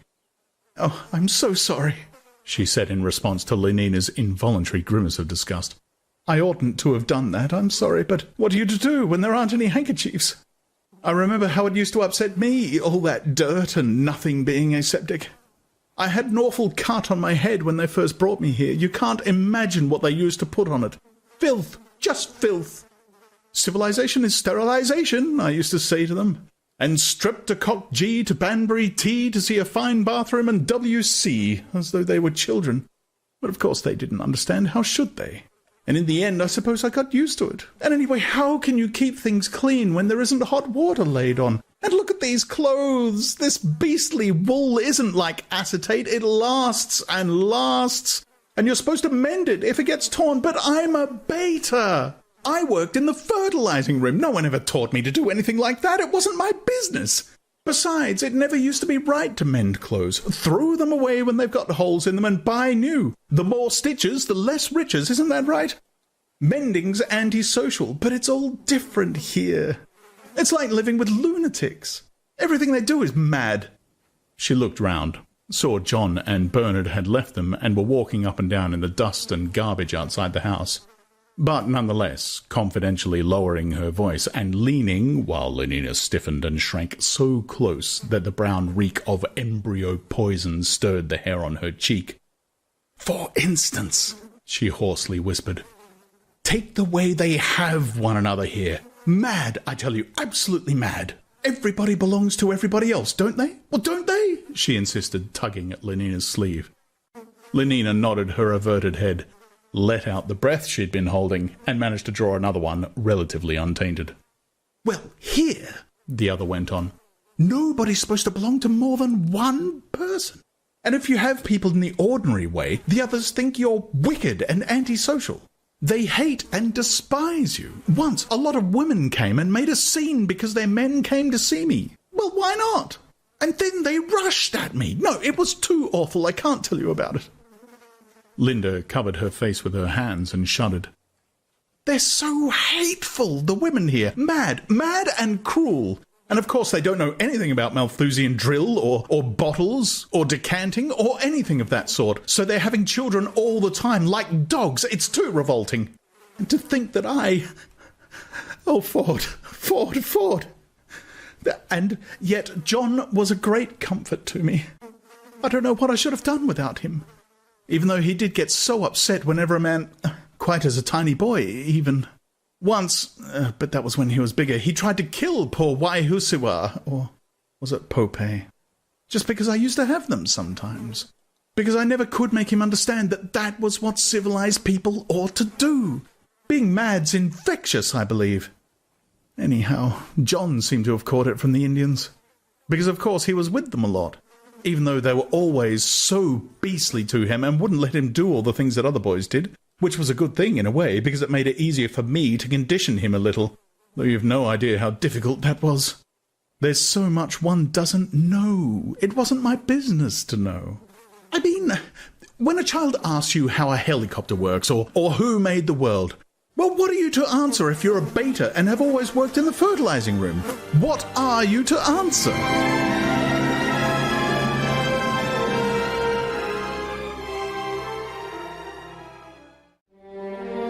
If you're enjoying this audiobook, please take a moment to hit like and subscribe on this channel, or if you want ad-free versions, you can support me on Patreon for as little as 25 cents a week.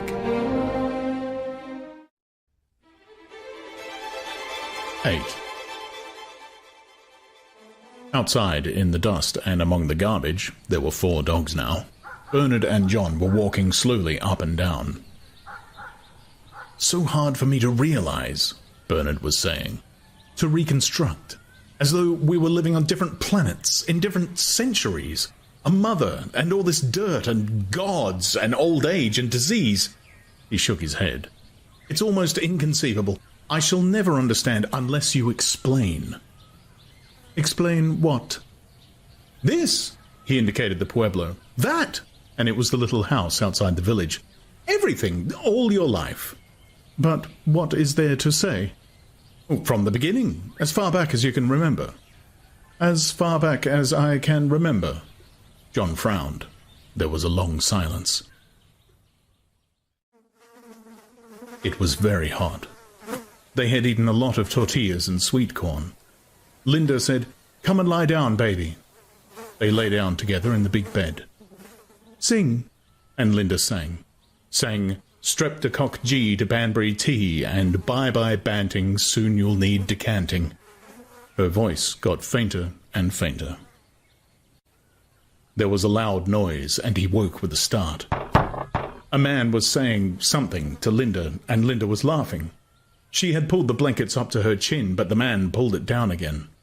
His hair was like 2 black ropes, and round his arm was a lovely silver bracelet with blue stones in it. He liked the bracelet, but all the same, he was frightened. He hid his face against Linda's body. Linda put her hand on him, and he felt safer. In those other words he did not understand so well, she said to the man, "Not with John here." The man looked at him, then again at Linda, and said a few words in a soft voice.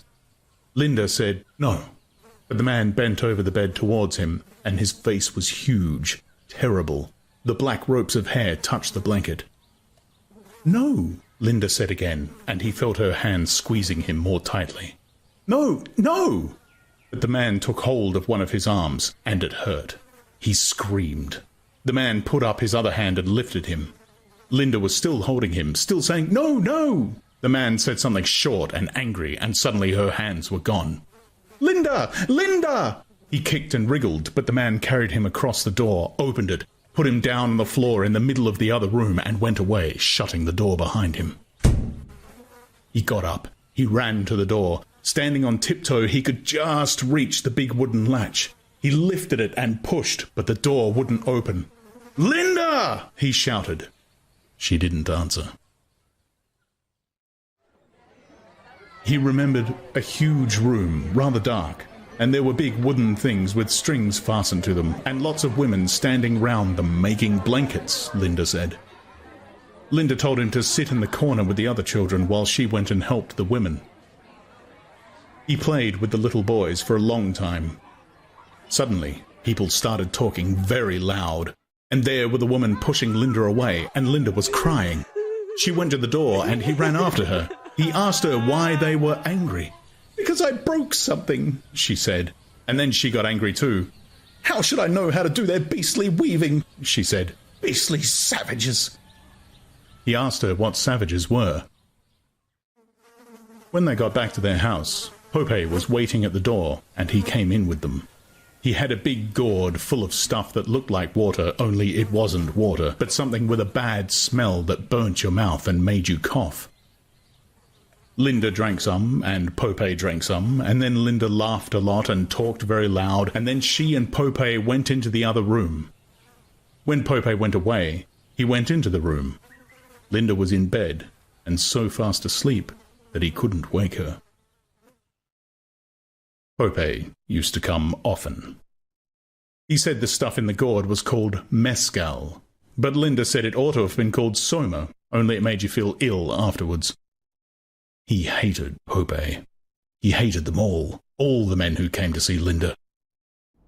One afternoon, when he'd been playing with the other children, it was cold, he remembered, and there was snow on the mountains. He came back to the house and he heard angry voices in the bedroom. They were women's voices, and they said words he didn't understand, but he knew they were dreadful words. Then, suddenly, crash! Something was upset. He heard people moving about quickly. There was another crash, and then a noise like hitting a mule, only not so bony. Then Linda screamed. "Oh, don't! She said. He ran in. There were 3 women in dark blankets. Linda was on the bed. One of the women was holding her wrists, another was lying across her legs so that she couldn't kick. The third was hitting her with a whip. Once. Twice. 3 times, and each time Linda screamed. Crying, he tugged at the fringe of the woman's blanket. "Please, please!" With her free hand, she held him away. The whip came down again, and again Linda screamed. He caught hold of the woman's enormous brown hand between his own and bit it with all his might. She cried out, wrenched her hand free, and gave him such a push that he fell down. While he was lying on the ground, she hit him 3 times with the whip. It hurt more than anything he had ever felt, like fire. The whip whistled again, fell, but this time it was Linda who screamed.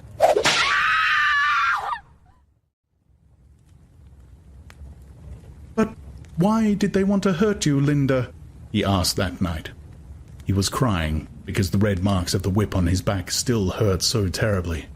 But he was also crying because people were so beastly and unfair, and because he was only a little boy and couldn't do anything against them. Linda was crying too. She was grown up, but she wasn't big enough to fight against 3 of them. It wasn't fair for her either. Why did they want to hurt you, Linda? I don't know. How should I know? It was difficult to hear what she said because she was lying on her stomach and her face was in the pillow. They say those men are their men, she went on, and she did not seem to be talking to him at all. She seemed to be talking with someone inside herself. A long talk which she didn't understand, and in the end she started crying louder than ever. Oh, don't cry, Linda, don't cry. He pressed himself against her. He put his arms around her neck. Linda cried out, "Oh, be careful, my shoulder! Oh!" And she pushed him away hard. His head banged against the wall. "Little idiot!" she shouted, and then suddenly she began to slap him. Slap! Slap! "Linda!" he cried out. "Oh, Mother, don't! I'm not your mother, I won't be your mother! But Linda, no!" She slapped him on the cheek. "Turned into a savage!" she shouted. "Having young ones like an animal! If it hadn't been for you, I might have gone to the inspector. I might have got away, but not with a baby. That would have been too shameful." He saw that she was going to hit him again and lifted his arm to guard his face. "Oh, don't, Linda, please don't." "Little beast!" She pulled down his arm. His face was uncovered. "Don't, Linda!" He shut his eyes, expecting the blow. But she didn't hit him. After a little time, he opened his eyes again and saw that she was looking at him. He tried to smile at her. Suddenly, she put her arms around him and kissed him again and again.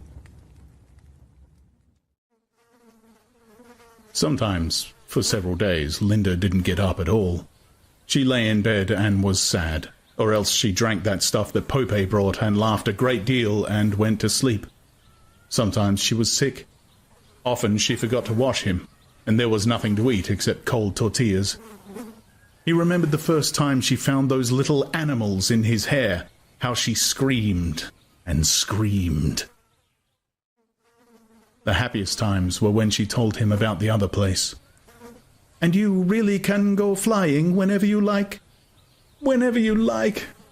And she would tell him about the lovely music that came out of a box, and all of the nice games you could play, and the delicious things to eat and drink, and the light that came when you pressed a little thing in the wall, and the pictures that you could hear and feel and smell as well as see, and another box for making nice smells, and the pink and green and blue and silver houses as high as mountains, and everybody happy, and no one ever sad or angry, and everyone belonging to everyone else, and the boxes where you could see and hear what was happening at the other side of the world, and babies in lovely clean bottles, everything so clean, and no nasty smells, no dirt at all, and people never lonely, but living together and being so jolly and happy, like the summer dances here in Malpais, but much happier, and the happiness being there every day, every day.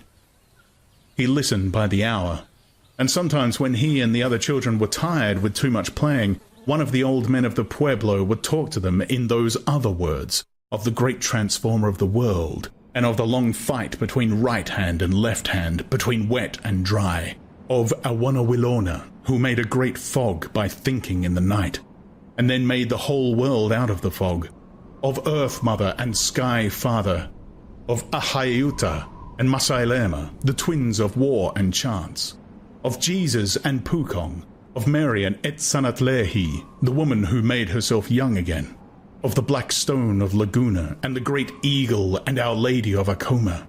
Strange stories, all the more wonderful to him for being told in the other words and so not fully understood. Lying in bed, he would think of heaven and London and Our Lady of Acoma and the rows and rows of babies in clean bottles and Jesus flying up and Linda flying up and the great director of World Hatcheries and Awanawilona. Lots of men came to see Linda. The boys began to point their fingers at him. In the strange other words, they said that Linda was bad. They called her names he did not understand, but he knew they were bad names. One day they sang a song about her again and again. He threw stones at them. They threw back. A sharp stone cut his cheek. The blood wouldn't stop. He was covered in blood. Linda taught him to read. With a piece of charcoal, she drew pictures on the wall. An animal sitting down, a baby inside a bottle. Then she wrote letters. The cat is on the mat. The tot is in the pot. He learned quickly and easily. When he knew how to read all the words she wrote on the wall, Linda opened her big wooden box and pulled out from under those funny little red trousers she never wore a thin little book. He had often seen it before. "When you're bigger," she had said, "you can read it." Well, now he was big enough. He was proud. "I'm afraid you won't find it very exciting," she said, "but it's the only thing I have." She sighed. "If only you could see the lovely reading machines we used to have in London." He began reading. The chemical and bacteriological conditioning of the embryo. Practical instructions for beta embryo store workers. It took him a quarter of an hour to read the title alone. He threw the book on the floor. "Beastly, beastly book," he said, and began to cry. The boys still sang their horrible song about Linda. Sometimes, too, they laughed at him for being so ragged. When he tore his clothes, Linda did not know how to mend them. In the other place, she told him, people threw away clothes with holes in them and got new ones. "Rags, rags," the boys used to shout at him. "But I can read," he said to himself, "and they can't. They don't even know what reading is." It was fairly easy, if he thought hard enough about the reading, to pretend that he didn't mind when they made fun of him. He asked Linda to give him the book again. The more the boys pointed and sang, the harder he read. Soon he could read all the words quite well, even the longest. But what did they mean? He asked Linda, but even when she could answer, it didn't seem to make it very clear, and generally she couldn't answer at all. "What are chemicals?" he would ask. "Oh, stuff like magnesium salts and alcohol for keeping the deltas and epsilons small and backward, and calcium carbonate for bones and all that sort of thing." "But how do you make chemicals, Linda? Where do they come from?" "Well, I don't know. You get them out of bottles. And when the bottles are empty, you send up to the chemical store for more. It's the chemical store people who made them, I suppose. Or else they send to the factory for them. I don't know. I never did any chemistry. My job was always with the embryos." It was the same with everything else he asked about. Linda never seemed to know. The old men of the Pueblo had much more definite answers. "The seed of men and all creatures, the seed of the sun and the seed of the earth and the seed of the sky. Awanawilona made them all out of the fog of increase. Now the world has 4 wombs, and he laid the seeds in the lowest of the 4 wombs, and gradually the seeds began to grow." One day, John calculated later that it must have been soon after his 12th birthday, he came home and found a book that he had never seen before lying on the floor in the bedroom. It was a thick book and looked very old. The binding had been eaten by mice. Some of its pages were loose and crumpled. He picked it up, looked at the title page. The book was called The Complete Works of William Shakespeare. Linda was lying on the bed, sipping that horrible, stinking mezcal out of a cup. "Pope brought it," she said. Her voice was thick and hoarse like somebody else's voice. "It was lying in one of the chests of the Antilope Kiva. It's supposed to have been there for hundreds of years. I expect it's true, because I looked at it and it seemed to be full of nonsense, uncivilized. Still, it'll be good enough for you to practice your reading on." She took a last sip, set the cup down on the floor beside the bed, turned over on her side, hiccuped once or twice, and went to sleep. He opened the book at random. Nay, but to live in the rank sweat of an enseamed bed, stewed in corruption, honeying and making love over the nasty sty. The strange words rolled through his mind, rumbled like talking thunder, like the drums at the summer dances if the drums could have spoken, like the men singing the corn song, beautiful, beautiful, so that you cried. Like old Mitsima saying magic over his feathers and his carved sticks and his bits of bone and stone. Hiaflat silu, siloque, siloque, siloque, kiai, silu, silu, tsithul. But better than Mitsima's magic, because it meant more. Because it talked to him, talked wonderfully and only half understandably. A terrible, beautiful magic about Linda.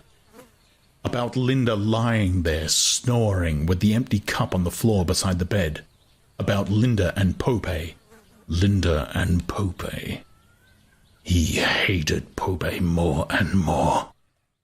A man can smile and be a villain. Remorseless, treacherous, lecherous, kindless villain. What did the words exactly mean? He only half knew.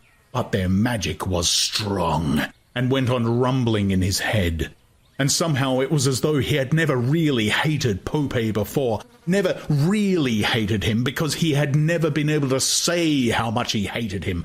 But now he had these words like drums and singing and magic. These words and a strange, strange story out of which they were taken. He couldn't make head nor tail of it, but it was wonderful, wonderful all the same. They gave him a reason for hating Pope, and they made his hatred more real. They even made Pope himself more real. One day, when he came in from playing, the door of the inner room was open, and he saw them lying together on the bed, asleep. White Linda and Pope almost black beside her, with one arm under her shoulders and the other dark hand on her breast, and one of the plaits of his long hair lying across her throat like a black snake trying to strangle her. Pope's gourd and a cup were standing on the floor near the bed. Linda was snoring. His heart seemed to have disappeared and left a hole. He was empty, empty and cold, and rather sick and giddy. He leaned against the wall to steady himself. Remorseless, treacherous, lecherous.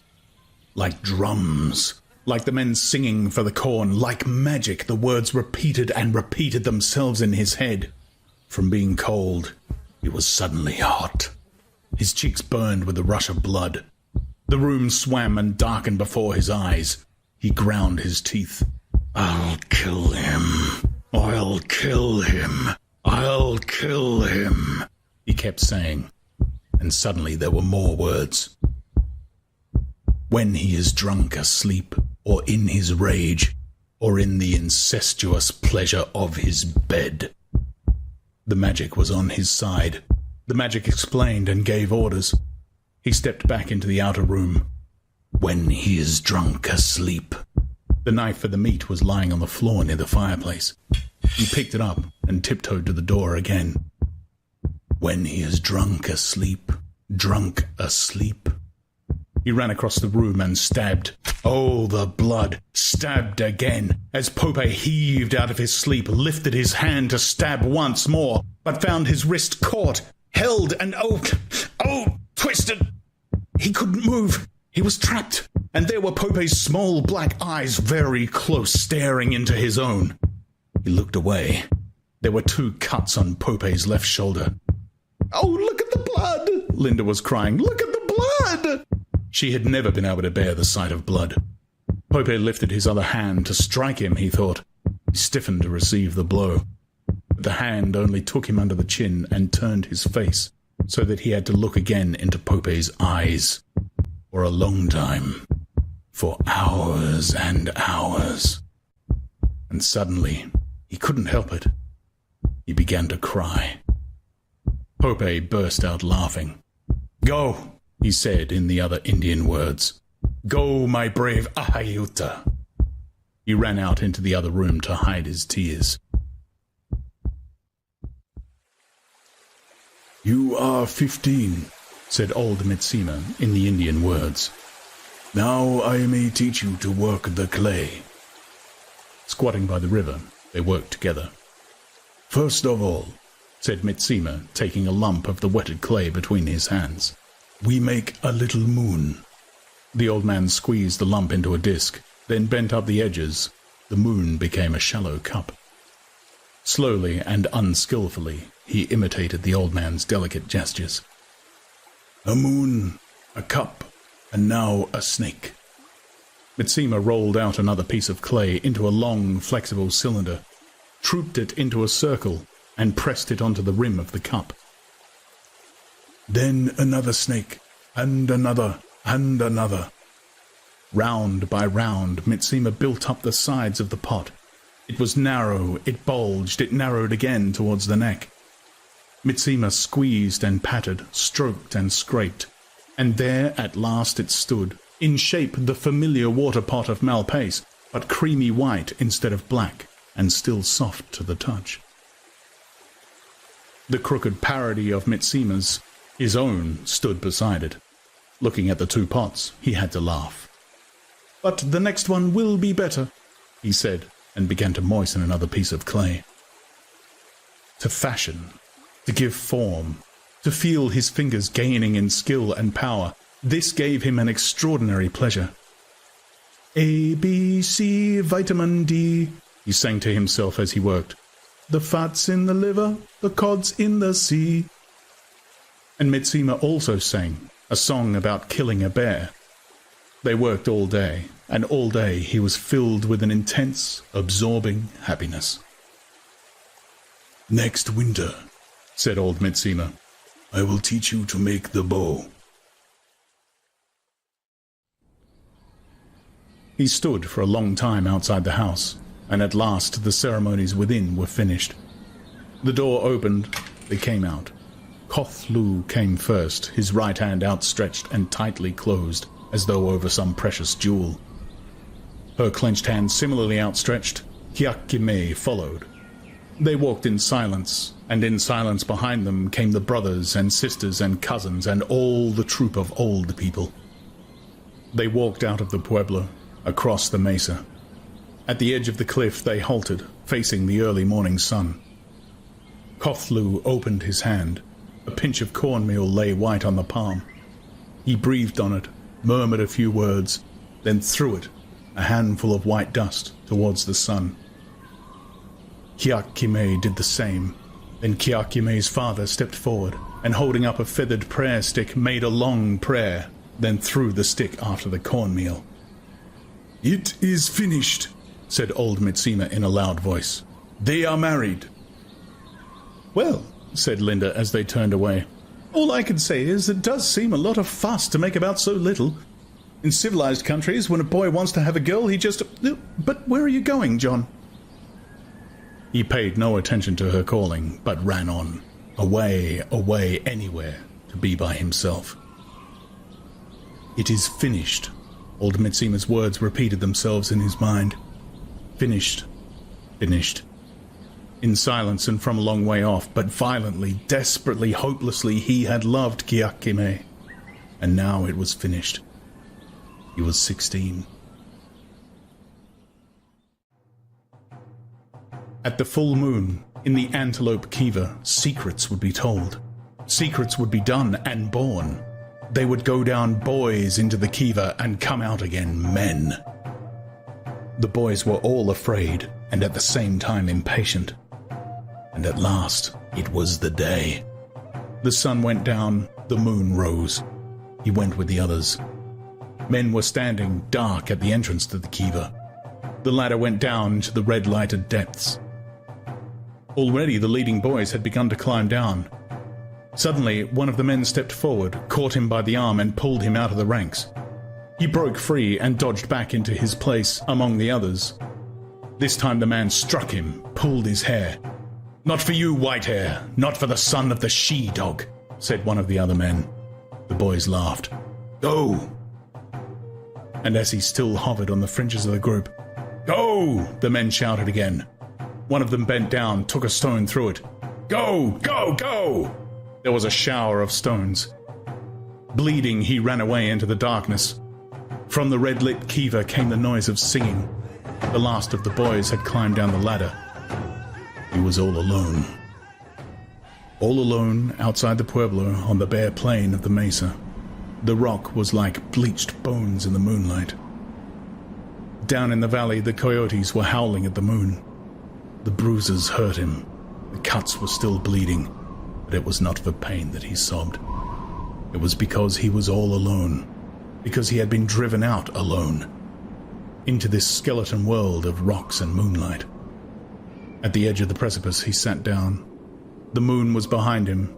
He looked down into the black shadow of the mesa, into the black shadow of death. He had only to take one step, one little jump.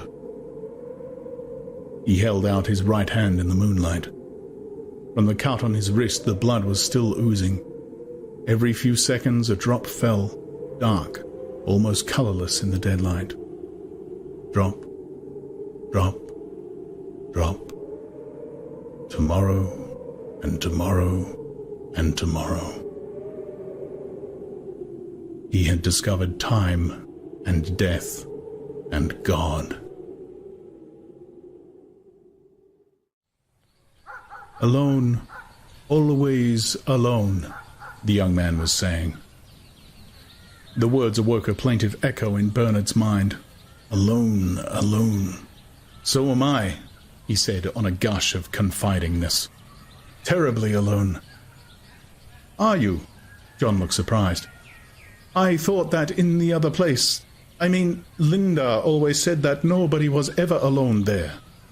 Bernard blushed uncomfortably. You see, he said, mumbling and with averted eyes, I'm rather different from most people, I suppose, if one happens to be decanted different. Yes, that's just it, the young man nodded. If one's different, one's bound to be lonely. They're beastly to one. Do you know, they shut me out of absolutely everything.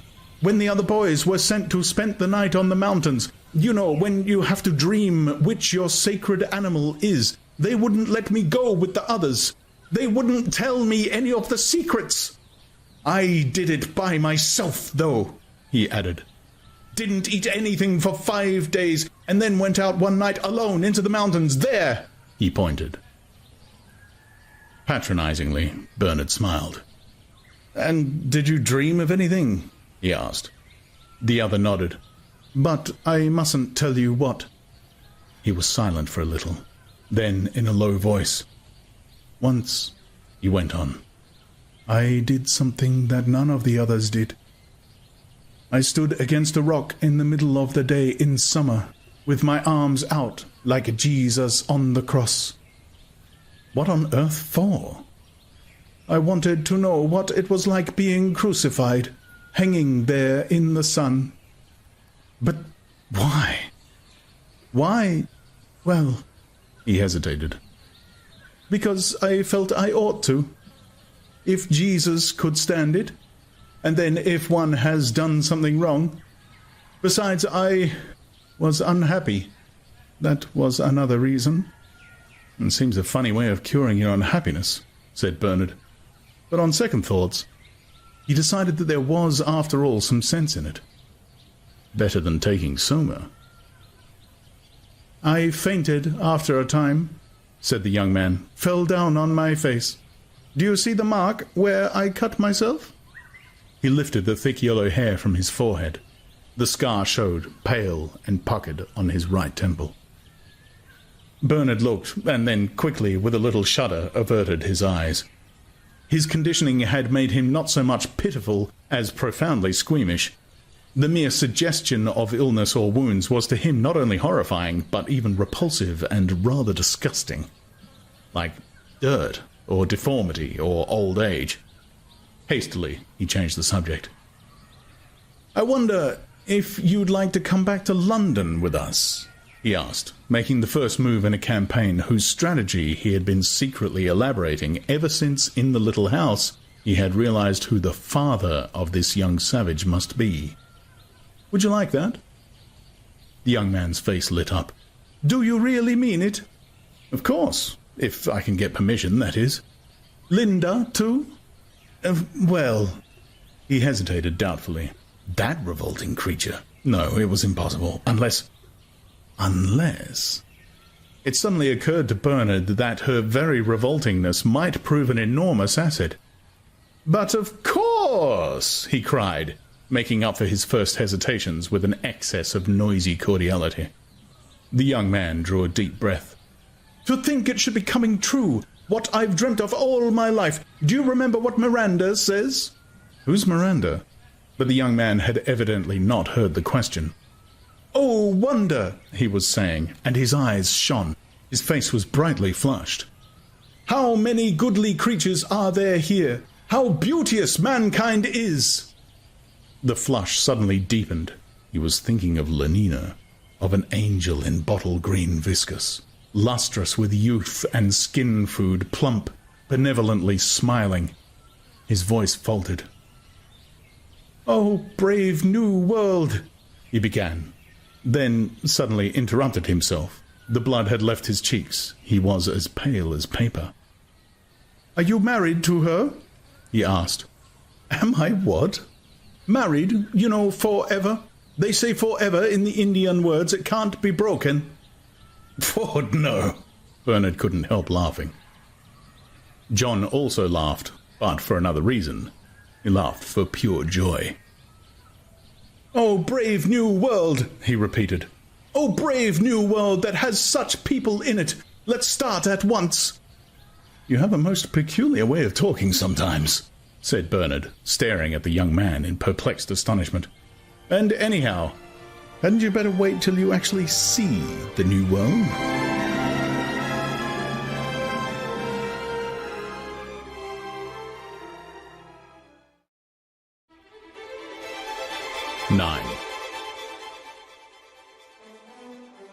Lenina felt herself entitled, after this day of queerness and horror, to a complete and absolute holiday.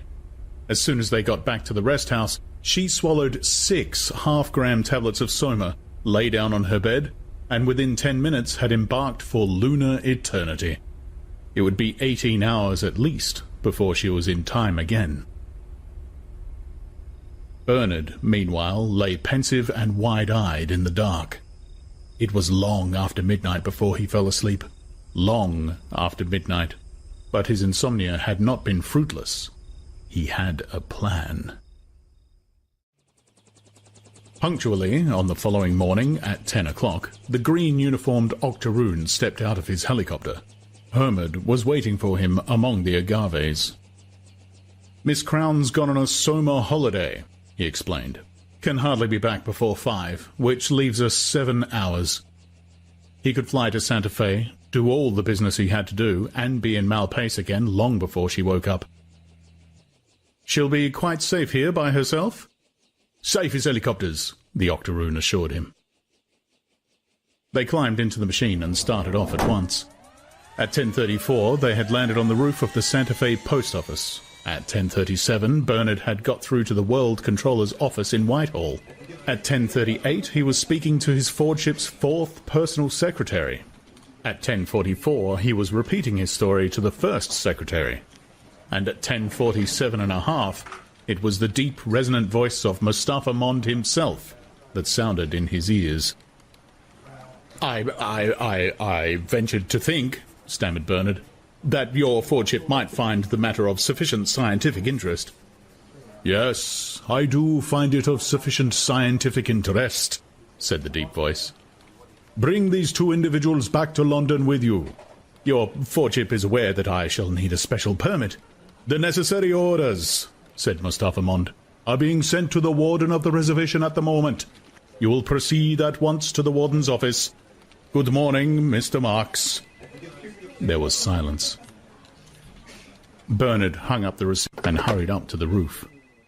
Warden's office, he said to the Gamma Green Octoroon. At 10:54, Bernard was shaking hands with the warden. "Delighted, Mr. Marks, delighted." His boom was deferential. "We have just received special orders." "I know," said Bernard, interrupting him. "I was talking to his Fordship on the phone a moment ago." His bored tone implied that he was in the habit of talking to his Fordship every day of the week. He dropped into a chair. "If you'll kindly take all the necessary steps as soon as possible." "As soon as possible," he emphatically repeated. He was thoroughly enjoying himself. At 11:03, he had all the necessary papers in his pocket. "So long," he said patronizingly to the warden, who had accompanied him as far as the lift gates. "So long." He walked across to the hotel, had a bath, a vibrovac massage, and an electrolytic shave, listened in to the morning's news, looked in for half an hour on the televisor, ate a leisured luncheon, and at 2:30 flew back with the octoroon to Malpais. The young man stood outside the rest house. "Bernard!" he called. "Bernard!" There was no answer. Noiseless on his deerskin moccasins, he ran up the steps and tried the door. The door was locked. They were gone. Gone! It was the most terrible thing that had ever happened to him. She had asked him to come and see them, and now they were gone. He sat down on the steps and cried. Half an hour later, it occurred to him to look through the window. The first thing he saw was a green suitcase with the initials LC painted on the lid. Joy flared up like fire within him. He picked up a stone. The smashed glass tinkled on the floor. A moment later, he was inside the room. He opened the green suitcase, and all at once he was breathing Lenina's perfume, filling his lungs with her essential being. His heart beat wildly. For a moment, he was almost faint. Then, bending over the precious box, he touched, he lifted into the light, he examined. The zippers on Lenina's spare pair of viscous velveteen shorts were at first a puzzle, then solved, a delight. Zip, and then zip, zip, and then zip. He was enchanted. Her green slippers were the most beautiful things he had ever seen. He unfolded a pair of zippy Kaminex, blushed, put them hastily away again, but kissed a perfumed acetate handkerchief and wound a scarf round his neck. Opening a box, he spilt a cloud of scented powder. His hands were floury with the stuff. He wiped them on his chest, on his shoulders, on his bare arms. Delicious perfume! He shut his eyes. He rubbed his cheek against his own powdered arm. Touch of smooth skin against his face, scent in his nostrils of musky dust, her real presence. "Lenina," he whispered. "Lenina." A noise made him start, made him guiltily turn. He crammed up his thieveries into the suitcase and shut the lid, then listened again, looked. Not a sign of life, not a sound. And yet he had certainly heard something, something like a sigh, something like the creak of a board. He tiptoed to the door and, cautiously opening it, found himself looking onto a broad landing. On the opposite side of the landing was another door, ajar. He stepped out, pushed, peeped.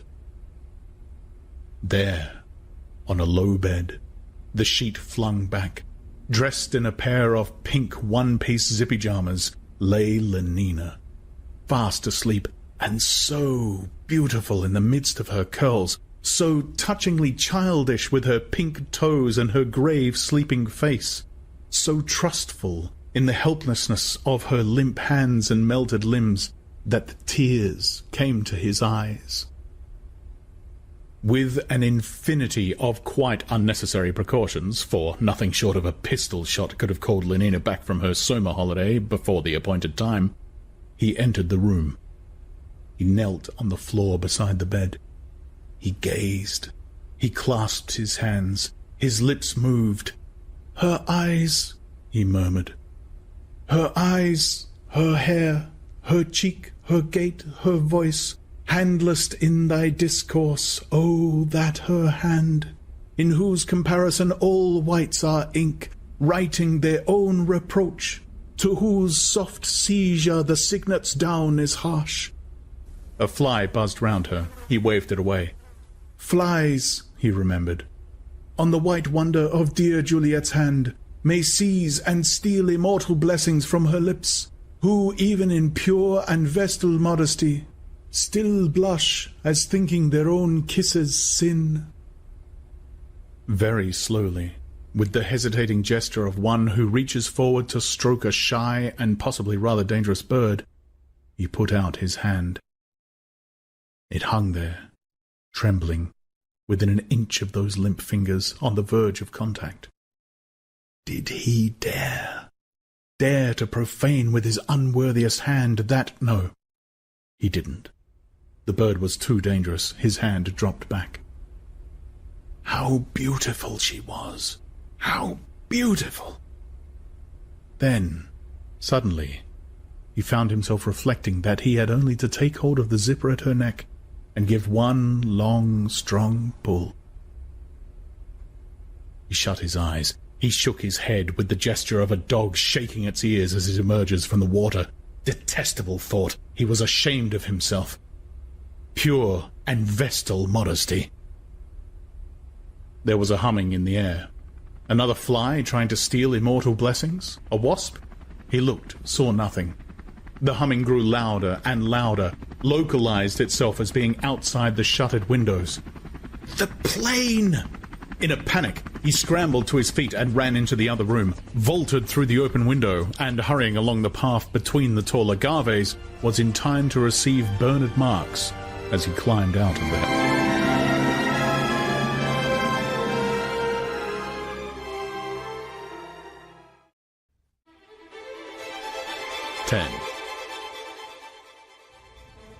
The hands of all the 4,000 electric clocks in all the Bloomsbury Centre's 4,000 rooms marked 27 minutes past 2.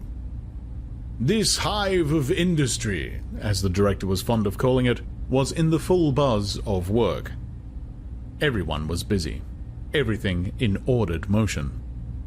Under the microscopes, their long tails furiously lashing, spermatozoa were burrowing headfirst into eggs, and, fertilized, the eggs were expanding, dividing, or, if Bokanovskified, budding and breaking up into whole populations of separate embryos. From the social predestination room, the escalators went rumbling down into the basement, and there, in the crimson darkness, stewingly warm on their cushion of peritoneum and gorged with blood surrogate and hormones, the fetuses grew and grew, or, poisoned, languished into a stunted epsilonhood. With a faint hum and rattle, the moving racks crawled imperceptibly through the weeks and the recapitulated eons to where, in the decanting room, the newly unbottled babes uttered their first yell of horror and amazement. The dynamos purred in the sub-basement. The lifts rushed up and down. On all the 11 floors of nurseries, it was feeding time. From 1,800 bottles, 1,800 carefully labelled infants were simultaneously sucking down their pint of pasteurized external secretion.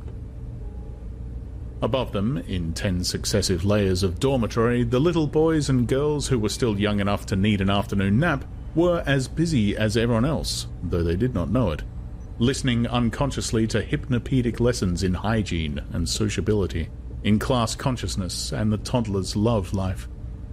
Above these again were the playrooms where, the weather having turned to rain, 900 older children were amusing themselves with bricks and clay modelling, hunt the zipper, and erotic play. Buzz, buzz, the hive was humming, busily, joyfully. Blithe was the singing of the young girls over their test tubes. The predestinators whistled as they worked, and in the decanting room, what glorious jokes were cracked above the empty bottles. But the director's face, as he entered the fertilizing room with Henry Foster, was grave, wooden with severity. "A public example," he was saying. "In this room, because it contains more high-caste workers than any other in the center. I have told him to meet me here at 2:30. "He does his work very well," put in Henry with hypocritical generosity. "I know, but that's all the more reason for severity. His intellectual eminence carries with it corresponding moral responsibilities. The greater a man's talents, the greater his power to lead astray. It is better that one should suffer than that many should be corrupted. Consider the matter dispassionately, Mr. Foster, and you will see that no offense is so heinous as unorthodoxy of behavior. Murder kills only one individual, and after all, what is an individual?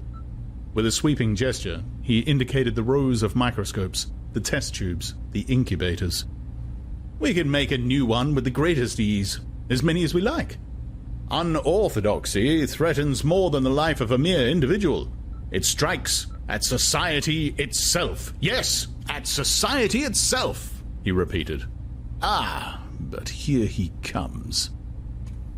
Bernard had entered the room and was advancing between the rows of fertilizers towards them. A veneer of jaunty self-confidence thinly concealed his nervousness.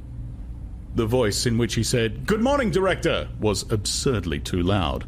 That in which, correcting his mistake, he said, "You asked me to come and speak to you here," ridiculously soft. A squeak. "Yes, Mr. Marks," said the Director portentously. "I did ask you to come to me here. You returned from your holiday last night, I understand?" "Yes," Bernard answered. "Yes," repeated the Director, lingering, a serpent, on the S. Then, suddenly raising his voice, "Ladies and gentlemen," he trumpeted. "Ladies and gentlemen!" The singing of the girls over the test tubes, the preoccupied whistling of the microscopists suddenly ceased. There was a profound silence. Everyone looked around. "Ladies and gentlemen," the Director repeated once more. "Excuse me for thus interrupting your labors. A painful duty constrains me. The security and stability of society are in danger. Yes, in danger, ladies and gentlemen. This man," he pointed accusingly at Bernard, "this man who stands before you here, this Alpha Plus to whom so much has been given and from whom, in consequence, so much must be expected, this colleague of yours, or should I anticipate and say this ex-colleague, has grossly betrayed the trust imposed in him by his heretical views on sport and soma, by the scandalous unorthodoxy of his sex life, by his refusal to obey the teachings of our Ford and behave out of office hours even as a little infant." Here the Director made the sign of the T. "He has proved himself an enemy of society, a subverter, ladies and gentlemen, of all order and stability, a conspirator against civilization itself. For this reason, I propose to dismiss him with ignominy from the post he has held in this center. I propose forthwith to apply for his transference to a sub-center of the lowest order, and that his punishment may serve the best interest of society, as far as possible removed from any important center of population. In Iceland, he will have small opportunity to lead others astray by his unfordly example." The Director paused. Then, folding his arms, he turned impressively to Bernard. "Marks," he said, "can you show any reason why I should not now execute the judgment passed upon you?" "Yes, I can," Bernard answered in a very loud voice. Somewhat taken aback, but still majestically, "Then show it," said the Director. "Certainly, but it's in the passage. One moment." Bernard hurried to the door and threw it open. "Come in," he commanded, and the reason came in and showed itself. There was a gasp, a murmur of astonishment and horror. A young girl screamed. Standing on a chair to get a better view, someone upset 2 test tubes full of spermatozoa.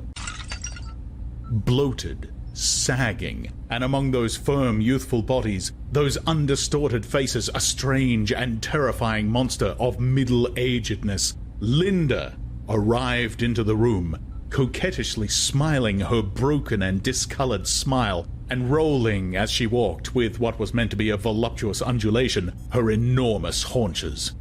Bernard walked beside her.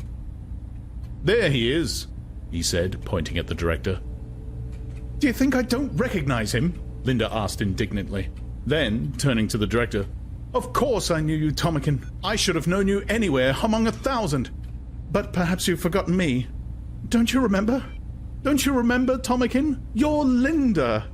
She stood looking at him, her head on one side, still smiling, but with a smile that became progressively, in the face of the director's expression of petrified disgust, less and less self-confident.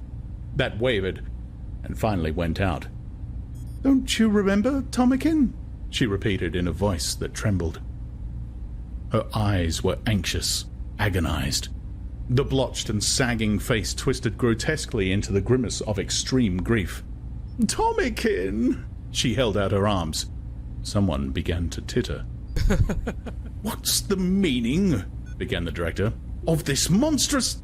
Tomikin! She ran forward, her blanket trailing behind her, threw her arms round his neck, hid her face on his chest. A howl of laughter went up irrepressibly. This monstrous practical joke! The director shouted. Red in the face, he tried to disengage himself from her embrace. Desperately, she clung. But I'm Linda! I'm Linda! The laughter drowned her voice. You made me have a baby! She screamed above the uproar. There was a sudden and appalling hush. Eyes floated uncomfortably, not knowing where to look. The director went suddenly pale, stopped struggling, and stood, his hands on her wrists, staring down at her, horrified. Yes, a baby! And I was its mother! She flung the obscenity like a challenge into the outraged silence, then, suddenly breaking away from him, ashamed, covered her face with her hands, sobbing, It wasn't my fault, Tomikin, because I always did my drill, didn't I? Didn't I? Always! I don't know how. If you knew how awful, Tomikin, but he was a comfort to me all the same. Turning towards the door. John! She called. John! He came in at once. Paused for a moment just inside the door. Looked round. Then, soft on his moccasined feet, strode quickly across the room, fell on his knees in front of the director, and said in a clear voice, My father! The word for father was not so much obscene as, with its connotation of something at one remove from the loathsomeness and moral obliquity of childbearing, merely gross, a scatological rather than a pornographic impropriety. The comically smutty word relieved what had become a quite intolerable tension. Laughter broke out, enormous, almost hysterical, peal after peal, as though it would never stop. My father! And it was the director! My father! Oh, Ford, that was really too good. The whooping and the roaring renewed themselves. Faces seemed on the point of disintegration. Tears were streaming. 6 more test tubes of spermatozoa were upset. My father! Pale, wide-eyed, the director glared about him in an agony of bewildered humiliation. My father! The laughter, which had shown signs of dying away, broke out again more loudly than ever. He put his hands over his ears and rushed out of the room.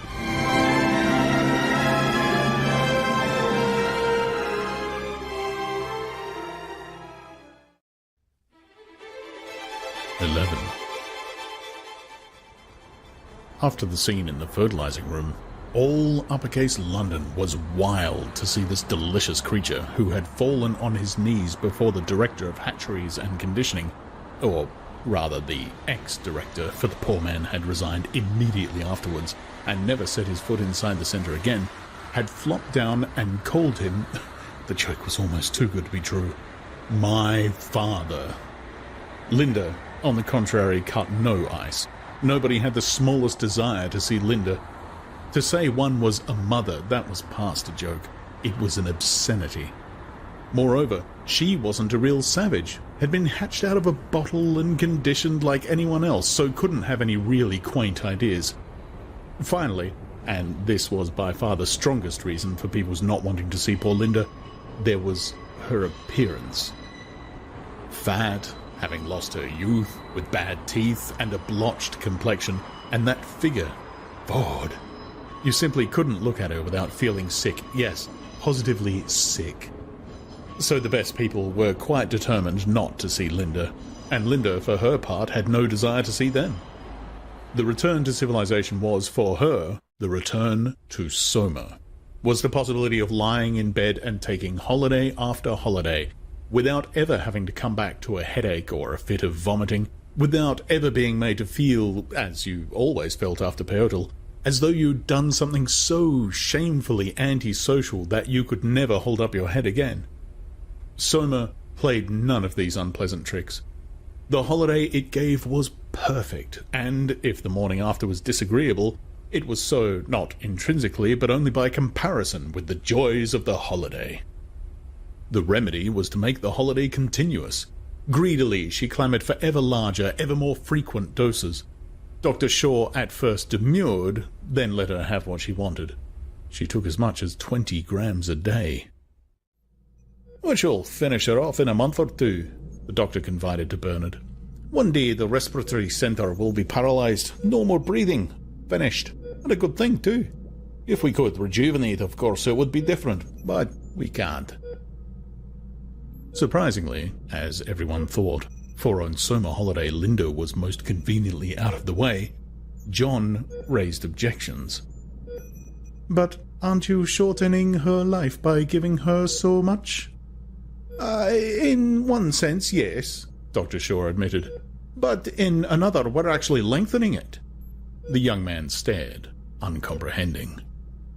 "Soma, it makes you lose a few years in time," the doctor went on. "But think of the enormous, immeasurable durations it can give you out of time. Every Soma holiday is a bit of what our ancestors used to call eternity." John began to understand. "Eternity was in our lips and eyes," he murmured. "Eh?" "Nothing." "Of course," Dr. Shaw went on. "You can't allow people to go popping off into eternity if they've got any serious work to do. But as she hasn't got any serious work." "All the same," John persisted, "I don't believe it's right." The doctor shrugged his shoulders. "Well, of course, if you prefer to have her screaming mad all the time." In the end, John was forced to give in. Linda got her Soma. Thenceforward, she remained in her little room on the 37th floor of Bernard's apartment house, in bed, with the radio and television always on, and the patchouli tap just dripping, and the Soma tablets within reach of her hand. There she remained, and yet wasn't there at all. Was all the time away, infinitely far away, on holiday. On holiday in some other world, where the music of the radio was a labyrinth of sonorous colours, a sliding, palpitating labyrinth that led, by what beautifully inevitable windings, to a bright centre of absolute conviction, where the dancing images of the television box were the performers in some indescribably delicious all-singing feelie, where the dripping patchouli was more than scent, was the sun, was a million saxophones, was Pope making love, only much more so, incomparably more, and without end. "No, we can't rejuvenate, but I'm very glad," Dr. Shaw had concluded, "to have had this opportunity to see an example of senility in a human being. Thank you so much for calling me in." He shook Bernard warmly by the hand.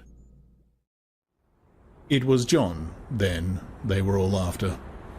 And as it was only through Bernard, his accredited guardian, that John could be seen, Bernard now found himself, for the first time in his life, treated not merely normally, but as a person of outstanding importance. There was no more talk of the alcohol in his blood surrogate, no jibes at his personal appearance. Henry Foster went out of his way to be friendly. Benito Hoover made him a present of 6 packets of sex hormone chewing gum. The assistant predestinator came out and cadged almost abjectly for an invitation to one of Bernard's evening parties.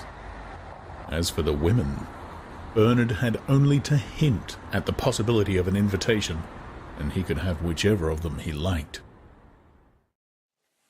"Bernard's asked me to meet the Savage next Wednesday," Fanny announced triumphantly. "I'm so glad," said Lenina. "And now you must admit that you were wrong about Bernard. Don't you think he's really rather sweet?" Fanny nodded. "And I must say," she said, "I was quite agreeably surprised." The chief bottler, the Director of Predestination, 3 Deputy Assistant Fertilizer Generals, the Professor of Feelies in the College of Emotional Engineering, the Dean of the Westminster Community Singery, the Supervisor of Buchanovskification. The list of Bernard's notables was interminable. "And I had 6 girls last week," he confided to Helmholtz Watson. 1 on Monday, 2 on Tuesday, 2 more on Friday, and 1 on Saturday. If I'd had the time or the inclination, there were at least a dozen more who were only too anxious. Helmholtz listened to his boastings in a silence so gloomily disapproving that Bernard was offended. "You're envious," he said. Helmholtz shook his head. "I'm rather sad, that's all," he answered. Bernard went off in a huff. Never, he told himself, never would he speak to Helmholtz again. The days passed. Success went fizzily to Bernard's head, and in the process completely reconciled him, as any good intoxicant should do, to a world which, up until then, he had found very unsatisfactory. Insofar as it recognized him as important, the order of things was good. But, reconciled by his success, he yet refused to forego the privilege of criticizing this order. For the act of criticizing heightened his sense of importance, made him feel larger. Moreover, he did genuinely believe that there were things to criticize. At the same time, he genuinely liked being a success and having all the girls he wanted. Before those who now, for the sake of the savage, paid their court to him, Bernard would parade a carping unorthodoxy. He was politely listened to, but behind his back, people shook their heads. "That young man will come to a bad end," they said, prophesying the more confidently in that they themselves would in due course personally see to it that the end was bad. "He won't find another savage to help him out a second time," they said. Meanwhile, however, there was the first savage. They were polite. And because they were polite, Bernard felt positively gigantic. Gigantic and at the same time light with elation, lighter than air. "Lighter than air," said Bernard, pointing upwards. Like a pearl in the sky, high, high above them, the weather department's captive balloon shone rosily in the sunshine. The said savage, so ran Bernard's instructions, to be shown civilized life in all its aspects. He was being shown a bird's-eye view of it at present, a bird's-eye view from the platform of the Charing T Tower. The station master and the resident meteorologist were acting as guides, but it was Bernard who did most of the talking. Intoxicated, he was behaving as though, at the very least, he were a visiting world controller. Lighter than air. The Bombay green rocket dropped out of the sky. The passengers alighted.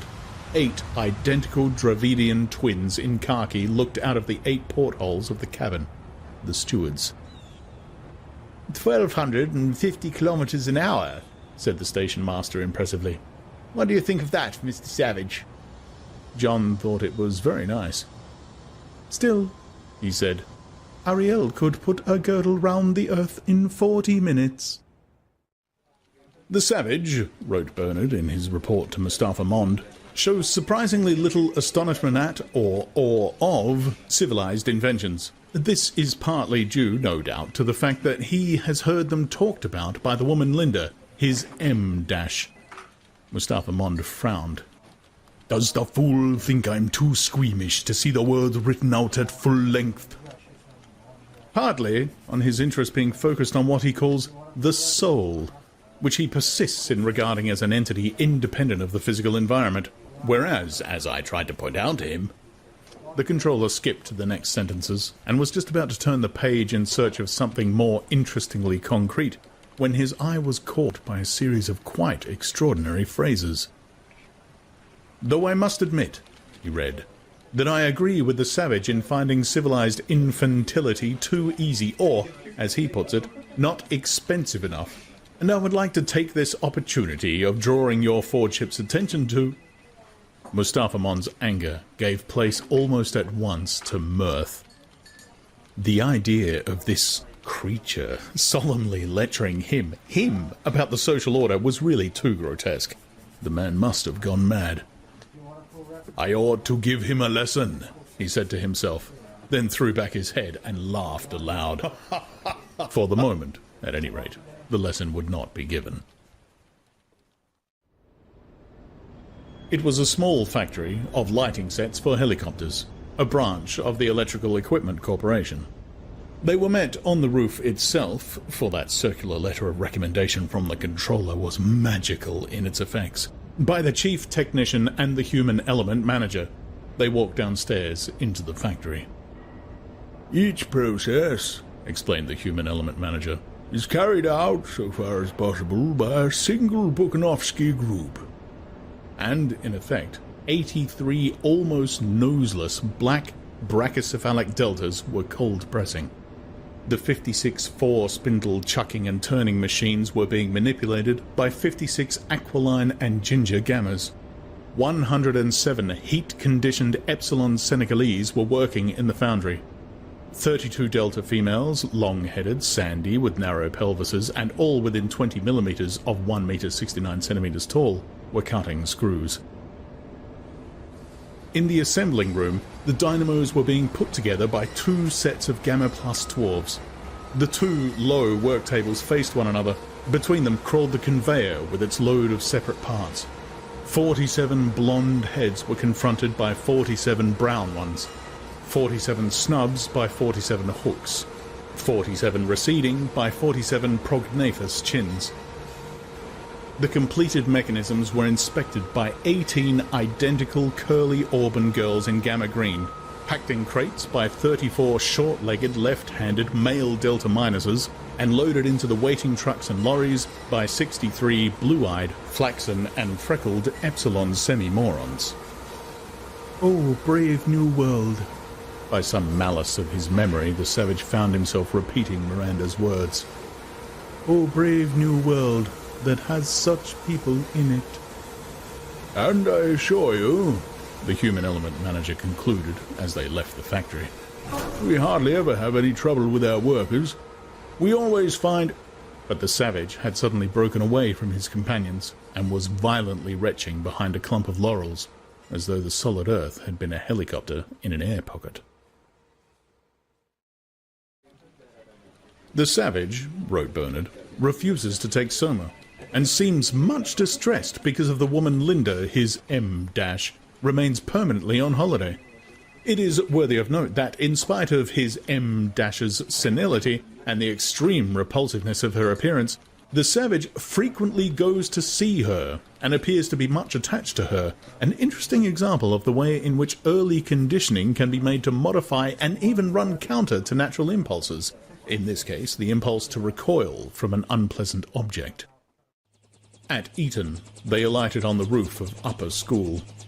On the opposite side of School Yard, the 52 stories of Lupton's Tower gleamed white in the sunshine. College on their left, and on their right, the school community's singery reared their venerable piles of ferro-concrete and vita glass.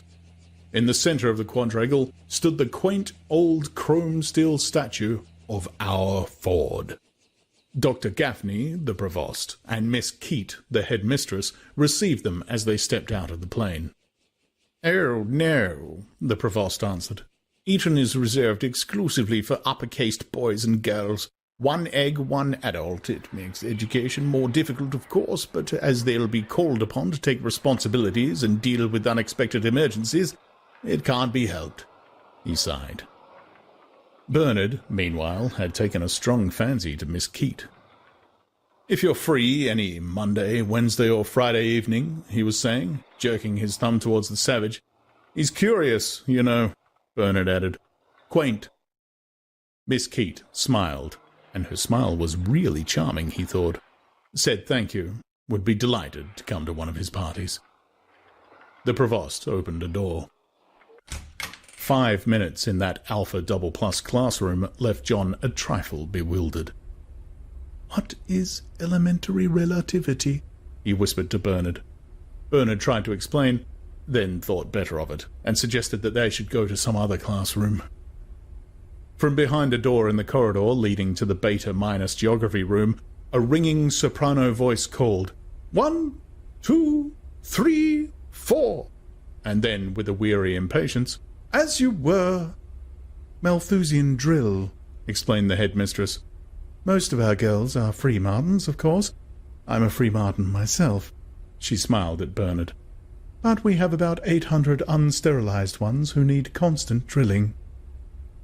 In the Beta-Minus geography room, John learnt that a savage reservation is a place which, owing to unfavorable climatic or geological conditions or poverty of natural resources, has not been worth the expense of civilizing.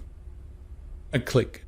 The room was darkened, and suddenly, on the screen above the master's head, there were the penitentes of Acoma, prostrating themselves before Our Lady, and wailing as John had heard them wail, confessing their sins before Jesus on the cross, before the eagle image of Pu Kong. The young Etonians fairly shouted with laughter. Still wailing, the penitentes rose to their feet, stripped off their upper garments, and, with knotted whips, began to beat themselves, blow after blow. Redoubled, the laughter drowned even the amplified recording of their groans. "But why do they laugh?" asked the savage in a pained bewilderment. "Why?" The provost turned towards him, a still broadly grinning face. "Why? Because it's so extraordinarily funny." In the cinematographic twilight, Bernard risked a gesture which, in the past, even in total darkness, would hardly have emboldened him to make. Strong in his new importance, he put his arm around the headmistress's waist. It yielded willowily. He was just about to snatch a kiss or two and perhaps a gentle pinch when the shutters clicked open again. "Perhaps we had better go on," said Miss Keat, and moved towards the door. "And this," said the provost a moment later, "is the hypnopedic control room." Hundreds of synthetic music boxes, one for each dormitory, stood ranged in shelves round three sides of the room. Pigeonholed on the fourth were the paper sound-track rolls on which the various hypnopedic lessons were printed. "You slip the roll in here," explained Bernard, interrupting Dr. Gaffney. "Press down this switch." "No, that one," corrected the provost, annoyed. "That one, then." The roll unwinds. The selenium cells transform the light impulses into sound waves, and there you are, Dr. Gaffney concluded. "Do they read Shakespeare?" asked the savage as they walked, on their way to the biochemical laboratories past the school library. "Certainly not," said the headmistress, blushing. "Our library," said Dr. Gaffney, "contains only books of reference. If our young people need distraction, they can get it at the Fearleys. We don't encourage them to indulge in any solitary amusements." 5 busloads of boys and girls, singing, or in a silent embracement, rolled past them over the vitrified highway. "Just returned," explained Dr. Gaffney, while Bernard, whispering, made an appointment with the headmistress for that very evening.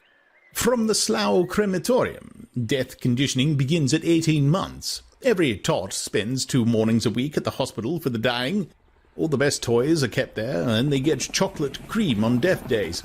They learn to take dying as a matter of course." "Like any other physiological process," put in the headmistress professionally. 8 o'clock at the Savoy. It was all arranged. On their way back to London, they stopped at the Television Corporation's factory at Brentford. "Do you mind waiting here a moment while I go and telephone?" asked Bernard. The savage waited and watched. The main day shift was just going off duty. Crowds of lower-caste workers were queued up in front of the monorail station, 700 or 800 Gamma, Delta, and Epsilon men and women, with not more than a dozen faces and statues between them. To each of them, with his or her ticket, the booking clerk pushed over a little cardboard pillbox. The long caterpillar of men and women moved slowly forward. "What's in those," remembering the Merchant of Venice, "those caskets?" the savage inquired when Bernard had rejoined him. "The day's Soma ration," Bernard answered rather indistinctly, for he was masticating a piece of Benito Hoover's chewing gum. "They get it after their work's over. 4 half-gram tablets, 6 on Saturdays." He took John's arm affectionately, and they walked back towards the helicopter. Lenina came singing into the changing room. "Oh, you seem very pleased with yourself," said Fanny. "I am pleased," she answered. "Zip! Bernard rang up half an hour ago. Zip, zip!" She stepped out of her shorts. "He had an unexpected engagement. Zip! Asked me if I'd take the Savage to the Feelies this evening. I must fly." She hurried away towards the bathroom. "She's a lucky girl," Fanny said to herself as she watched Lenina go. There was no envy in the comment. Good-natured Fanny was merely stating a fact. Lenina was lucky. Lucky in having shared with Bernard a generous portion of the Savage's immense celebrity. Lucky in reflecting from her insignificant person the moment's supremely fashionable glory. Had not the secretary of the Young Women's Fortean Association asked her to give a lecture about her experiences? Had she not been invited to the annual dinner of the Aphroditeum Club? Had she not already appeared in the Feely Tone news visibly, audibly, and tactually appeared to countless millions all over the planet? Hardly less flattering had been the attentions paid her by conspicuous individuals. The resident World Controller's second secretary had asked her to dinner and breakfast. She had spent one weekend with the Ford Chief Justice, and another with the arch-community songster of Canterbury. The president of the Internal and External Secretions Corporation was perpetually on the phone, and she had been to Deauville with the deputy governor of the Bank of Europe. "It's wonderful, of course, and yet, in a way," she had confessed to Fanny, "I feel as though I were getting something on false pretenses. Because, of course, the first thing they all want to know is what it's like to make love to a savage, and I have to say, I don't know." She shook her head. "Most of the men don't believe me, of course, but it's true. I wish it weren't," she added sadly, and sighed. "He's terribly good-looking, don't you think so?" "But doesn't he like you?" asked Fanny. "Well, sometimes I think he does, and sometimes I think he doesn't. He always does his best to avoid me, goes out of the room when I come in, won't touch me, won't even look at me. But sometimes, if I turn around suddenly, I catch him staring, and then, well, you know how men look at you when they like you." Yes, Fanny knew. "I can't make it out," said Lenina. She couldn't make it out, and not only was bewildered, but also rather upset. "Because you see, Fanny, I like him." Liked him more and more. Well, now there'd be a real chance, she thought, as she centered herself after her bath. Dab, dab, dab. A real chance. Her high spirits overflowed in a song. "Hug me till you drug me, honey, kiss me till I'm in a coma. Hug me, honey, snugly, bunny, love's as good as soma." The scent organ was playing a delightfully refreshing herbal capriccio. Rippling arpeggios of thyme and lavender, of rosemary, basil, myrtle, tarragon, a series of daring modulations through the spice keys into ambergris, and a slow return through sandalwood, camphor, cedar, and new-mown hay, with occasional subtle touches of discord, a whiff of kidney pudding, the faintest suspicion of pig's dung. Back to the simple aromatics with which the piece began. The final blast of time died away. There was a round of applause. The lights went up. In the synthetic music machine, the soundtrack roll began to unwind. It was a trio for hyperviolin, supercello, and oboe surrogate that now filled the air with its agreeable languor.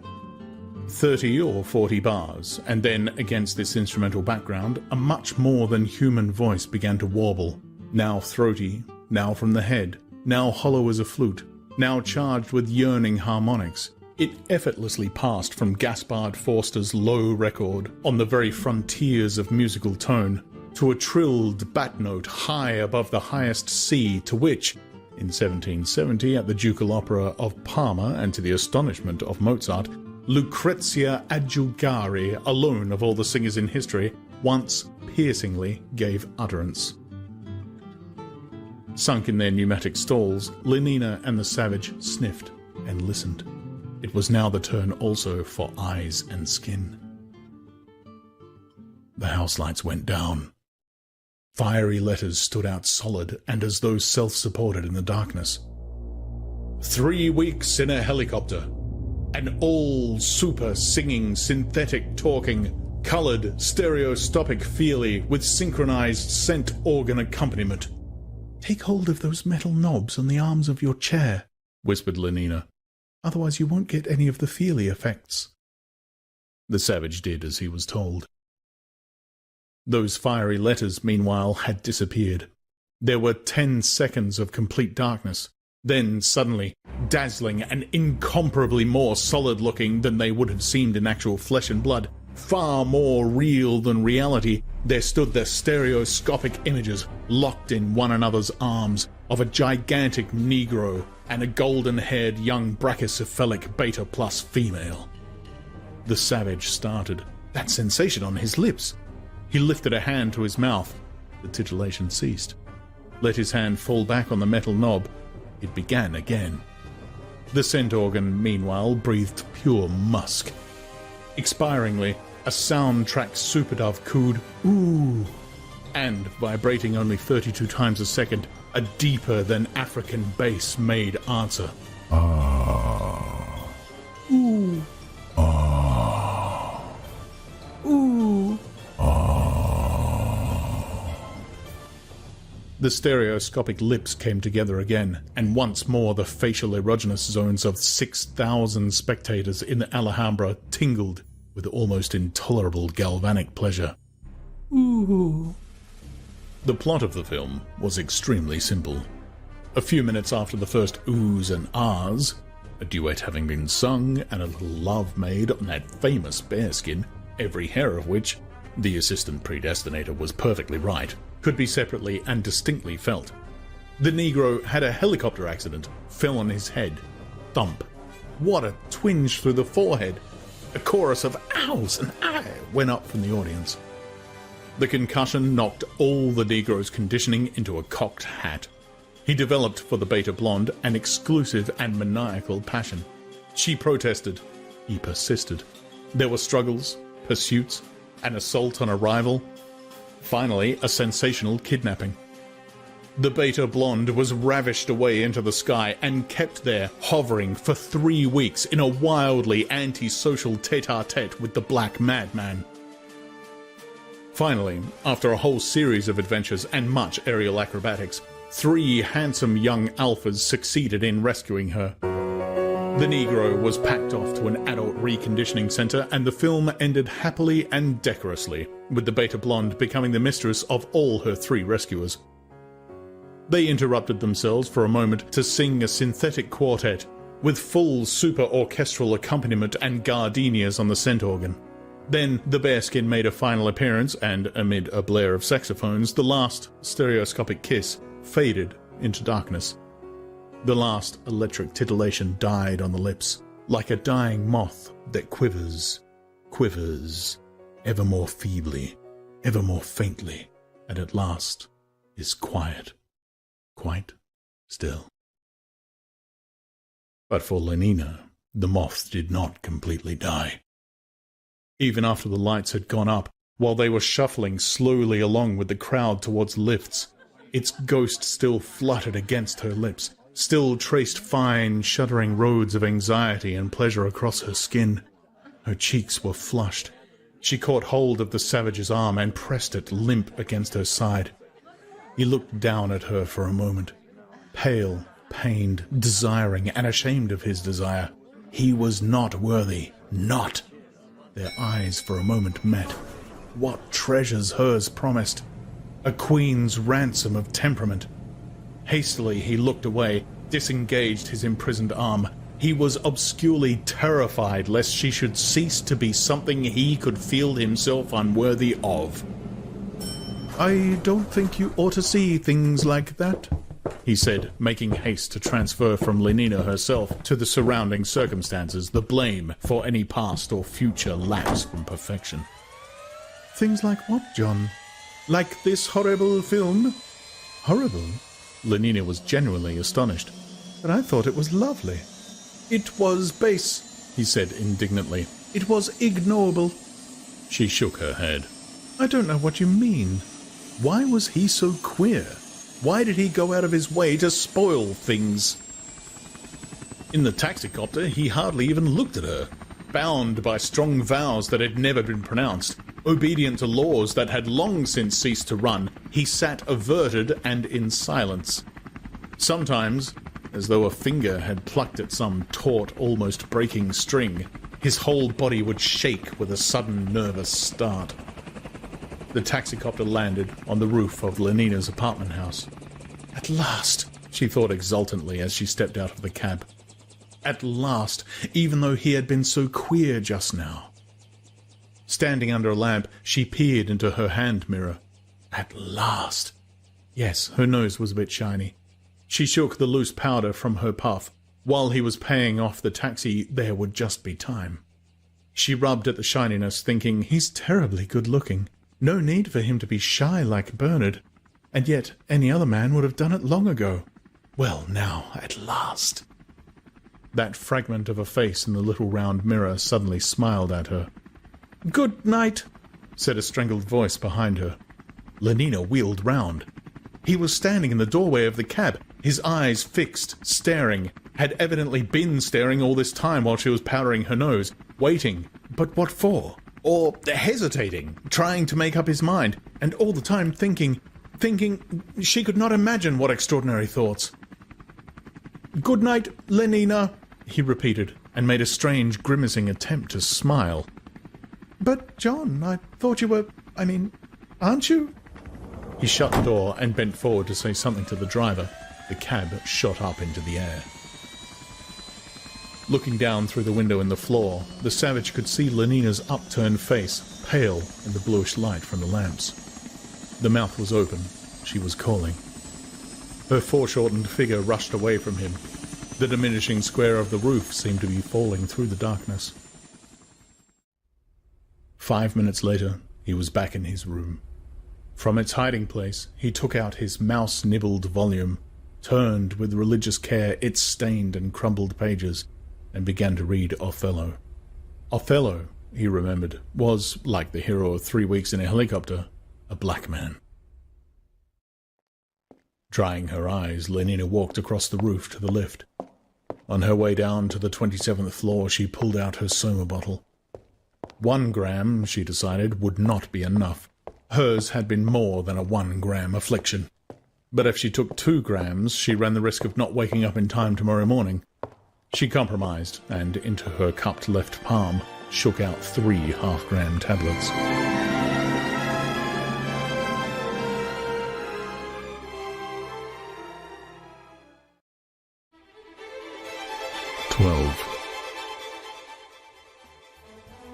Bernard had to shout through the locked door.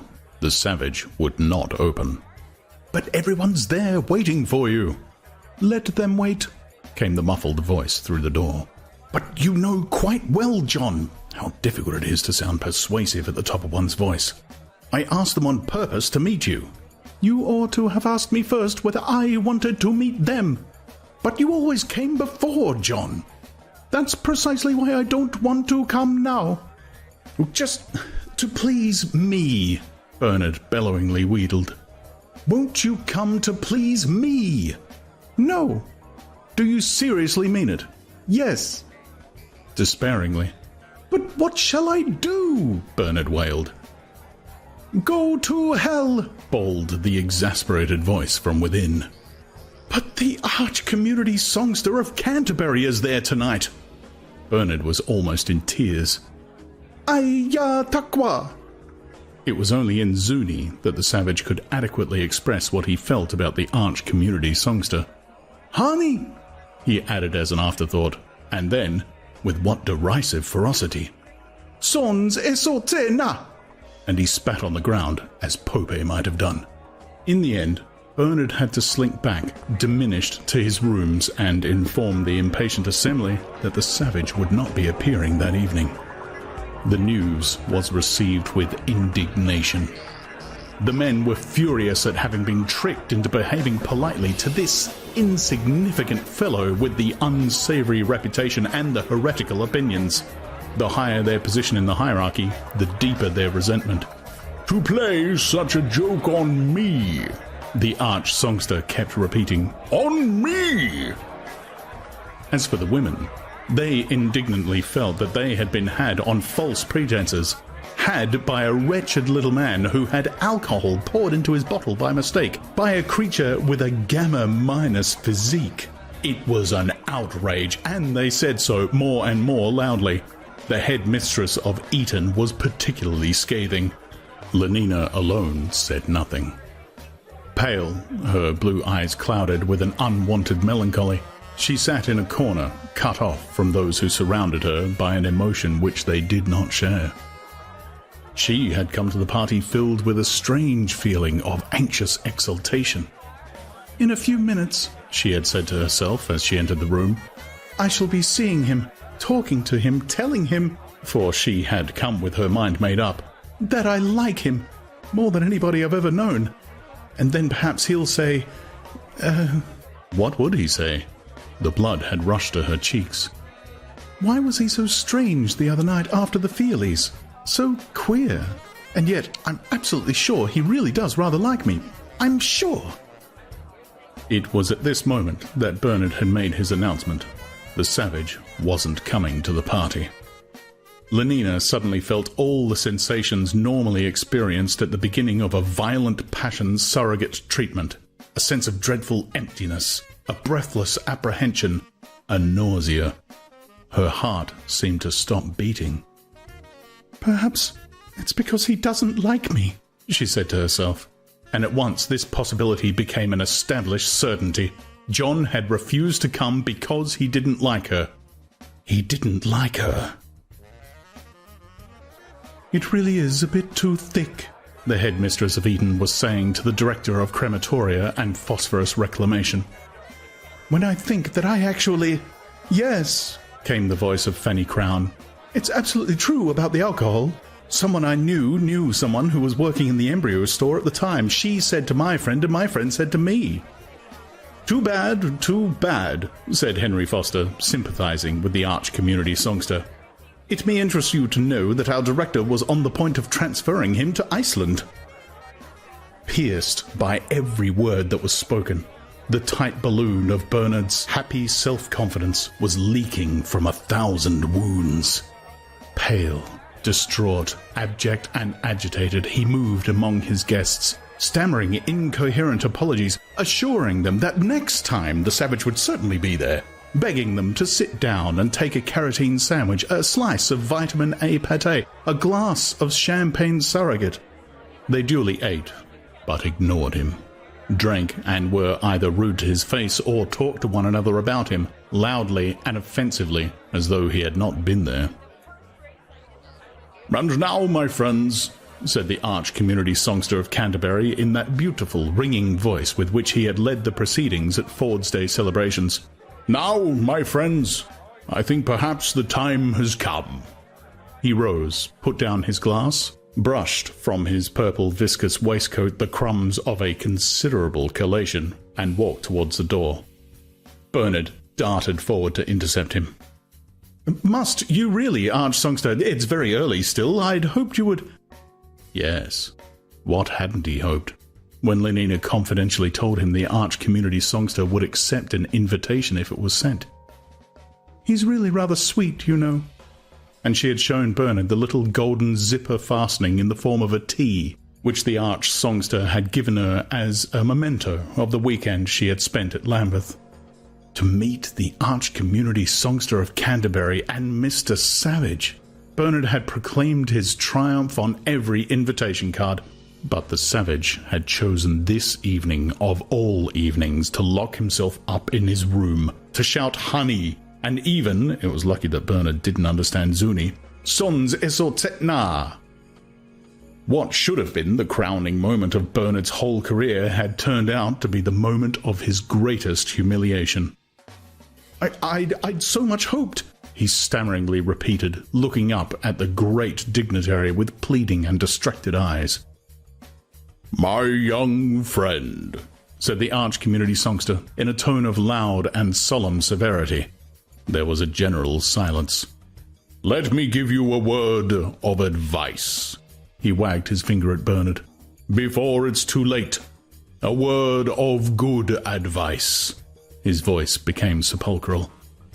Mend your ways, my young friend. Mend your ways. He made the sign of the T over him and turned away. Lenina, my dear, he called in another tone, come with me.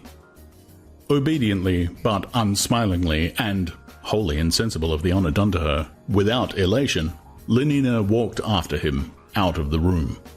The other guests followed at a respectful interval. The last of them slammed the door. Bernard was all alone. Punctured, utterly deflated, he dropped into a chair and, covering his face with his hands, began to weep. A few minutes later, however, he thought better of it and took 4 tablets of Soma. Upstairs in his room, the savage was reading Romeo and Juliet. Lenina and the arch-community songster stepped out onto the roof of Lambeth Palace. Hurry up, my young friend, Lenina, called the arch-songster impatiently from the lift gates. Lenina, who had lingered for a moment to look at the moon, dropped her eyes and came hurrying across the roof to rejoin him. A New Theory of Biology was the title of the paper which Mustafa Mond had just finished reading. He sat for some time, meditatively frowning, then picked up his pen and wrote across the title page, "The author's mathematical treatment of the conception of purpose is novel and highly ingenious, but heretical, and so far as the present social order is concerned, dangerous and potentially subversive. Not to be published." He underlined the words, "The author will be kept under supervision. His transference to the Marine Biological Station of St. Helena may become necessary." A pity, he thought, as he signed his name. It was a masterly piece of work, but once you began admitting explanations in terms of purpose, well, you didn't know what the result might be. It was the sort of idea that might easily decondition the more unsettled minds amongst the higher castes, make them lose their faith in happiness as the sovereign good, and take to believing instead that the goal was somewhere beyond, somewhere outside the present human sphere, that the purpose of life was not the maintenance of well-being, but some intensification and refining of consciousness, some enlargement of knowledge, which was, the controller reflected, quite possibly true, but not, in the present circumstance, admissible. He picked up his pen again, and under the words, "Not to be published," drew a second line, thicker and blacker than the first, then sighed. What fun it would be, he thought, if one didn't have to think about happiness. With closed eyes, his face shining with rapture, John was softly declaiming to vacancy. Oh, she doth teach the torches to burn bright. It seems she hangs upon the cheek of night, like a rich jewel in an Ethiop's ear, beauty too rich for use, for earth too dear. The golden tea lay shining on Lenina's bosom. Sportively, the arch-community songster caught hold of it. Sportively, he pulled. I think, said Lenina suddenly, breaking the long silence, I'd better take a couple of grams of Soma. Bernard, by this time, was fast asleep and smiling at the private paradise of his dreams. Smiling. But, inexorably, every 30 seconds, the minute hand of the electric clock above his bed jumped forward with an almost imperceptible click. Click, click, click, click, and it was morning. Bernard was back among the miseries of space and time. It was in the lowest spirits that he taxied across to his work at the conditioning center. The intoxication of success had evaporated. He was soberly his old self, and by contrast with the temporary balloon of these last weeks, the old self seemed unprecedentedly heavier than the surrounding atmosphere. To this deflated Bernard, the savage showed himself unexpectedly sympathetic. "You're more like what you were at Malpace," he said when Bernard had told him his plaintive story. Do you remember when we first talked together? Outside the little house? You're like what you were then. Because I'm unhappy again, that's why. Well, I'd rather be unhappy than have the sort of false lying happiness you were having here. I like that, said Bernard bitterly. When it's you who were the cause of it all, refusing to come to my party, and so turning them all against me. He knew that what he was saying was absurd in its injustice. He admitted inwardly, and at last even aloud, the truth of all the Savage now said about the worthlessness of friends who could be turned upon so slight a provocation into persecuting enemies. But in spite of this knowledge and these admissions, in spite of the fact that his friends' support and sympathy were now his only comfort, Bernard continued perversely to nourish, along with his quite genuine affection, a secret grievance against the Savage, to mediate a campaign of small revenges to be wreaked upon him. Nourishing a grievance against the arch-community songster was useless. There was no possibility of being revenged on the chief bottler or the assistant predestinator. As a victim, the Savage possessed for Bernard this enormous superiority over the others, that he was accessible. One of the principal functions of a friend is to suffer, in a milder and symbolic form, the punishments that we should like but are unable to inflict upon our enemies. Bernard's other victim friend was Helmholtz. When, discomfited, he came and asked once more for the friendship which, in his prosperity, he had not thought it worth his while to preserve, Helmholtz gave it, and gave it without a reproach, without a comment, as though he had forgotten that there had ever been a quarrel. Touched, Bernard felt himself at the same time humiliated by this magnanimity, a magnanimity the more extraordinary and therefore the more humiliating in that it owed nothing to Soma and everything to Helmholtz's character. It was the Helmholtz of daily life who forgot and forgave, not the Helmholtz of a half-gram holiday. Bernard was duly grateful. It was an enormous comfort to have his friend again, and also duly resentful. It would be pleasure to take some revenge on Helmholtz for his generosity. At their first meeting after the estrangement, Bernard poured out the tale of his miseries and accepted consolation. It was not till some days later that he learned, to his surprise and with a twinge of shame, that he was not the only one who had been in trouble. Helmholtz had also come into conflict with authority. "It was over some rhymes," he explained. "I was giving my usual course of advanced emotional engineering for third-year students, 12 lectures, of which the 7th is about rhymes. On the use of rhymes in moral propaganda and advertisement, to be precise. I always illustrate my lecture with a lot of technical examples. This time I thought I'd give them one I'd just written myself. Pure madness, of course, but I couldn't resist." He laughed. "I was curious to see what their reaction would be. Besides," he added more gravely, "I wanted to do a bit of propaganda. I was trying to engineer them into feeling as I'd felt when I wrote the rhymes. Thought." He laughed again.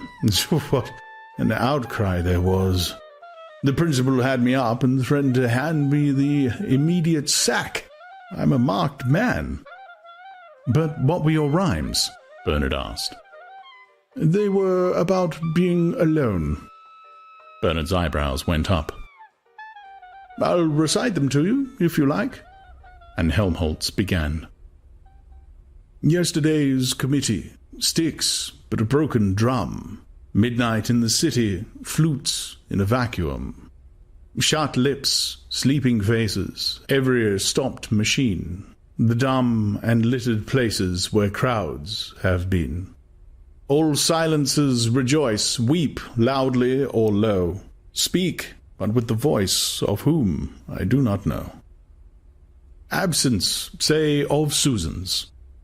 Absence of Egeria's. Arms and respective bosoms, lips, and posteriors.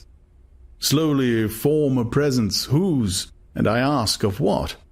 So absurd an essence that something which is not, nevertheless should populate empty night more solidly. than that with which we copulate. Why should it seem so squalidly? Well, I gave them that as an example, and they reported me to the principal. I'm not surprised, said Bernard. It's flatly against all their sleep teaching. Remember, they've had at least 250,000 warnings against solitude. I know. I thought I'd like to see what the effect would be. Well, you've seen now. Helmholtz only laughed. I feel, he said after a silence, as though I were just beginning to have something to write about. As though I were beginning to be able to use that power I feel I've got inside me, that extra latent power. Something seems to be coming to me. In spite of all his troubles, he seemed, Bernard thought, profoundly happy. Helmholtz and the Savage took to one another at once, so cordially indeed that Bernard felt a sharp pang of jealousy. In all these weeks, he had never come to so close an intimacy with the Savage as Helmholtz immediately achieved. Watching them, listening to their talk, he found himself sometimes resentfully wishing that he had never brought them together. He was ashamed of his jealousy, and alternately made efforts of will and took some soma to keep himself from feeding it, but the efforts were not very successful, and between the soma holidays there were, of necessity, intervals. The odious sentiment kept on returning. At his third meeting with the Savage, Helmholtz recited his rhymes on solitude. "What do you think of them?" he asked when he had done. The Savage shook his head. "Listen to this," was his answer, and unlocking the drawer in which he kept his mouse-eaten book, he opened and read. "Let the bird of loudest lay on the sole Arabian tree, herald sad and trumpet be." Helmholtz listened with a growing excitement. At "sole Arabian tree" he startled. At "thou shrieking harbinger" he smiled with sudden pleasure. At "every fowl of tyrant wing" the blood rushed up into his cheeks, but at defunctive music he turned pale and trembled with an unprecedented emotion. The Savage read on. "Property was thus appalled, that the self was not the same, single nature's double name, neither two nor one was cold, reason in itself confounded, saw division grow together." "Orgy porgy," said Bernard, interrupting the reading with a loud, unpleasant laugh. "It's just a solidarity service hymn."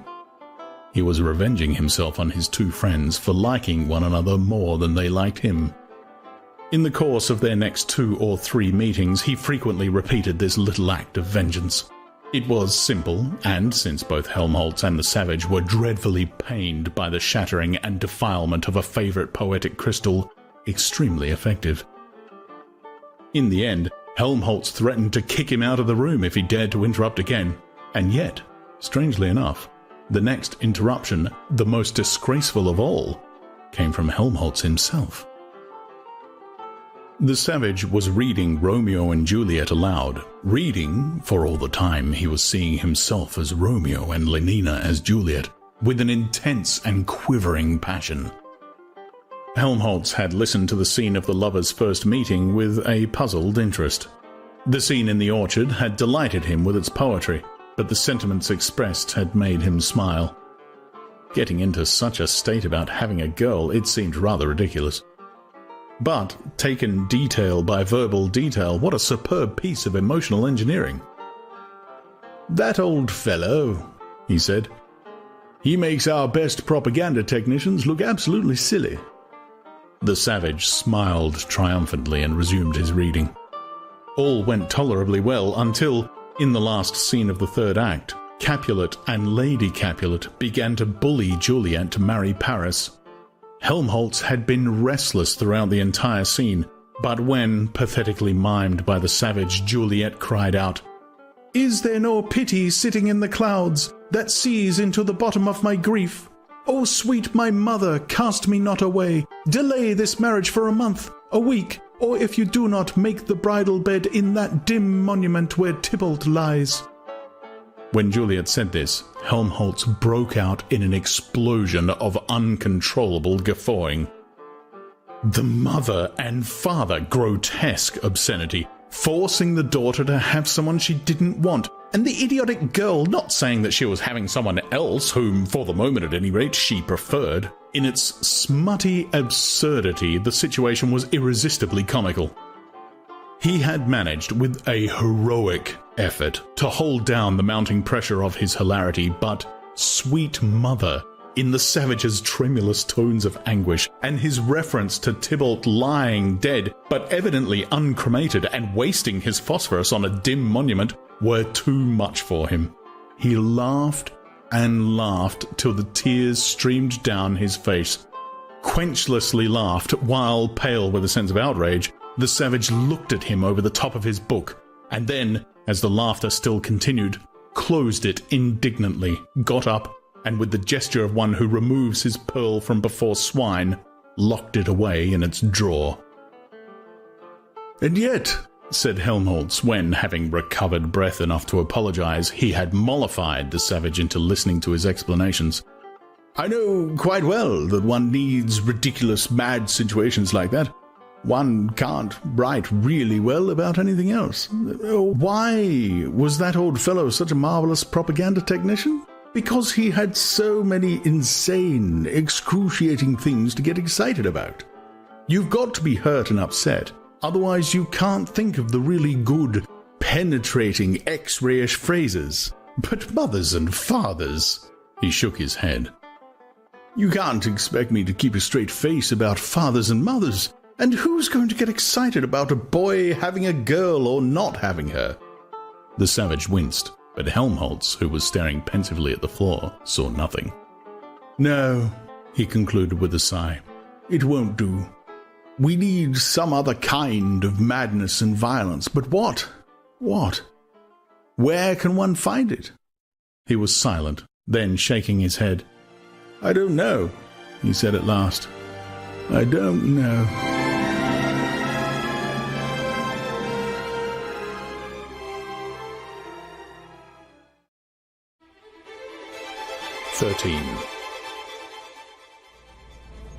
Henry Foster loomed up through the twilight of the embryo store. "Like to come to a feelie this evening?" Lenina shook her head without speaking. "Going out with someone else?" It interested him to know which of his friends was being had by which other. "Is it Benito?" he questioned. She shook her head again. Henry detected the weariness in those purple eyes, the pallor beneath the glaze of lupus, the sadness at the corners of the unsmiling crimson mouth. "You're not feeling ill, are you?" he asked, a trifle anxiously, afraid that she might be suffering from one of the few remaining infectious diseases. Yet once more, Lenina shook her head. "Anyhow, you ought to go and see the doctor," said Henry. "A doctor a day keeps the Jim Jams away," he added heartily, driving home his hypnopedic adage with a clap on the shoulder. "Perhaps you need a pregnancy substitute," he suggested. "Or else an extra strong VPS treatment. Sometimes, you know, the standard passion surrogate isn't quite—" "Oh, for Ford's sake," said Lenina, breaking her stubborn silence. "Shut up!" And she turned back to her neglected embryos. A VPS treatment, indeed. She would have laughed if she hadn't been on the point of crying. As though she hadn't got enough VP of her own. She sighed profoundly as she refilled her syringe. "John," she murmured to herself. "John." Then, "My Ford," she wondered. "Have I given this one its sleeping sickness injection, or haven't I?" She simply couldn't remember. In the end, she decided not to run the risk of letting it have a second dose, and moved down the line to the next bottle. 22 years, 8 months, and 4 days from that moment, a promising young Alpha-Minus administrator at Mwanza was to die of trypanosomiasis, the first case for over half a century. Sighing, Lenina went on with her work. An hour later in the changing room, Fanny was energetically protesting. "But it's absurd to let yourself get into a state like this. Simply absurd," she repeated. "And what about a man? One man! But he's the one I want. As though there weren't millions of other men in the world. But I don't want them. How can you know until you've tried? I have tried. But how many? Asked Fanny, shrugging her shoulders contemptuously. 1, 2, dozens. But, shaking her head, it wasn't any good, she added. Well, you must persevere, said Fanny sententiously. But it was obvious that her confidence in her own prescriptions had been shaken. Nothing can be achieved without perseverance. But meanwhile, don't think of him. I can't help it. Take Soma then. I do. Well, go on. But in the intervals, I still like him. I shall always like him. Well, if that's the case, said Fanny with decision, why don't you just go and take him, whether he wants it or no? But if you knew how terribly queer he was, all the more reason for taking a firm line. It's all very well to say that. Don't stand any nonsense. Act. Fanny's voice was a trumpet. She might have been a YWFA lecturer giving an evening talk to adolescent beta minuses. Yes, act at once. Do it now. I'd be scared, said Lenina. Well, you've only got to take 0.5 gram of Soma first, and now I'm going to have my bath. She marched off, trailing her towel. The bell rang, and the savage, who was impatiently hoping that Helmholtz would come that afternoon, for having at last made up his mind to talk to Helmholtz about Lenina, he could not bear to postpone his confidences a moment longer, jumped up and ran to the door. I had a premonition it was you, Helmholtz, he shouted as he opened. On the threshold, in a white acetate satin sailor suit and with a round white cap rakishly tilted over her left ear, stood Lenina. Oh, said the savage, as though someone had struck him a heavy blow. 0.5 gram had been enough to make Lenina forget her fears and her embarrassments. Hello, John, she said, smiling, and walked past him into the room. Automatically, he closed the door and followed her. Lenina sat down. There was a long silence. You don't seem very glad to see me, John, she said at last. Not glad? The savage looked at her reproachfully, then suddenly fell on his knees before her, taking Lenina's hand, reverently kissing it. Not glad? Oh, if only you knew, he whispered, and venturing to raise his eyes to her face. Admired Lenina, he went on. Indeed, the top of admiration, worth what's dearest in the world. She smiled at him with a luscious tenderness. Oh, you so perfect. She was leaning towards him with parted lips. So perfect and so peerless are created, nearer and nearer, of every creature's best, still nearer. The savage suddenly scrambled to his feet. That's why, he said, speaking with averted face, I wanted to do something first. I mean, to show that I was worthy of you. Not that I could ever really be that, but at any rate to show I wasn't absolutely unworthy. I wanted to do something. Why should you think it necessary? Lenina began, but left the sentence unfinished. There was a note of irritation in her voice. When one has leant forward, nearer and nearer with parted lips, only to find oneself quite suddenly, as a clumsy oaf scrambles to his feet, leaning towards nothing at all, well, there is a reason, even with 0.5 gram of Soma circulating in one's bloodstream, a genuine reason for annoyance. At Malpace, the savage was incoherently mumbling, you had to bring her the skin of a mountain lion. I mean, when you wanted to marry someone, or else a wolf. There aren't any lions in England, Lenina almost snapped. And even if there were, the savage added with sudden contemptuous resentment, people kill them out of helicopters, I suppose, with poison gas or something. I would not do that, Lenina. He squared his shoulders. He ventured to look at her and was met with a stare of annoyed incomprehension, confused. I'll do anything, he went on more and more incoherently. Anything you tell me. There be some sports are painful, you know, but their labor delights in them sets off. That's what I feel. I mean, I'd sweep the floor if you wanted. But we've got vacuum cleaners here, said Lenina in bewilderment. It isn't necessary. No, of course it isn't necessary, but some kinds of baseness are nobly undergone. I'd like to undergo something nobly, don't you see? But if there are vacuum cleaners, That's not the point. And Epsilon semi-morons to work them, she went on. Well, really, why? Why? But for you. Just to show that I... And what on earth vacuum cleaners have got to do with lions? To show how much... Or lions with being glad to see me. She was getting more and more exasperated. How much I love you, Lenina, he brought out almost desperately. An emblem of the inner tide of startled elation. The blood rushed up into Lenina's cheeks. Do you mean it, John? But I hadn't meant to say so, cried the savage, clasping his hands in a kind of agony. Not until... Listen, Lenina, in Malpace, people get married. Get what? The irritation had begun to creep back into her voice. What was he talking about now? For always. They make a promise to live together for always. What a horrible idea.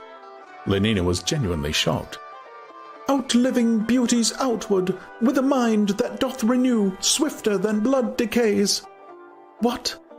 It's like that in Shakespeare, too. If thou dost break her virgin knot before all sanctimonious ceremonies may with full and holy rite.